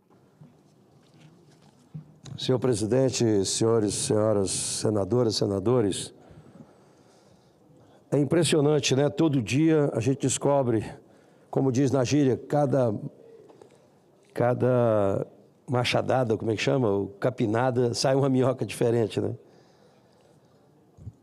Com relação à CPI das Bet, presidente, hoje nós tínhamos 2 atores que estavam convocados. Eles estão na Europa, acabaram não comparecendo. O Luan, que é um influencer, e que foi o que contratou mais de 400 influenciadores para os jogos da Bet, e também um empresário. Mas o que acontece? Nós temos um requerimento de adiamento da CPI das Bets. E agora ficou de forma inquestionável e nós vamos ter que aprovar de qualquer forma. Por quê? Apresentei hoje o Luan, que faria o depoimento hoje, presidente. Ele gravou um vídeo e publicou um vídeo onde ele denuncia que o presidente Lula teria recebido 3,5 bilhões para regulamentar os jogos. Então a gente não pode encerrar essa CPI sem ouvi-lo. E ele está na Europa, o presidente hoje determinou, né, que houvesse a convocação coercitiva para que ele comparecesse aqui. Semana que vem não há expediente no Congresso em função do BRICS. Na outra semana seria então o encerramento da CPI. Então eu espero que haja bom senso aqui e a gente possa aprovar o requerimento de adiamento dessa CPI, que a gente precisa ainda ouvir algumas pessoas para a gente concluir o relatório. Se o objetivo de fato é apurar e melhorar a legislação, a gente vai precisar de um tempinho a mais, principalmente para ouvir esse influencer, que é o Luan, que estava convocado, mas mesmo assim ele foi notificado na sexta-feira e está na Europa, não foi possível, mas nós precisamos ouvi-lo para poder explicar um pouco melhor essa denúncia que ele fez, que é muito grave. Bem, concordo plenamente, o senador Iovisto falou de uma forma brilhante aqui, eu como contador acompanho muito bem isso, realmente não tem sentido, não tem lógica essa questão do IOF. Eu apresentei um requerimento hoje na CAI e foi aprovado, né, o convite ao ministro Haddad para explicar isso na Comissão de Assuntos Econômicos, porque vai explicar o inexplicável, porque de fato há inconstitucionalidade muito clara. Os impostos precisam ser votados com antecedência. Tem o princípio da anualidade, não é? Você só pode cobrar imposto no ano seguinte. Como é que faz uma mudança? Como foi dito aqui, é totalmente inconstitucional. O PL já apresentou o projeto de um PDL para cancelar e também está entrando com ação no Supremo para declarar a inconstitucionalidade desse PDL. Outra questão, presidente, nós, segundo o próprio presidente Davi, fará a leitura da CPMI do INSS no dia 17 de junho. Nós já estamos discutindo a questão dos vetos, para que a gente possa fazer a pauta, e são mais de 60 vetos que nós estamos discutindo. Conversei hoje com o líder do governo, para que a gente possa fazer a reunião, de preferência ainda essa semana, para ver o que nós temos de acordo com relação aos vetos. Mas, evidentemente, a questão da Previdência também toda hora surge uma novidade. Então, presidente, nós temos aí a figura do Maurício Camisotti, que é exatamente dono da FENAP, Federação Nacional dos Aposentados e Pensionistas, que é composto por 3 associações, AMBEC, UNABrasil e CEPAB, que é o Centro de Estudos dos Benefícios de Aposentados e Pensionistas. E mais 9 associações que pertencem ao Antônio Antunes, que é o vulgo careca do INSS.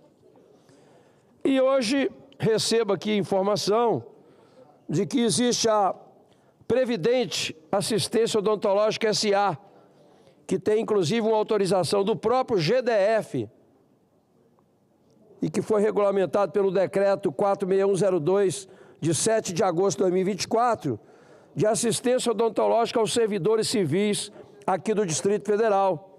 Houve o credenciamento da Secretaria de Economia, planos odontológicos com desconto em folha de pagamento na modalidade de consignação compulsória.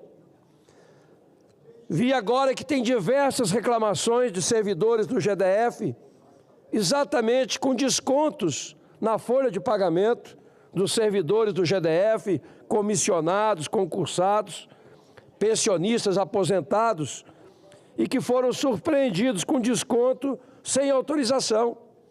Então, esse é o mecanismo dessas instituições que fraudaram o INSS, que roubaram dos aposentados e pensionistas. Então, essa instituição tem o contrato com o GDF e está descontando também na folha de pagamento. Então, espero que a Câmara Legislativa ou alguém do governo possa olhar essa denúncia. São muitos servidores reclamando do desconto indevido e ainda tem dificuldade de reaver, de ver o contrato, porque provavelmente não existe contrato ou as assinaturas são falsas. Então, cada hora surge realmente uma surpresa para nós. Lembrando que o Maurício, o dono dessas instituições, é o que contratou o filho do ministro Lewandowski para defender as suas associações. E quero lembrar também que os maiores beneficiários dos descontos indevidos está em primeiro lugar a CONTAG, com 4 bilhões 162 milhões de descontos entre 2014 e 2025. Segundo lugar vem a CONAFER, 771 milhões 588 mil de desconto de aposentados e pensionistas. O Sindinap, aquele que o vice-presidente é o Frei Chico, irmão do Lula, está em terceiro lugar, descontou 607 milhões nos aposentados e pensionistas. E aí tem aqui a Uno Brasil. A Uno Brasil, ela foi criada em 2024, já tem 94 mil inscritos e arrecadou 150 milhões. Uno Brasil é uma das entidades do Maurício Camisotti, que é um desses artistas aí que assaltou realmente os aposentados e pensionistas. E por incrível que pareça, a AGU tem feito realmente os bloqueios seletivos. A CONTAG, o CONAFER, o Sindinap, que são as 3 maiores, não estão sendo bloqueadas os bens. Nada. Agora o governo anuncia a devolução dos recursos para o aposentado e pensionista. Estão devolvendo, senador Marcos Pontes, o que foi descontado em abril, que ainda não tinha sido repassado. Então eles estão devolvendo isso, que foi descontado agora no mês de abril. Eu quero ver quando vão devolver, de fato, os descontos anteriores, e que pela lei do consumidor tem que ser devolvido em dobro. E a gente está vendo o orçamento, não existe orçamento. O orçamento já está estourado há muito tempo. Por isso que estão lançando mão aí do IOF para tentar arrecadar, para poder cobrir rombos do governo. Cada dia um rombo diferente. Agora eu vi a denúncia do Pé de Meia, que foi criada agora. Tem cidades que os beneficiários é um número maior do que o número de habitantes. Então é incrível como o Partido dos Trabalhadores, o governo Lula, trabalha. Está no DNA, está no DNA. Então, eu espero que a gente possa, nessa CPMI, sem restrição a data, a período, a partido, que a gente possa, de fato, prestar conta para os nossos velhinhos, aposentados, pensionistas, indígenas analfabetos, as pessoas mais vulneráveis que foram assaltadas com essas entidades, com a complacência de alguns governantes. Era isso, senhor presidente. Meu caro senador Exalci, Vossa Excelência tratou de temas extremamente relevantes e é importante entender que Vossa Excelência, como contador, como especialista, que discute também a questão do IOF e fez o convite também para o ministro Fernando Haddad, é uma forma de esclarecer para a opinião pública brasileira, até porque esse tema, ele, como acabou de se manifestar aqui o senador Oriovisto Guimarães, mostra a inquietação, na verdade, da população brasileira sobre esses novos impostos que dá um movimento de recuo, de avanço, quando não há uma definição exatamente dos critérios. Nós sabemos que é importante, mas, de qualquer forma, não poderiam ser cobrados este ano de 2025. Portanto, Vossa Excelência, que é um expert no assunto,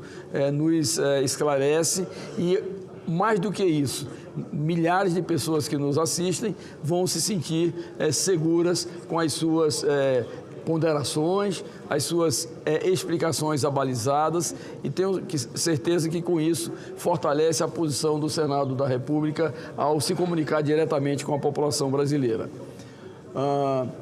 Eu convido agora para fazer uso da palavra o senador Esperidião Amin, que obviamente já estava inscrito e passou a palavra para dois colegas, senhoras e senhores senadores.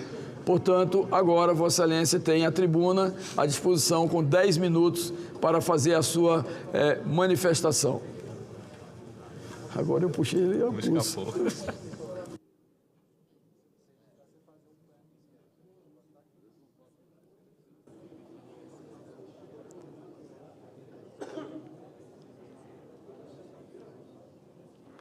Senhor presidente, senador Chico Rodrigues, senhoras e senhores senadores, eu ocupo a tribuna para complementar aquilo que eu mencionei, as referências que eu fiz, quando o senador Jorge Seif, desta tribuna, fez o necessário comentário a respeito deste imbróglio, desta situação criada em torno do IOF. Acho que nesse começo de tarde, com as intervenções do próprio senador Seif, do senador Exalci, do senador Oriovisto Guimarães, o assunto já foi suficientemente iluminado para que nós tomemos uma posição. O IOF não é um imposto destinado à arrecadação. Ele é destinado a regular as operações no sistema financeiro e a receita pública não deve depender dele para preencher buracos na situação financeira. Se a saúde financeira do país passa a exigir que o IOF seja um complemento de receita, é porque a saúde já foi embora. Por esta razão, o Congresso Nacional deve tomar uma medida que previna esse tipo de insegurança jurídica, econômica e financeira. Seja pelo debate do PDL, projeto de decreto legislativo apresentado pelo senador Rogério Marinho, seja por um outro instrumento, para o bem do país, para o bem do governo e para o bem da sociedade, práticas como esta, de usar o imposto sobre operações financeiras para reequilíbrio entre receita e despesa, esse é um caminho errado, um caminho que nos leva a grandes preocupações, a insegurança jurídica e, com isso, a uma verdadeira anarquia para quem empreende. A imprevisibilidade passa a ser predominante. Então, quero mais uma vez me solidarizar com todos os pronunciamentos que acima de tudo, alertam o governo.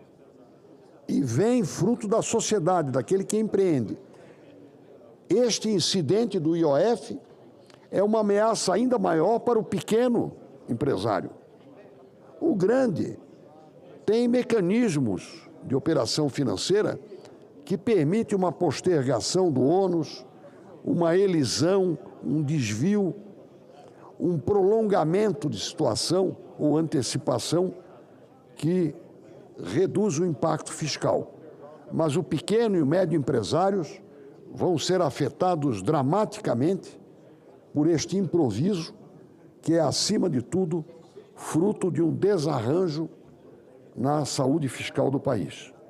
E, finalmente, quero antecipar desde já o meu pedido ao presidente Davi Alcolumbre, quero deixar formalizado, para que as mensagens presidenciais, número 588, número 589, número 590 e 591, que versam sobre financiamento. A primeira delas para o município de São José, Santa Catarina, tendo como fonte financeira o Fomplata, 589, 590 e 591, respectivamente destinadas ao Estado de São Paulo, ao Estado da Bahia e ao BNDES, que essas mensagens sejam pautadas imediatamente para seguirem à Comissão de Assuntos Econômicos, uma vez que na semana que vem os nossos trabalhos serão prejudicados pela agenda do BRICS, a tramitação vai nos levar a outra semana. Quanto mais cedo forem despachadas essas mensagens, mais agilidade nós teremos na resolução destes pleitos, presidente, que eu quero aqui deixar assinalado. Mensagens 588, 589, 590 e 591 de empréstimos para essas 4 unidades federativas. Muito obrigado. Nobre senador Espírito Amin, a demanda de Vossa Excelência será prontamente atendida e agora vou passar a presidência para o senador Davi. Não, já ouvi. Ah, vai.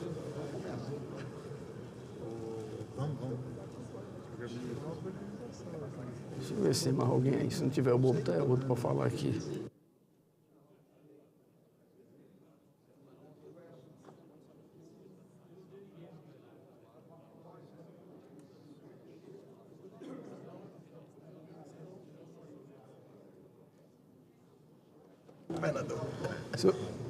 Semana que vem eu trago uma... Tu quer falar, amor? Quer falar? Vai começar a votação, tu fala lá.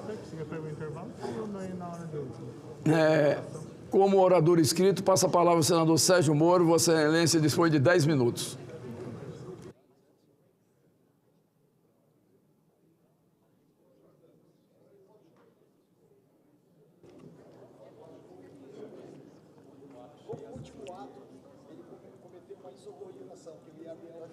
Ah, é, viu? Mas eu posso voltar atrás aqui, eu falo durante.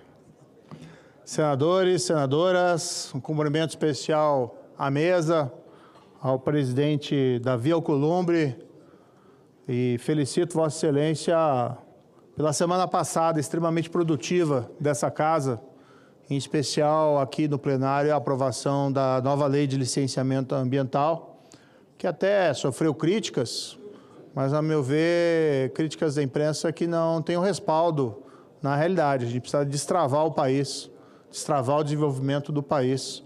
Isso vale não só onde a gente ouve muita reclamação, na Amazônia ou no Amapá, mas também lá no Paraná. A gente tem dificuldade, muitas vezes, para projetos importantes conseguirem as licenças necessárias. Claro que o meio ambiente tem que ser preservado, mas não pode ser também erigido um dogma intransponível a construção de uma estrada, a construção de uma ponte, a construção de instalações produtivas, porque, afinal de contas, o desenvolvimento econômico é necessário.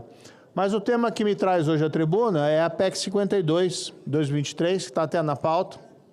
Aparentemente será retirado de pauta a pedido da autora, a ilustre senadora Mara Grabili. E esse projeto ele trata do direito à inclusão. para inserir lá na parte da Constituição que trata do direito à educação. E é fundamental que seja resguardado o direito à inclusão. Principalmente pessoas com deficiência têm dificuldades, não só para se inserir na vida produtiva da sociedade, mas igualmente também para se inserir nos passos necessários, como é o direito à educação. E essa PEC vem em boa hora, erigindo esse direito a um direito fundamental.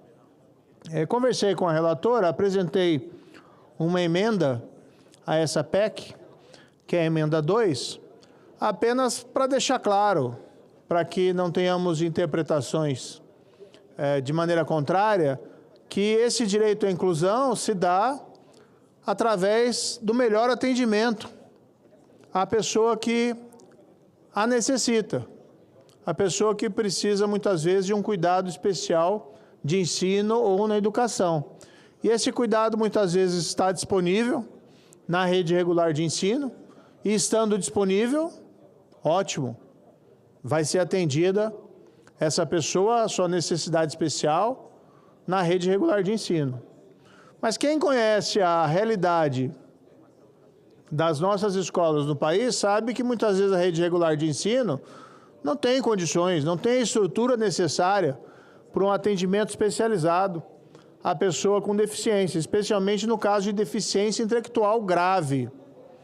Nessa hipótese, é importante deixar claro que o direito à inclusão pode envolver o atendimento especializado tanto no ensino regular, como também através de instituições especializadas, respeitando o que é o mais importante, o direito de escolha, seja da pessoa que precisa desse atendimento especializado, que vai poder realizar a opção, orientada pela sua própria família. É ela quem tem melhores condições de escolher qual é a melhor oportunidade para ela. E cabe sim aos governos estaduais, municipais e federais tomarem todas as ações necessárias e não pouparem os esforços para que esse direito à inclusão, para que esse atendimento especializado seja contemplado da melhor forma.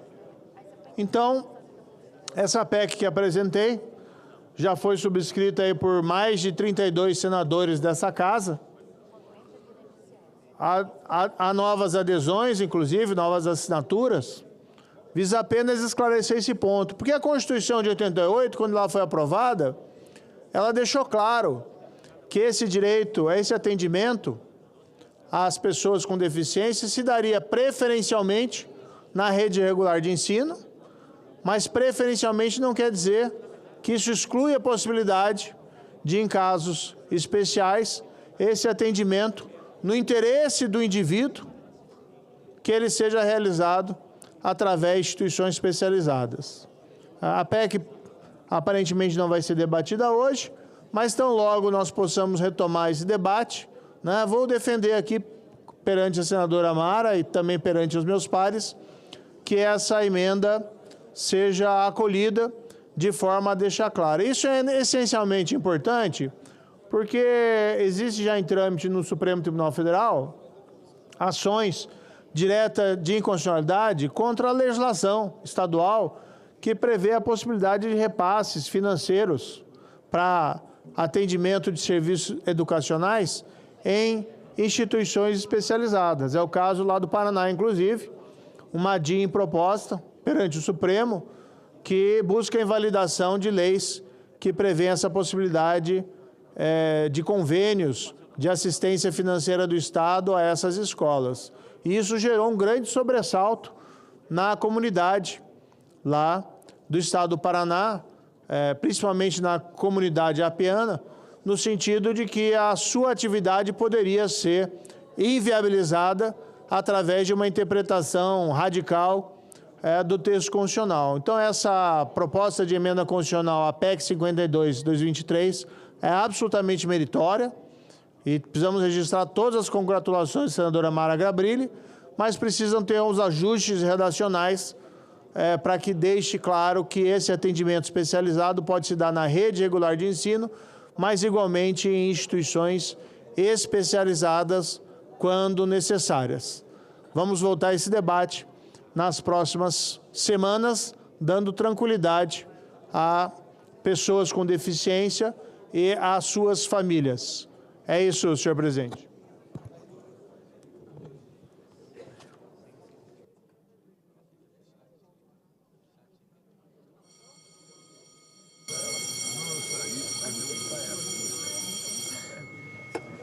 Está encerrado o período de expediente. Declaro aberta a ordem do dia.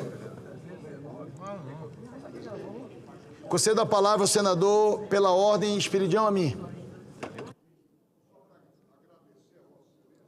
Para agradecer a Vossa Excelência pela atenção, especialmente em relação às mensagens presidenciais que versam sobre empréstimos, especialmente a 588, que versa sobre o empréstimo para o município de São José pelo Fomplata, para a Bahia também, agora que chega o senador Jacques Wagner, eu não posso deixar de tentar usurpar esse direito, né?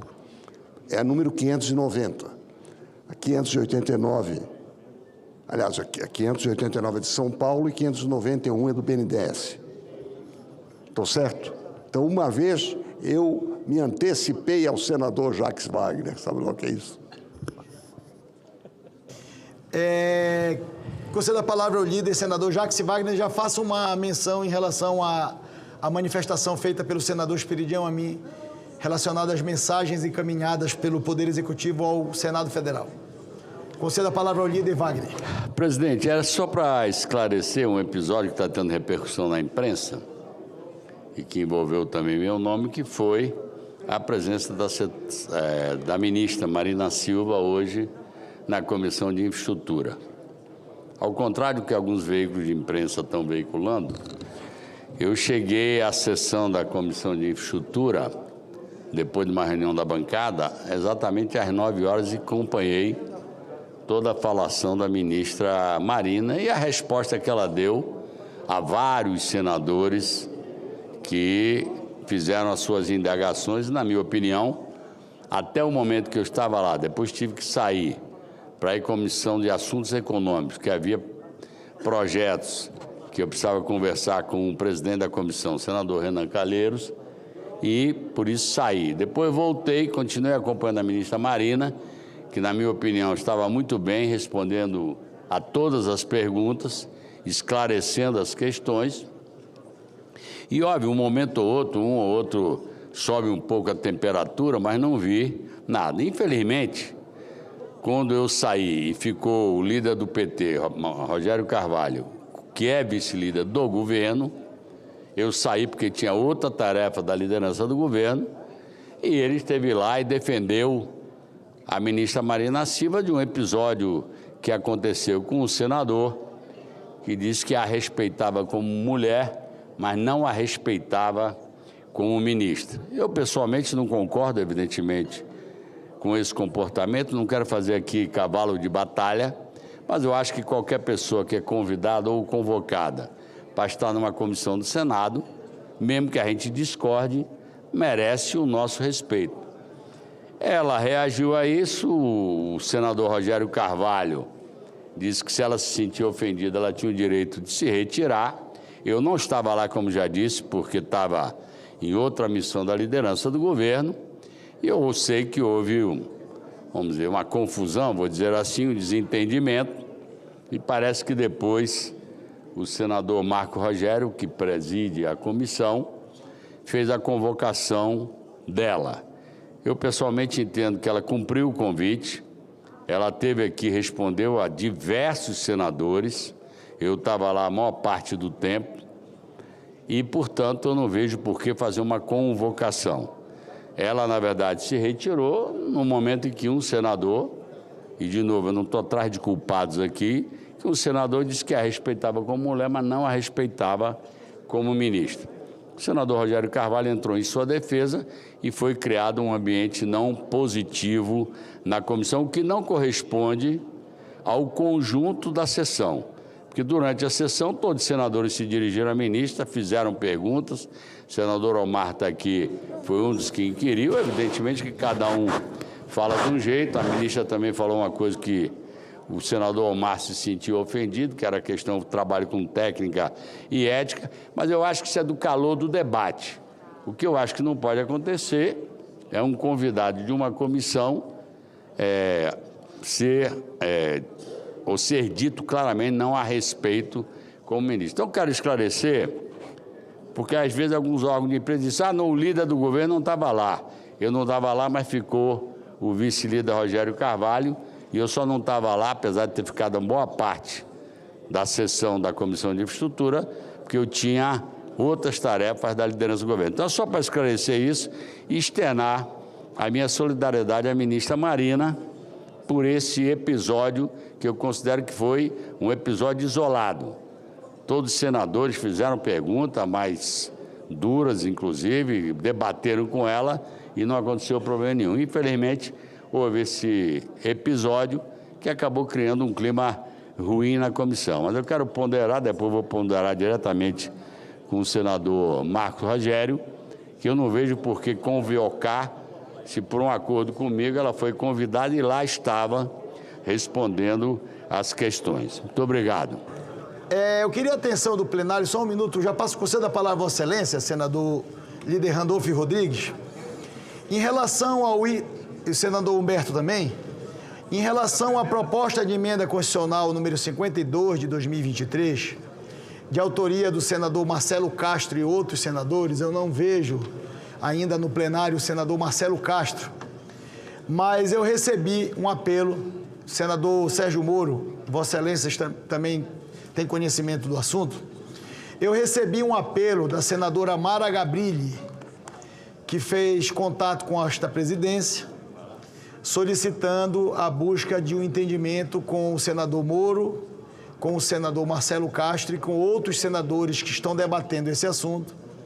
Ela não está em Brasília, a senadora Mara Gabrilli, e fez um apelo para esta presidência que nós pudéssemos tirar esta deliberação da pauta da ordem do dia de hoje, para que ela pudesse ter mais tempo, 1 ou 2 semanas talvez, para que ela buscasse um entendimento com os senadores e as senadoras que estão tratando deste assunto, referente a uma emenda constitucional que trata da inclusão como princípio do ensino, a garantia da educação inclusiva em todos os níveis.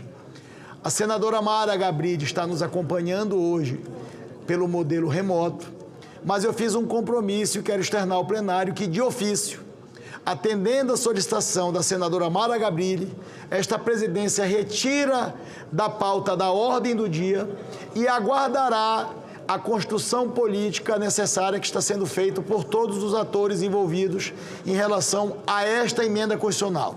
Então fica retirada de ofício e eu vou aguardar senador Moro, senador Marcelo Castro, outros senadores, mas em especial a senadora Mara Gabrilli, que possam solicitar novamente a inclusão desta proposta na pauta da deliberação. Concedo a palavra ao senador Sérgio Fernando Moro, que tem mais informações sobre o assunto. Presidente, só cumprimentá-lo pela iniciativa e dizer que eu concordo com a retirada de pauta.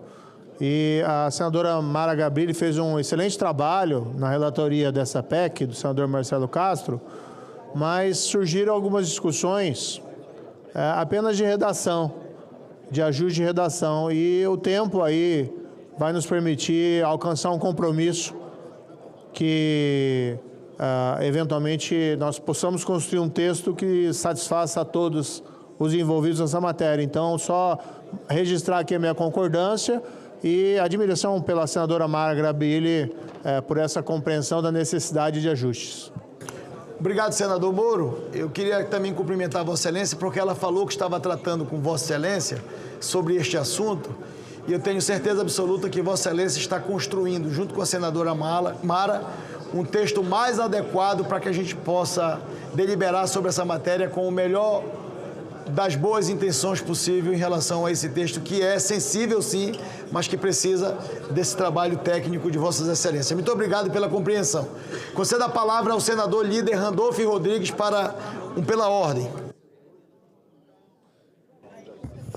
Presidente, é no mesmo sentido que foi colocado ainda há pouco pelo meu colega líder do governo, senador Jacques Wagner.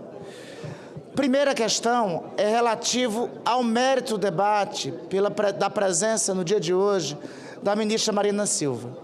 Eu acho que nós temos que, no debate da legislação ambiental, passar do debate de não pode fazer para como vai fazer.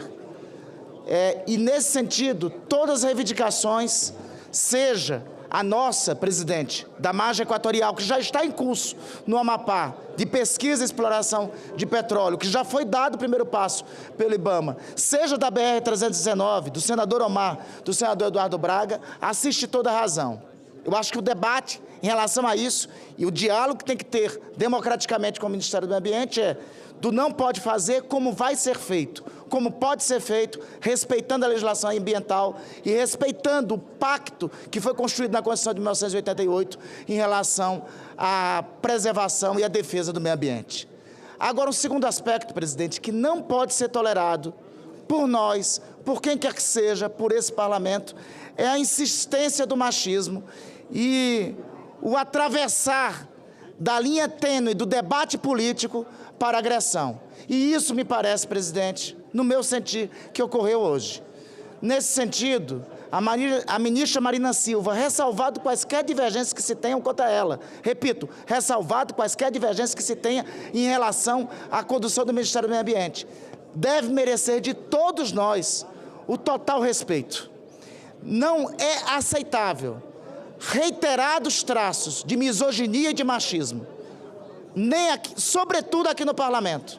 Não é aceitável na sociedade brasileira e não é aceitável e compreensível, sobretudo aqui no parlamento, sobretudo aqui no Senado da República, que tantos passos já deu no combate à misoginia, no combate ao machismo e que, sobretudo, nós homens devemos nos comportar, devemos, diante desse machismo estrutural que está presente na sociedade brasileira e presente aqui no Senado, nós, como senadores da República, deveríamos nos comportar para dar exemplo. Então, ressalvado o debate político que tem que ocorrer com a firmeza necessária e sobre passar do não pode para como pode respeitar a legislação ambiental, ressalvado isso, preservado esse debate que deve ter nesse nível, o que não é aceitável é qualquer tipo de agressão e de machismo. E é por isso que eu acho que todos aqueles que se comportaram passando do limite, dizendo termos como ponha-se no seu lugar, porque acredito que lugar de mulher é, na vida pública, lugar de mulher, de ministra, é dirigindo ministérios como o Ministério do Meio Ambiente, lugar das mulheres, é o lugar que elas devem ter reivindicado no seio da sociedade brasileira, por ser inclusive a maioria da sociedade brasileira. Ou termos não respeito como mulher, deve ser da nossa parte totalmente condenados. Quando se passa para esse nível, qualquer razão que se tenha no debate político é perdida.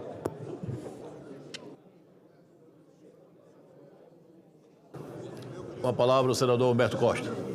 Senhor presidente, na mesma linha do que já se manifestaram aqui os senadores Jacques Wagner e Randolph Rodrigues, eu não estava presente àquela sessão em que estava aqui a ministra Marina Silva, aquela audiência pública, mas tive a oportunidade de acompanhar depois a reprodução dos fatos pela própria TV Senado.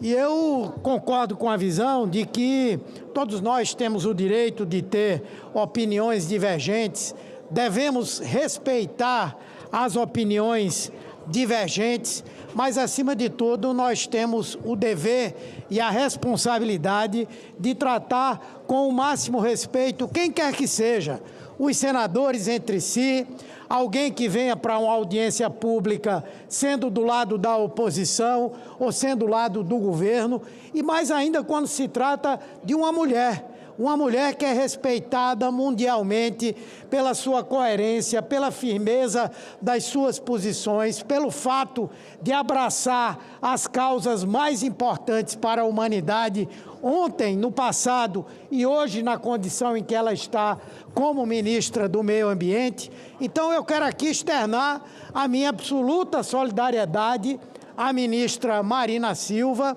e dizer, senhor presidente, que nós aqui precisamos, inclusive, aperfeiçoar o processo de debate e discussão política. Nós não podemos reproduzir o que acontece em outras casas legislativas, onde muitas vezes se parte até para agressão física, a pronúncia de impropérios, de palavrões, enfim. Nós temos que dar a essa casa a continuidade àquilo que tem sido a sua história. Uma casa de debate, uma casa de discussão, uma casa onde as divergências são respeitadas e, acima de tudo, onde as mulheres, sejam elas quem forem, precisam ser respeitadas na sua condição de mulher. Por isso, eu externo aqui a minha solidariedade à ministra Marina Silva. Obrigada, presidente. Eu também quero, neste debate, me posicionar, apesar de não ter estado presente na audiência, mas já todo mundo sabe do que aconteceu nessa audiência, no espaço do Senado, e quero me deter em uma frase que foi dita, que é muito dita a nós mulheres, por homens que têm atitudes machistas e perspectiva misógina, que parece-me que é o caso de alguns que lá estavam. Dizer a uma mulher: ponha-se no seu lugar, volte para o seu lugar. Isso, senador Contarato, é a imagem do machismo. Quem é o homem que sabe qual é o nosso lugar? Qual desses políticos aqui e de alhures sabe o que nós sofremos para estar aqui, com os mesmos direitos de qualquer um que está aqui? Sabe por quê? Porque a política para os homens é uma dádiva. Os homens nasceram para a política. Os homens nasceram para a vida pública. É isso que está escrito na estruturação da sociedade capitalista e machista, onde o patriarcado reinou por muito tempo e ainda tem suas heranças na postura, infelizmente, de alguns senadores. Graças a Deus que não é a postura do Senado como casa, mas que termina por respingar sobre nós como casa. Na hora que uma ministra vem a convite responder às indagações duras que lhe foram feitas, não é problema ser duro com uma mulher. O problema é ser desrespeitoso com uma ministra. E essa expressão usada, senador Humberto, é o suprassumo do machismo. Volte para o seu lugar. Que lugar? Quem é que sabe? Ou quem é que quer? Ou como alguns querem, que o nosso lugar seja no privado, no doméstico, sem disputar espaço público, sem formular políticas públicas. Não passarão. Foi duro chegar até aqui. E nós chegamos até aqui com poucas, abrindo caminho para nós. E ficaremos aqui, abrindo caminho para que virão depois de nós. Quem tiver incomodado com isso, engula. Porque nós não vamos ficar caladas. Toda solidariedade à ministra Marina. Pela ordem, senhor presidente. Pela ordem. Senhor presidente, eu também quero aqui fazer coro à voz dos colegas, porque o Senado Federal é uma casa de uma representação e que sempre que eu tenho atuação aqui, presenciado, em qualquer comissão, uma coisa que é regra nessa casa é o respeito. A gente pode ter divergência em qualquer campo político ou partidário, mas o respeito ele se impõe. E eu não poderia aqui, senadora Tereza Leitão, de lembrar que durante a CPI da Covid, vários senadores homens se exaltavam, mas nenhum foi chamado de descontrolado. Mas a senadora Simone Tebet foi. Quando ela foi chamada de descontrolada, ali estava explícito um comportamento sexista, misógino. Porque, infelizmente, falar que homens e mulheres são iguais em direitos e obrigações, isso está apenas deitado eternamente em berço esplêndido na Constituição Federal desde os dias 5 de outubro de 88. Então, eu quero aqui também me solidarizar com a senadora, com a ministra de Estado, a ministra Marina Silva, que sempre teve um protagonismo nessa pauta ambiental, no que pese haver, e que bom que haja divergência, mas que seja no âmbito da respeitabilidade, que seja no âmbito da serenidade, da sobriedade. Então, eu espero que infelizmente, a gente tem que tirar dos fatos que ocorrem nessa casa algo positivo para que jamais possa se reproduzir e repetir. Porque o que hoje aconteceu com a ministra Marina Silva naquela comissão é um momento de reflexão para o Senado, porque não foi uma imagem positiva que passamos para a população brasileira. Meu total apoio à ministra Marina Silva. Obrigado, senhor presidente. Senhor presidente, pela ordem, só para colaborar com as falas dos senadores que me antecederam sobre essa questão da vinda da ministra Marina a convite na comissão. Eu estive presente no início da sessão. Parecia que o debate seria um debate democrático, onde as posições são colocadas. Eu mesmo tenho posições em alguns aspectos diferentes da ministra Marina, mas isso não dá direito a ninguém, mesmo que um senador, de respeitá-la da forma como foi feito hoje. Portanto, só prestar minha solidariedade por toda a história que a ministra Marina tem nesse tema ambiental, uma figura extremamente reconhecida no Brasil e fora do Brasil. Então, toda a nossa solidariedade à ministra Marina, e que isso não se repita, até por conta de que nós estamos convidando uma ministra e não pode ser tratado de forma alguma daquela forma. Obrigado, senhor presidente. Antes de conceder a palavra ao senador Irã, eu queria pedir atenção aos nossos queridos assessores e secretários. A gente está novamente com muitos problemas de comunicação aqui no plenário do Senado Federal. Nós não estamos conseguindo ouvir, é muita gente conversando ao mesmo tempo. E eu queria pedir a atenção dos nossos convidados que estão acompanhando os nossos senadores e dos nossos servidores e assessores, que a gente pudesse tentar manter um nível de conversação um pouco mais baixo para a gente ouvir as manifestações dos senadores e das senadoras. Não estamos conseguindo entender. Conceda a palavra ao senador doutor Irã.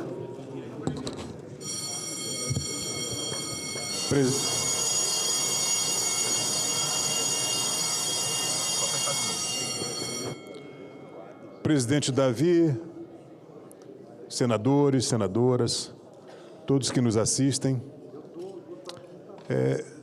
eu assisti uma grande parte da reunião onde foi ouvida a ministra Marina Silva.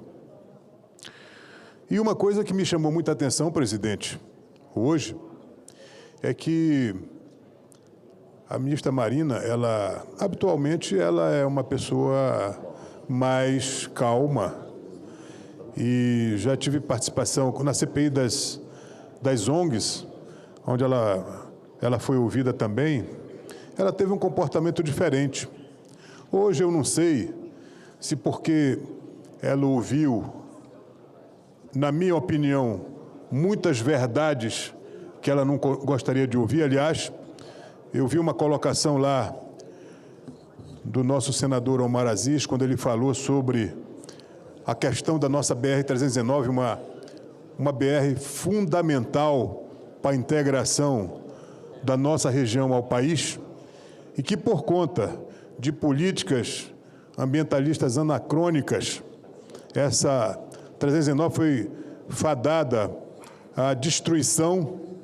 Eu, quando era mais jovem, inclusive nas décadas de 70, eu consegui ir de Manaus a Porto Velho através dessa estrada que estava asfaltada. E por conta dessa cultura ambientalista que atrasa muito o nosso desenvolvimento, essa estrada se acabou, e o senador Omar Aziz, que está aqui presente, fez uma colocação muito, muito pertinente. Ele colocou que a partir daquela estrada que não estava transitável na época do inverno, na Covid-19, muitas pessoas morreram, mais de 15 mil pessoas morreram por conta de falta de oxigênio. Morreram sem poder respirar. E isso, senador Omar, isso atinge a todos nós. Atinge a todos nós. Ministra Marina se sensibiliza pela morte de 6 pessoas. E a gente se sensibiliza pela morte de uma pessoa, mas também se sensibiliza muito mais quando uma legião de amazonenses morreram, pereceram por falta absoluta de estrutura para fazer com que eles respirassem, simplesmente respirassem. E eu acho que a ministra não gostou de ouvir. E eu estou convencido, já disse a ela, durante a nossa CPI das ONGs, que Vossa Excelência Plínio presidiu com tanta competência, naquela época eu disse a ela que eu considerava a gestão dela um atraso para a nossa região. E é realmente um atraso para a nossa região. Nós aqui, semana passada, nós demos de presente para o governo uma lei que otimiza o licenciamento ambiental no nosso país, uma lei moderna que ajuda o governo a se modernizar na questão das nossas obras de infraestrutura nos lugares mais longínquos desse país, tão necessitados de todas essas políticas que nos pareiem no nosso desenvolvimento com o resto da nação. Veja bem, acabamos de dar esse presente ao país, mas nós temos no Ministério de Meio Ambiente do nosso país alguém que trabalha contra o governo. E eu acho que aquilo que aconteceu hoje e que vem acontecendo, inclusive senadores da base do governo, como o senador Omar e outros que a gente conversa, eu tenho a sensação de que passou da hora da gente colocar alguém mais moderno para encarar os desafios ambientais do nosso país. Porque a ministra tem muito tempo que ela não vai na nossa região. Tem muito tempo que ela não sabe o que é a realidade de Roraima, presidente. Há muito tempo ela não sabe o que nós passamos durante da nossa energia. Ela não sabe como é difícil a gente fazer com que roraimenses subsistam com 33 reservas demarcadas, só com 8% do nosso território viável para exploração de agronegócio e agricultura familiar no nosso país. Então, no nosso estado, meu querido presidente. Então, eu queria aqui dizer que realmente aquilo foi uma manifestação mais exacerbada, presidente. Eu não vi falta de respeito, não. Eu vi uma exacerbação de um diálogo que começou a ficar mais exaltado, principalmente também, a gente não pode negar, só é ver nas imagens. A ministra não estava num comportamento habitual dela, ela estava muito agressiva, ela não deixava ninguém falar, não respeitava a fala dos senadores, e é por isso que eu acho que aquilo desencadeou todo esse problema que nós estamos discutindo aqui.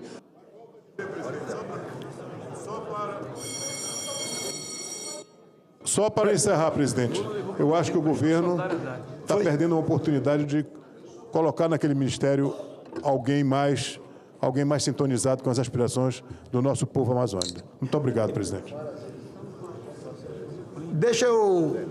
Eu tenho muitos senadores que estão solicitando pela ordem, ou questão de ordem, só que nós iniciamos a ordem do dia. E eu queria pedir a Vossas Excelências que, se nós pudéssemos retomar a deliberação da nossa agenda. Presidente, me dê 3 minutos. Conceda a palavra ao senador Plínio Valério. 3 minutos. O que me fez descer e vir aqui foi a palavra do senador Randolfo, machismo. Novamente essa coisa de lacrar.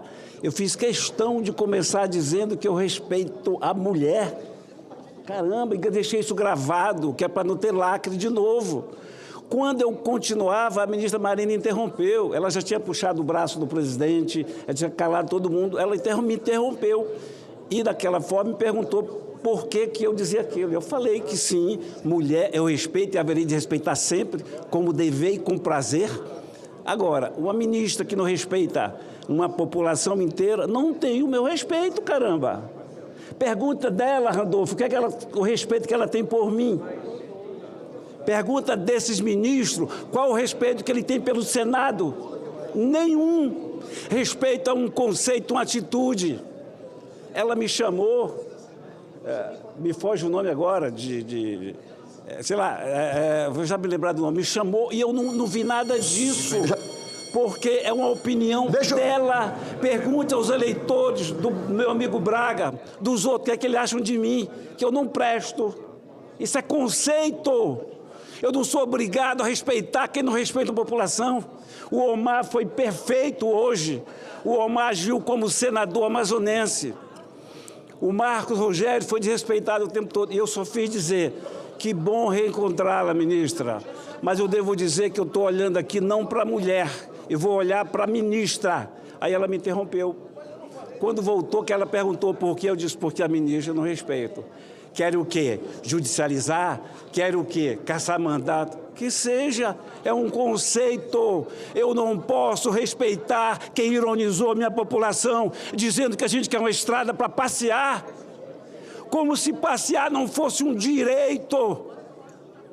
Ela nos tira esse direito. Então, é isso aí. Mais uma vez, as mulheres que aqui estão. Meu amigo Randolph, a palavra machismo não cabe, irmão. Eu falei, daquela vez é porque eu respeitei a mulher, agora porque eu elogiei as mulheres. Querem me colocar do furacão? Beleza. Não vou mais me defender. Eu tinha prometido não me defender, porque eu não fui eleito senador para me defender. Eu fui eleito senador para defender o Amazonas. Não tem defesa minha, não vou me defender. E vou defender o Amazonas sempre. Quem quiser que lacre, quem quiser que me acuse, ainda vão tolerar 1 ano e meio. E se for pela vontade de Deus, mais 8 anos. Senhor presidente, pela ordem, senador Jorge Seife aqui, ó. Senador Jorge Seife. Presidente, eu acho que todos os senadores que estão presentes aqui, a senadora Tereza Leitão, a senadora Tereza Cristina, a senadora Leila Barros, todas as senadoras mulheres, a senadora Daniela Ribeiro, todas elas sabem do carinho, do respeito, que eu respeito todas elas, apesar de muitas vezes termos embates calorosos aqui. O que me parece é que as pautas ambientais, as pautas do Ministério do Meio Ambiente, têm deixado todo mundo perplexo, ao ponto do senador Omar Aziz, que é a base raiz do Lula, ter feito críticas enfáticas. E ele se soma a milhares de brasileiros, de produtores e ao próprio Senado Federal, que aprovou com louvor uma lei mais moderna. Mas me parece, presidente, que agora virou modus operandi, se a pessoa é mulher e você entra num debate mais acalorado, começa a acusação machista, grosso, sexista. E aí eu falo o seguinte, se nós defendemos tanto a igualdade, inclusive nesse parlamento, para espaços semelhantes entre homens e mulheres, na hora do embate, não dá para ficar apelando, não dá para ficar lacrando, todo mundo aqui e joga pedra. Ou seja, vocês sabem, eu já tive embates aqui acalorados, a maioria das vezes com homens, mas com mulheres também. Mas isso não significa desrespeitar, senhor presidente. Então não dá para se usar de escudo, porque quem vê, que está aí no YouTube, vê que realmente começou um falatório que é desproporcional a uma comissão que se está se questionando uma ministra e usar da condição de mulher para ficar fugindo do debate. Não adianta fugir do debate porque a mulher é um homem. Todos nós aqui somos homens e mulheres públicos e temos que ter estrutura para um debate adulto. Porque senão eu sou menina, eu sou menino, eu sou homem, eu sou mulher, eu não sei. Então, presidente, queria deixar registrado aqui que realmente o senador Marcos Rogério, quando falou que se coloque no lugar, não foi humilhando, usando da condição de homem, machista, não sei o quê. Simplesmente ali não era palco para discurso político, senão uma ministra de Estado prestando esclarecimento ao Senado da República do Brasil. Era essas minhas considerações, senhor presidente. Ordem, senhor presidente. Pela ordem, senador Fabiano Contarato. Senhor presidente, eu só queria fazer um apelo a Vossa Excelência. Primeiro, agradecer a grande maioria dos senadores que assinaram um voto de pesar. Então, eu estou requerendo, nos termos do artigo 222 do Regimento Interno do Senado Federal, inserção em ata de voto de pesar ao fotojornalista e economista Sebastião Salgado, pelo seu falecimento ocorrido dia 23 de maio de 2025. A trajetória de Sebastião Salgado é uma das mais marcantes na história da arte e da luta por justiça social no Brasil e no mundo. Economista de formação, Sebastião Salgado fez o fotojornalismo um instrumento de denúncia e de humildade. Seus ensaios documentais revelaram com profundidade a realidade de trabalhadores, migrantes, indígenas e povos invisibilizados. Trabalhou sempre com ética, sensibilidade e um olhar comprometido com a dignidade humana. Mas, além da potência estética e política de sua obra, Sebastião Salgado também deixa um legado concreto de amor à natureza. No Espírito Santo, senhor presidente, estado de origem de sua esposa e parceira Lélia Vanik Salgado, implementou o projeto de recuperação ambiental do Vale do Rio Doce por meio do Instituto Terra. Então, senhor presidente, agradeço os senadores e que esse voto de pesar chegue às mãos de seus familiares. Muito obrigado. A mesa... Senhor presidente, senador Messias. Só um minuto, senador Messias. A mesa defere a solicitação feita pelo senador Fabiano Contarato e dará o encaminhamento para a publicação. O senador Marcos Rogério está na tribuna e ele solicitou antes de Vossa Excelência. Eu queria que o senador Marcos Rogério me dá só um minuto, nada mais do que isso. Só para... Perfeito, senador? Pois não, líder Messias. Senhor presidente, vi que hoje à tarde o clima aqui no plenário do Senado Federal se voltou para a Comissão de Infraestrutura presidida pelo senador Marcos Rogério, que, no meu entendimento, o senador Marcos Rogério teve que tolerar muitas vezes a ministra Marina Silva tentando tomar dele a presidência da comissão. Ela falava como se fosse a presidente da comissão. Ela chegou nervosa, acredito que ela estava com alguns problemas e talvez tivesse sido um dia bom para ela dizer que não podia vir, porque ela estava muito sensível. Ela não estava ali apenas na figura da mulher, ela estava como ministra de Estado e ela tinha que responder às perguntas. O senador Omar... Eu nunca vi, com todo o carinho que eu tenho pelo senador Omar, nunca vi o senador Omar tão educado na vida como eu vi hoje.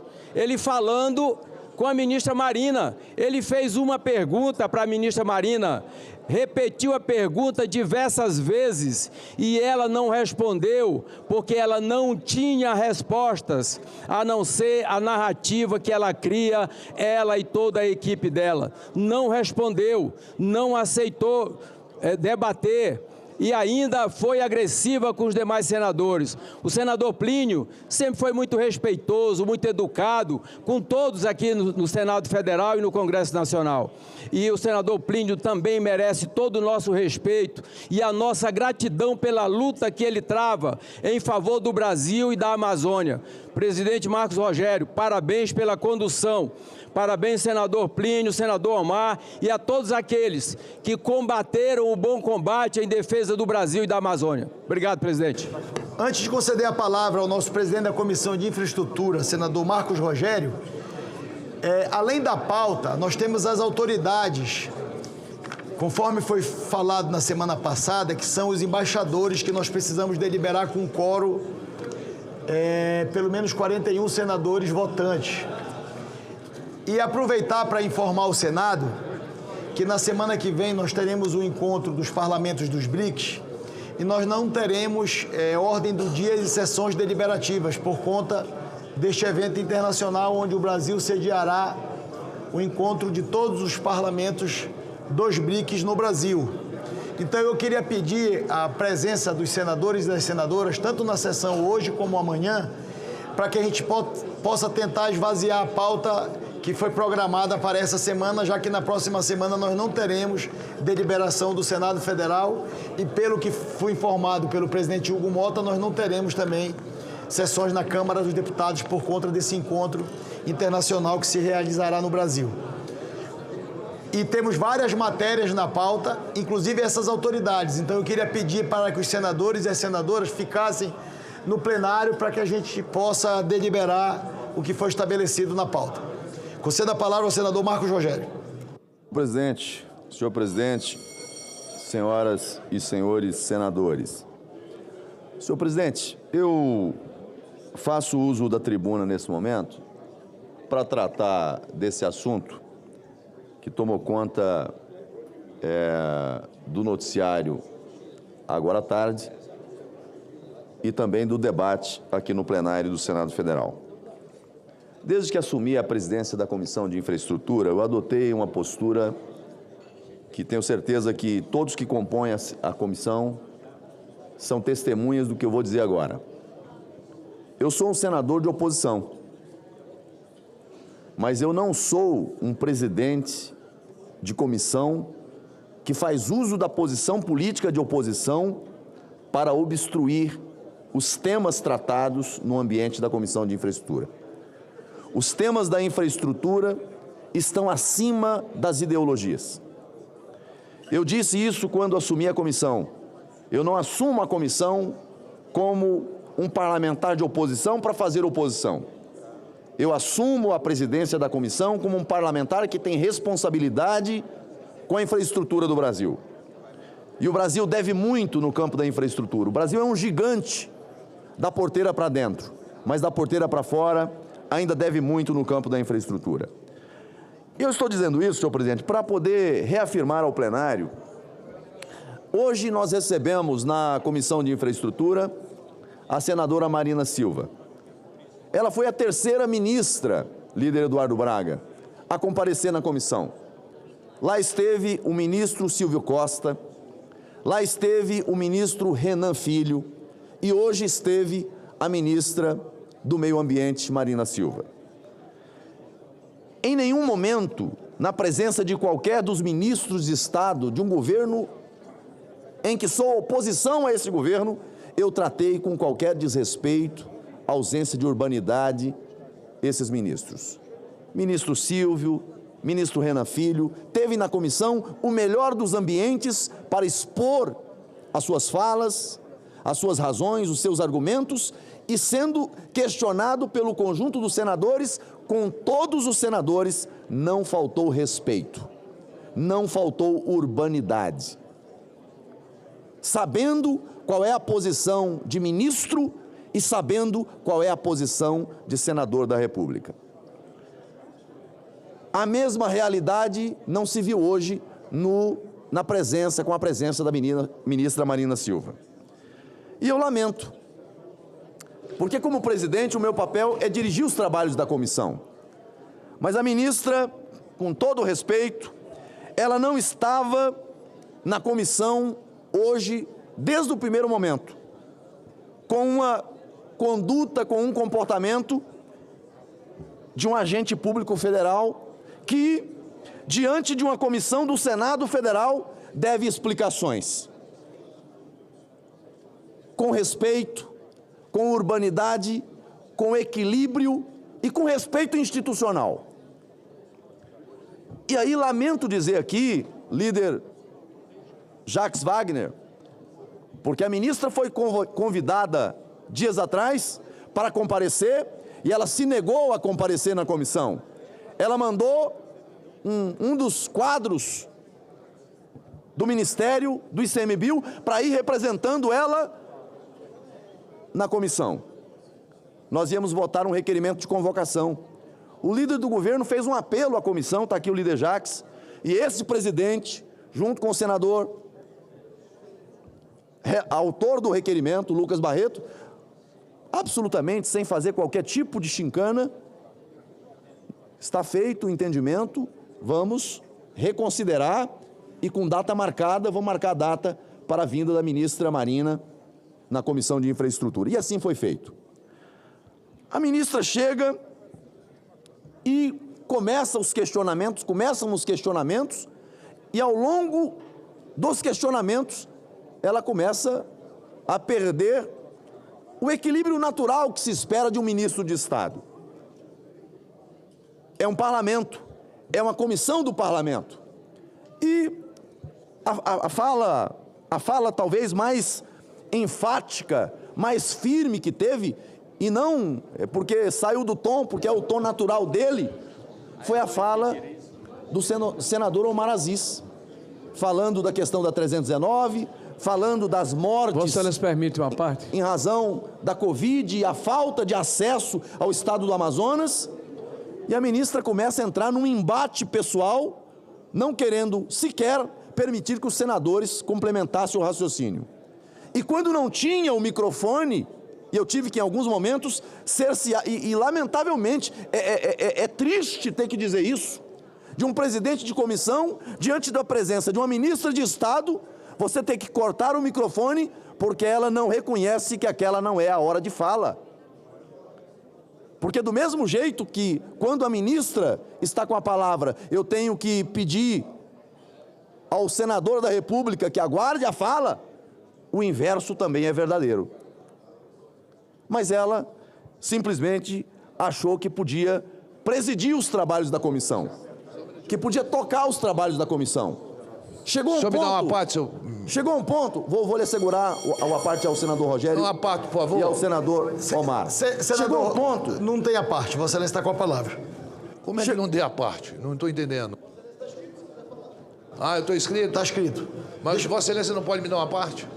Senador Omar, deixa o orador Pode concluir. ficar, eu não vou tratar desse assunto de ministra, não. Nós temos o orador na tribuna aqui. A senhora pode ficar à vontade. Vossa Excelência vai falar já já. Dê uma parte para a senadora Leila. Senadora Leila, só o senador presidente concluir. Chegou um ponto, senhor presidente. Chegou um ponto do debate que, tentando fazer com que a comissão fluísse, a ministra altera o tom de voz, começa a ser agressiva com os senadores, atribuiu a mim apoio a ditadores, a mim, com o dedo em riste. E eu usei a frase, essa é a educação da ministra. E ela continua fazendo o tumulto. E a gente tentando criar um ambiente. O senador Rogério, posteriormente, fez uma questão de ordem, fazendo um apelo ao equilíbrio, a um ambiente de urbanidade, e tentamos seguir nessa direção. Quando eu usei o termo "se ponha no seu lugar", eu não fiz, senhor presidente, senhoras e senhores senadores, no intuito de diminuir a ministra, de desqualificar a ministra, mas de chamá-la ao papel que é próprio dela como ministra de Estado, porque estava numa conduta que era impossível tocar os trabalhos da Comissão de Infraestrutura, alterada, aos gritos, desrespeitando a fala dos senadores. Aí o senador não fez nenhum questionamento, aí ela queria comentar toda a fala política do senador. Isso não é uma prática das comissões do Senado Federal. A fala do ministro é a fala dele, a fala de 30 minutos regimental, é regimental, ele fala o que quer falar. Quando está na parte de exposição dos senadores, quando há questionamentos, há respostas. Quando não há questionamentos e há ponderações por parte dos senadores, não cabe você permitir que o ministro de Estado comente tudo o que os senadores falam. Então, senhor presidente, eu queria fazer esse registro ao plenário, e aqui, respeitosamente, eu estava no meu gabinete, ouvindo a fala de diversos colegas meus aqui, que eu tenho o mais profundo respeito. Mas, infelizmente, são falas que estão reproduzindo uma narrativa, que está desconectada da realidade daquilo que aconteceu no âmbito da Comissão de Infraestrutura. Todo agente público, todo servidor público, ministro de Estado que comparece numa comissão do Senado Federal, da Câmara dos Deputados, deve se portar com urbanidade, com respeito, respondendo os questionamentos dentro daquilo que manda a regra regimental. E na audiência, Marina se esqueceu que estava como ministra, agiu com truculência, inclusive com relação a esse presidente que nem estava no debate. O debate não era meu. O debate, sobretudo ali, estava acontecendo com senadores que estavam levantando os questionamentos. Aí aponta o dedo, é agressiva, bate no meu braço. Senador Omar, o oposto. Se eu bato no braço da ministra, talvez ela tinha pedido à Polícia Federal. Senador, por gentileza, para concluir. E aí eu vou concluir, senhor presidente. Eu vou concluir apenas dizendo o seguinte.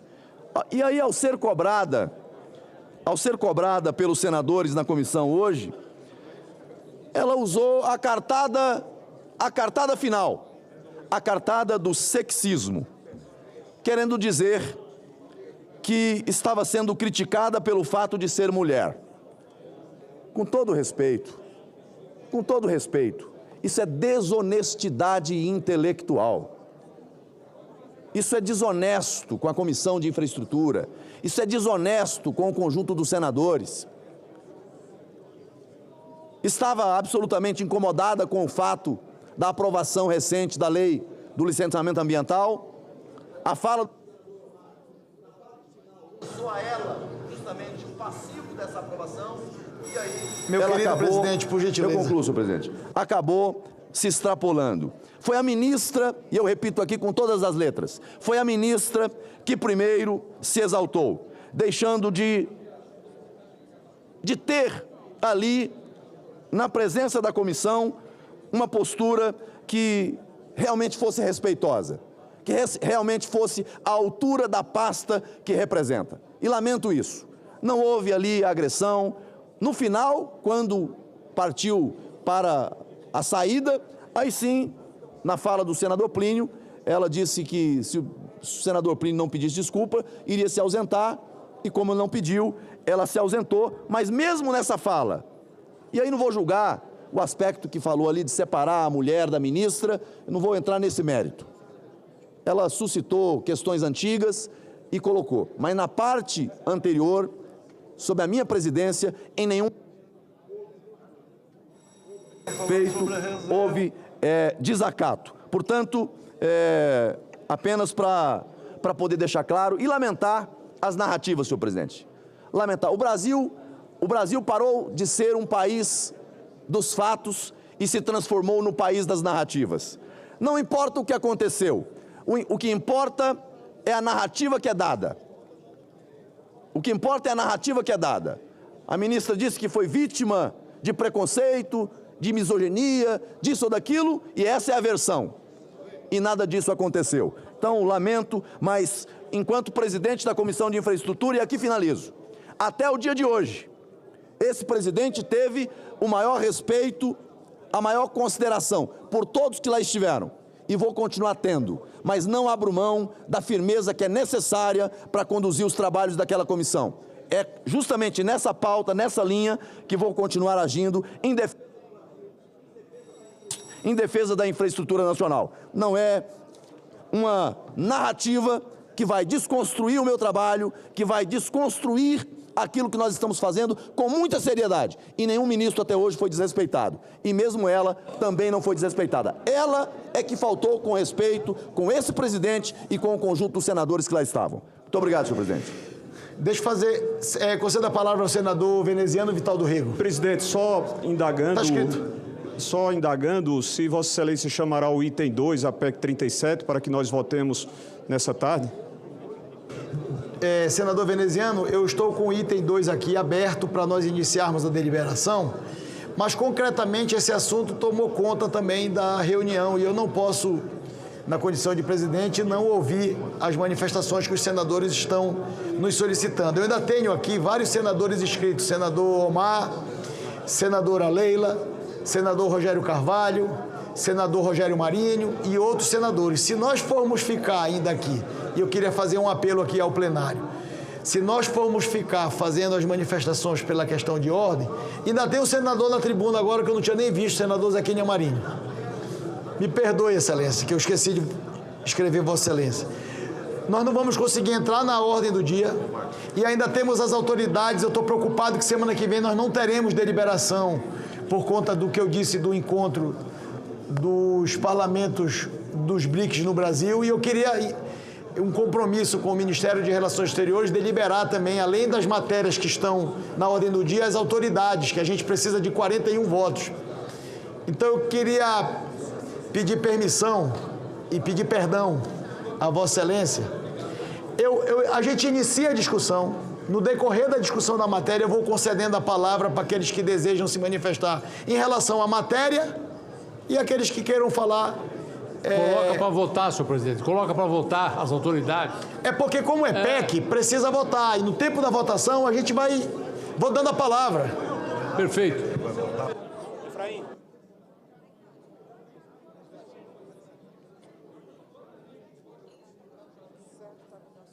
É porque a PEC precisa de 49 votos favoráveis. Então eu vou colocar para votar a PEC e depois vou colocar as autoridades e nós vamos continuar com a ordem do dia. E no tempo que estão votando, estão falando. Pode ser? Item 2 da pauta. Eu queria agradecer ao senador veneziano Vital do Rego, que deu uma luz à coordenação da presidência. Proposta de emenda constitucional número 37 de 2022, de autoria do senador veneziano Vital do Rego e outros senadores, que modifica o artigo 144 da Constituição Federal, a fim de incluir as guardas municipais e os agentes de trânsito entre os órgãos que compõem a segurança pública brasileira. O parecer número 60 de 2024 da Comissão de Constituição, Justiça e Cidadania teve como relator na CCJ o querido líder senador Efraim Filho. E o relatório foi favorável à proposta com a emenda número 1 que apresenta. Perante a mesa foi apresentada a emenda número 2, que já foi publicada. Posteriormente foi apresentada também a emenda de número 3. Já foi disponibilizada na tramitação da matéria e que será encaminhada para publicação. Na sessão deliberativa de 7 de maio, relembro Vossas Excelências, foi aprovado um requerimento de número 360 de um calendário especial para a tramitação e deliberação da matéria. As emendas número 2 e número 3 apresentadas, já publicadas, dependem de parecer de plenário. Portanto, faço a designação do senador Efraim Filho, relator da matéria, para proferir o seu parecer de plenário e lembro a Vossa Excelência que é apenas sobre as emendas apresentadas de número 2 e número 3.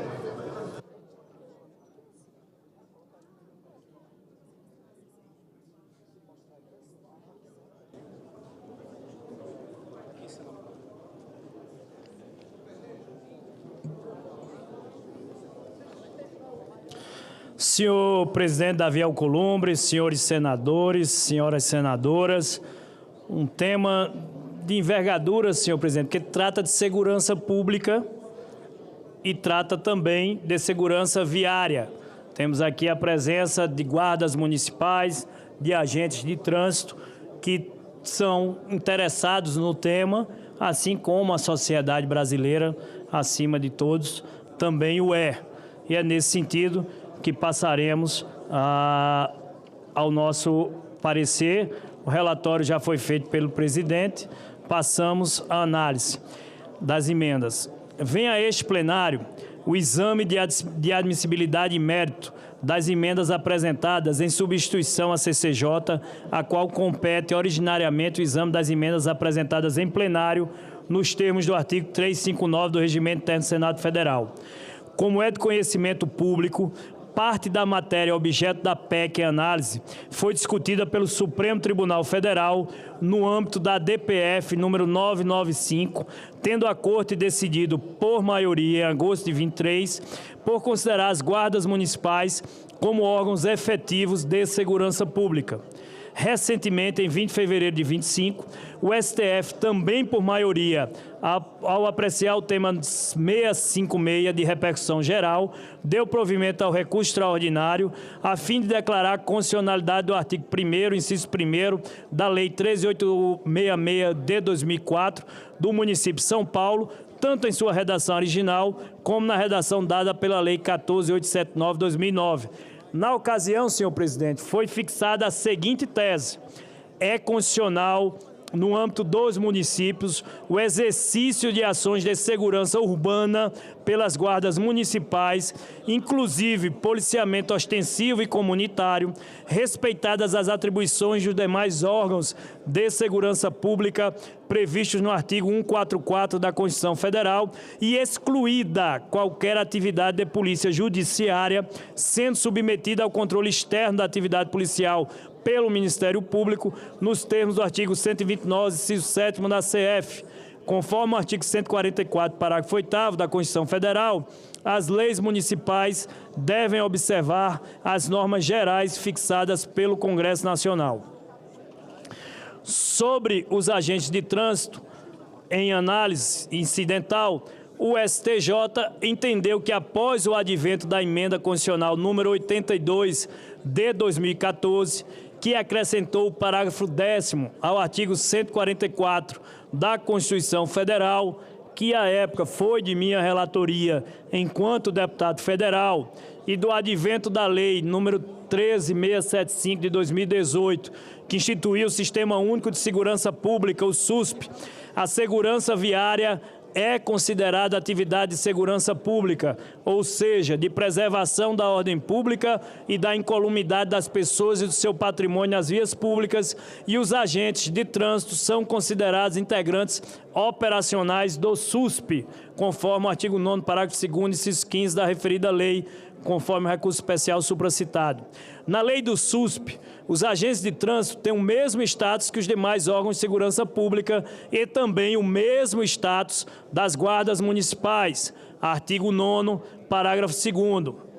Sobre a emenda número 2, importante sublinhar que recente decisão monocrática do ministro Flávio Dino, do STF, na DPF número 1214, reafirma a decisão do Tribunal de Justiça do Estado de São Paulo no sentido de vedar o uso do nome Polícia Municipal pela Guarda Municipal local, em virtude de alteração na Lei Orgânica do Município de São Paulo, pelo fato de todo o arcabouço normativo, Constituição e Legislação Infraconstitucional Federal, utilizar a nomenclatura guardas municipais e da importância de se evitar confusão institucional e prejuízo à uniformidade dos sistemas com alterações legislativas locais.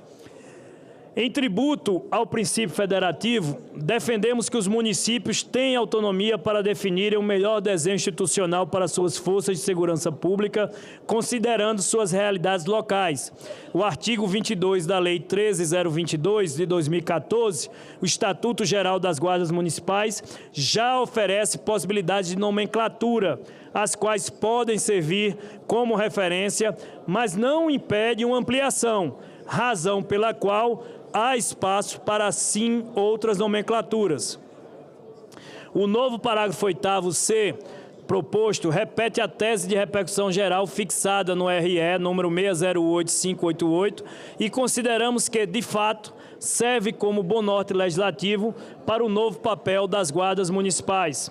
Recebemos, nesse sentido, sugestões tanto da Associação dos Agentes de Trânsito do Brasil, a AGT Brasil, a quem faço a saudação, está presente aqui nas galerias, bem como recebemos da Associação Nacional de Guardas Municipais, diversas associações, federações que estiveram junto conosco também nesse encaminhamento. A primeira defende a necessidade de se prever a expressão policiamento viário, o ingresso na carreira via concurso público, assim como o controle externo de atividade policial pelo Ministério Público como elementos intrínsecos à atividade dos agentes de trânsito. A segunda, por sua vez, oferece sugestões com base na emenda número 2, propõe a previsão de possibilidade de alteração das nomenclaturas das guardas municipais, nos termos da Lei 13.022 de 2014, que prevê rol de nomes possíveis no parágrafo único do artigo 22, Guarda Civil, Civil Municipal, Metropolitana, Civil Metropolitana, e determina a provisão de cargos por meio de concurso público, remetendo também às regras já constantes do Estatuto Geral. No mais, defende o que já dispõe a referida emenda número 2 do plenário. Previsão de policiamento ostensivo e comunitário, vedação de policiamento judiciário e controle externo pelo MP. A provisão de cargos por meio de concurso público e o controle externo da atividade policial pelo Ministério Público já constam da Constituição Federal, nos seus artigos 37, inciso 2º, e 129, inciso 7º. Consideramos, portanto, nesse ponto, desnecessárias tais adições ao texto.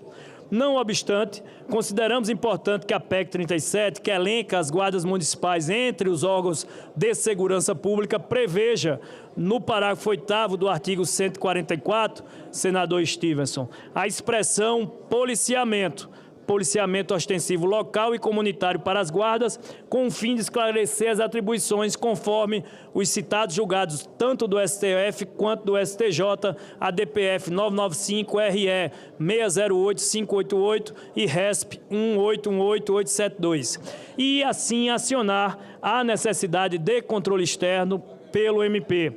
Ademais, é necessário que as atribuições das guardas municipais se estendam para todo o município, motivo pelo qual retiramos qualquer trecho limitador de sua atuação fora dos limites urbanos, mantidos claros os limites municipais, considerando que em muitos desses municípios brasileiros, a zona rural responde pela maior parte da área territorial do ente.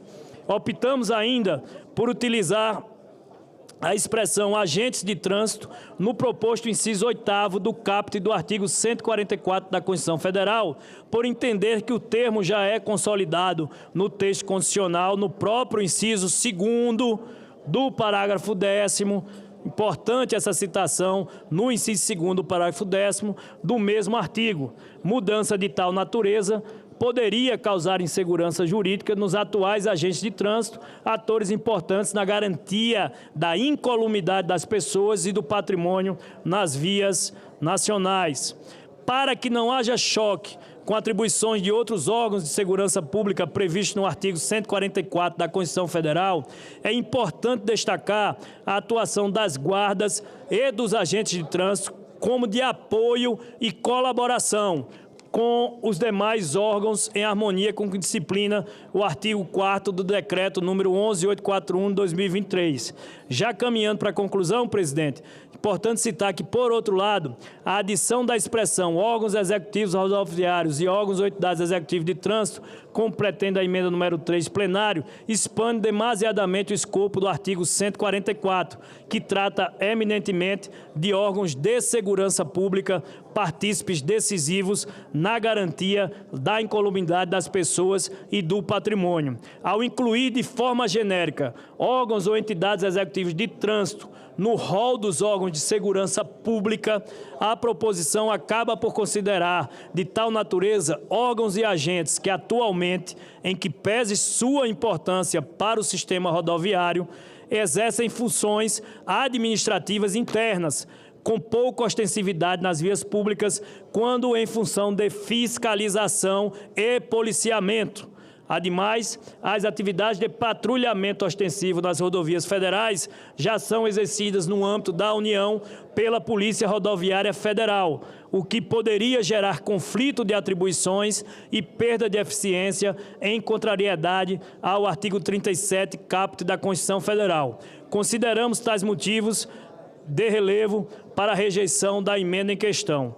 Portanto, senhor presidente, nosso voto é pela aprovação da PEC número 37 de 2022, pela aprovação parcial da emenda número 2 de plenário e pela rejeição da emenda número 3 de plenário na forma das seguintes emendas. E aí a conclusão do voto, presidente. Fica, portanto, inserido no artigo 144, no inciso 7º, com a seguinte redação: guardas ou polícias municipais.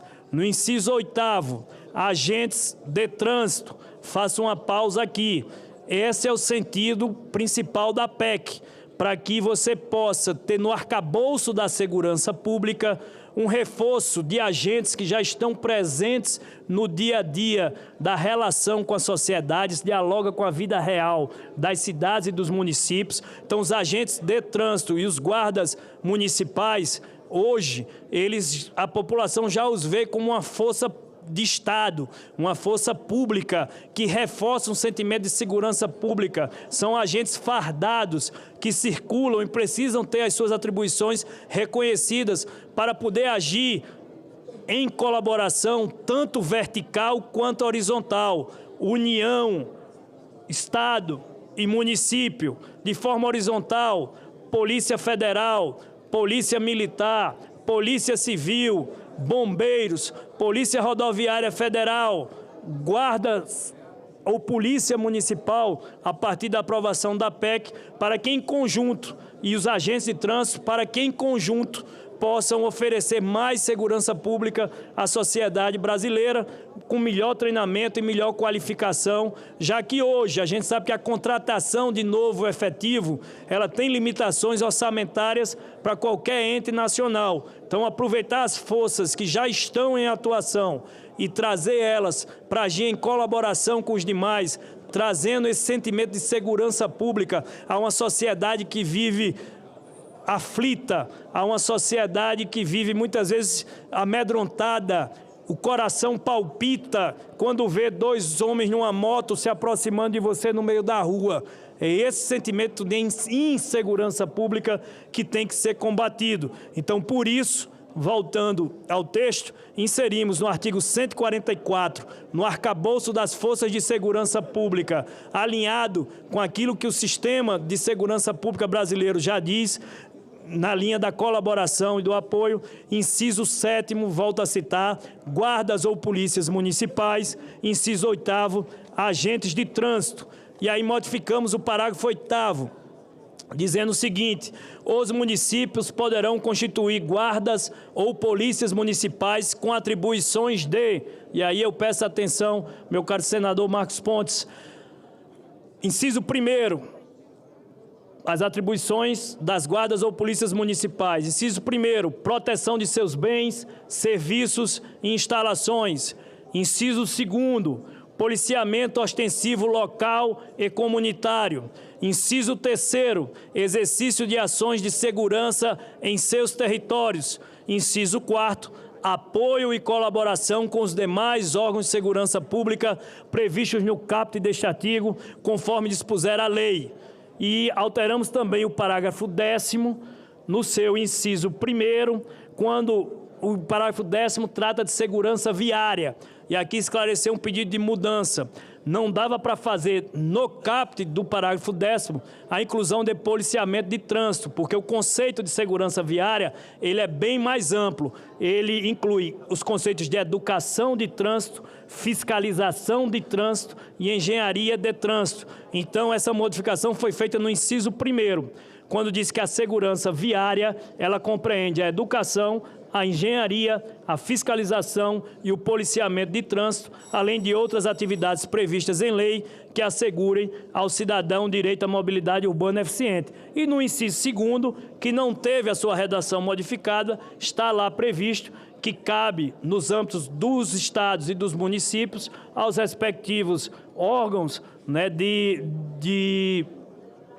os órgãos de trânsito e os agentes de trânsito a essas atribuições, porque no parágrafo 10º, se colocou os agentes de trânsito no parágrafo 10º, que é geral, ficaria a Polícia Rodoviária Federal excluída das competências da segurança viária, o que logicamente não faz algum sentido, e acredito que dessa forma a gente contempla esse novo arcabouço legal. E aí eu concluo, me permitam trazer esse pensamento de quem se aprofundou no tema, de quem debateu o tema, de quem recebeu diversas associações.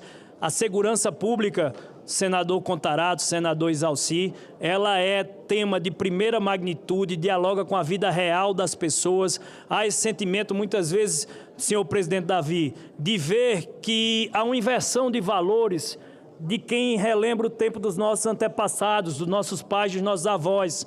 Havia, por exemplo, um momento, senador Ariel Visto, em que era o grande costume daqueles tempos se colocar uma cadeira na rua para se conversar com os vizinhos até altas horas da noite. Isso hoje já não existe mais. No primeiro anoitecer, na primeira hora do anoitecer, as pessoas já correm para se esconder dentro das suas casas. As ruas eram das famílias, as prisões eram para os bandidos. E hoje, os bandidos, muitas vezes, nas ruas, fazem com que as pessoas façam das suas casas verdadeiras prisões. Parem para pensar, as casas estão cada vez mais parecidas com prisões. Para quem pode, é muro alto, é grade, é cadeado, é pitbull na porta, é sistema elétrico de rede de tensão, é sistema televisionado de câmeras. As pessoas estão fazendo das suas casas prisões para afastar das ruas que estão sendo muitas vezes tomadas pela segurança pública, pelo crime organizado, pelas facções, pelas milícias, e é preciso sim procurar reforçar o arcabouço legal da segurança pública, com os guardas municipais e os agentes de trânsito podendo contribuir em ações de operações conjuntas.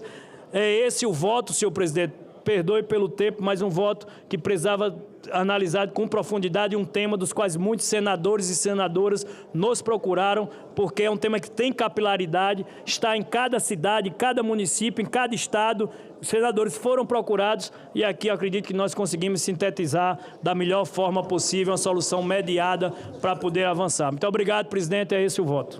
Pela ordem, senhor presidente. Obrigado, senador. Líder senador Efraim.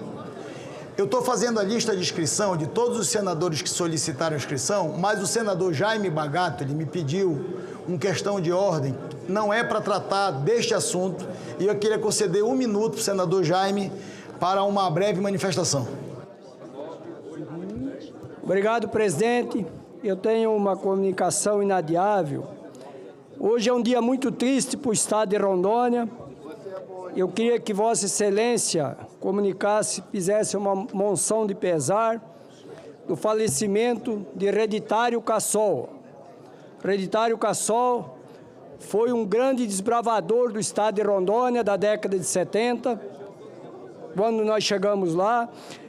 E dizer para você, presidente, ele além de patriarca da família Cassol, ele foi deputado federal, se não me falha a memória, por um mandato, e assumiu o Senado Federal por 4 meses em 2011 e por mais 4 meses em 2018. Então, eu queria que Vossa Excelência encaminhasse essa moção de pesar pelo falecimento de Reditário Cassol, que também é o pai do ex-senador Ivo Cassol e ex-governador do estado de Rondônia. Obrigado, presidente. A mesa defere a solicitação de você. Senador Marcos Rogério. Senhor presidente, apenas para subscrever, junto com o senador Jaime Bagato, a nota de pesar pelo falecimento do senador Reditário Cassol. A mesa recolhe a manifestação de Vossas Excelências, defere e será dada o devido encaminhamento do ponto de vista regimental. Deixa eu aproveitar, eu queria pedir permissão. Nós temos vários senadores inscritos para tratar sobre a proposta de emenda constitucional. Primeiro, cumprimentar o senador Efraim, o senador veneziano, e fazer justiça, me permitam, e a todos os senadores e senadoras, que em todas as reuniões no Colégio de Líderes, Vossas Excelências levantaram a importância de nós deliberarmos esta matéria aqui no plenário.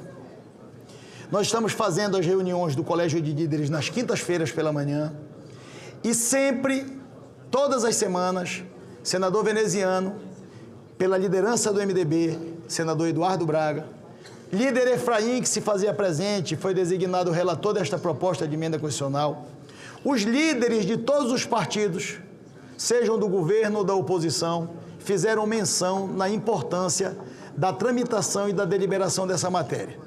E por que é importante fazer esse registro, inicialmente na minha fala? Porque há verdadeiramente uma sensação de insegurança da sociedade brasileira. E eu raramente faço uma manifestação aqui no alto da presidência do Senado, mas nesta matéria em especial, eu preciso registrar que esta presidência foi convencida a pautar esta matéria na reunião que fazemos todas as quintas-feiras no Colégio de Líderes.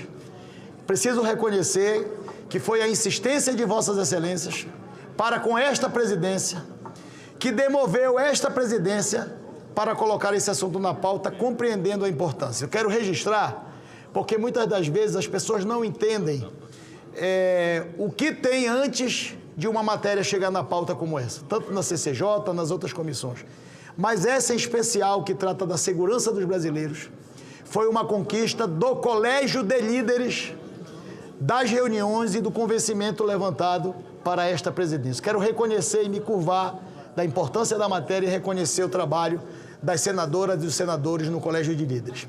Senhor presidente, você me permite só fazer um reconhecimento que na formalidade do parecer não cabia tecer o tanto de elogios que o autor da proposta, o senador veneziano, merece.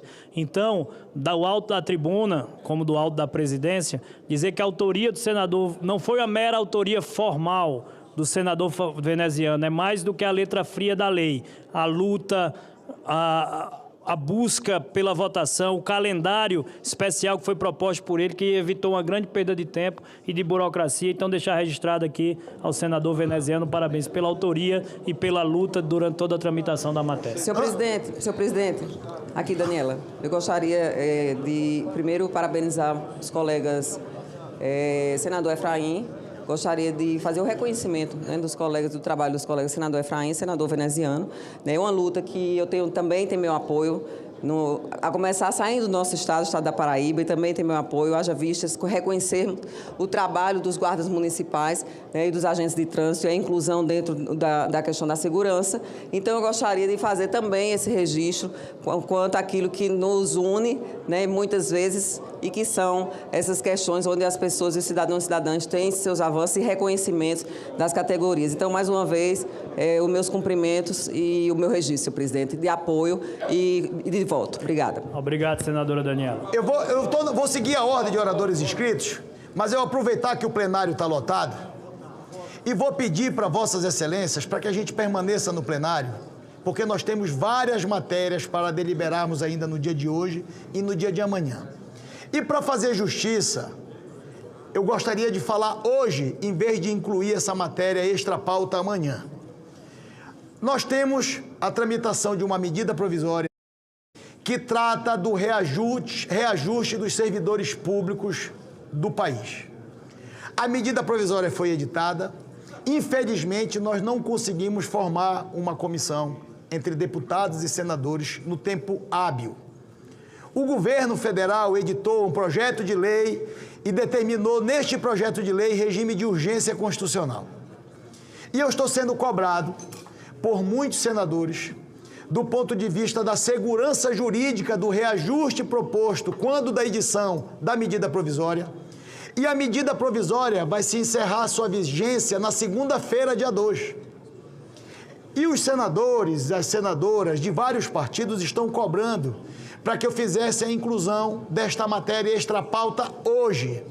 Eu não vou fazer a inclusão desta matéria hoje, porque senão nós não vamos consensuar no plenário e a partir daí abre-se um precedente para que matérias importantes sejam incluídas extra-pauta sem o debate efetivo no Colégio de Líderes ou nas lideranças partidárias. Mas eu não tenho como não incluir amanhã.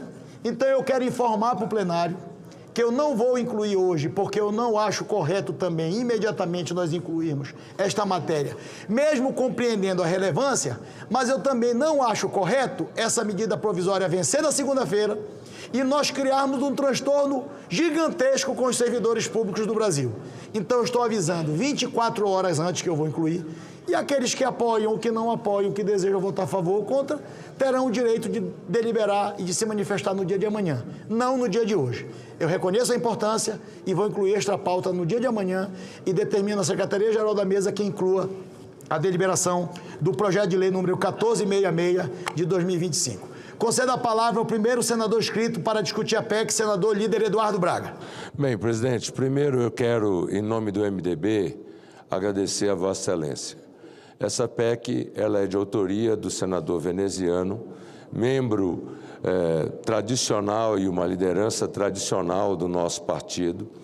E dentro da nossa bancada, essa PEC mereceu total apoio e durante todas as reuniões de líderes, o MDB trazia o texto dessa PEC como prioridade para inclusão na pauta, inclusive para que tivéssemos um calendário especial.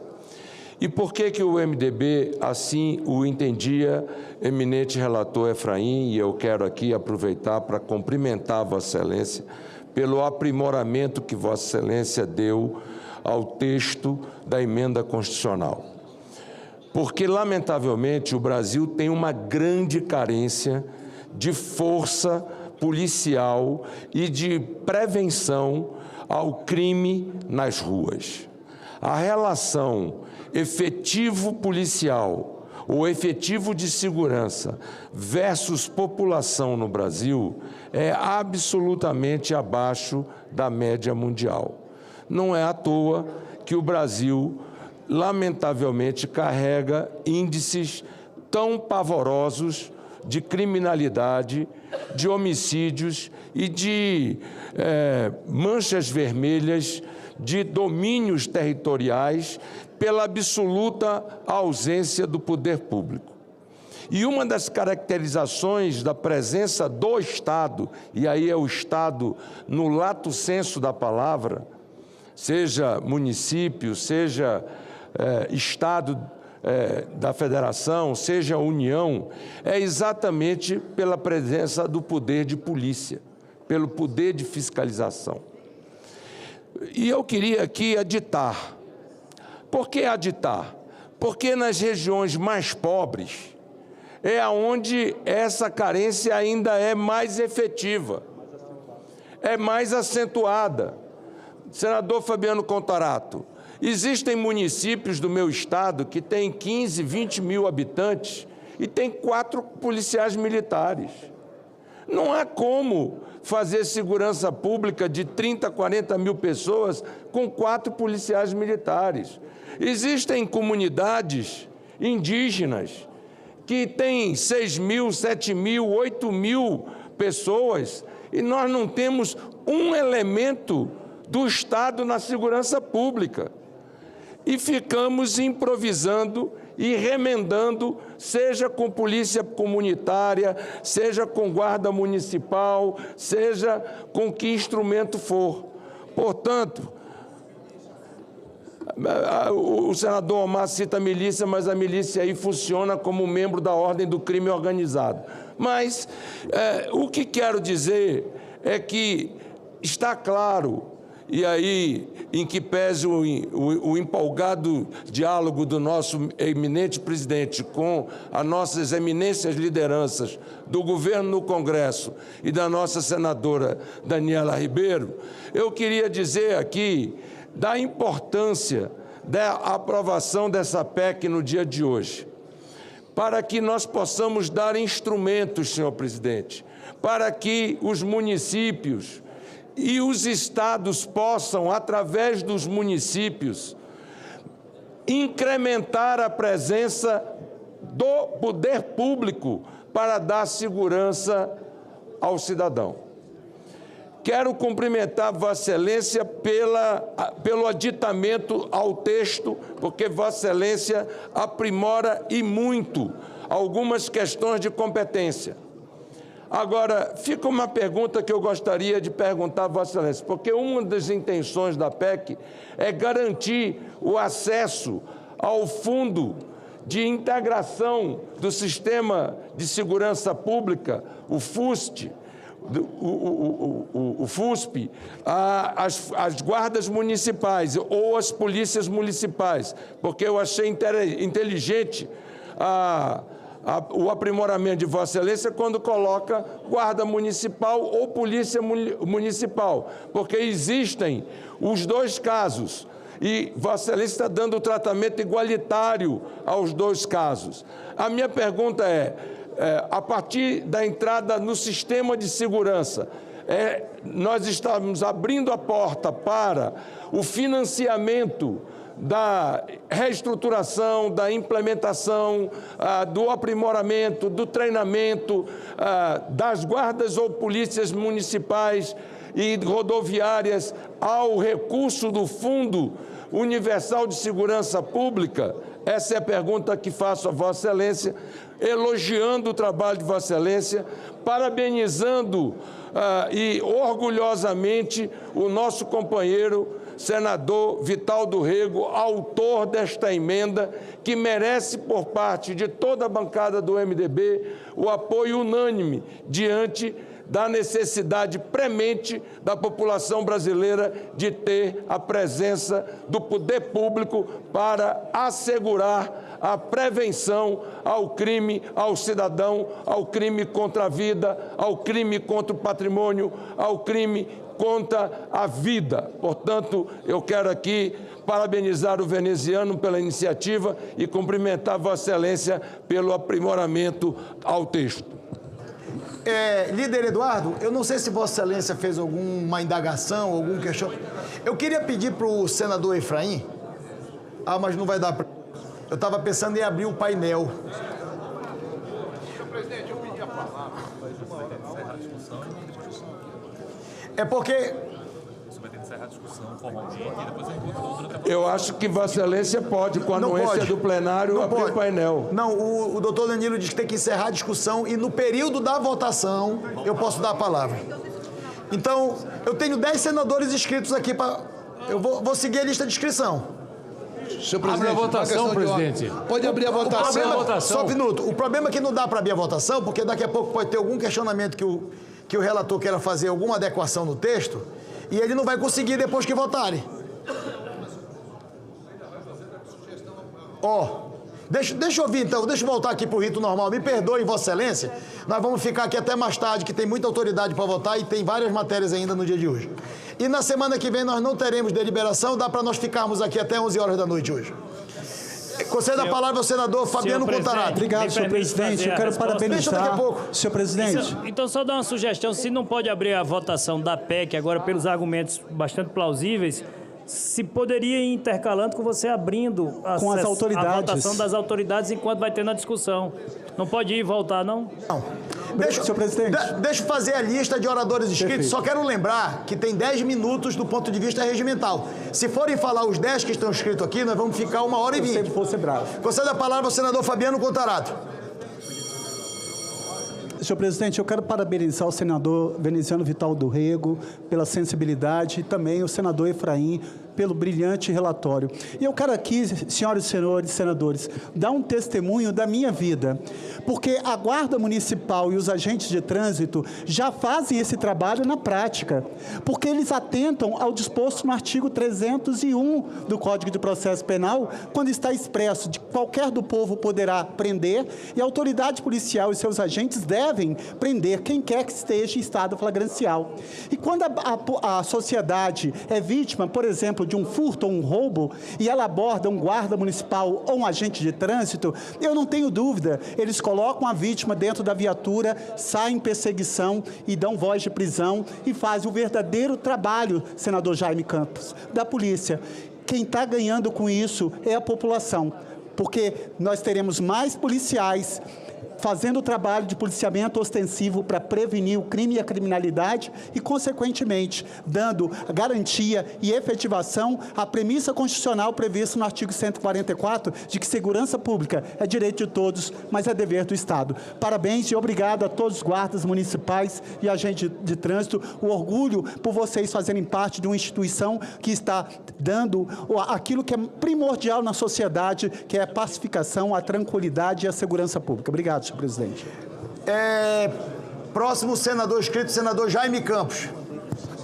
Senhor presidente, senhoras e senhores senadores, serei rápido, é para dar celeridade aqui. Mas eu quero, antes de mais nada aqui, dizer e manifestar meu apoio à PEC 37, de 2022, de autoria do ilustre e grande senador veneziano, que inclui os guardas municipais e os agentes de trânsito no rol de órgãos de segurança pública previsto no artigo 144 da nossa Constituição Federal. A aprovação desta PEC representa mais do que uma adequação legislativa. Trata-se de um reconhecimento histórico e necessário do papel essencial que essas categorias exercem na preservação da ordem, da vida e da segurança da população brasileira. Os guardas municipais são hoje uma das primeiras linhas de atuação na proteção do cidadão. É bom que se esclareça isso.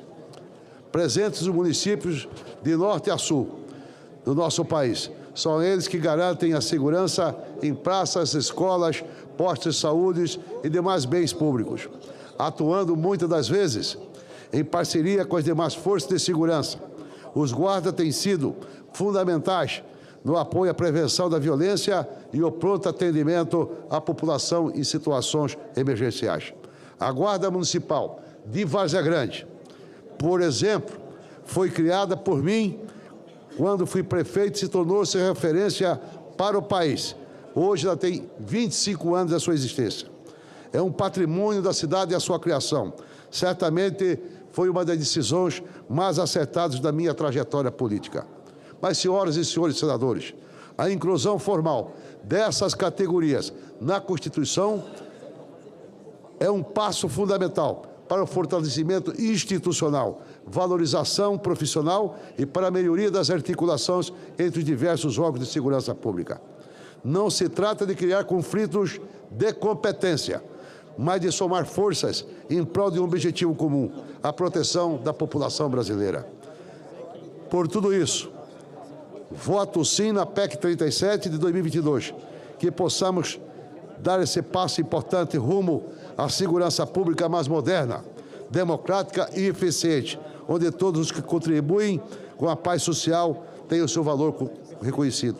Encerrando, senhor presidente, quero cumprimentar, não só louvar a iniciativa do eminente senador veneziano, mas, sobretudo, pelo belo relatório promovido pelo meu líder, senador Efraim de Moraes.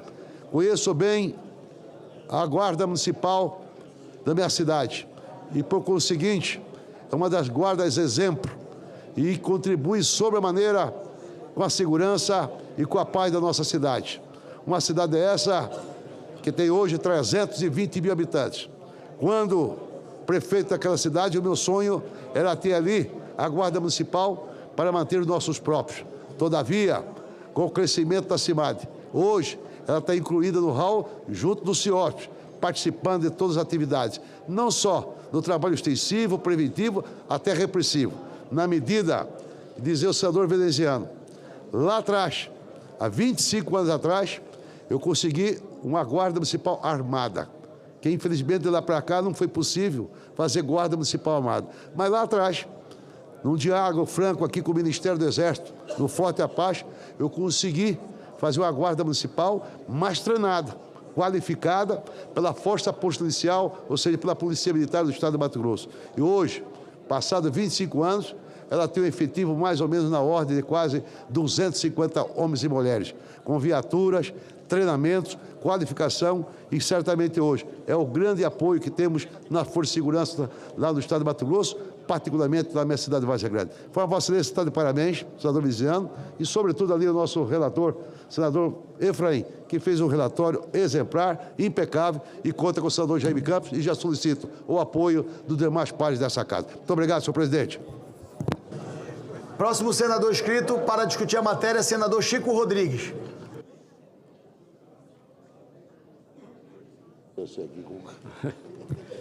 Senhor presidente, senhoras e senhores senadores, quero primeiro cumprimentar o senador veneziano Vital do Rego, autor desse projeto importantíssimo para o nosso país, ao senador Efraim Filho, pela competência e, acima de tudo, pelo cuidado e as alterações que fez, sempre procurando aprimorar esse projeto. E esta casa tem a oportunidade histórica de corrigir uma lacuna constitucional que impacta diretamente a eficácia e o reconhecimento institucional das Forças Auxiliares de Segurança Pública em nosso país. Refiro-me à proposta da emenda constitucional número 37, de 2022, que modifica o artigo 144 da Constituição Federal para incluir expressamente as guardas municipais e os agentes de trânsito entre os órgãos que compõem a segurança pública. Essa proposta, de autoria do senador veneziano Vital do Rego e subscrita por outros parlamentares, representa um avanço essencial para o fortalecimento da segurança pública em nível local. As guardas municipais e os agentes de trânsito já desempenham, na prática, papéis fundamentais na preservação da ordem pública, na proteção do patrimônio público e na mediação de conflitos cotidianos de nossas cidades. Falta-lhes, contudo, o reconhecimento constitucional explícito que legitime e valorize o seu trabalho. A PEC está em última sessão de discussão em primeiro turno e conta com o parecer favorável da Comissão de Constituição, Justiça e Cidadania, apresentado pelo senador Efraim Filho, com importantes ajustes de redação para alinhar os termos aos utilizados na legislação vigente e a jurisprudência dos tribunais superiores.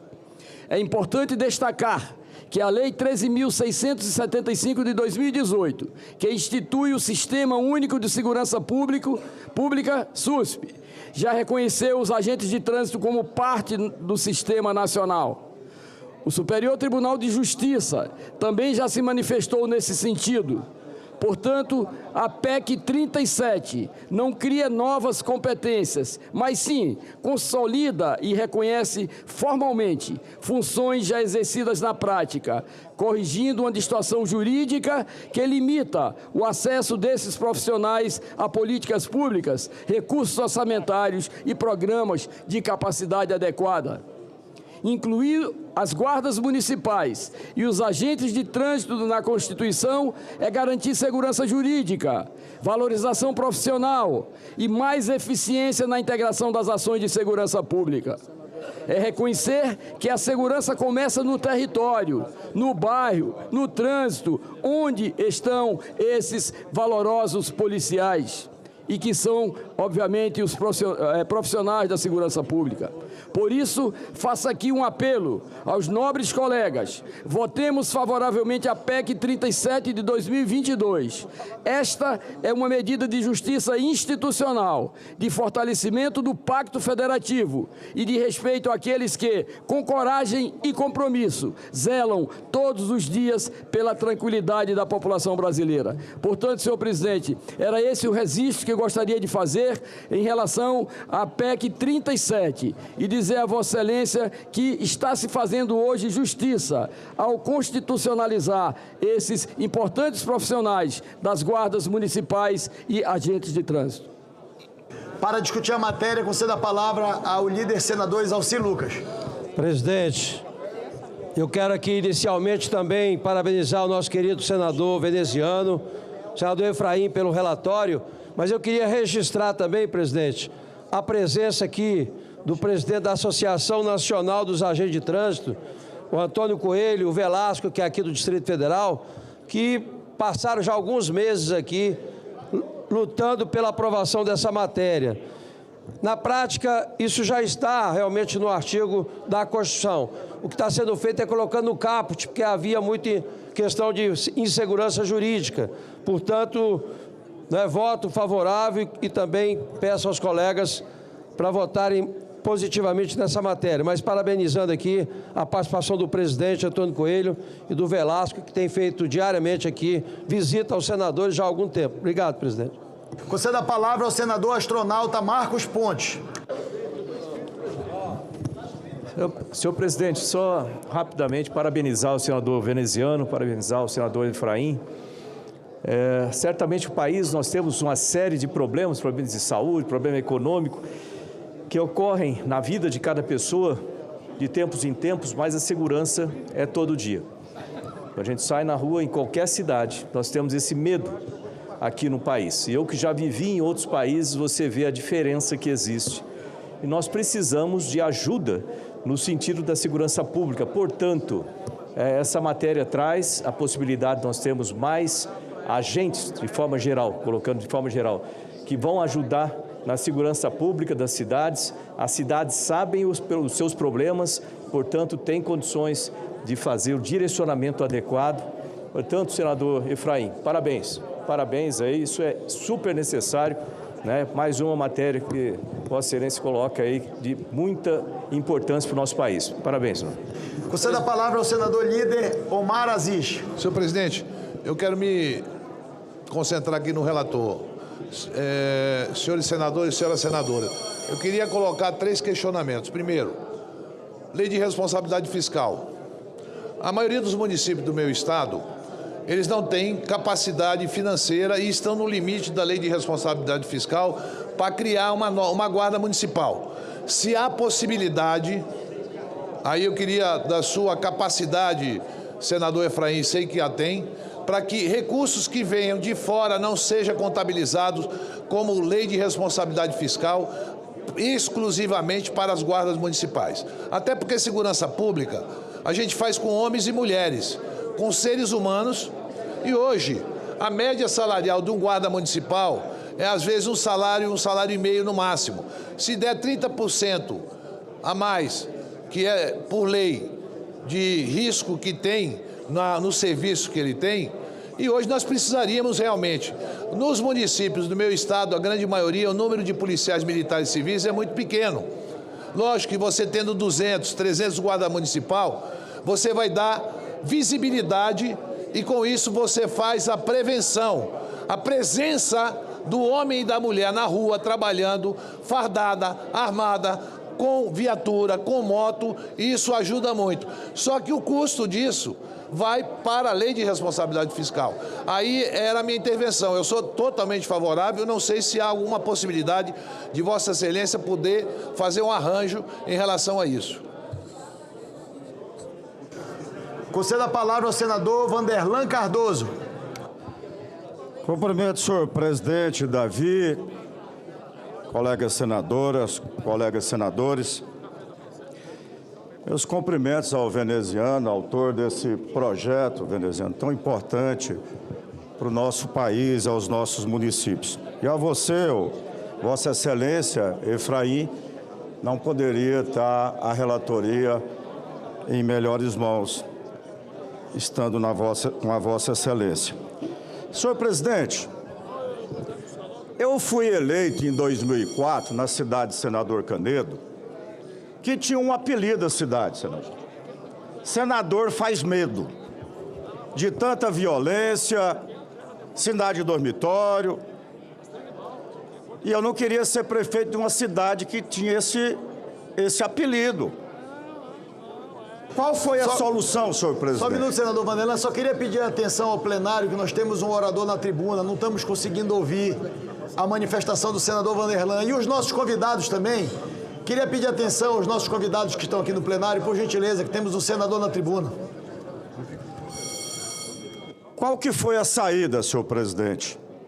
Foi investimento na guarda municipal, com treinamento, equipamento, viatura, senadora Daniela, condições para que esses homens pudessem exercer o seu trabalho.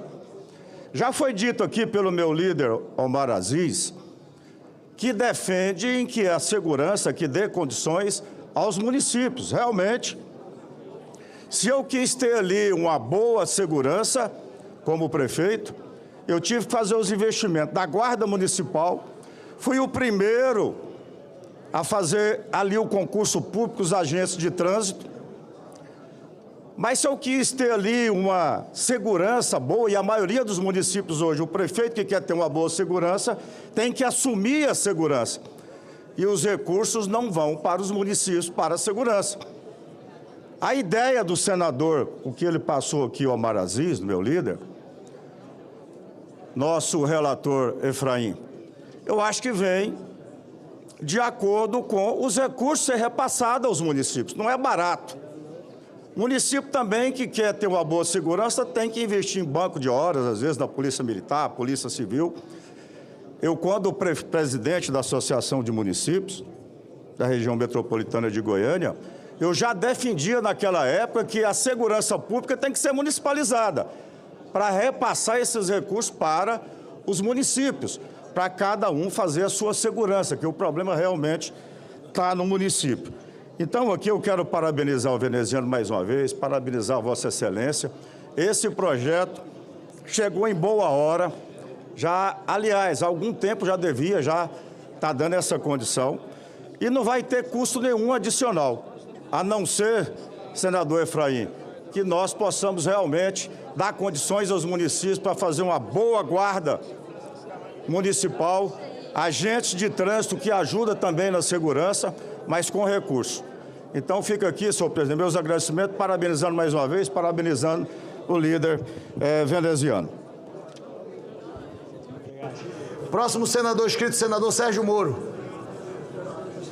Em seguida, senador Rogério Carvalho. Fica aí. Presidente, só quero aqui elogiar o trabalho do senador Efraim, também de Vossa Excelência de colocar esse tema na pauta. Faz muito tempo que se discute essa questão das guardas municipais, de uma inserção clara como órgãos de segurança pública e também um delineamento melhor dos poderes, das competências das guardas municipais. E, finalmente, o Senado dá uma resposta a esse tema, com uma proposta, agora, na redação do senador Efraim, que também contempla uma reivindicação da categoria de poder também utilizar a denominação Polícia Municipal. E deixar claro que a Guarda Municipal ou Polícia Municipal não é para apenas guardar patrimônio público municipal. O objetivo hoje não é simplesmente fazer vigilância patrimonial em prédio da prefeitura, mas sim poder fazer um policiamento para proteger o cidadão. No momento em que a gente vê uma escalada da criminalidade, uma proposta como essa, uma emenda como essa, dá segurança jurídica. Porque nós vimos no ano passado também um vai e vem da jurisprudência.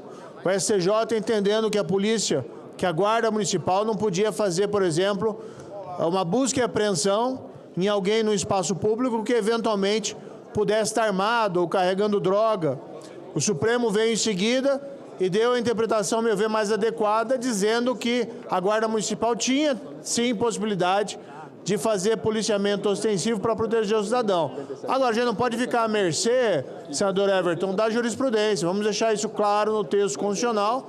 Então, eu faço aqui, hoje é um dia de conquista para as guardas municipais, que doravante também vão poder chamar polícias municipais. Agora, é importante, precisa ter treinamento e preparo, né, para realizar essas atividades, e essa vai ser uma grande responsabilidade das prefeituras, dos municípios, que desejarem ter polícias municipais ou guardas municipais preparadas para realizar essa atividade.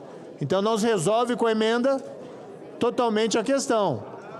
Precisamos ter o treinamento e precisamos ter na legislação municipal as habilitações, a definição das competências dessas guardas e polícias municipais. Mas hoje é um dia de conquista e de avanço no âmbito da segurança pública. Senador Efraim. Só um minutinho aqui, por gentileza, só um minuto. Deixa eu voltar aqui para a ordem de oradores inscritos. Senador líder Rogério Carvalho.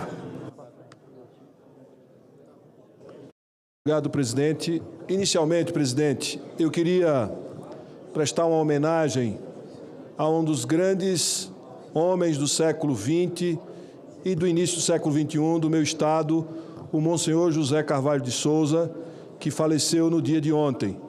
Ele fundou o Seminário Diocesano, o Colégio Arquidiocesano, dirigiu por mais de 50 anos, foi uma das maiores autoridades da educação do estado de Sergipe. E deixa um legado e muita gente grata ao seu trabalho como sacerdote e como educador. Então, fica aqui o registro.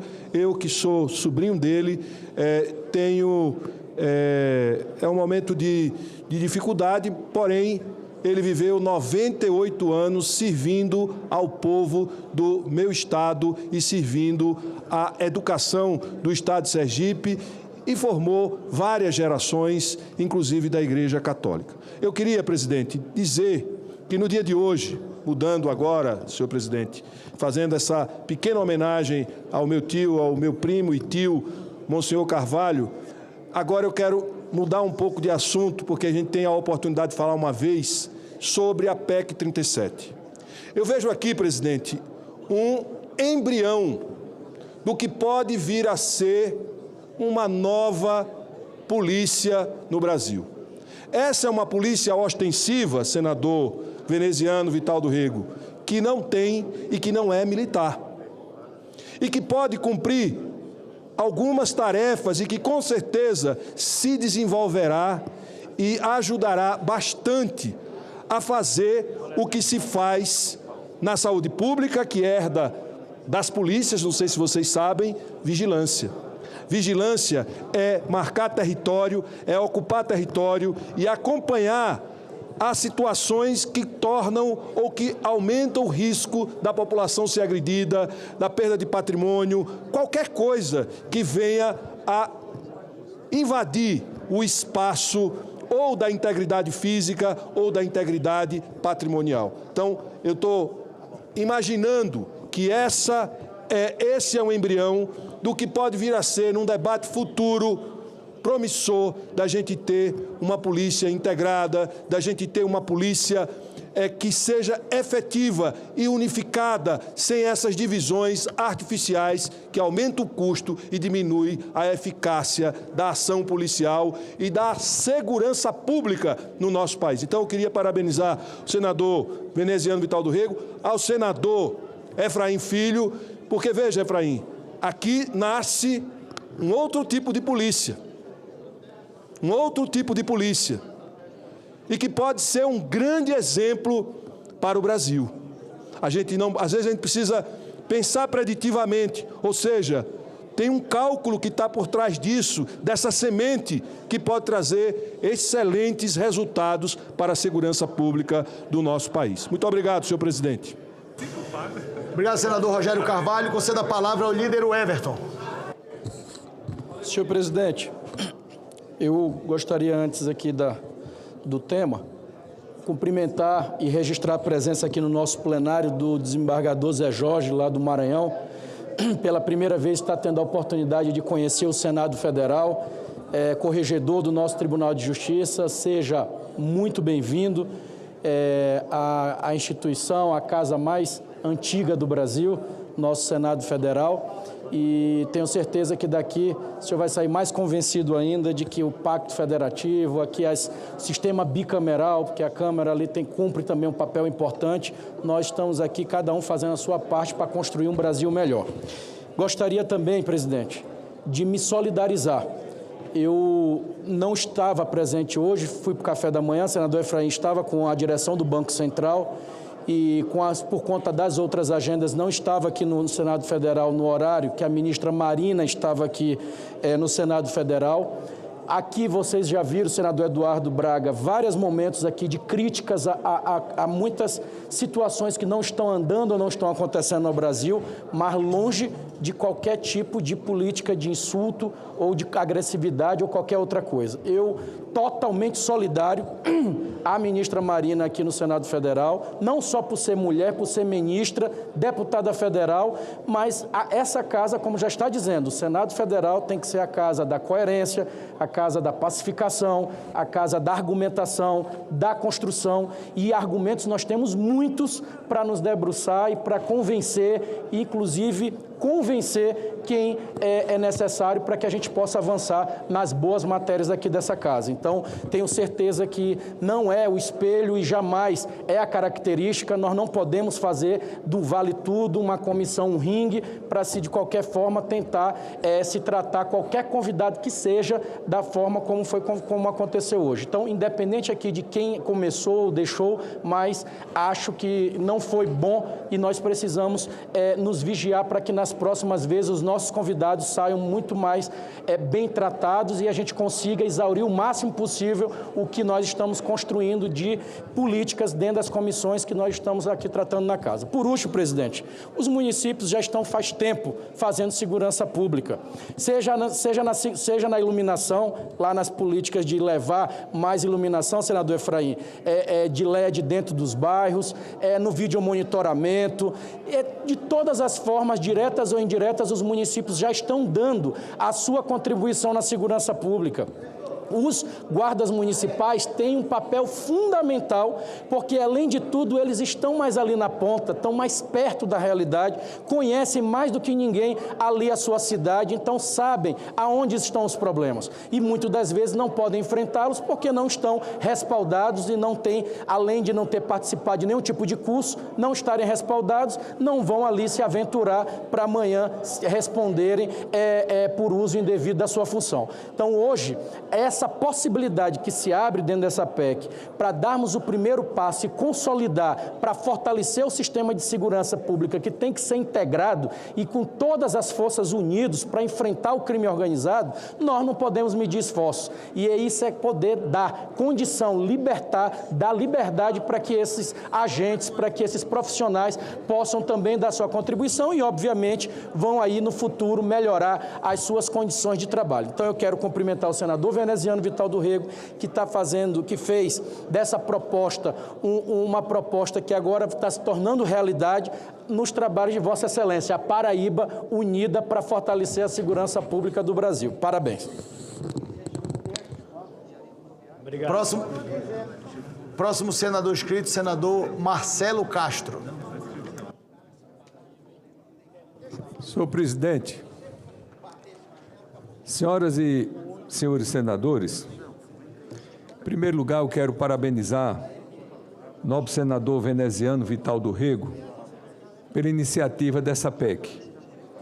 Igualmente parabenizar o relatório muito substancioso do nosso competentíssimo senador Efraim Moraes. E pedir atenção aqui do nosso relator para a emenda número 3, que eu apresentei conjuntamente com outros senadores, que na lei que criou o DENIT, a Lei 10.233 de 2001, tem lá no seu artigo, no parágrafo 3º, a definição aqui da competência do DENIT. É ainda a atribuição do DENIT, em sua esfera de atuação, exercer diretamente ou mediante convênio as competências expressas no artigo 21 da Lei 9.503 de 1997. Vamos para a Lei 9.503 de 27, que é o Código de Trânsito. O que é que diz o nosso Código de Trânsito no seu artigo 21? Senhor senador Efraim, compete aos órgãos e entidades executivos rodoviários da União, dos Estados, do Distrito Federal e dos municípios, no âmbito de sua circunscrição. Item 1. Cumprir e fazer cumprir a legislação e as normas de trânsito no âmbito de suas atribuições. Vamos para o inciso 5. Estabelecer, em conjunto com os órgãos de policiamento ostensivo de trânsito, as respectivas diretrizes para o policiamento ostensivo de trânsito. Então, na lei que cria o DENIT, na lei na lei que cria o Código de Trânsito Brasileiro, todas trazem explicitamente a função do DENIT no controle do trânsito. Não há dúvida quanto a isso. Qual foi o problema? Em 2014, foi aprovada a emenda constitucional número 82, que eu entendo que inadvertidamente e erradamente retirou a União da competência. Então, essa emenda constitucional diz assim: compete, no âmbito dos estados, do Distrito Federal e dos municípios, aos respectivos órgãos e entidades executivos e seus agentes de trânsito estruturados em carreira na forma da lei. Ora, senhor presidente, isso aqui é um equívoco. A lei de trânsito, a lei que criou o DENIT, traz a competência do DENIT como órgão de trânsito. E essa emenda constitucional aqui retirou. Como nós estamos aqui votando uma emenda constitucional, uma PEC, nós então estamos reparando esse equívoco que aconteceu. Por quê? Quando há uma fiscalização hoje, no Estado, o DETRAN,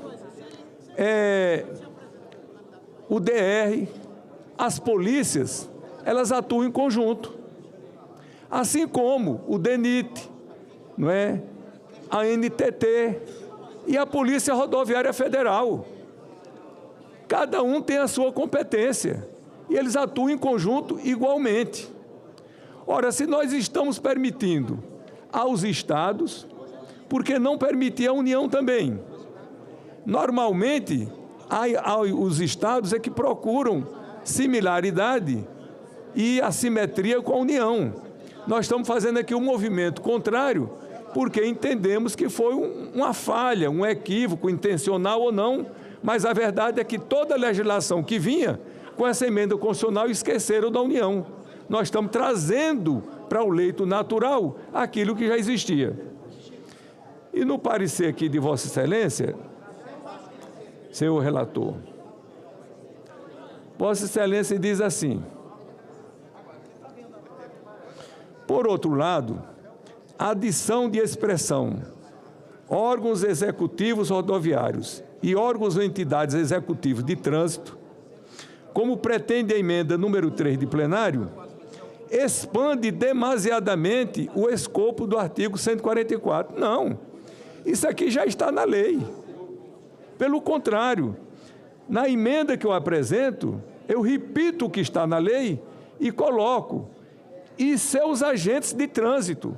Aqui não entram os funcionários os administrativos do DENIT, só os agentes de trânsito.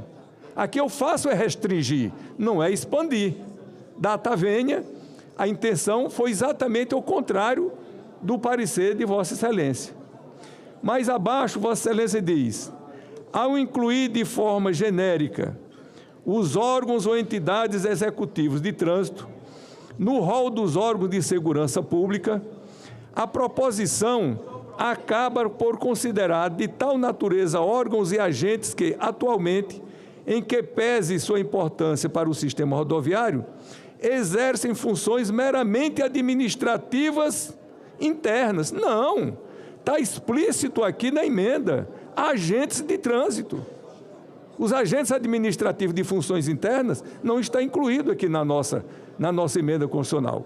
Então, por isso, sabendo da capacidade de compreensão, de entendimento e de bom relacionamento e do intuito de Vossa Excelência de fazer um parecer adequado à realidade, eu peço a Vossa Excelência que modifique e que acate essa emenda, porque vem só corrigir um erro histórico que ocorreu em 2014 e trazer para o leito natural uma legislação que já vem consolidada desde sempre, desde o Código Brasileiro, do Código de Trânsito Brasileiro e desde a criação do DENIT.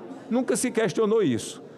É isso que eu queria dizer. Agradeço a Vossa Excelência pela compreensão. Para discutir, senhor presidente, só... Já escrevi Vossa Excelência aqui, só vou continuar na ordem de inscrição. Conceda a palavra ao senador Wilder Moraes. Senhor presidente, queria cumprimentar o autor desse projeto aqui, o Vital do Rego, também o relator Efraim, e dizer, eu ouvindo atentamente todos os colegas senadores, da importância desse projeto para as guardas municipais, que nós estamos constitucionalizando o poder de polícia para os guardas e também para os agentes de trânsito. E me passa a memória aqui, que a gente discutindo isso aí com os senadores, hoje uma PEC que está andando, que está em andamento lá na Câmara, falando da segurança nacional, tentando sinalizar e fazer diretrizes aqui por Brasília, pela União. Isso é um contrassenso que nós acabamos de perceber aqui agora, que as pessoas estão no município, que os prefeitos e os governadores terem a determinação e o acompanhamento da segurança pública do seu estado, tendo a independência. Então, eu acredito que essa proposta que está falando de segurança nacional, a gente está, como eu vi aqui o senador Rogério falando, isso talvez é a solução para a nossa segurança, para onde a gente possa dar proteção aos nossos municípios e não tentar centralizar a segurança nacional aqui, como é o projeto do governo. Então, eu acredito que esse debate não deve chegar por aqui, até porque isso não vem de encontro com o que nós estamos todo mundo aqui, com toda certeza, nós que é da posição, o governo, dizendo que é um projeto meritório. Parabéns ao relator e ao autor desse projeto. Conceda a palavra ao próximo senador inscrito, senador líder Carlos Portinho. Senhor presidente, só queria reforçar a defesa da emenda feita pelo senador Marcelo Castro e pedir a sensibilidade do nosso relator, que fez um brilhante trabalho. É importante esse reconhecimento. Eu só acrescento que agente de trânsito é agente de trânsito, seja municipal, estadual ou federal. Eu só queria registrar isso e reforçar a defesa feita pelo senador Marcelo Castro, embora eu vá liberar a minha bancada se a gente for a voto. Mas o que eu sinto é que há adesão à emenda do senador Marcelo Castro.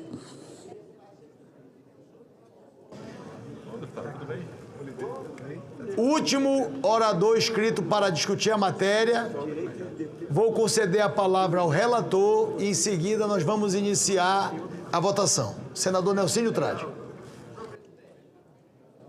Resta-me, para finalizar todo esse processo da discussão e tramitação dessa PEC, parabenizar o senador Efraim e a todos que já se manifestaram e ressaltar da importância dessa medida no sentido de valorizar uma categoria que, na prática, já está muito mais do que inserida na segurança pública do que a gente possa imaginar. Nada mais do que justo que, de fato e de direito, a gente possa reconhecer isso e fazer com que os desdobramentos eventuais que tenham na responsabilidade dessa inserção possam ser amadurecidos e evoluídos a partir do instante em que isso virá lei e se tornar a realidade que é. Dessa forma, senhor presidente, gostaria de parabenizar o senador Efraim pelo trabalho, dizer que a gente teve uma experiência na condição de prefeito de Campo Grande, com os guardas municipais, uma experiência muito positiva, na certeza de que o que nós estamos fazendo aqui é uma justiça e, com isso, vai diminuir o peso e muito das dificuldades que quem mexe com segurança pública tem sobre os ombros. Aproveitando também, apesar de não ser pauta desse contexto, dizer que a gente recebeu hoje os médicos e os dentistas para a discussão do piso salarial. Foi feito um pedido de vistas na Comissão de Assuntos Econômicos e quero aqui reafirmar, o nosso relatório foi feito preocupado que isso não venha a gerar nenhum ônus nas costas dos prefeitos, tampouco dos governadores. Conseguimos fazer com que esse recurso possa vir provisionado e previsto do Fundo Nacional de Saúde. Apenas para comunicar a Vossas Excelências, desde 1961, essa matéria está para ser atualizada e nunca mais foi. É um investimento e não um gasto que o setor de saúde vai ter. E um investimento nas pessoas, nos profissionais que estão na linha de frente, atendendo aqueles que mais precisam. Muitos de nós elogiamos a atuação dos profissionais da saúde na época da pandemia. E isso foi visto e revisto a importância que eles tiveram nesse contexto. Então, nada mais do que justo do que, a partir do momento que essa vista for exaurida, que a gente possa apreciar isso na Comissão de Assuntos Econômicos e que essa tramitação siga o seu curso para que, de uma vez por todas, a gente possa fazer essa aprovação. Presidente Davi Alcolumbre, muito obrigado pela oportunidade e, mais uma vez, agradeço e parabenizo o senador Efraim. Queria cumprimentar os senadores e as senadoras que, ao longo da discussão, fizeram as suas manifestações em relação ao relatório apresentado pelo relator senador líder Efraim Filho. Antes de eu encerrar, acabou os oradores inscritos para discutir. Mas houve algumas considerações, algumas ponderações, pelo que eu entendi, dos senadores, e eu acho muito pertinente eu devolver a palavra ao relator para que ele possa fazer uma última manifestação dentro do que foi solicitado pelos meus colegas senadores e senadoras.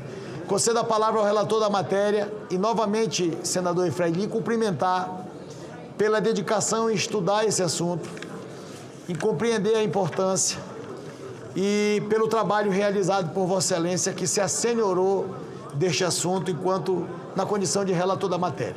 Concedo a palavra a Vossa Excelência para as suas considerações finais e nós vamos encerrar em seguida a discussão e iniciar a votação. Lembrando que nós precisamos de 49 votos favoráveis por se tratar de uma proposta de emenda constitucional e como tem um requerimento aprovado, a mesa vai cumprir a deliberação do plenário senador veneziano Vital do Rego de votar imediatamente em segundo turno esta proposta de emenda constitucional. Então nós teremos 2 votações nominais. Concedo a palavra para as suas considerações finais o relator senador Efraim Filho.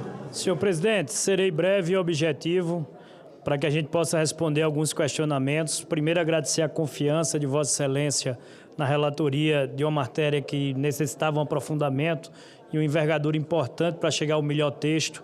Como foi dito aqui, eu acredito sim que teremos os 49 votos e irei pleitear a unanimidade na votação, até porque as poucas divergências que surgiram foram em emendas e que podem ser frutos ou não de destaque, como foi dito aqui pelo senador Marcelo Castro, pelo senador Portinho. Aqui de questionamentos tivemos o senador Eduardo Braga, o Omar Aziz, o Marcelo Castro, o Portinho e o Wilder. Então, eu vou ser bem objetivo. Primeira indagação e muito pertinente do senador Eduardo Braga, sobre o Fundo Nacional de Segurança Pública, já regido em lei especial. A Constituição, senador Eduardo Braga, essa PEC, perdão, a proposta de emenda à Constituição, ela tem exatamente o fundamento, ela se iniciou na autoria do senador veneziano para dar segurança jurídica de que aquilo que a lei já diz, então está escrito na lei, que as guardas municipais e os agentes de trânsito poderiam ser beneficiários do Fundo Nacional de Segurança Pública. Mas, para ter absoluta certeza disso, ao inserir essas 2 categorias no artigo 144, que traz o arcabouço da segurança pública e o rol das instituições, né, que compõem esse arcabouço de segurança pública, ela traz de forma plena, tá certo, essa concepção.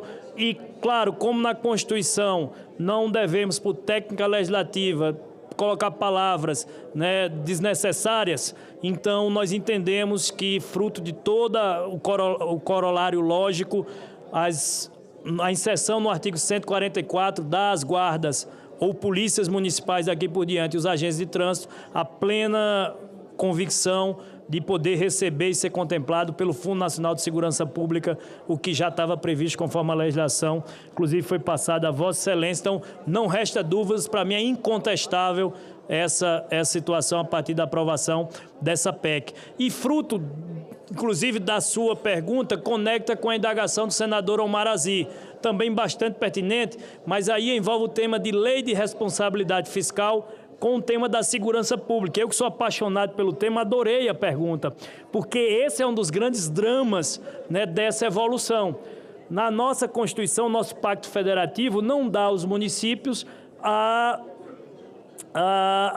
competência sobre a segurança pública, ela cabe aos estados. E aí as prefeituras que avançaram sobre esse tema, criando as suas guardas municipais pela realidade fática, que eu não vou voltar a falar dela, elas acabam retirando esses recursos de alguma outra destinação dentro das suas prioridades para poder trazer a segurança pública como uma complementação que seu estado como o meu tem 2 guardas, está certo, para 20 mil e um não pode sair sem o outro, então os 2 ficam lá dentro, não fica na rua, os 2 ficam lá dentro do posto militar. Então, as guardas, os agentes de trânsito são, eu volto a dizer, é o Estado, é o poder público fardado no meio da rua e agora com essa PEC, com a competência para poder atuar de forma ostensiva. Isso vai fazer a diferença sim, porque tudo soma.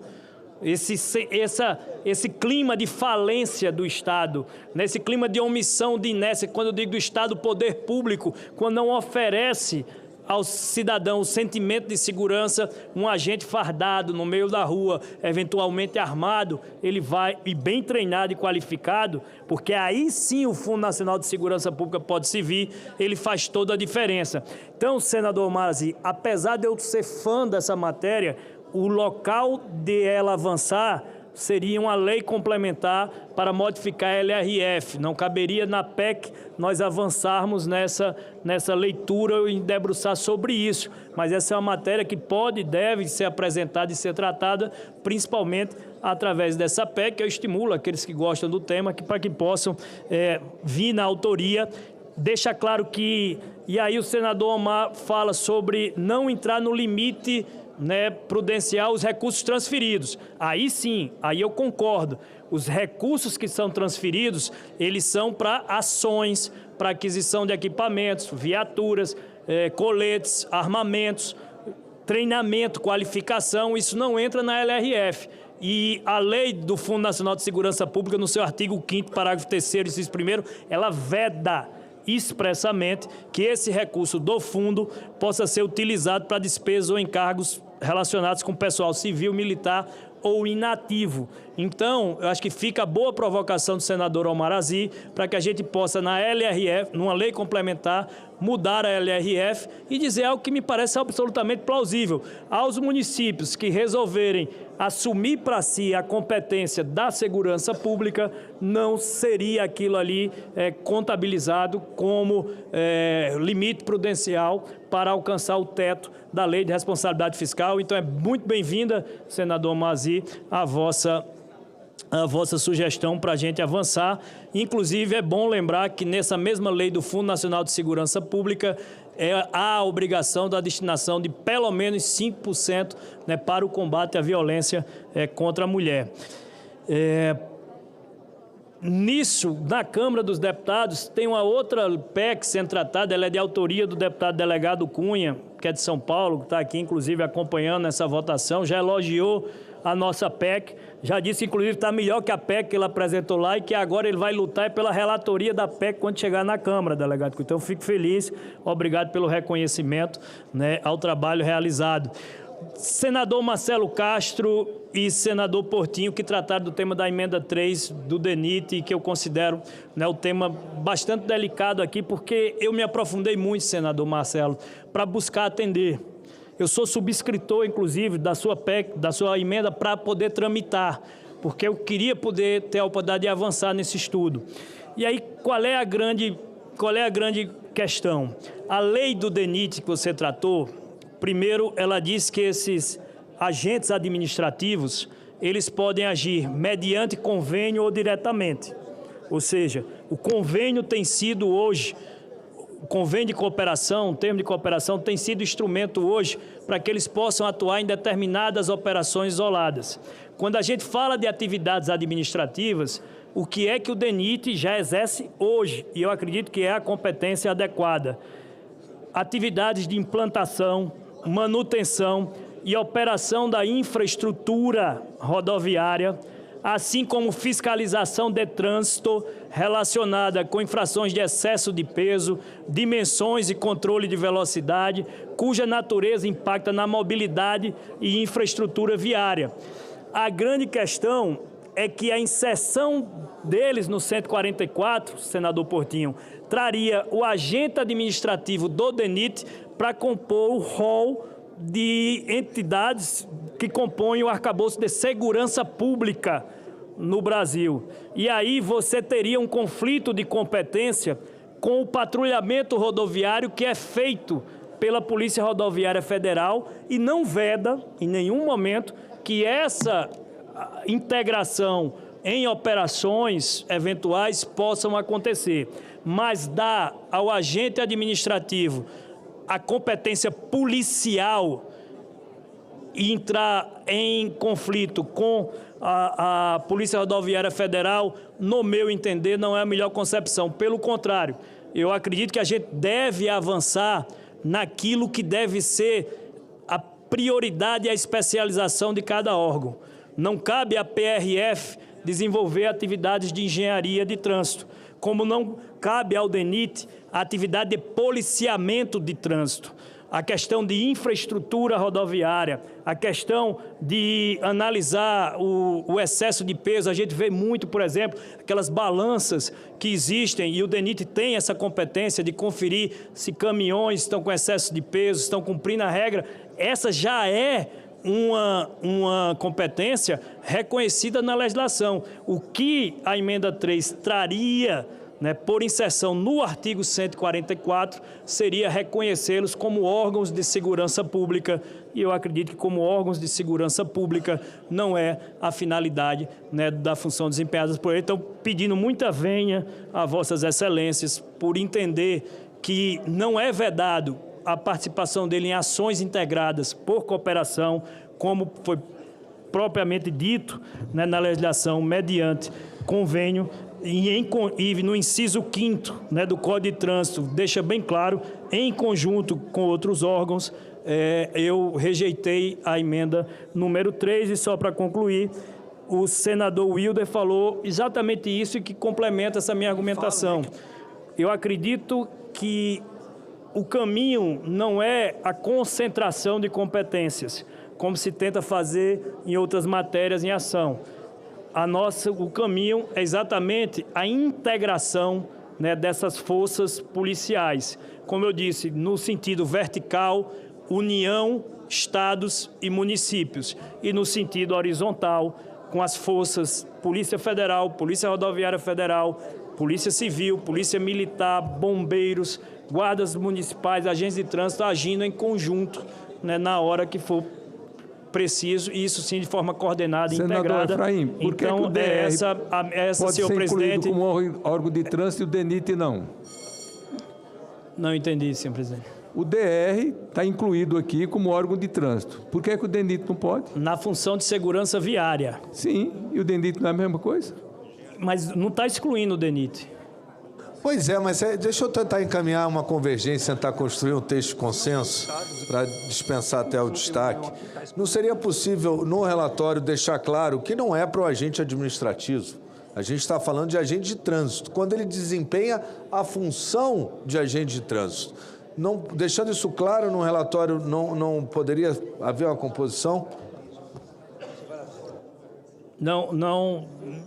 Não há esse concurso específico para agente de trânsito. Ele é agente administrativo que desempenha a função designada de fiscalização de trânsito naquele momento, senador Portinho. Eu acredito, inclusive, que isso pode até amanhã vir a ser alterado, mas não seria no artigo 144, porque a gente não está tratando aqui das competências administrativas, mas sim da função policial.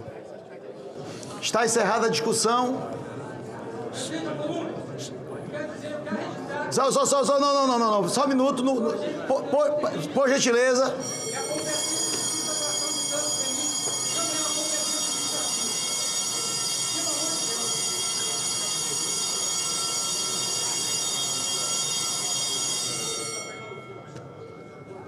Deixa eu fazer uma fala aqui. Esta presidência recebe todos os convidados, indistintamente, para participarem do debate da ordem do dia no plenário do Senado Federal. Mas eu gostaria de pedir a compreensão de Vossas Excelências, que os senadores estão discutindo o assunto. Nós vamos deliberar a matéria, essa matéria irá à Câmara dos Deputados. Houve uma construção muito importante para que esse assunto estivesse na pauta hoje. Nunca será o texto ideal de consenso da deliberação, mas a melhor coisa no parlamento é o diálogo com a sociedade brasileira. Os senadores todos dialogaram com Vossas Excelências, com todas as categorias. Eu queria pedir a compreensão para que Vossas Excelências continuem participando da reunião, mas não cabe, me perdoem, a manifestação. Por gentileza. Está encerrada a discussão, não havendo mais quem queira discutir, está encerrada em primeiro turno. Foi apresentado o requerimento número 408, de autoria do senador Carlos Portinho, que é líder do PL, portanto tem amparo regimental para a votação em separado da emenda número 3. Concedo a palavra ao senador Carlos Portinho, autor do requerimento, se deseja fazer uma manifestação, se mantém ou retira o único destaque apresentado na tramitação da matéria em plenário? Eu mantenho o destaque, senhor presidente, libero a bancada do PL. Mas acho que o senador Marcelo Castro vai fazer a... Ele vai quando ele for para defender o destaque lá na frente. É no destaque. A matéria fica destacada e será votada após a apreciação do texto base. Votação da proposta e das emendas em turno único nos termos do parecer de plenário apresentado, ressalvado apenas o único destaque. Informa ao plenário que a matéria depende para a sua aprovação, senador veneziano, o voto favorável de 3/5 da composição da Casa, ou seja, pelo menos 49 votos sim. Solicito à Secretaria-Geral da Mesa que abra o painel para o início da deliberação. E, ao tempo, informo novamente aos senadores e às senadoras que, após a votação do destaque, nós teremos a votação em segundo turno da proposta, que foi um acordo, aliás, mais do que um acordo, foi uma deliberação do plenário em um requerimento de quebra de interstício da votação da PEC. As senadoras e os senadores já podem votar. Eu consulto os líderes partidários se desejam o tempo de liderança para orientar as suas bancadas. Enquanto vai texto votando, base, sim, geral. Consulto as lideranças partidárias se podemos colocar como orientação de todos os partidos a orientação do voto sim. Solicito à Secretaria-Geral da Mesa que coloque em todos os partidos a orientação sim.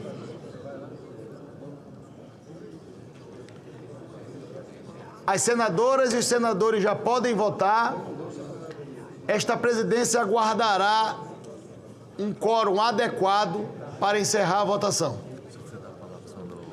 Concedo a palavra ao senador Fernando Dueire, que solicitou, no início da deliberação da PEC, com amparo regimental, pela ordem. Me perdoe, Vossa Excelência, porque nós estávamos na discussão da matéria, eu não quis interromper.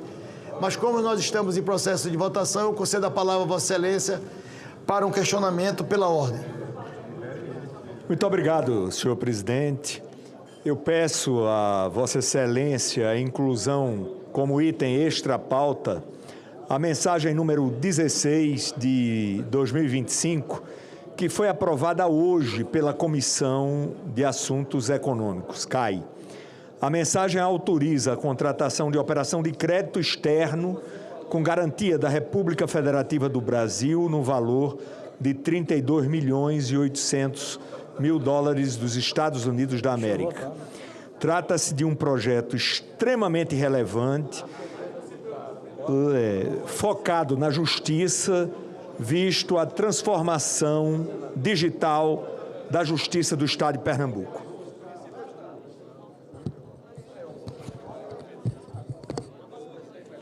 Senhor presidente. Só um minutinho. Senador... Aqui, ó. Eu, senador Estício Valentim. Senador Estício Valentim, conceda a palavra a Vossa Excelência, em seguida o senador Magno Malta está escrito. Obrigado, obrigado. Senador Efraim, obrigado por ter acatado parcialmente a nossa emenda número 2. Mesmo que parcialmente, é uma grande evolução para a segurança pública nos municípios que vem reforçar, sim, onde mais precisa, a nossa segurança, a nossa população. Então, mais uma vez, obrigado. Bela relatoria, senador veneziano. Parabéns pelo projeto. Todos nós aqui no Senado queremos, sim, que nosso cidadão fique seguro. Obrigado. Obrigado, senhor presidente. Obrigado, senador Stevenson. Conceda a palavra da mesma maneira. Senador Fernando Dueire. Senador Fernando Dueire. Senador Fernando.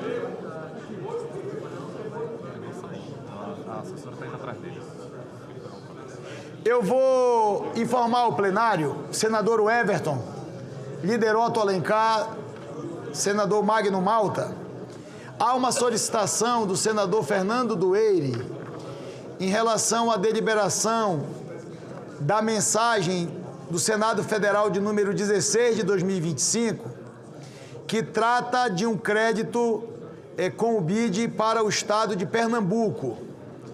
Esta matéria, diferente das outras, eu queria até me justificar, houve vários senadores que me solicitaram que eu pudesse colocar outras matérias que ainda não foram deliberadas na CAI diretamente no plenário. São mais 5 mensagens ao Senado Federal da Bahia, do BNDES, de Santa Catarina e de outros estados. Eu fiz uma ponderação. As mensagens chegaram ontem. Nós vamos despachar para a CAI, para que a CAI possa deliberar, porque acaba que a presidência do Senado, se atender à solicitação, tira a prerrogativa da comissão de discutir a mensagem, que é uma prerrogativa legítima regimental. E eu informei mais cedo a todos os senadores que me solicitaram que eu trouxesse diretamente ao plenário as mensagens de votação de crédito, que eu não tinha condição de tirar da CAI para trazer para o plenário. Eu vou despachar as 5 mensagens ainda hoje, o doutor Danilo vai despachar para a CAI, e a CAI, no tempo hábil, pela sua presidência, do presidente Renan Calheiros, marcará uma reunião da comissão para deliberar sobre as mensagens. Mas diferente dessas, esta aqui, senador Fernando, já foi deliberada na CAI. Então eu queria informar o plenário, como faço com todas as outras, que eu vou incluir no final da deliberação da reunião esta matéria como item extra pauta, porque todas as outras que chegaram no plenário nós fizemos da mesma maneira e não será diferente nessa, porque eu sei que uma proposta de um financiamento como este não começou ontem. São projetos que estão sendo trabalhados pelos governos, seja pelo governo federal, pelos governos estaduais ou pelos governos municipais, há 1, 2, 3 ou até mesmo 4 anos para se chegar no Senado para aprovação. Então, da mesma maneira, eu vou atender a solicitação do Fernando Dueire, como fiz nos outros episódios, e vou incluir, peço permissão a Vossa Excelência, como item o último da pauta. E, sobretudo, pelo critério que Vossa Excelência acabou de expressar. Muito obrigado, senador presidente. Eu vou conceder a palavra pela lista de oradores inscritos, enquanto nós estamos votando a matéria, ao senador líder Rogério Marinho.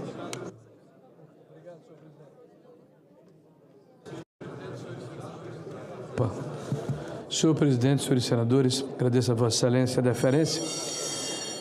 Dizer que estamos aqui votando um projeto que foi amplamente discutido, mas sabemos qual vai ser o resultado, todos apontaram sim. Quero tratar aqui rapidamente 2 temas muito importantes que estão na pauta da sociedade brasileira. Queria pedir atenção do plenário, que nós temos um orador na tribuna. Por favor. Primeiro, a questão do IOF. O governo, semana passada, decidiu aumentar novamente impostos. Não é por acaso que se chama o nosso ministro Haddad de taxade. Talvez um apelido depreciativo, mas é uma situação que se apega à forma como esse governo tem trabalhado. Ao invés de fazer o dever de casa e cortar gastos e custos, o governo busca sempre o remédio de aumento de impostos, de taxas e de majoração de alíquotas. E talvez nós não tenhamos ou tenhamos deixado passar despercebido o fato de que, por ocasião da apresentação da lei orçamentária de 2025, final de 24, só foi aprovada este ano, este governo, do Partido dos Trabalhadores, apresentou uma série de receitas que não existiam. Na verdade, fraudou o orçamento brasileiro e subestimou uma série de despesas. Para exemplificar, eu vou falar apenas de uma receita, que, aliás, é uma ação recorrente desse governo, que é o recurso proveniente do voto de qualidade do CARF. O governo, no orçamento de 24, apresentou uma receita de 50 e poucos bilhões de reais. Ao final do exercício, pouco mais de 400 milhões, senador Iovisto, foram efetivamente arrecadados. Só que esta fraude deliberada permitiu a apresentação de despesas correspondentes a essas receitas. E o que é que o governo fez? Foi, durante todo o ano atrás, de receitas não recorrentes, buscar, através de puxadinhos e de ações parafiscais, uma fórmula de impedir o contingenciamento dos recursos orçamentários. Isso, senhores, é uma falácia repetida até a exaustão por este governo de faz de conta. Governo irresponsável, leviano, populista, que não tem, repito, projeto de país, tem projeto de perpetuação no poder. Mas vejam, aparentemente, o governo não se deu por satisfeito. Novamente, agora na apresentação do orçamento 2025, apresenta como fonte de receita o voto de qualidade do CARF, mais de 28 bilhões de reais. E pasmem, por ocasião da apresentação do relatório do CARF, o governo vem a público dizer: houve uma superestimativa da receita. Quer enganar quem? E há uma subestimação das despesas, notadamente na questão da Previdência e do BPC. O governo apresenta, pela primeira vez, uma ação no sentido de responsabilidade fiscal. Nós vamos contingenciar quase 31 bilhões de reais do orçamento. Muito bem, uma ação profilática, necessária e tardia deste governo de faz de conta. Quem tem dificuldades de aritmética básica, não sabe somar 2 mais 2, ou é leviano o suficiente para repetir essa fancaria por 2 anos subsequentes. Não sei qual das duas alternativas, vou ficar com as duas e imaginar e dar o crédito de que, na verdade, houve apenas um erro, né, que é repetido ano após ano. Mas, pasmem, o governo apresenta, no momento em que a taxa Selic está em 14,75%, a apresentação de uma nova fonte de receitas, um imposto regulatório, que já havia sido decidido no governo anterior, que seria zerado até 2028, para estarmos na mesma condição que outros países do mundo, que têm as suas finanças e a sua condição econômica equânime com as condições internacionais. O governo apresenta uma majoração de até 300% no custo da alocação de recursos através do IOF, penalizando a obtenção de créditos, dando um choque de imprevisibilidade, de insegurança jurídica, inflação na veia, porque esses custos serão repassados aos serviços e aos produtos adquiridos pela população brasileira que venham do exterior. E, ao mesmo tempo, uma demonstração de que este governo, preocupado que está com a questão da estabilidade do câmbio, ao invés de resolver a questão fiscal, se volta para um subterfúgio que já foi utilizado anteriormente. Chama a atenção de Vossas Excelências pela Turquia, pela Argentina e por outros países que tiveram o mesmo fim, a destruição da sua estabilidade econômica e das suas respectivas economias. É uma receita do fracasso, é uma demonstração de que este governo entregou os pontos. Aliás, há pouco menos de 2 meses, e os senhores parecem que não se lembraram. O governo veio a esta casa apresentar a Lei de Diretrizes Orçamentárias, e aqui não estava o ministro da Fazenda, aqui não estava a ministra do Planejamento, e eles disseram, e vou traduzir para os senhores: apertem os cintos, o piloto sumiu e o país quebrou. Em 2027, nós, o governo federal, não iremos cumprir o piso da saúde e da educação. Nós, o governo federal, não teremos condição de custear a máquina pública. Nós, o governo federal, não teremos recursos discricionários para fazer frente aos investimentos que foram recetados através da miragem, da mentira do PAC 3. Este é um governo de faz de conta, este é um governo de fancaria, este é um governo que não está interessado no país, está interessado em se perpetuar no poder. Lamentável a forma como tem gerido as finanças públicas. E nós sabemos qual é o resultado. 2015, 2016, a pior crise econômica que o Brasil passou desde 1948.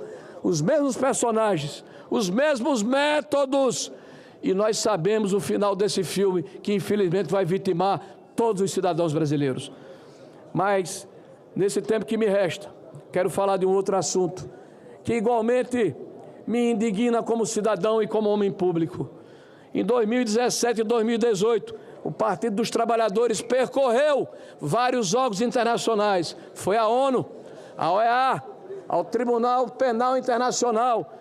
Fez mais de 50 comitês pelo mundo inteiro, em mais de 30 países, para denunciar o judiciário brasileiro, para denunciar o governo brasileiro, afirmando que havia ocorrido um golpe no Brasil, afirmando que o presidente Lula era vítima de uma trama judicial.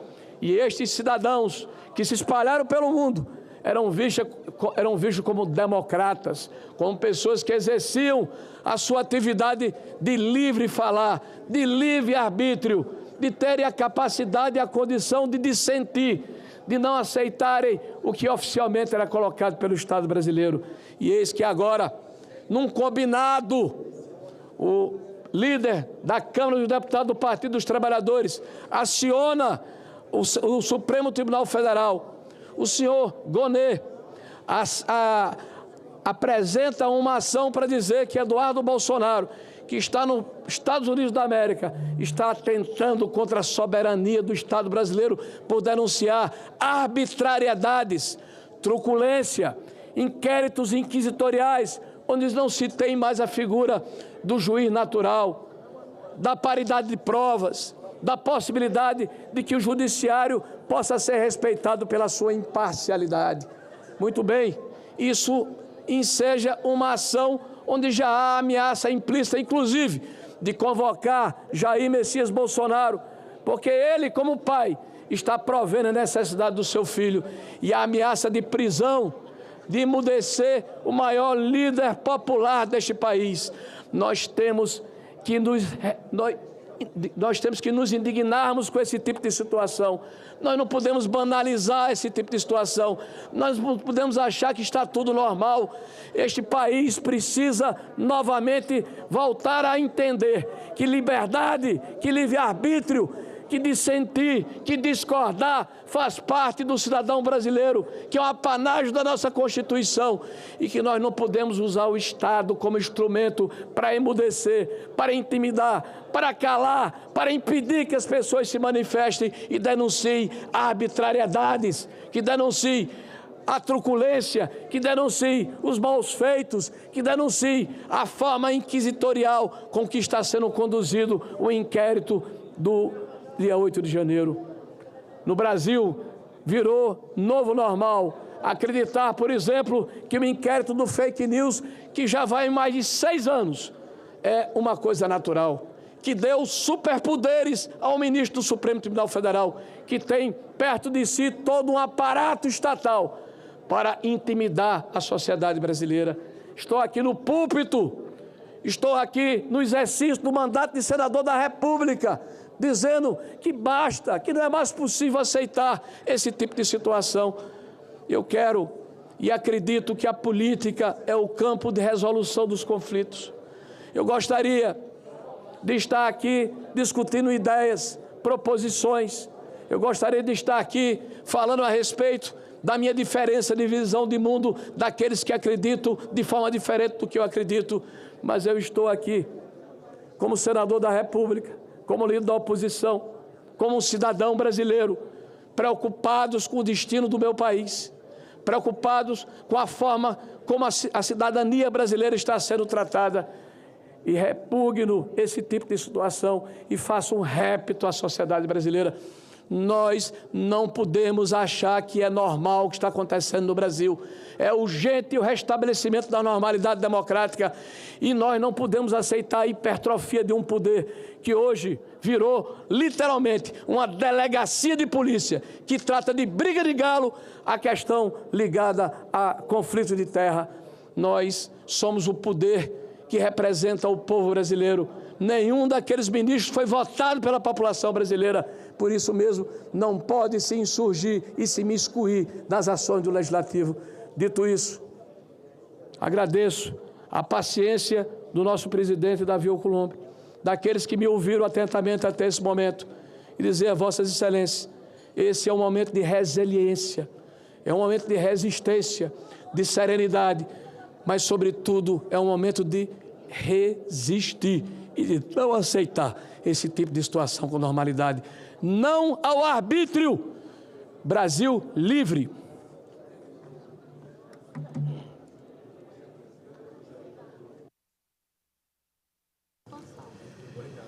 Vou encerrar a votação. Está encerrada a votação em primeiro turno. Determina a Secretaria-Geral da Mesa que mostre no painel o resultado da votação.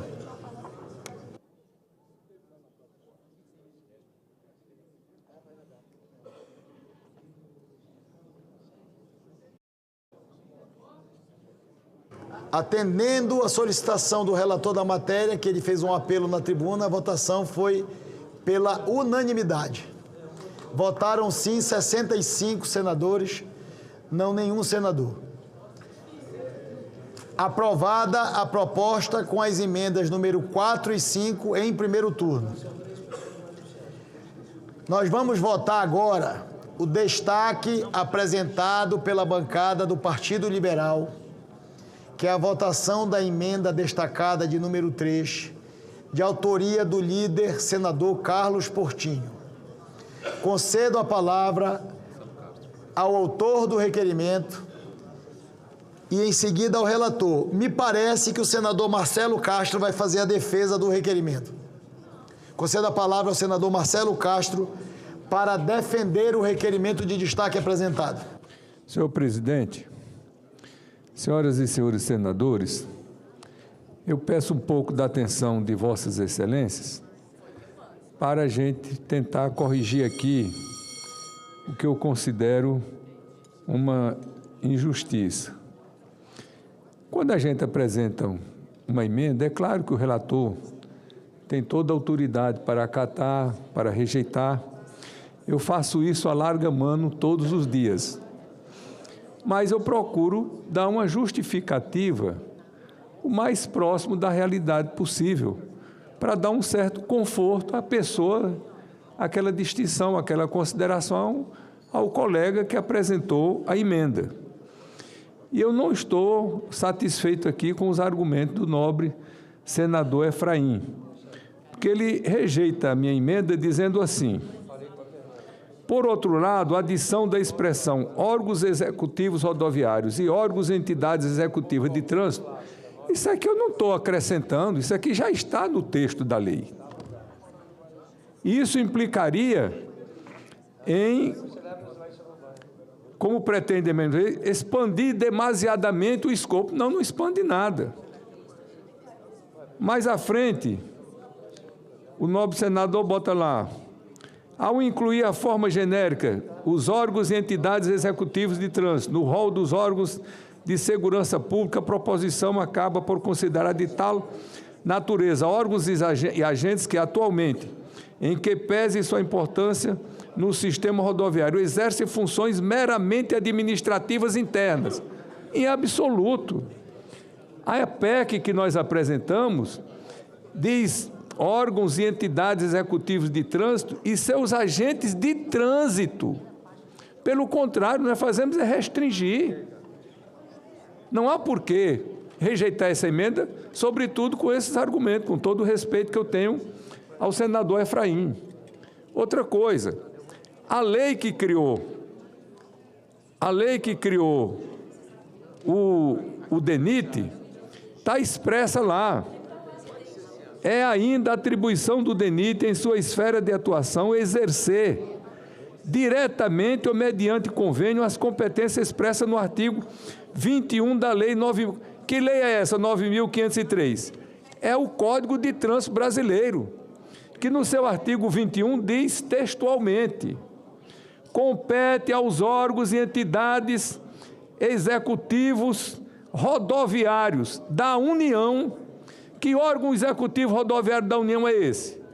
É o DENIT, o antigo DNER, Departamento Nacional de Estrada e de Rodagem. Dos estados, são o órgão do estado? O DR. Então, o DR está para o estado, assim como o DENIT, o antigo DNR, está para a União. Aí o DR se junta com o DETRAN, com as polícias militares e fazem ações nas estradas estaduais. Da mesma forma, o DENIT se junta com a Polícia Rodoviária Federal, com a ANTT e faz ações nas rodovias federais. Qual é a distinção de uma para outra? Nenhuma, em absoluto. É só em categoria.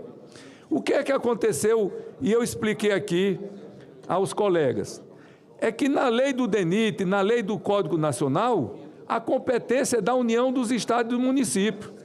Quando veio a emenda constitucional de número 82 em 2014, ao invés de reproduzir o que estava no Código de Trânsito, no Código de Trânsito e na lei do DENIT, por um lapso, ou sei lá por qual motivo, restringiu apenas aos estados, Distrito Federal e município. Esqueceram da União.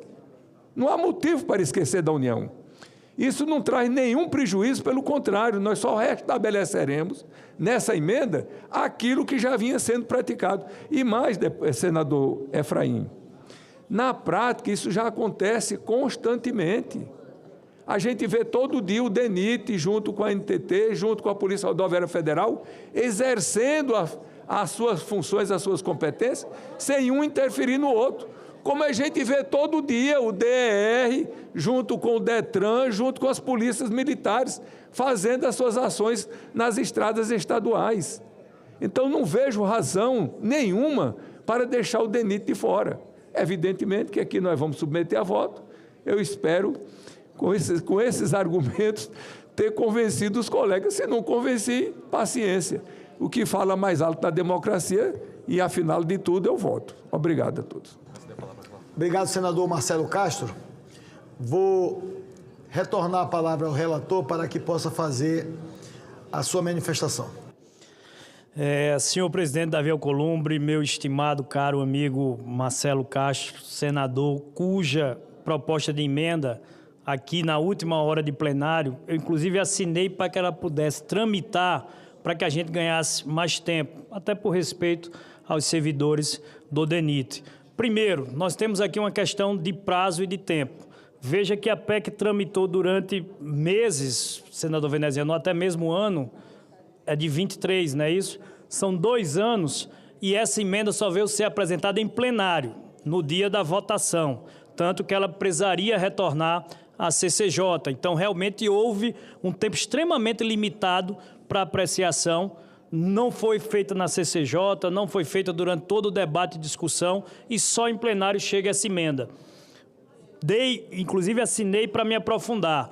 E ao me aprofundar, eu não consigo ficar convencido porque qual seria o efeito prático da aprovação da emenda? Nós colocaríamos o DENIT, com seus agentes, nos órgãos de segurança pública do Brasil, porque o artigo 144 são os órgãos, o arcabouço dos rolos de segurança pública no Brasil. Quando Vossa Excelência fala sobre o inciso 2º do parágrafo 10º, é para dizer que aquelas competências federais nos estados, elas serão também atuando em conjunto.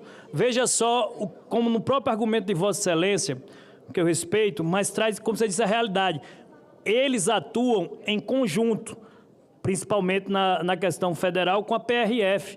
A partir do momento que eu inseri-lo e der a ele a oportunidade, né, e a competência para poder também fazer policiamento, patrulhamento das vias, eu estou gerando uma sobreposição funcional, porque o que Vossa Excelência está dizendo é que ele vai ter a mesma competência da PRF, por exemplo, para nas vias federais vai ter a mesma competência que os DRs têm nas estradas estaduais.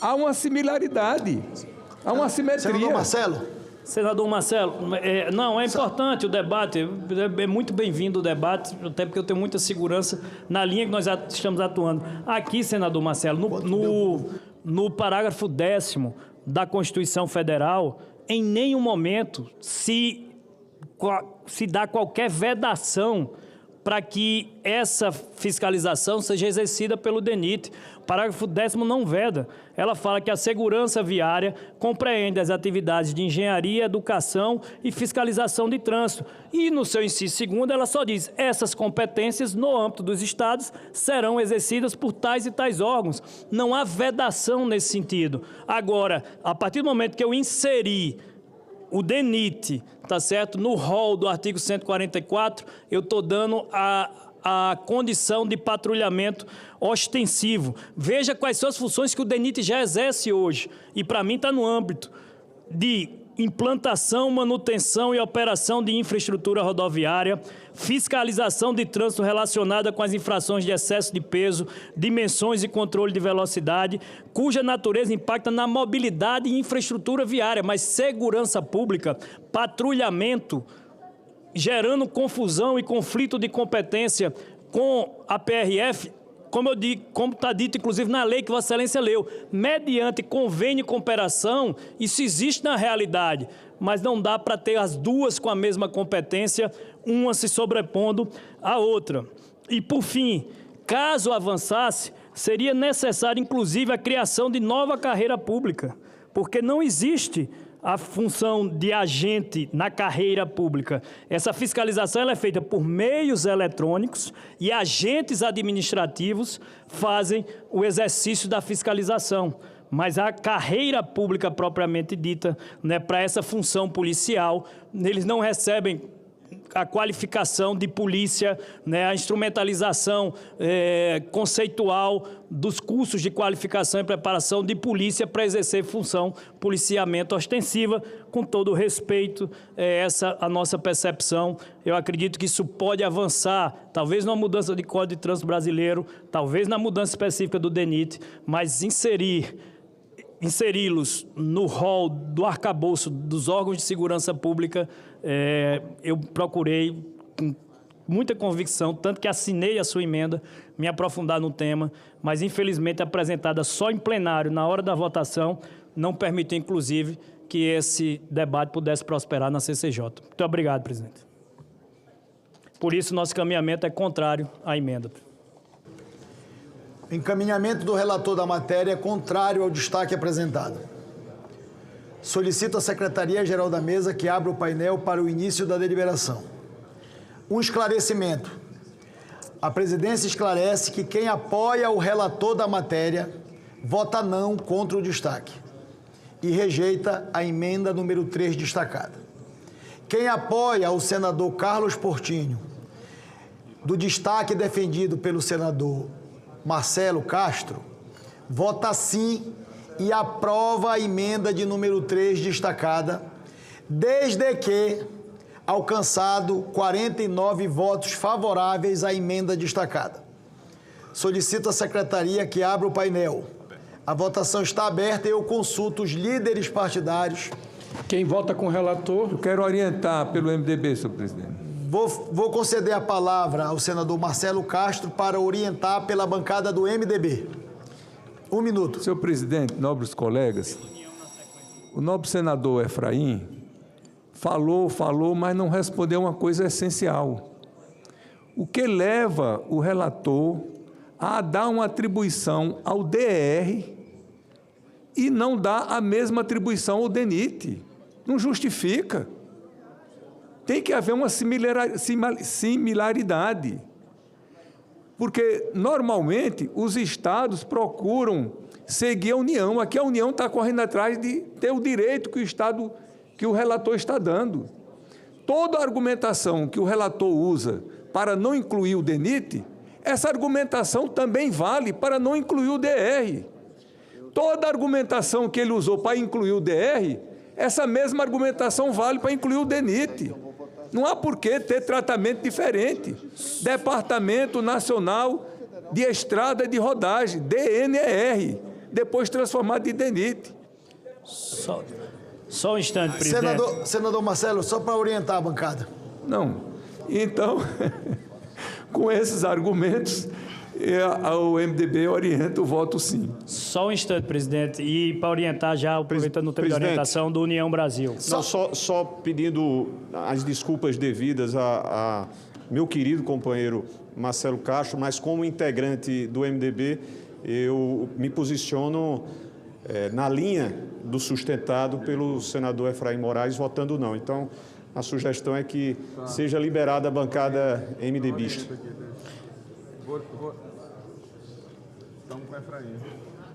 Nós vamos consultar o líder da bancada, senador Eduardo Braga, se orienta no painel a liberação da bancada. Deixa eu ver aqui. Respeitando. Com Efraim, não é? Senhor presidente, respeitando a divergência, vou liberar a bancada no painel, senhor presidente. O MDB libera a sua bancada. No União Brasil, presidente. Até para poder responder o questionamento do senador Marcelo Castro, que é importante pelo momento da votação. Tudo bem, para a orientação pela bancada do União Brasil. Só deixar muito claro, porque o senador Marcelo Castro, pela fala dele, fala como se eu estivesse inserindo essa competência ao DR. Não, ela já está lá.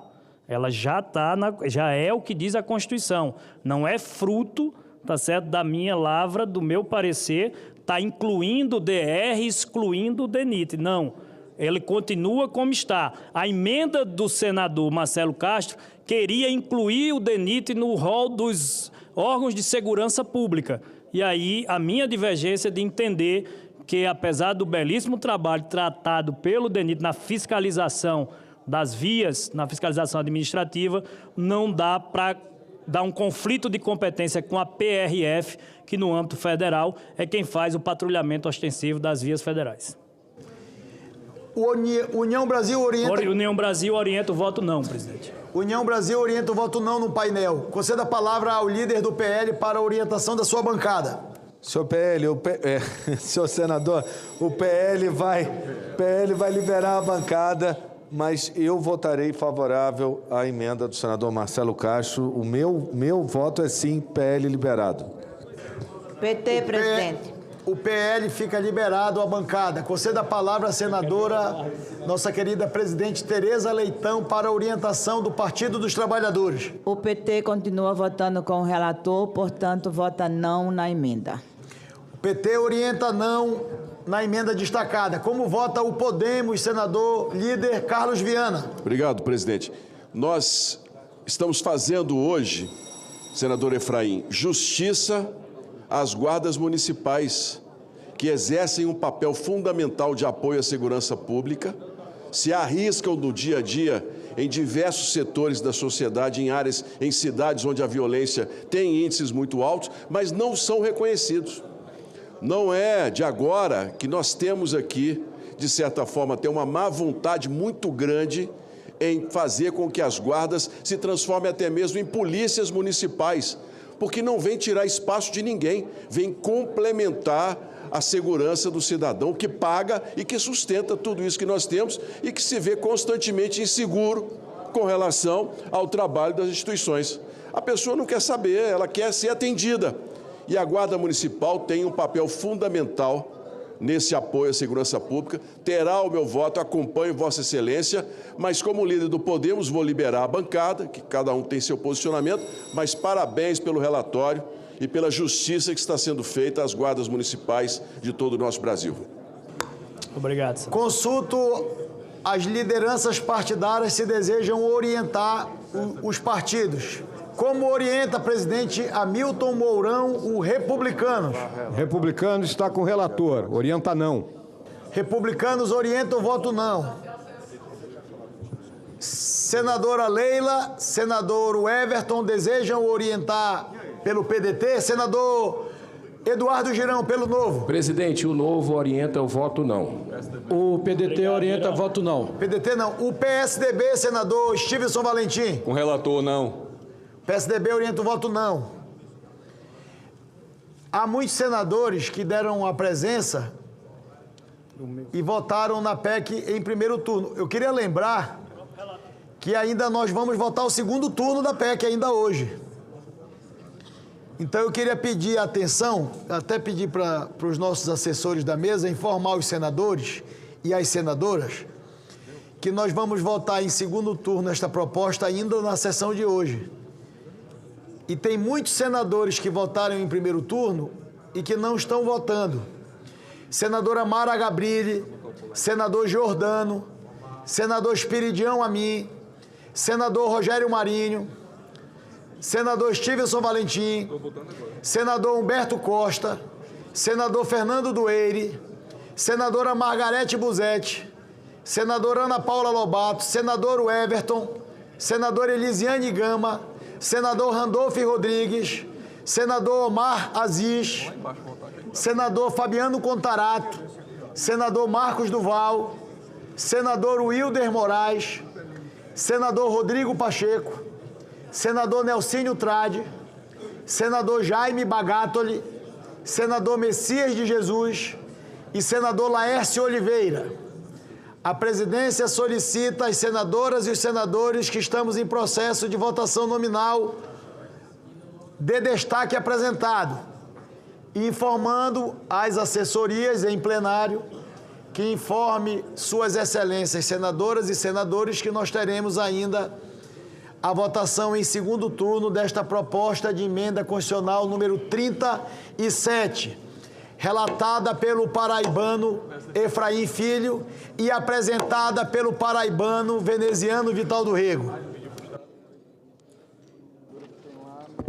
Pela ordem, presidente. Pela ordem, senadora Tereza Leitão. Enquanto vão chegando os votos, eu queria fazer um registro muito breve, mas não queria deixar de fazê-lo. Peço a palavra para fazer esse registro em nome da cultura brasileira. Ontem foi encerrado o prazo de adesão do segundo ciclo da Política Nacional Aldir Blanc. E os dados são expressivos. 100% dos estados e 99,99% dos municípios aderiram. Isso significa que temos 5.568 municípios aptos a receber recursos destinados ao fomento cultural do governo federal nos próximos 4 anos. Apenas 2 municípios não aderiram. Da menor cidade do país, com pouco mais de 800 habitantes, em Minas Gerais, a mais populosa, com quase 12 milhões de habitantes. Todas essas aderiram. Para cada ano, são destinados 3 bilhões de reais. No ano passado, no primeiro ciclo da implementação da nova política, nosso estado, Pernambuco, recebeu o expressivo valor de 143 milhões, atendendo a 181 municípios, dos 184 que tem. Cultura gera empregos e renda. E, ao contrário do que dizem, não é gasto, é investimento. É a valorização do que há de mais brasileiro em nós, a nossa rica e diversa cultura. A adesão à Lei Aldir Blanc é uma demonstração direta da vitória da cultura popular ante um cenário de desmonte institucional e desvalorização vividos no governo federal anterior. Como presidenta da Comissão de Educação e Cultura, faço aqui um agradecimento à ministra Margarete Menezes por seu trabalho como gestora das políticas culturais do nosso país e ao secretário executivo Márcio Tavares. Viva a Política Nacional Aldir Blanc. Muito obrigada, senhor presidente. Pela ordem, senhor presidente. Rapidamente aqui. Pela ordem, senador Viana. Quero citar aqui a presença do doutor Varun Sutra, indiano, que está nos visitando. Ele que é diretor do Kalinga Institute of Social Science na Índia, um projeto que atende 81 mil crianças gratuitamente, do básico até a universidade, um projeto modelo premiado, fundado pelo Dr. Achyuta Samanta e que hoje vem aqui nos prestigiar, é membro juntamente comigo do Grupo Internacional de Combate à Lavagem de Dinheiro e ao Financiamento do Terrorismo, e que vem prestigiar esse Senado com essa visita. Muito obrigado, presidente. Seja muito bem-vindo ao Senado da República. Vou encerrar a votação. Está encerrada a votação. Solicito à Secretaria-Geral da Mesa que divulgue o resultado no painel.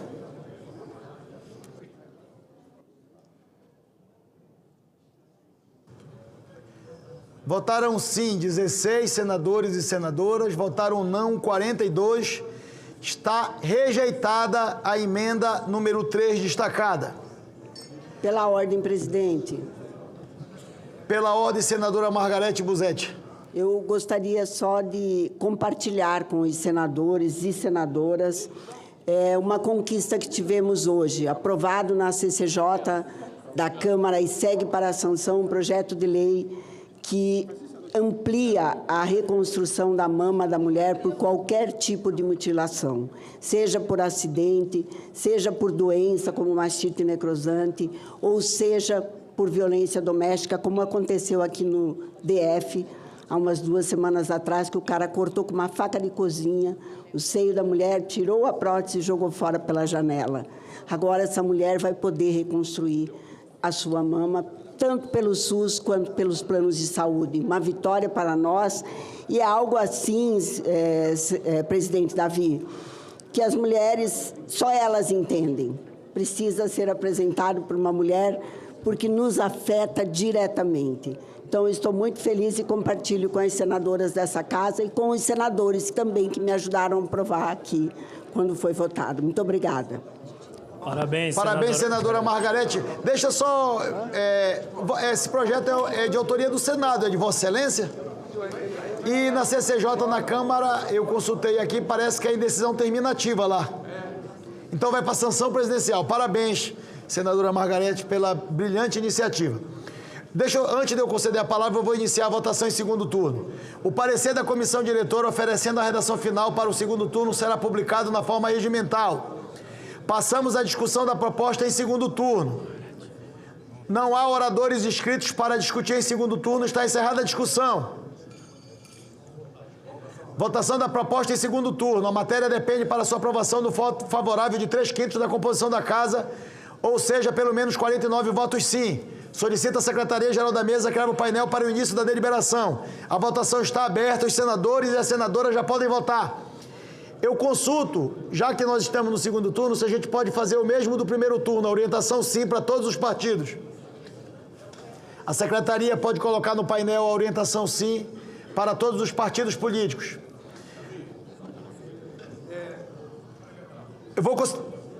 Enquanto estão votando, eu vou conceder a palavra ao senador Magno Malta pela lista de oradores inscritos. Não, senhor presidente, eu queria falar pela ordem. Vossa Excelência pediu para eu esperar, depois deu para mais 3 pela ordem. Eu fiquei aqui, né? Eu falo depois, mas Vossa Excelência me deu pela ordem agora? Vossa Excelência pode usar a palavra. Eu não quero usar o meu tempo de orador agora. Eu tinha pedido pela ordem. Pela ordem. Vossa Excelência fala depois concedeu para mais 3. Eu me senti discriminado. Eu peço desculpa, Vossa Excelência. Está desculpado. Posso pela falar ordem, pela ordem? Vossa Excelência tem a palavra. Amém. Tá. Mude de mesa. Senador Eduardo. Também votei. É que estamos perseguindo o autor da PEC. Senador Veneziano, mude para ali, para outras mesas, ou outra fileira. Eu concedo a palavra pela ordem ao senador Magno Malta. Peço atenção ao plenário. Senhor presidente, eu quero fazer um registro. Na semana próxima passada, eu vim a essa tribuna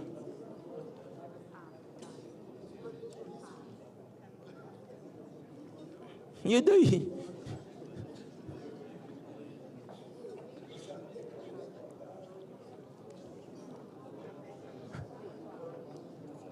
Pode? A celebridade sentou, né?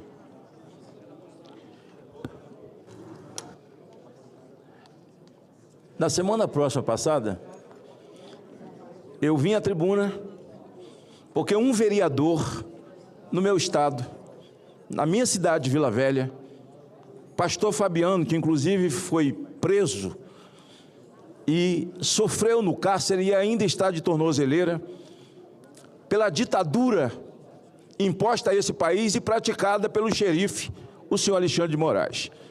Mas sobre esse rapaz eu quero falar depois, Alexandre de Moraes. O pastor Fabiano se elegeu vereador. Que atribuição tem o vereador na Constituição?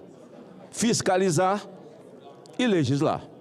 o prefeito então entrou na justiça e pediu uma liminar, e lhe foi concedida pelo juiz para que o pastor Fabiano, como vereador, não pudesse fiscalizar o município.